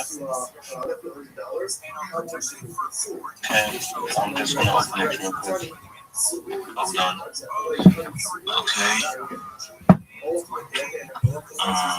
Ephesians chapter 6. Okay, I've got it. It says, "For we don't wrestle not against flesh and blood, but against principles, against power." This verse is what I want to go deep into. I want to break it down right now. First of all, we should know that many of the fights that we face are not about people. We think it's about people, but it's not. The real battle we often face is going through our mind and our emotion and our faith. We talk about God, but this is literally the important thing that we need to look into now. How is your faith, and how is your mind, and how is your emotion treating you? So, and when you fight people, instead of real problem, you lose peace. Like you're not gonna get peace if you keep on fighting people and looking out for people that you will fight and thinking that they are the enemy. No. These three things I mentioned: your mind, your emotion, and your faith. When they are not strong, when they are not in a good time, it's gonna pull down your peace. Like you have no peace. So okay, let me give this illustration. Okay, imagine blaming your charger when your phone is not charging. Yeah, it's not from the charger. It's not the charger's fault. It's the socket. The power supply is not receiving it. So if there's no light and you put in your charger have got no fault. It's from the power source. So now our connection with God, how are we treating it? Because most people don't realize that they are not. You don't walk in the right path. You don't walk in the right path, or you think that you're stepping into the right path because your relationship with God is not well studied. You don't really know much about what it's all about. Yeah, I don't know as well. But when I started going through the scriptures, I started seeing things that convicted me and made me understand that we don't wrestle against, we don't wrestle against flesh and blood. So it's all in your mind, it's all in your emotion, it's all about your faith. So going down to peace is giving us, this is giving, and it's not aimed. Yeah, I'm gonna use this verse, John chapter 14 verse 27. It says, peace I leave with you, my peace I give unto you. Like, when you've got God, you've got peace. When you've got God, you've got peace. God is meant to be in charge. We are not meant to fight any battle. We cannot do it on our own. So we should not wrestle against blood and flesh, but we should leave it all for God. And now I'm gonna explain more in details about many things. Yeah, I'm not saying that you're not gonna have anxiety or anything. I'm not saying that anxiety is a bad thing. I'm not saying that you're not gonna feel down in some ways and everything. But now I'm gonna break it down so that you understand what is going on the moment you're having this anxiety, what is going on the moment you're feeling down, and what is going on when you don't really understand what's going on. Because when you feel confused, weak, and all of that, like I said, I don't know. I said this some other time. I spoke about spiritual warfare. Spiritual warfare is a side, but I'm telling you, these things are gonna pull down the peace that God have with you. Because the moment you've got God, you've got peace. What God brings is peace and love. Because whenever you should see, he said, fear not. He said, fear not, fear not. He doesn't want you to be scared of anything. He doesn't want you to be, to be weak of anything. He just wants to be the one in charge. Because when he's there, he's in charge. He's your father, so he's going to take responsibilities of things going on in your life, even things that you can't see. He's literally doing it for you. So now, what I want to break down is that anxiety tells you that, we should know that it says in the book of Philippians chapter 4 from verse 6 to 7, it says, be anxious for nothing, and the peace of God shall guide your heart and mind. Said, like, it's funny how you come up and start saying, I'm having this anxiety, and you go to the spiritualist telling you, be anxious for nothing. Like, it's clear for nothing, because you're not meant to be anxious for anything. The moment you're feeling this anxiety, it shows that it's time for you to charge.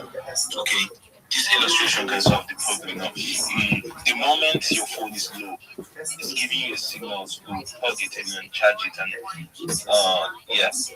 charge it or leave it to rest. Now, this is the same way it goes towards. The moment you're feeling weak, You don't think that is your problem. You don't think that it's all about thinking and all of that. That is the moment telling you that is the spiritual warfare. That is you knowing that you should go in for prayer. Now I've got this verse in Philippians chapter 4 verse 8 to say, don't worry about anything, instead pray about everything. Tell God what you need and thank Him for all He has done. If you do this, you will experience God's peace, which is far more wonderful than the human mind can understand. Like, this is what you do to get the peace. You don't go around thinking you can fight it on your own, but go into it with prayer, follow it up with prayer, and you'll see yourself achieving those things. And it's always funny when you think that there is no way, you might make your own plan and say your own goals and everything.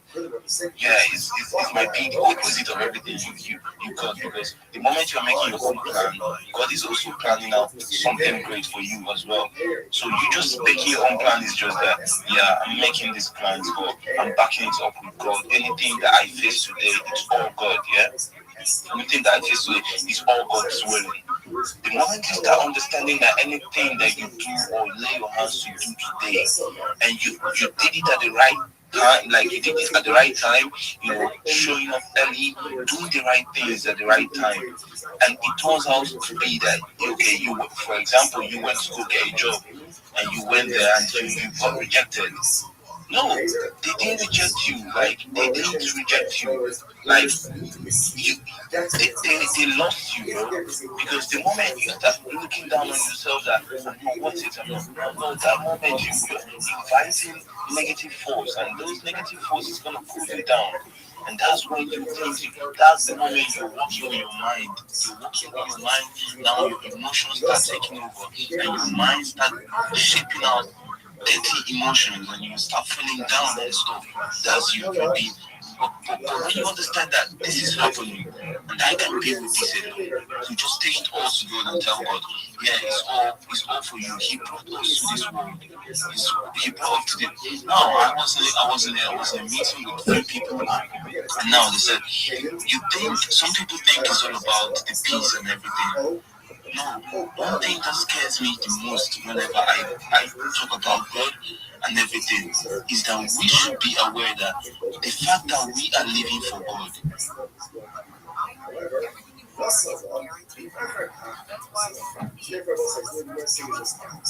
That essentially, in order for something to be categorized as an essence of a transactional piece, once you're transactional, you categorize payment relations, then whenever you have the sheet for payment, has this status of what we identify as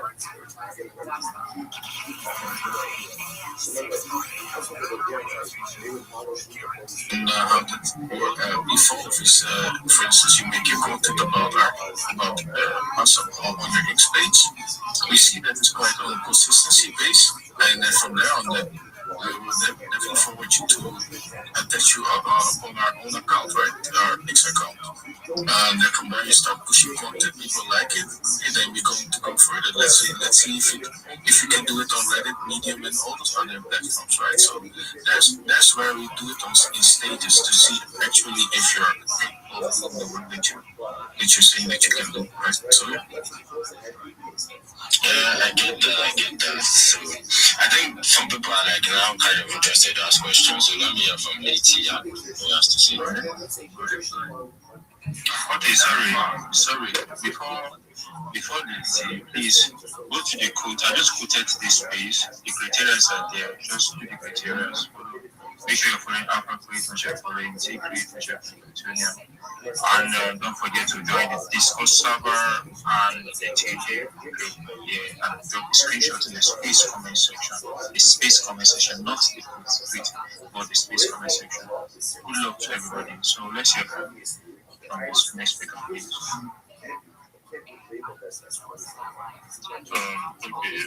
Should be I am right. Yeah, who's talking? Sorry. It's next week. Okay, go ahead. Okay. I just checked something like this being over to my relatives trying to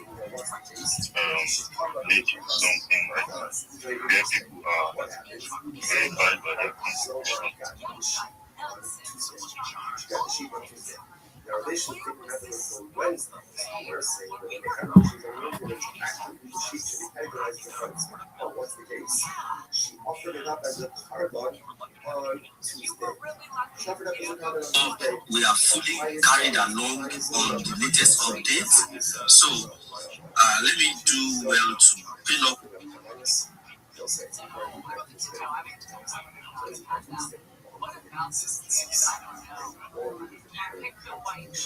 In certain respects, what is wrong with you? Why don't you understand that chocolate milk is the best thing that ever created in this world? Like chocolate too, but it's more true. Like white milk is better for like, I don't know, like a chicken sandwich. You're making sense though. When you're a child, you just think chocolate milk every morning. Don't take away even right now. If someone comes to me and says, chocolate is not every time chocolate out. When's the last time you had chocolate? The Discord link is in my X bio. That's also where we play poker on Friday nights. All right, guys. Well, I want to thank all the speakers and I want to thank all the listeners as well, because without you guys, none of this is possible. I know you could have been anywhere else in the world, but you decided to be here with us, and I do appreciate that 1,000%. All right, guys. We're going to be back on Thursday at 11 p.m. Eastern.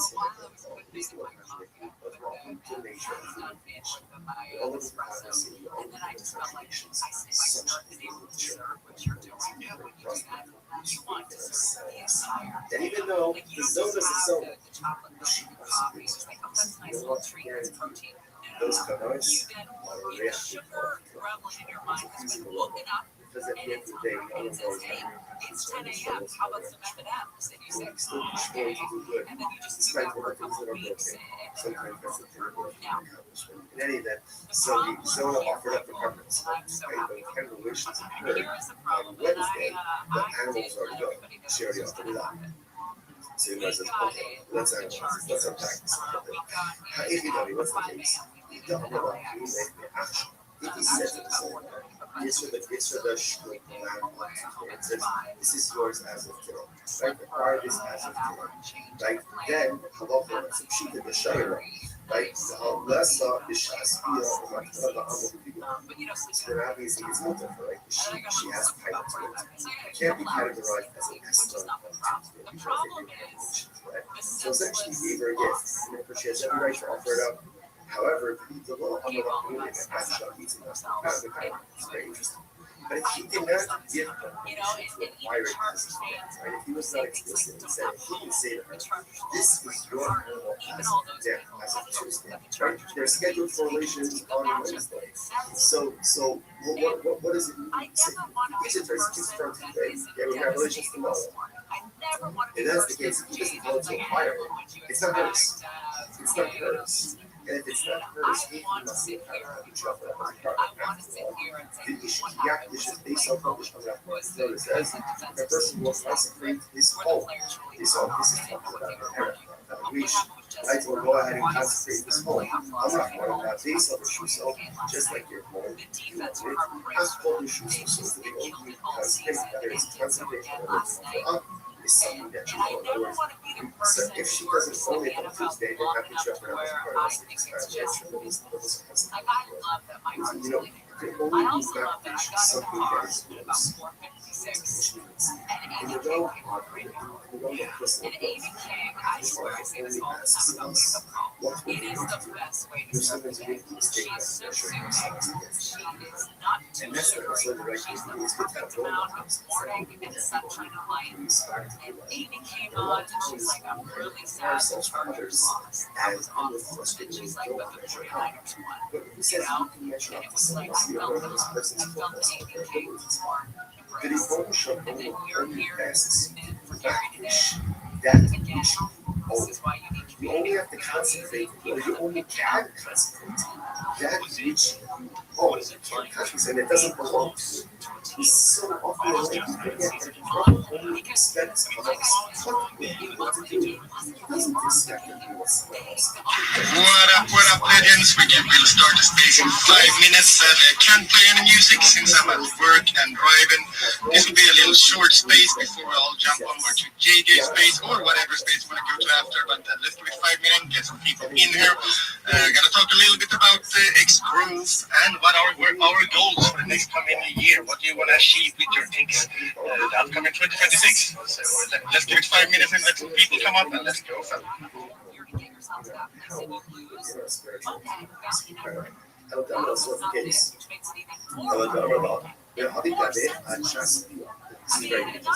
He says to her, Bryce will make it to the zone that she wants to be. And he says, okay, keep the sheep with you, the schedule's going to be at tomorrow, right? So just keep it with you until tomorrow. He gets to it, but if you need the sheep for something, let's say something to the job, you need the sheep better, you need car money, or whatever it is, then Gemara says, come the action, then I keep you the right to hire us. So this is my prejudice, that's all. Fine. So Gemara says, that's the everyone say that's the zone. I can't both get why besides that, it's not interesting. The thing is, remember, this all happened with David Piana, this cheetah transaction. Yeah, he had cheetah transaction. And what here is that someone can only possess the inherent status when there is one transaction. Now, we see that by cheetahs, and also we see it by the actual zone of the and much different than what's so by Rothschild, how about this just so let's say same thing. You gives all the relays so the sheep on Tuesday. He is scheduled for Wednesday.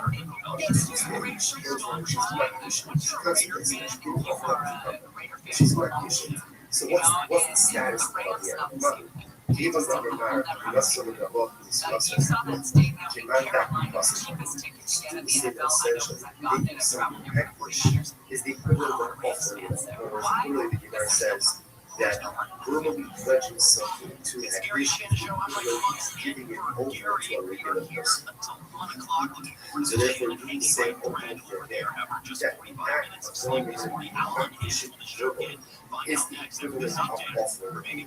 Or you'll not strong apply in other words, offering it up is offering it up, but it's wrong. The condition ultimately it is still here, still pleasure. Does she have what happens if she's not pushing? Again, we must say, where the child is. In the case where she offered it up on Tuesday, but via hers, obviously, again, it's gone. It's gone, right? So it can't become an excellent zone because it was no longer in existence.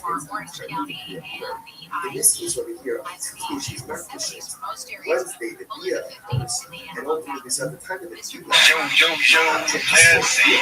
God damn, there is so many space ongoing. I don't know what's going on right now. I just checked my sub chat. Well, Simon Des running one space with JJ starting 1 hour earlier today. Also, we have the David Billionaire space running right now. Let's fucking go. Maybe we should just migrate to one of the other spaces, and maybe I just do a pop-up space a little bit later. Let's see, we have one lead coming up here. Let's see what's on the agenda. What is up for lead? How we feel, Stefan? I'm good. I suffered to go to the space. I tried to find it and then there anymore, so I don't know if you were up the first time. Yo. My address is blocking my site, but as you said, there's so many spaces.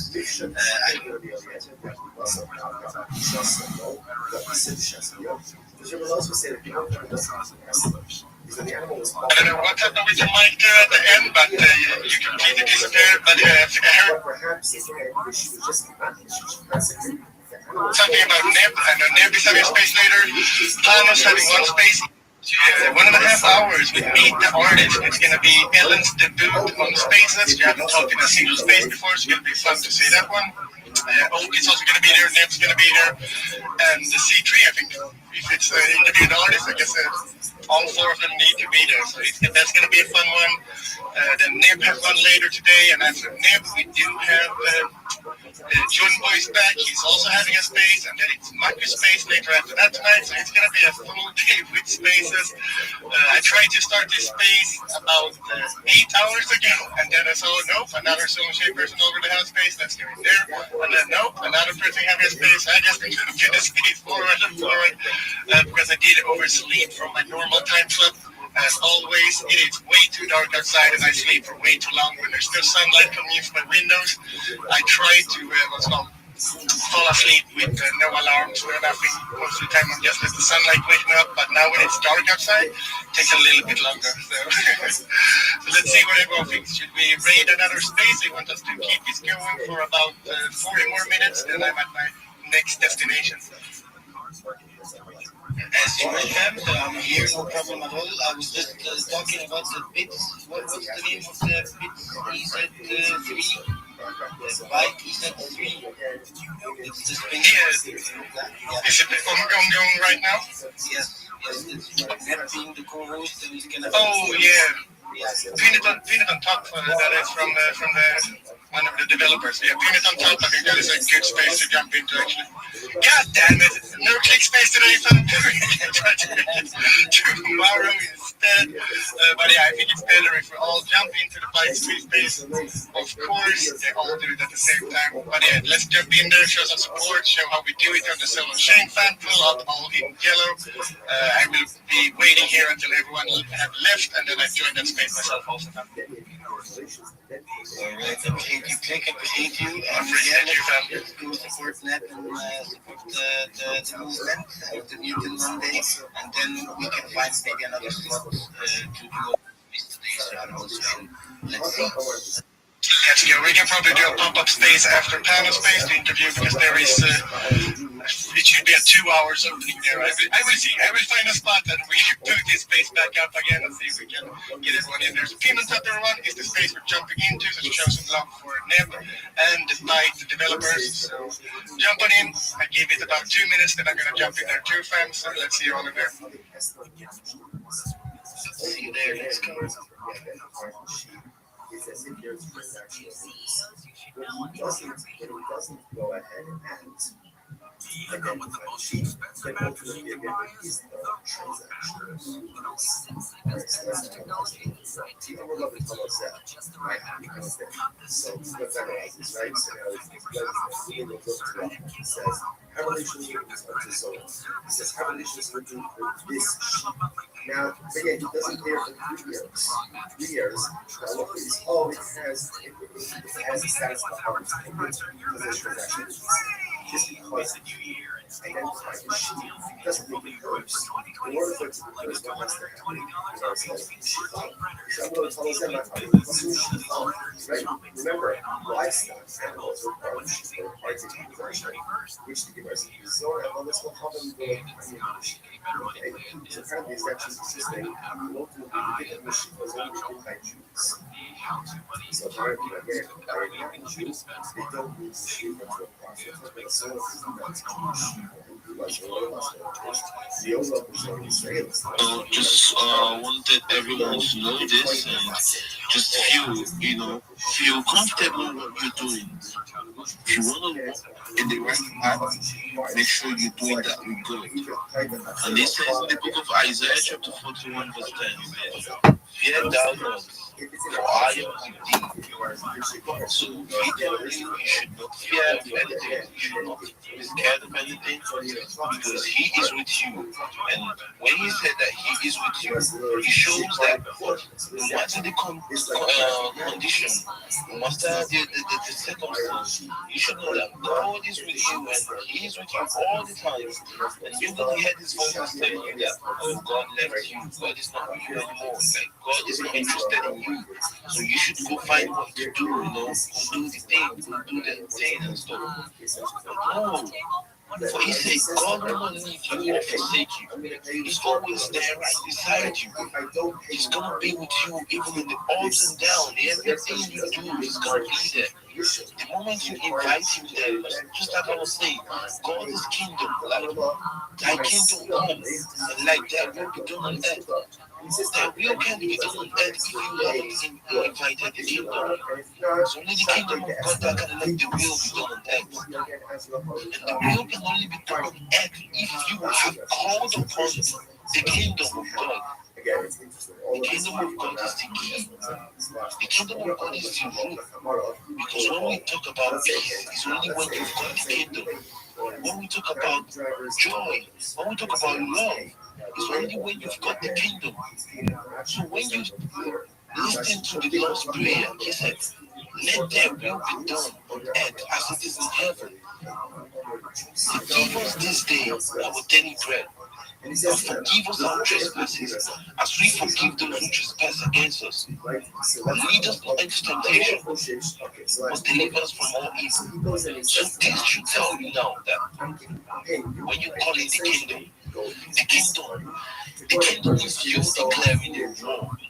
You're calling up to a war, telling the kingdom that was in you, the kingdom that will control you, because every individual got kingdom leading them. In this kingdom we're talking about, these are spiritual kingdoms. These are kingdoms. It's either of God or of different familiar forces. So if you choose not to walk with God, just know that you've got a kingdom leading you. And just know that any kingdom that is not of God is of no use.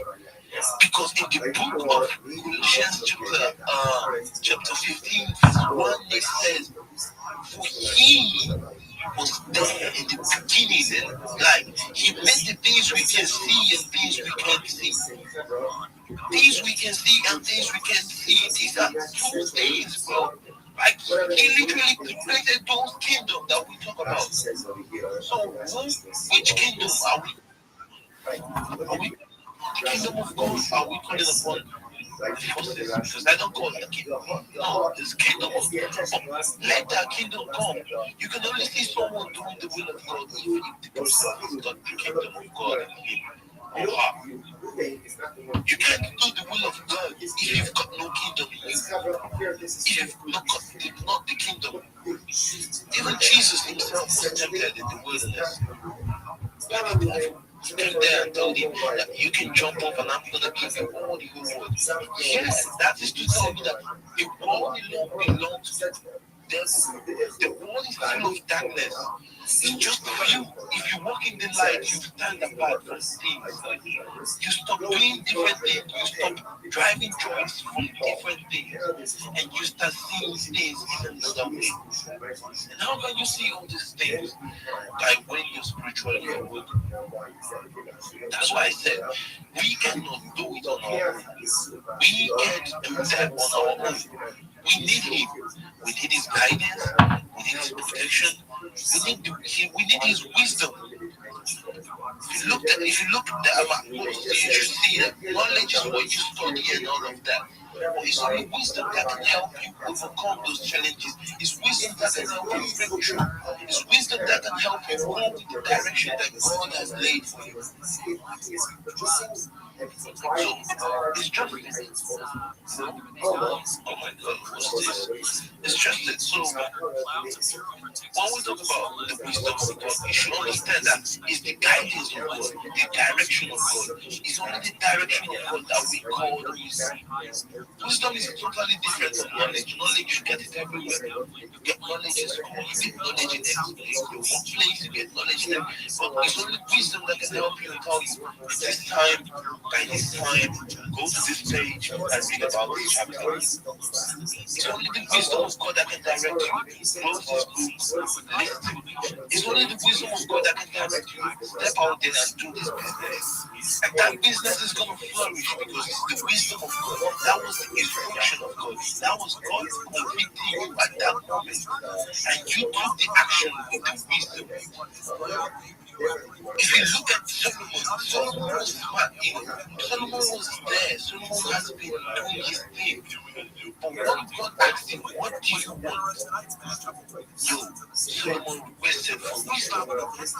Solomon got this wisdom. And look at what he was able to do with the wisdom God gave him. He got plenty of things. He got things, yeah? I'm telling you, this should tell you the power of wisdom. This should tell you what wisdom can do in your life. And sometimes when you go into prayer, we ask for wisdom as well. Ask for wisdom, you ask for grace, you ask for peace, you ask for Him, to know Him more. Just like the song said earlier, you can visit Him in you. He can visit you in anything. In dreams and everything. He can just come to you and visit you at any time. He can be speaking to you right now through me. I can be a vessel that He's using to speak to you. But all I want you to know is that we are all here. It's not a coincidence. It's not just the moment. Maybe this is good that we're here to speak about this. Because I can just be sleeping by now. You can be doing other things. But God, like I said, God has blessed me, and He has given me the energy, strength to come here and speak about this. It's not by my strength. I can't glorify myself. No, I don't glorify myself because I'm not worthy of anything. I'm not worthy to even speak of Him. But I'm glad that I've got Him, because when I've got Him, I've got nothing to worry about. When I've got God, I've got nothing to worry about. I know that my life is going to be there. I know that the enemies have no control over me. I know that I'm still going to make it. That I've not made it this time is not about that I'm not doing the right thing. But the enemy is going to come there telling you that you're not doing the right thing. They're going to make you feel weak, and then you go out now being depressed. Well, now I'm not going to be depressed because I've trained my mind in a positive outlook. That it's always going to be positivity, and I'm going to exhibit this positivity. It's going to nurture my emotion and help my faith to grow. It's all in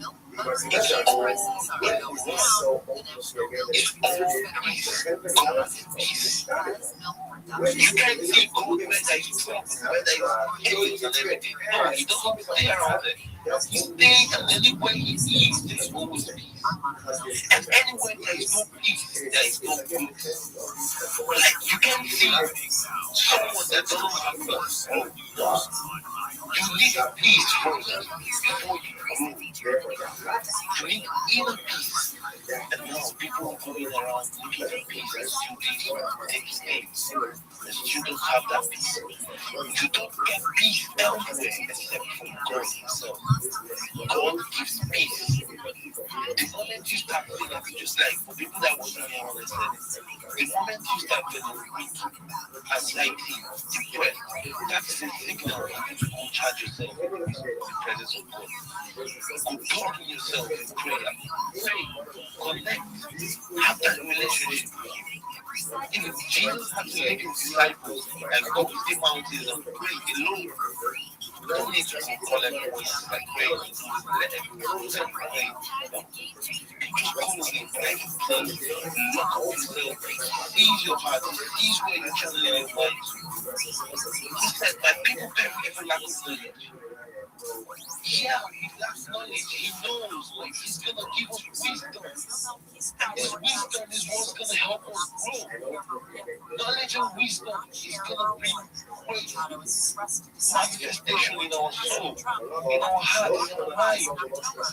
And that's what He sees. He doesn't, the moment you say, I'm giving out something to someone, and you're not doing that out of love, you're not doing it for love, trust me. You might say you want to give out something and you give that person that thing, and you don't do that out of love.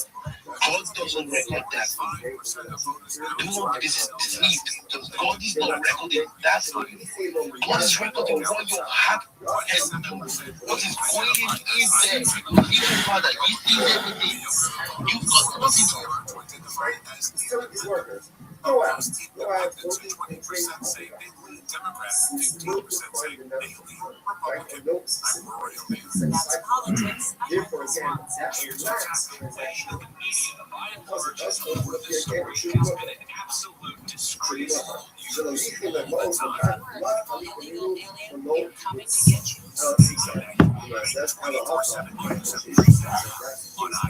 again. So when we Johnson & Johnson has reached an agreement with the Trump administration to cut drug prices in the U.S. in exchange for exemption from Trump's tariffs.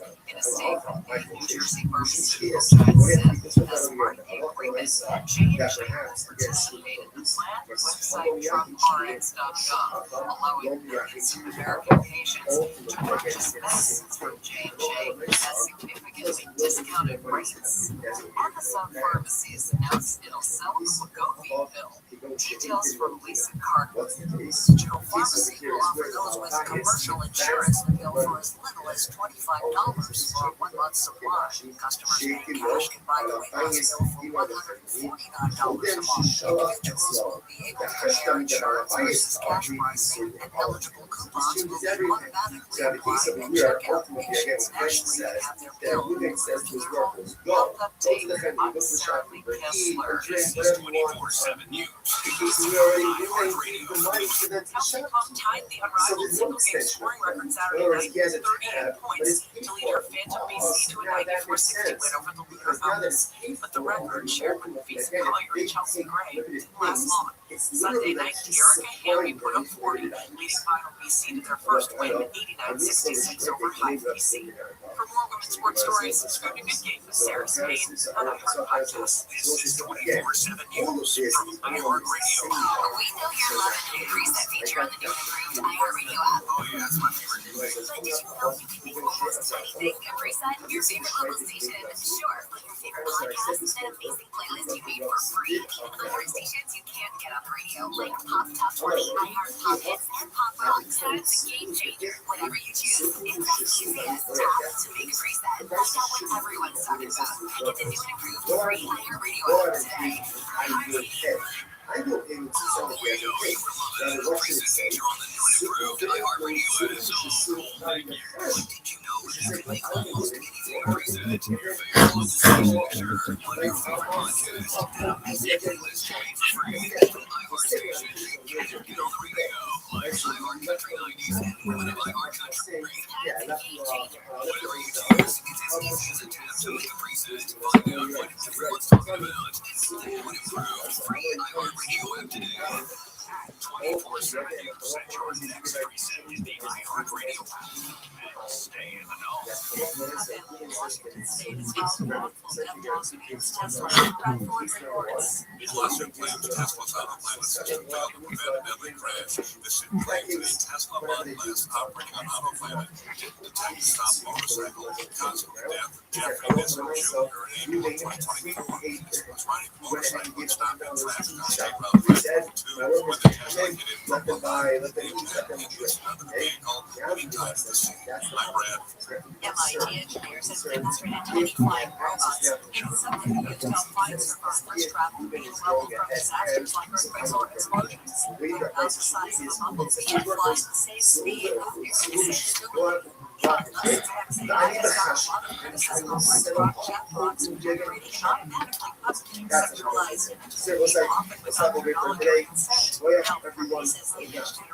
editing features are only available to paying subscribers. Tech Report, I'm Tammy Trujillo. 24/7 News, the latest in entertainment. My dad instilled in me the spirit of gratitude growing up. Always be grateful for you, man. It's allowed me to be the movie the past 50 ended. I had no time grateful just to be here. I'm surprised for the skills most of the how I did what you did. dedicated ownership of Russia's this year. As a close for the service levels for all on sale. Come close months to the month of top. While they were told us even when the Drayson started off his fundraising and he was Drayson and he was his wife and still was his wife for the program. Money sponsors, Dr. Henry Wolf, version of the outside contact with sponsors, Cyrus Wolf, Shalom, and Church, and LinkedIn. that parallel living like your father and have their ball of work like on the way lessons. That's always dedicate our system to just the show and currently their body soldiers give them success. Exciting facts of us today. Today's down is 7 people 60. We are on south facing base 62D. The bay represent is 2, 4, 6, 8, 10, 12, 12 lines up from the bottom. So versus data again, yes, they she is massive. Part of the machine is very interesting. The members of the customer program do as follows. They would borrow sheets of produce from the floor and then repay them with 8 year produce, large sheets of produce from the following. So if you look at actually access on this device, yes, she is hoping to again, without getting involved with it, you can go ahead and let them borrow not colors, but other orange while it's still readily available for us. Once it's readily available, you really can really want to take for yourself. So the idea of doing is so you build that house every day, right? The borrow sheet of clothes from the idea of your machine. Part of the machinist, you should have talked about how they are the machinist after that year, so you can machinist. So what ended up happening again is on year number 8,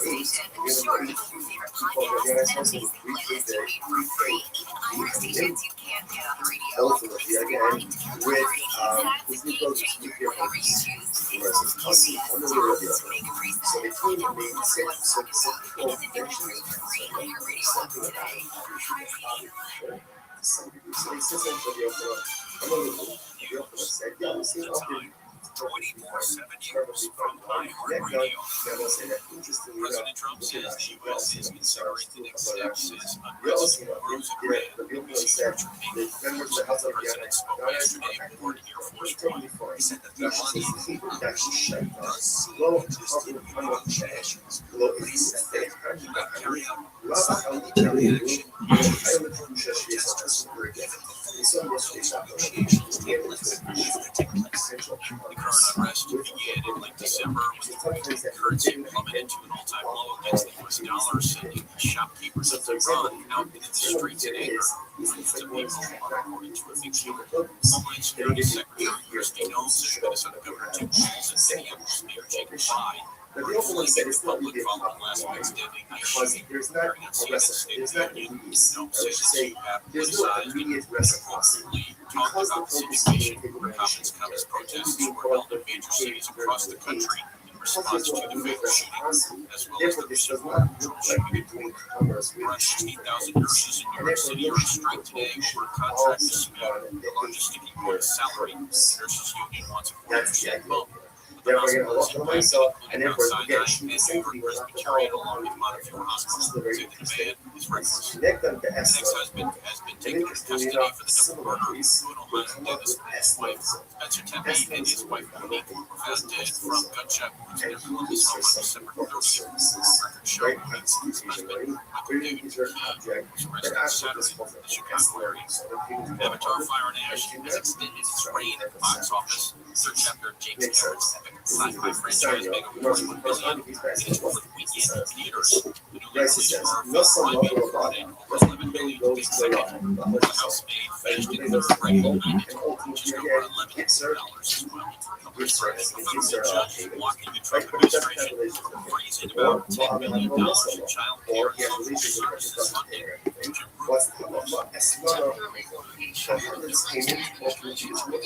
Good boy, squad.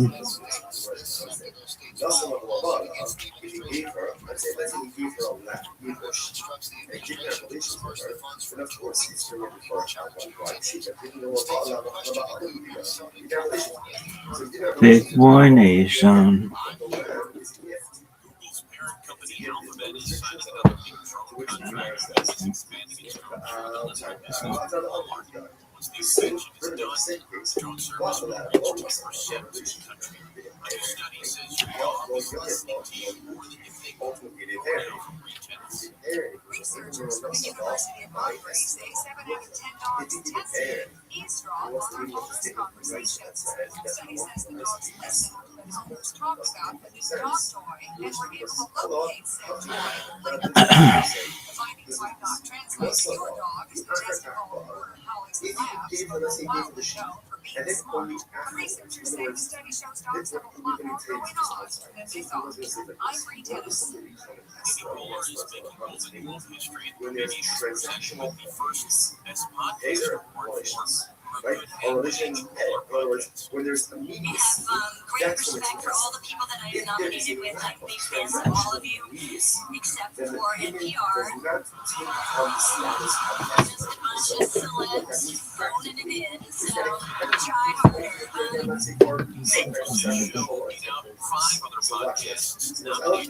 No someone who gave her the sheep, the African ball. Rashi says, Asho, hello, the African. Rather than something later now, how exactly?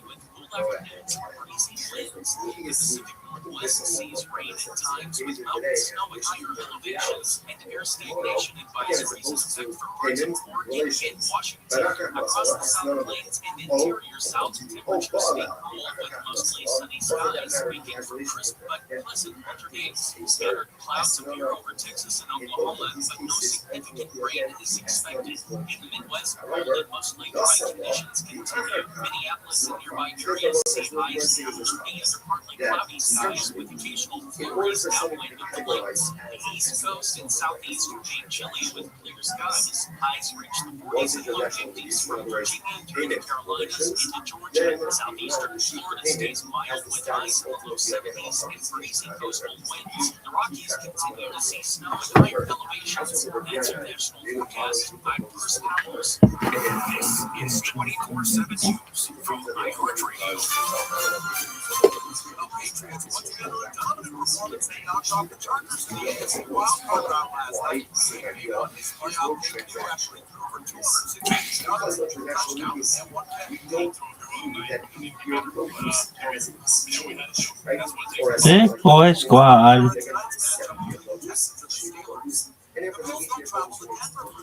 Big Boy Nation. Fuck.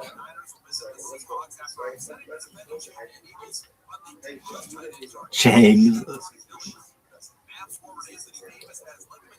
Damn, who's this bitch?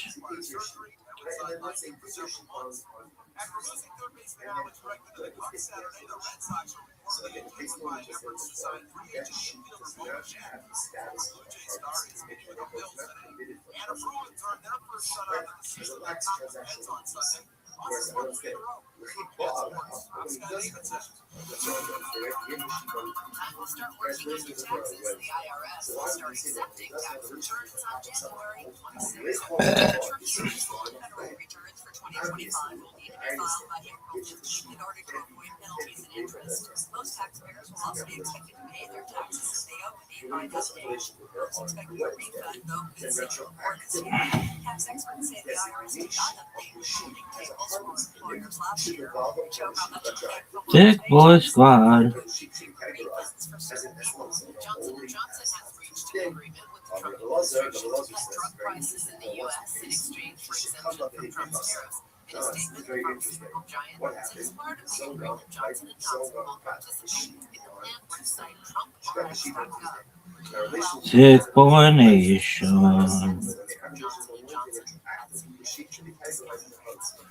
Big Boy Squad.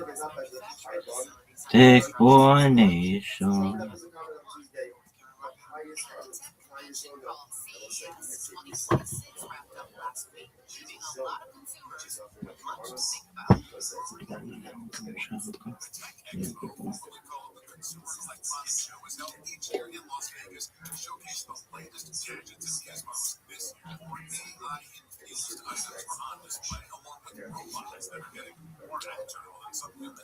Big Boy Squad.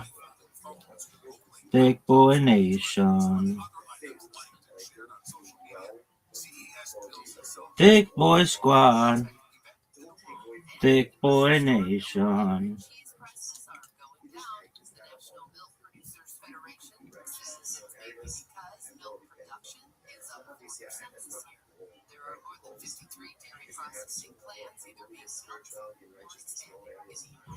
Dick Boy Squad.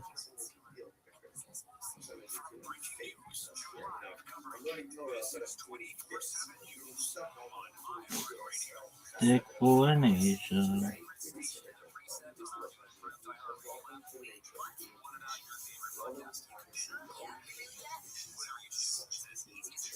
Dick Boy Squad. Dick Boy Nation.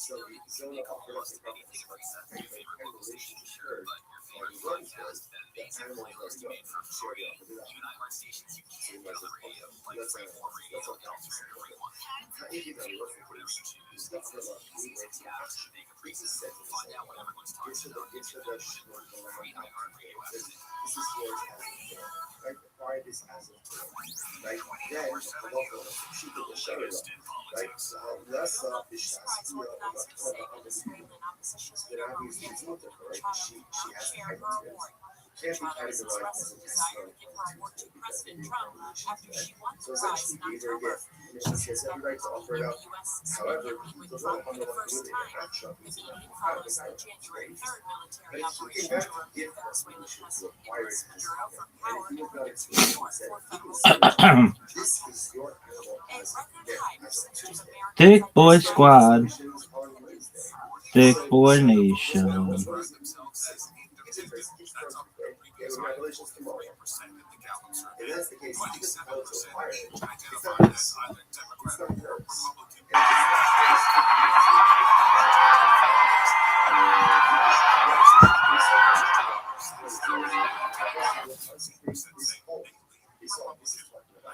Dick Boy Squad.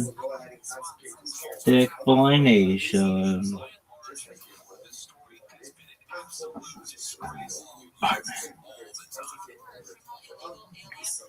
Dick Boy Squad. Nation.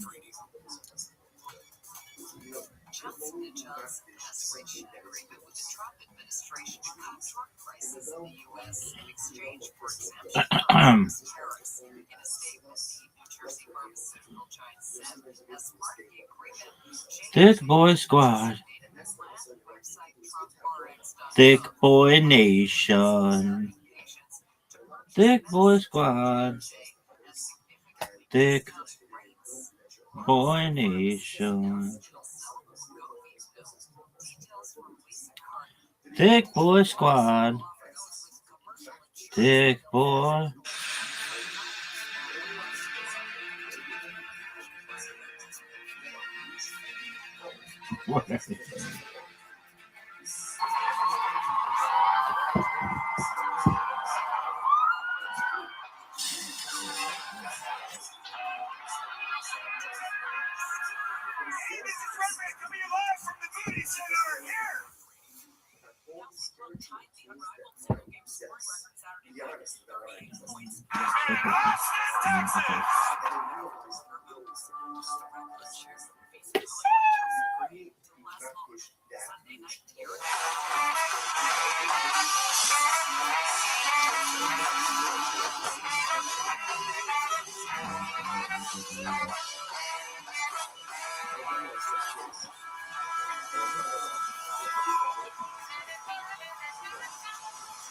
Yes, but it's just.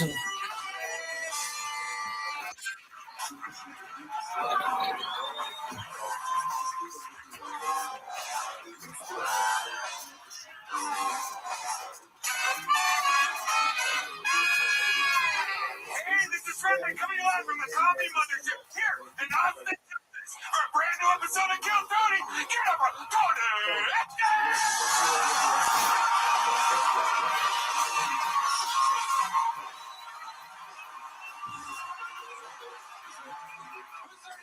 fucking night of their lives, huh?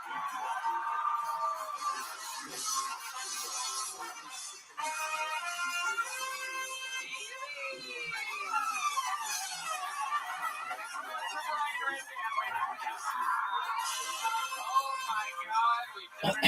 are here. How you guys feeling tonight?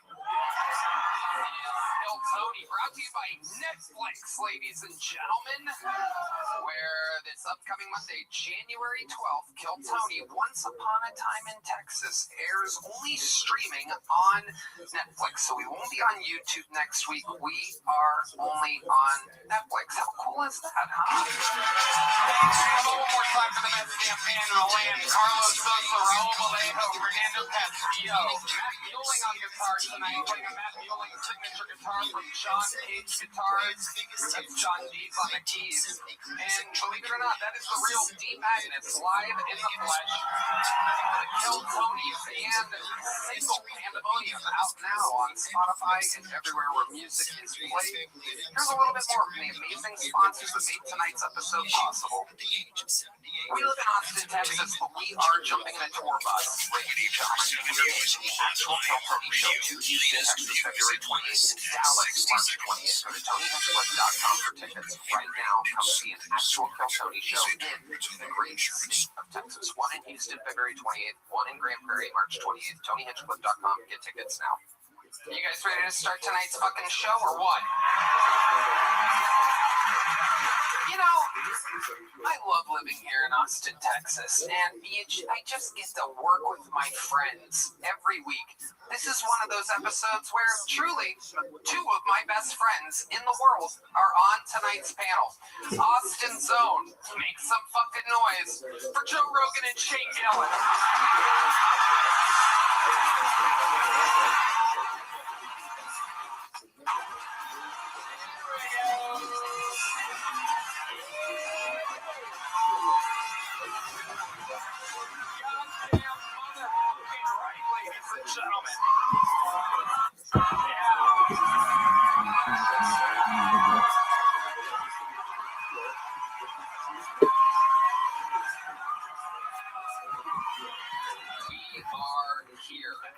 Shane Gillis doing the Lincoln Financial Field, aka Eagles motherfucking football stadium, July 17th. Yeah, go to that. And Joe Rogan of the JRE, the #1 show around the world. These are the homies. Normally we get to hang out on Tuesdays, Wednesdays, some Thursdays, but tonight we are here on a fucking Monday, getting the week started right. How we feeling, gentlemen? Let's fucking go. I feel good. I feel excited. Legitimately. Very excited to be here. You guys are two of the best guests in the show's history, so you already know that this bucket is filled with over 250 or so of hopefuls' names. Sometimes it's a great upcoming comedian who we haven't discovered yet. Sometimes it's an insane person that just signed up this week. You never know what can happen. I'm gonna let this guy whose eyes are extremely close together, I'm gonna let you pick the first name tonight.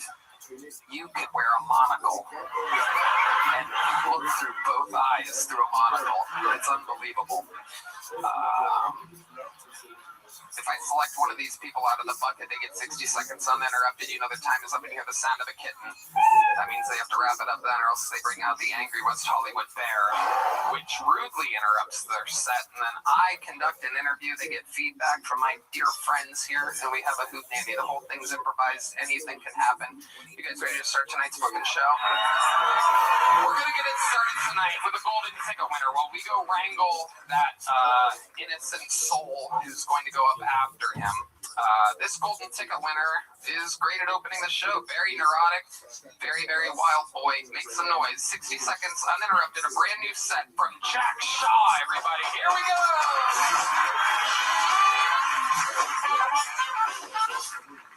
Someone DM'd me and they said, fuck you, fuck the Jews, I don't support bombing hospitals. And I was like, dude, that's not me. I'm not doing that. I have no part in that. If I did have a drone, I'd bomb the homeless people.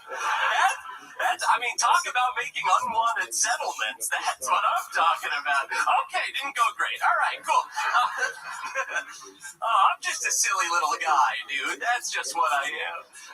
My girl told me that it gives her the ick that I pee sitting down. Oh, and 2. So I got upset with her, One and okay? two. And I said, if you don't One like and me four. peeing sitting One and down, five. you should see 2 me and 5. pooping standing 2 up. and 6. 2 and 7. 2 and 8. Also 2 and didn't 9. go as great as I thought 3 it and would, 9. okay? 4. 3 Very and cool, 10. awesome. Okay, got 4 one and 10. more. 1 and 11. Awesome. 5 and 11. Hey, you guys hear this app Rocket Money? Okay. 5 and 10. 5 and 13. 6 and 13. 7 and 13. If you don't know what it is, it's an app that tells you the subscriptions that you have. And, well, I got the app. It turns out I have 2 Rocket Money subscriptions. Okay. 1, 2, 3, 4, 5, 6, 3, 6, 4, 7, 4, 8, 4, 8, 5, Not leaving 9, much 5, work for us to do. I don't know why you had to 9, bring 6, up the DM 10, that I 6, sent you. 11, 6, 11, 7, That was supposed to be between 12, me and 7, you.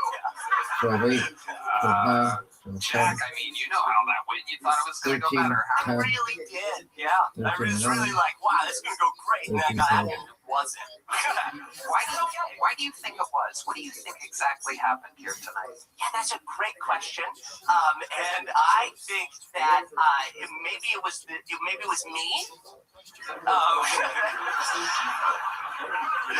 You are correct. That is the correct answer. Yeah.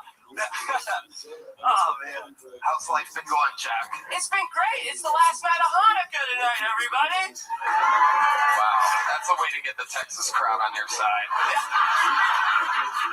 I brought some presents for all you guys. That's kind of what You did? I brought some presents. Wow. Lady, can you bring out my Hanukkah presents? Oh my goodness. Here we go.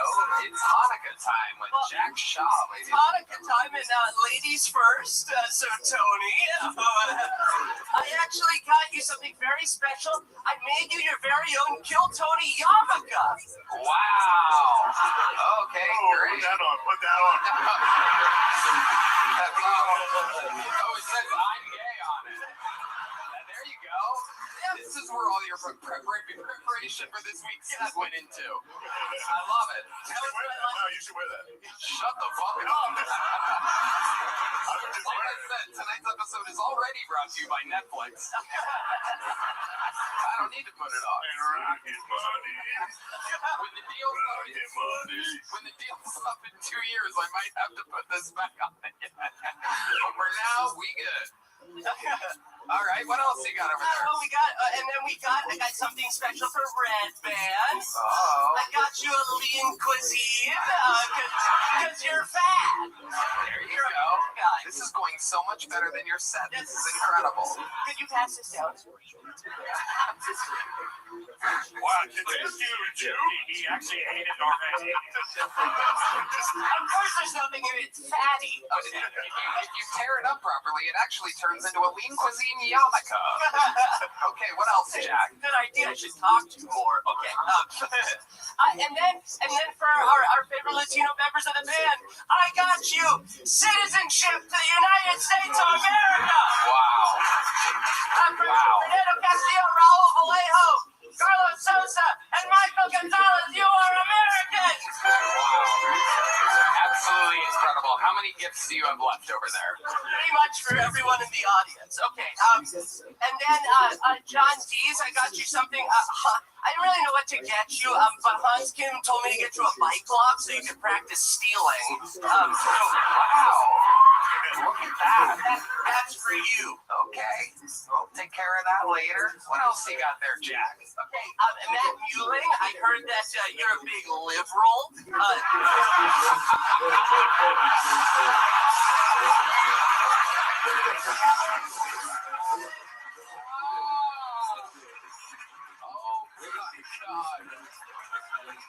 Wow.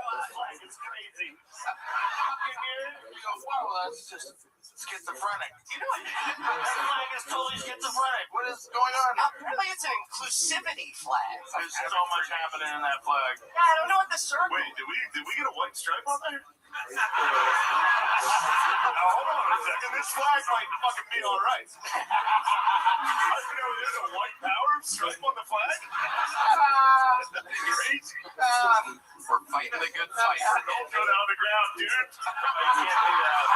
Looking over you. Turn around your shoulders like a prize fighter. This is Matt to wear, so I'll give that to you. I'm gonna wear it like a cape. Fly away. That thing, a flag. You gotta treat it like it's the Iranian flag. I don't know what that means. It means that they'd kill you if you leave it on the ground. Oh, okay. Gotta fold it properly. Yeah.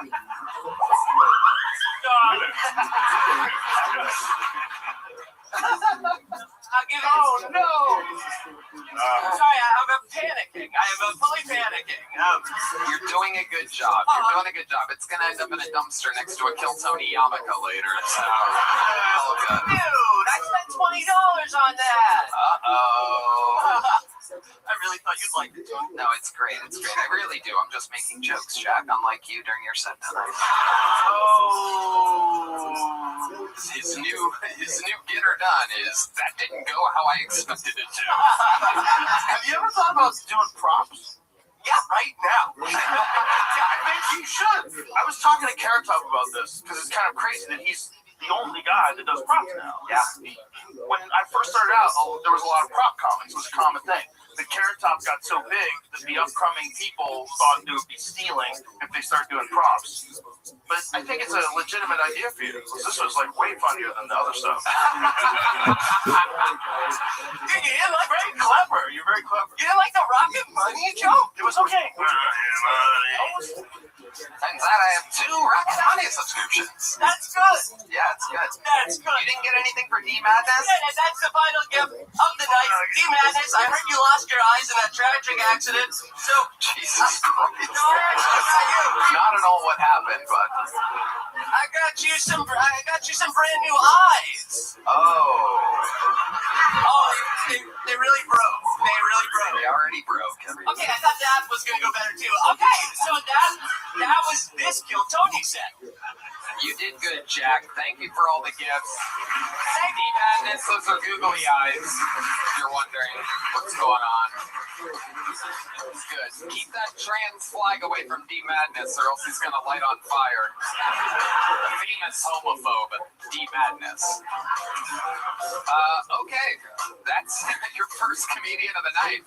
And now we go to the bucket where, believe it or not, it's usually more insane. So we're going to see what happens here. Your first bucket bowl tonight. Make some noise for Kojak, everybody. 60 seconds uninterrupted interview. Kojak.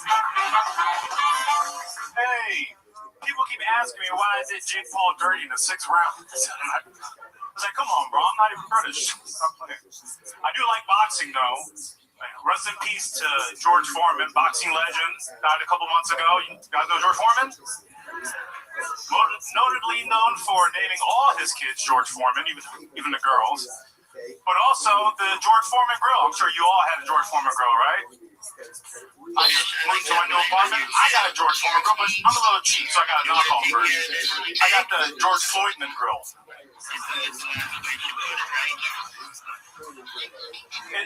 It's sort of like the George Foreman grill, but you got to press down extra hard to get the grill marks.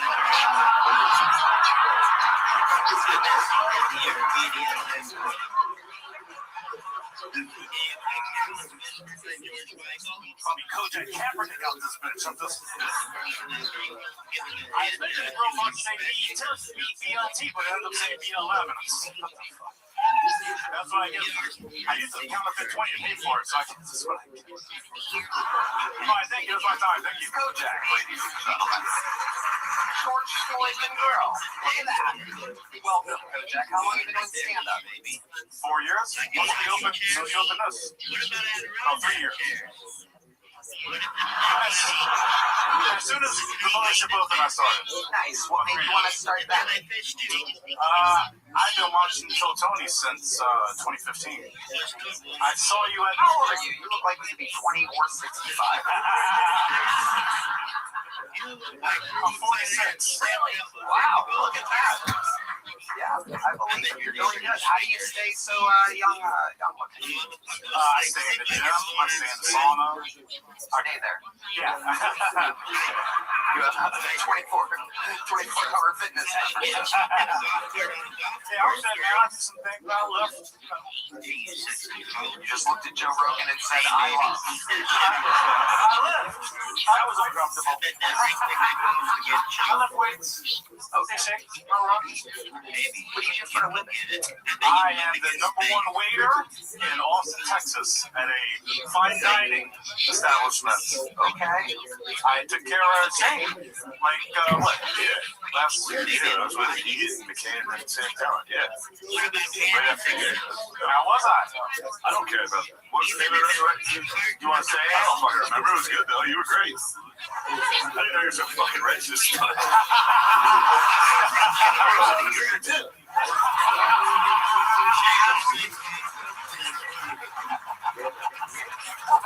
That was crazy to do that for all these whites. Even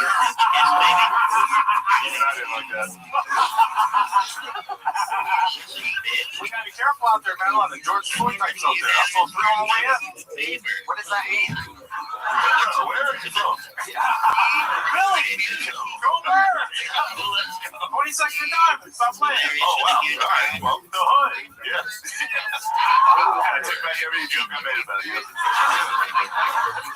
How was I? I waited on you. Thank you. I remember it. Yeah. You don't want to say the restaurant because you think you'll get in trouble for George Floyd? Yeah. Definitely. A lot of people don't go to my restaurant. Wow. I don't say it now. Someone say it's going to fire you, bro. For those of you maybe not watching and just listening to the podcast, the Kojak is black, everybody. I know he's extremely racist and black, but I promise you, he is black. This is incredible. I just have a problem with George Floyd. Why? What's your problem? They said he was my hero. George Floyd and fucking P. Diddy to look up to as hero. That's some bullshit. Yeah, man, I mean, you say what you got to say. And I think all the educated blacks would agree. Oh, shit. He's black. Where's someone's when you need her?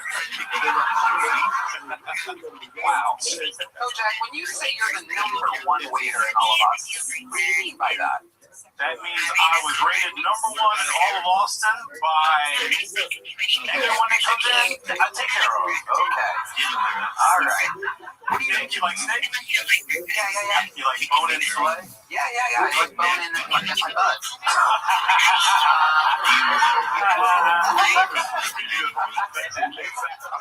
You like hot dogs? Hot dogs in that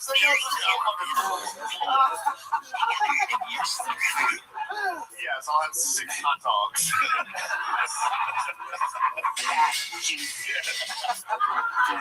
We got a nice petite fillet for you. Oh my God. Kojak, what do you do for fun when you're not doing stand-up or waiting tables? I do a lot of cooking at home. I have I'm always at HEB shopping, so I have a lot of, my boyfriend is Puerto Rican, so we make a lot of Puerto Rican. Whoa! A racist, gay, black. If you have that on your bingo card, again, if you were on Prize Picks, and you bet only $2, the first bucket pool would be a gay, black, racist against black comedian. With only a $2 bet, you just won $3.5 billion. This is why you need to go to Prize Picks, use the promo code Tony, and place your bets. A $2 bet would have given you $3.5 billion. Gay, black, racist against blacks. Do you want to be my new best friend? No, I'm kidding. Do you like hot dogs? We'll put those on your George Foreman grill. We'll have a hell of a night. Tell us about this Puerto Rican boyfriend. What does he do for work? He works at HEB. Wow. I get that discount. Oh my God. What's he working? The bakery? He's in the meat aisle, Tony. What part of HEB does he work at? He's a bagger. Ooh, a bagger. Look at that. That's the only time he bags, right? Raw dog motherfucker. Look at that. I'm 20 years a senior, so I bagged him. You know? Wow. HEB. Oh, racist.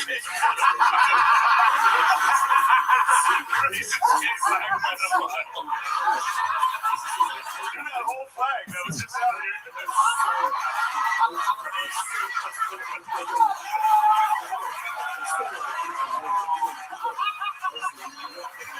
Oh my God. How long you been with this bag boy? 5.5 years. Wow. His in-laws are, well, my in-laws are moving here. He's got his mom and his grandmom to come move. Oh my goodness. And it's a little bit of an age gap, but me and his mom are the same age, so that was a hill to get over. You've been with a young, how old?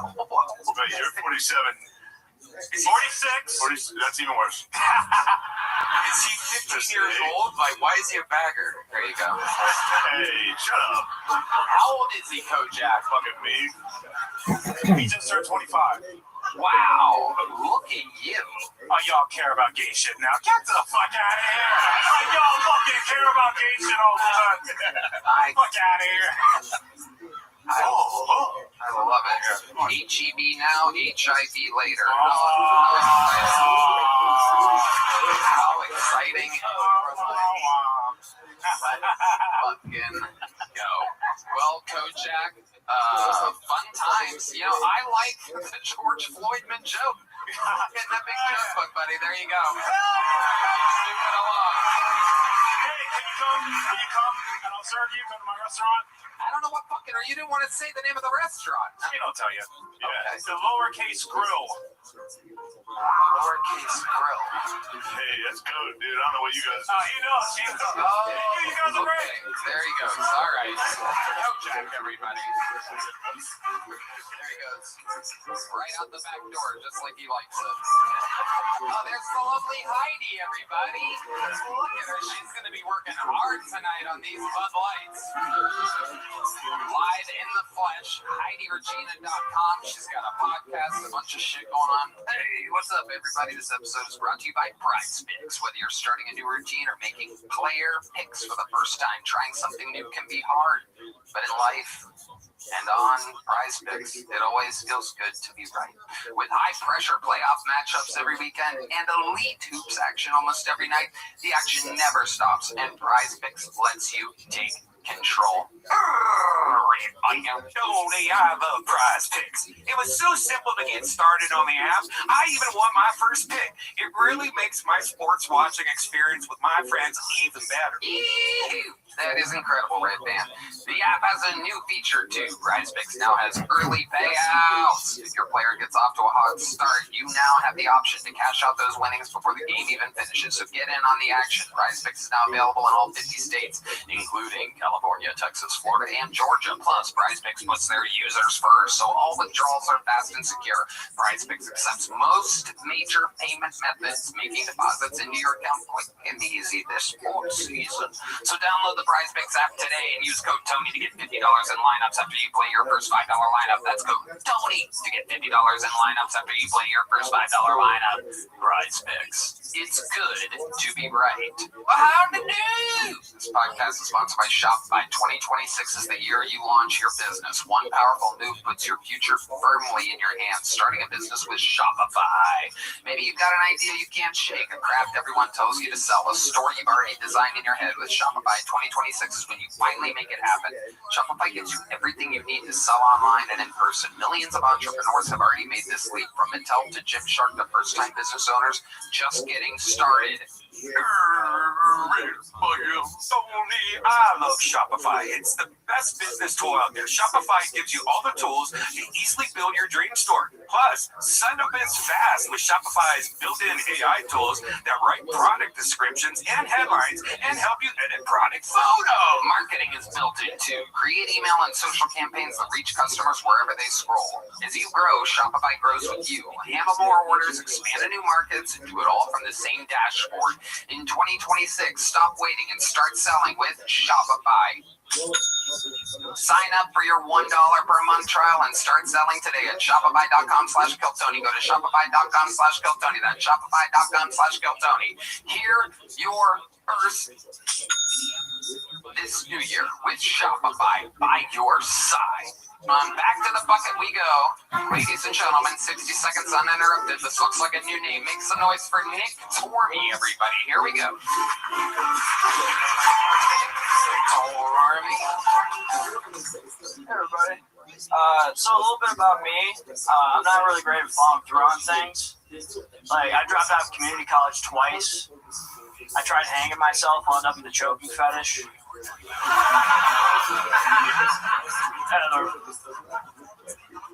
The rope broke from the ceiling, but I shot a few more right back up there.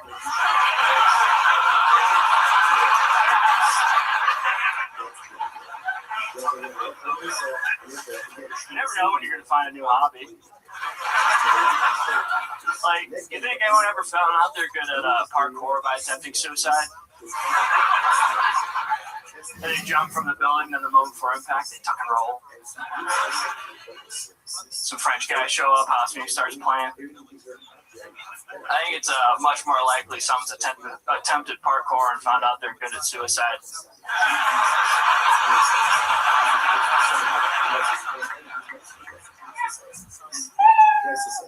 Alright, there he is. Nick Tormey. This is your first time on the show, Nick? Yes, sir. Welcome. How long you been on stand-up? About 6 years. Nice. Where at? Mostly Salt Lake. Okay, that's where you live still? No, I moved down here in August. Okay, how do you like Austin? I love it. It's awesome. What do you love about it? I like that there's no winter. I'm a big fan of that. Winter. Yeah, I'm from upstate New York, and I lived on top of a mountain in Utah in a van for 4 years. So I fucking drive down. It took me 4 years to realize that shit. I'm a smart man. I love it. What do you do for work? I did work at the ski resort for a while. That doesn't exist down here. Yeah. I'm working for Amazon right now. I'm working for the devil. It's pretty fun. So you're driving? Yeah. Okay, what's that like? Tell us. Awful. Yeah, tell us. Down for us. What do you hate about it? They have you on a camera at all times. It's like an AI camera that's tracking you the whole time. And I also threw out my back yesterday, so I was walking around like Quasimodo for most of my deliveries. Wow, the last comic blew out his back too.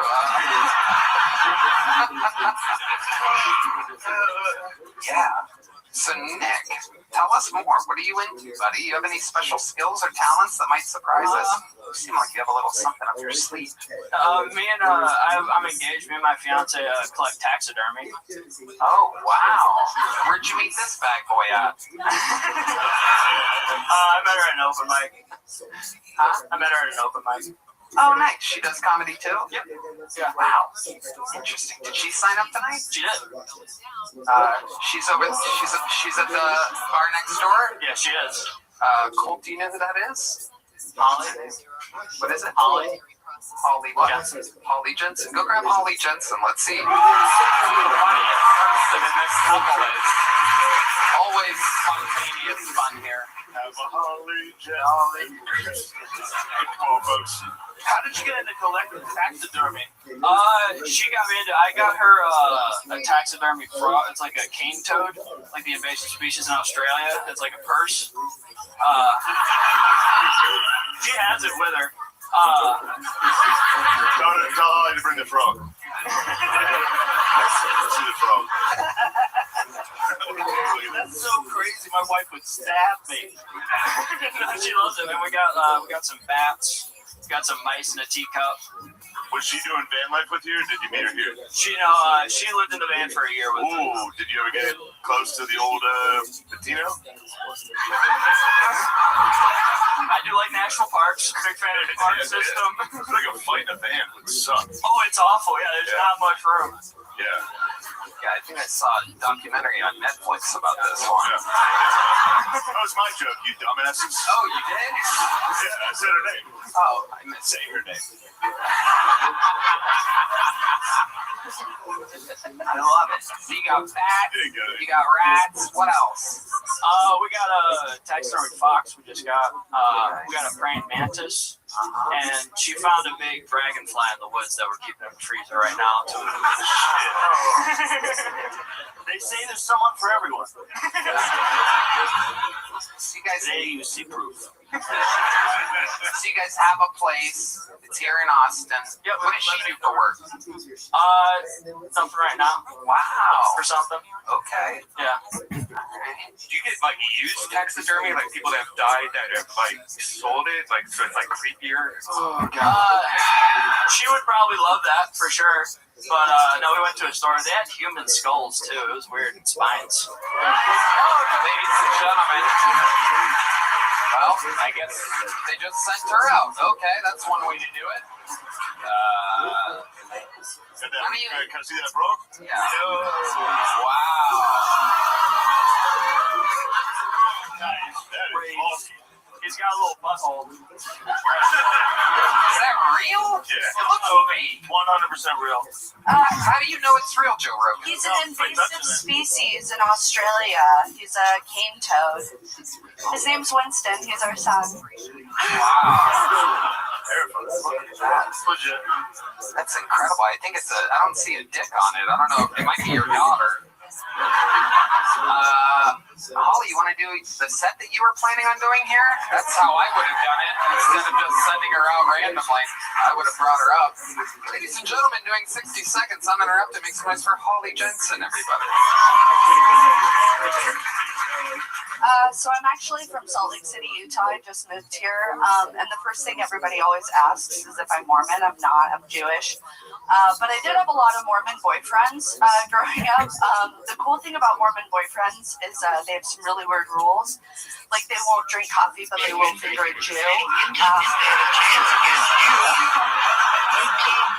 I've been having a hard time getting a job out here in Austin. When I was in Salt Lake, I was a stripper.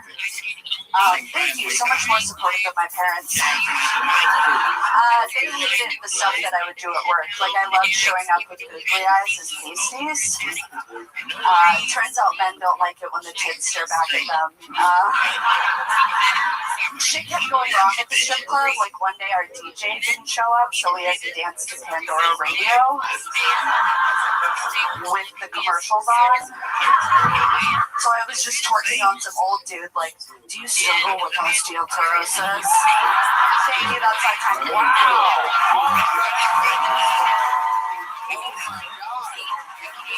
This is one of the rare comedy couples where the woman is funnier than the man. Again, if you put this on Prize Picks, you just won $750,000. He's taking her straight to a state bar. You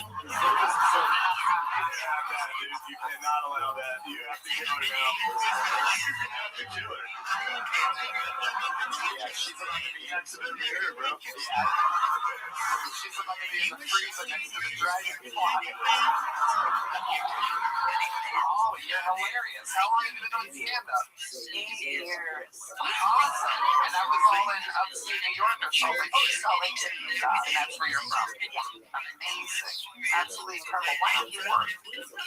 Oh. I mean, I've been trying. I've been applying to jobs. But What are you good at? What do you want to do? I'm good at stripping. I love doing stuff. Really? I love doing both of those things. So yeah, a job in either of those things would be great. You've done it stripped before?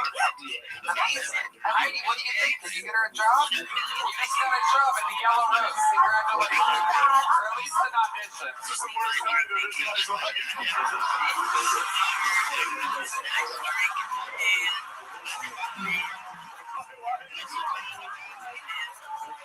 This poor guy is going to be all alone tomorrow night at 2:30 a.m. petting a fucking dead bat.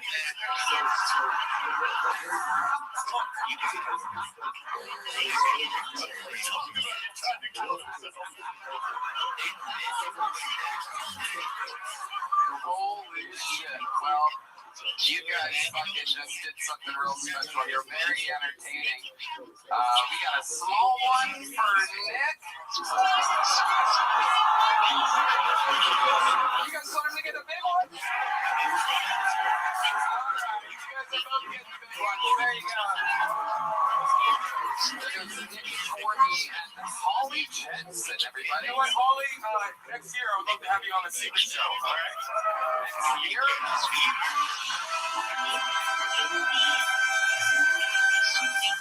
Alright. Why'd you wear it like that?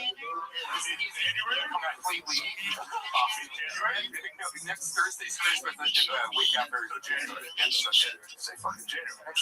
Yeah, let's say the next secret show. And I'll have you next decade. Jesus Christ. Unbelievable. Well, it's been a hell of an episode so far. Your next bucket poll goes by the name of Floyd Jones, everybody. Here we go.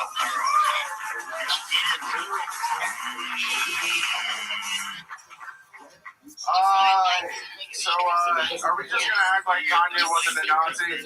That's just how we're okay. Perfect. I don't know if you guys heard he actually changed his name. He's Kanye Auschwitz. Kanye, which is crazy. Like, he said he was done making music, done making controversial statements. He's actually going to open a chain of all-natural grocery stores. He's going to name it Trader Joe's. I think it's problematic to say the least. But I like the thought of restaurants just fucking up. Like, I think it'd be cool if Olive Garden gave abortion. You know? Because then their tagline could be, when you're here, you were almost family. And that's, speaking of how I'm a piece of shit at restaurants, you guys thought I was Puerto Rican. I'm black, I promise. I've got the paperwork. I'll get 23 and D right now, even though that just sounds like a cool movie about Michael Jordan. So, but white people just need to know, they're like, I just want to make sure, like, God. And so, I like to go to sushi restaurants because the waitress is never black. And when she comes over, I go, hi, could I get some salmon niggery? And she's like, you mean niggery? There's a lot of oohs and ahs during that set. Floyd Jones. Welcome, Floyd. Is this your first time on the show? Yep, talk to that microphone, buddy. I don't know how that happened, Okay, welcome. How long have you been doing comedy? Since like 2021, you know? January 6th, right? Okay, not good. Shane knows. Oh my God, Joe Rogan. Dude, hell yeah. Hey, man, without you. Oh, man.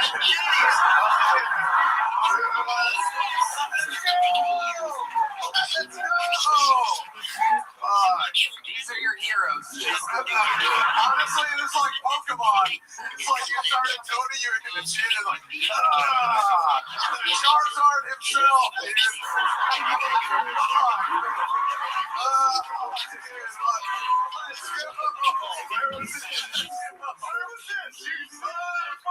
Dude, I wasn't ready for it. I'm sorry. Having better interviews than sets tonight. Boy, tell us about you. What do you do for a living? Just here, I guess here. No, I play music, man. I'm a professional musician. Yeah, in a metal band. Dude. Really, you're a drummer? Yeah. Well, I mean, it's been a long time since we've done this. For those of you that are fans of the show, you might know that if anybody that does comedy specialty on this show is drums. We have a little thing where they get a drum solo and our house drummer gets a drum solo. And if the guest drummer is able to beat our drummer in a drum off, they become the full-time drummer of the show. So, like Highlanders, a drum off here. And if you beat Michael Gonzalez in the drum solo off, you become the full-time drummer on the show. And Michael has to dress like a 5-year-old. And that's we see the metal band. This is a Mexican drum off. Now, I must warn you, Floyd Jones, Michael Gonzalez all time is undefeated here on his home turf. But I'm guessing that Floyd, since he does this for a living, might have a little something. Well, we know he doesn't have anything up his sleeve because he's wearing a basketball jersey. But I'm guessing he is very talented. Let's see what happens here. This is Kill Tony, brought to you by Netflix. Very cool. 1, 2, 3, 4.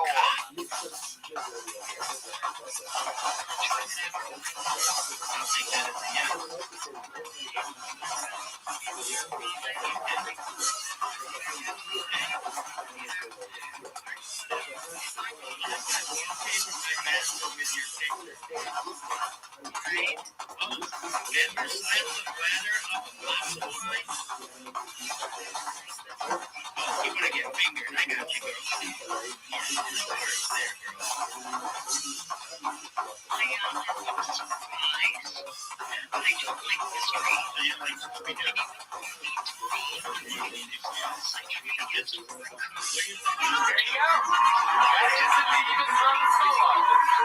It's a good one. I really fucking hope Michael puts it together here. I would hate to look at those flabby arms every week. Incredible amount of blatant Ozempic weight loss on this guy.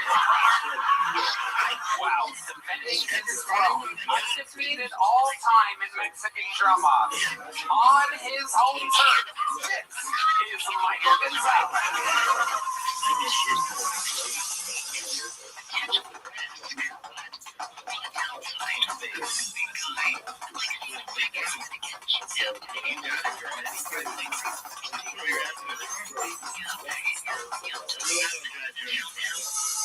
I'm going to give you your address.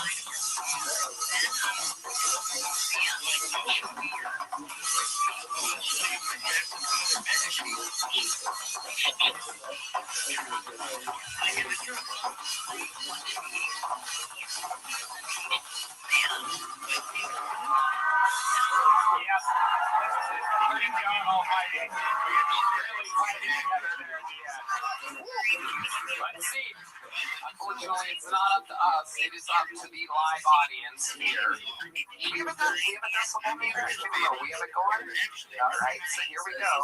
Colt on the camera, on the decibel meter. How many of you have Floyd Jones winning this Mexican drum off? Make some noise. How many of you have Michael Gonzalez winning?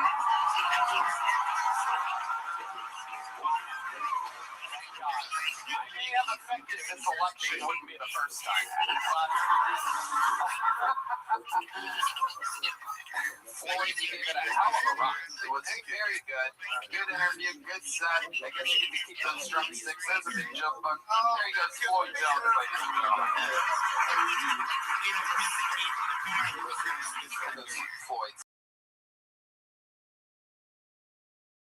saying goodbye to Shane.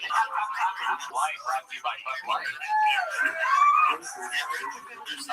Ladies and gentlemen, this is a special time in the show's history because we have a brand new regular who has absolutely taken the show over by storm. This is a brand new set. They get to do a little bit longer than a minute if they want. And this is the Dark Storm of Atlanta, ladies and gentlemen. He is here. Make some fucking noise for Kendrick Flynn.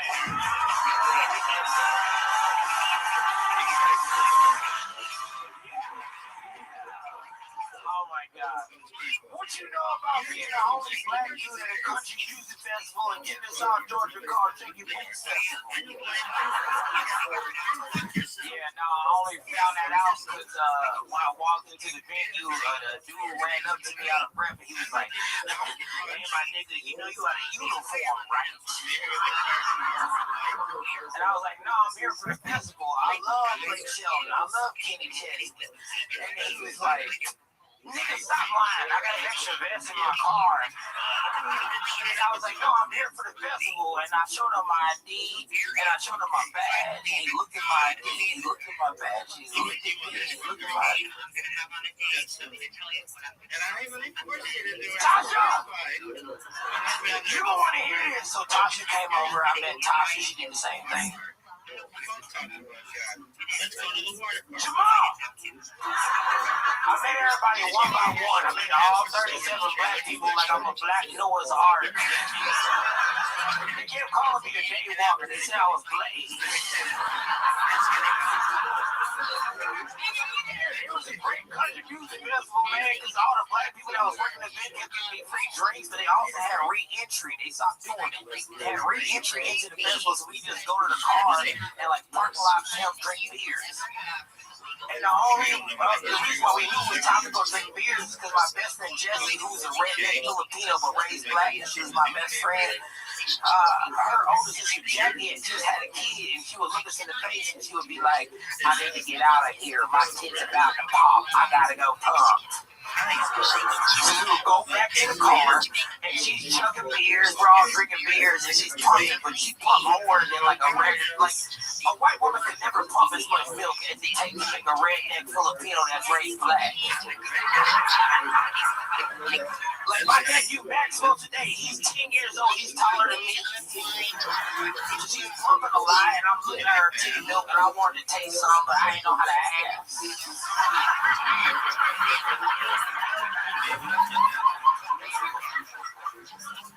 And then God got my back so much, he used my friend Derek. My friend Derek saw me look at the breast milk, and he was like, yo, I bet you $100 you won't drink Jackie's breast milk. Nigga, I was already thinking about it. She got a husband. I don't know how you ask somebody, like, are y'all a couple? How you get it? You have breast milk? I gotta be like, hey, excuse me, brother. This breast milk, you need to make sure your kids got alcohol in it. Can I see something before we pour it on the ground? But for $100, I can at least buy one t-shirt while I'm inside the goddamn place. So I was like, hell yeah, let's run it. And so they brought the funnel out because there was too much titty milk to just sip. There was too much to sip. You gotta bring the funnel out. It was like 2 gallons of titty milk she was pumping. And I chugged it all in 8 seconds flat. I was doing a great job. Also, I don't know if y'all love titties as much as I do, but I research them. Breast milk tastes like whatever the mom is eating and drinking. So her titty milk, it tastes like Tecate and tequila with a little bit. It tastes like a redneck Filipino horchata. You know what I'm saying? It tastes like a little redneck Filipino horchata. But also, y'all say titties as much as I do, you would know that a titty milk has all the vitamins. I had a hangover in 12 years, nigga. I give a good damn about how y'all like.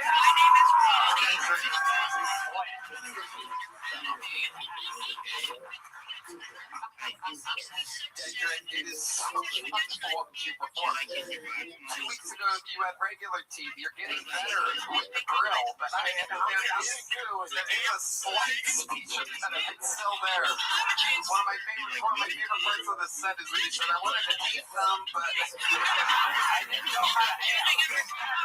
The grill is affecting this essence. It is.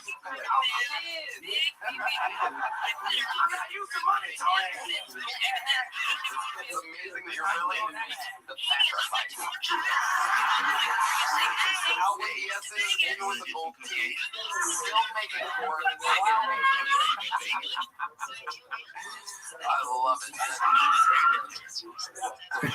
Ammoed up tonight. Look at that. Oh yeah, I got that shit on, Tony. Yeah, say it right. That shit on. Hell yeah. That shit on. You know what I'm talking about? No, you don't. Yo, you still been scratching that forehead. That shit is big as hell. Yeah, that shit swooped over, but it's right there. Man, That's good. Good luck. Don't let anyone talk to you. Take your hat off, Jack. Fuck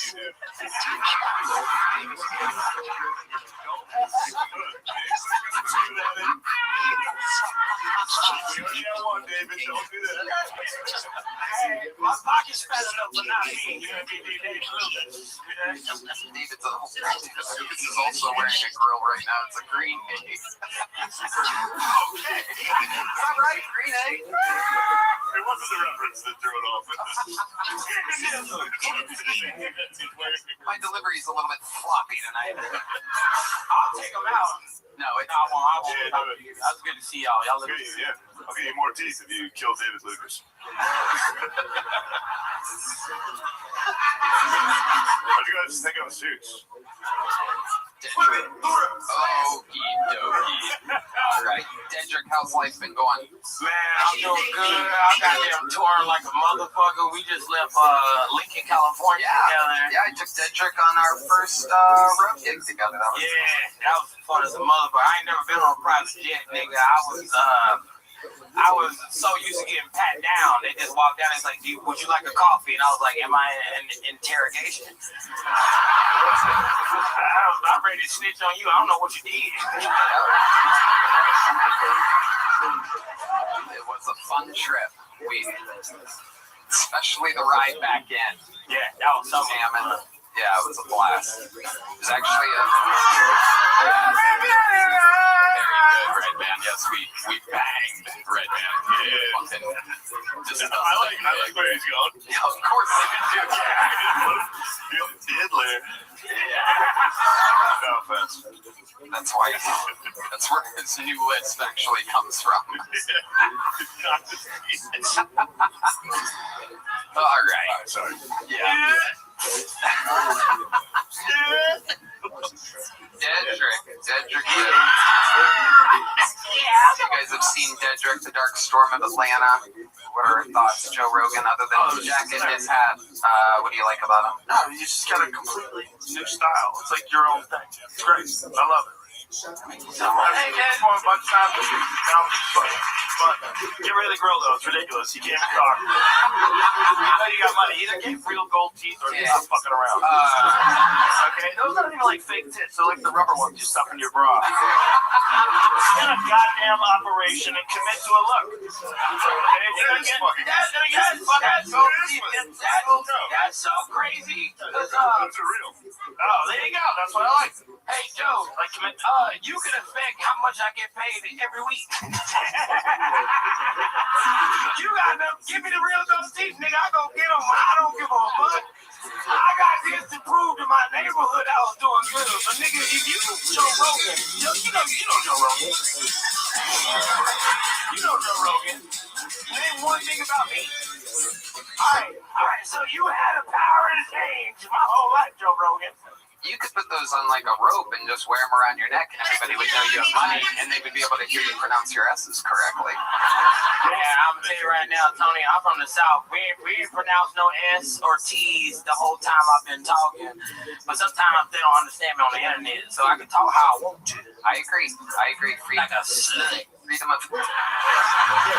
speech. Dedrick, you've done it again. We love you. Freak of nature. Dark Storm of Atlanta has graced us with his presence. On and on we go. Back to the bucket. This person has to follow Dedrick. Makes a noise. 60 seconds uninterrupted for what appears to be a new name. Tyler Cole, everybody. Here comes Tyler Cole.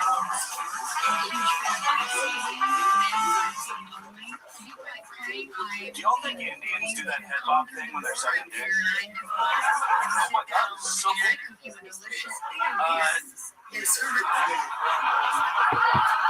Did y'all hear Joe Biden walk up today? Yeah, so 6 more weeks of recession. That's what that means. So I went on a first date the other day, told the girl I was a comic, and she said, no way, I'd love to see you perform sometime. And I said, well, we should probably have sex first, so you can appreciate just how long 5 minutes really is. It's a long time, I swear.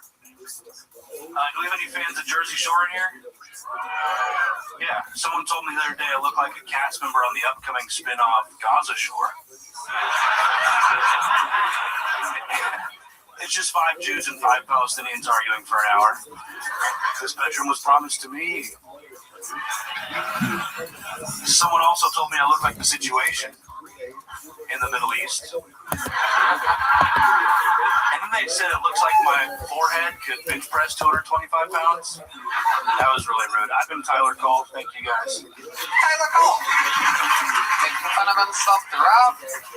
Fun stuff. Tyler, welcome. Is this your first time on the show? It is. Welcome, welcome. How long have you been doing stand-up? 4 months now. That chain's kind of tight, huh? A little bit, yeah.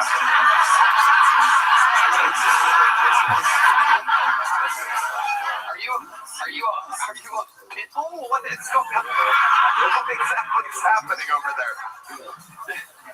Is that the size that you want it to be? I got the size wrong. Yeah, why would you wear it? Why would you ever wear it? Did you just wrap Didrik's grill around your neck? It's like an autoerotic asphyxiation thing, you know? Something. Yeah. I guess. You're trying to look cool, right? You got me. But once you put it on, were you like, no. I was fucking, I spent $50. How much did you spend on that? $50, he was right. Wow! Ladies and gentlemen, Shane Gillis. You don't think I'm running into a tight chain? Take that thing off. Where'd you get it? Like Hot Topic or something? Well, what is? I did indeed get it at Hot Topic. Yes. Did you really? No, I forget. I don't know. You forget where you got the chain that squeezes your neck all day? It's just so tight, I forgot to get it when we were in 5th grade. We were doing like one of those fucking African ladies.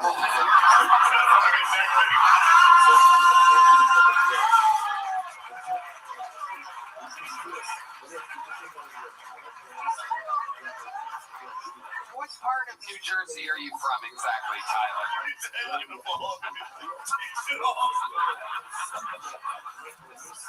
I'm from Austin, Tony. Born and raised in Austin. Born and raised. Wow, with a pinky ring and a choker. Yep. Leaning into it. Amazing. What ethnicity are you? White. Regular white. Yeah.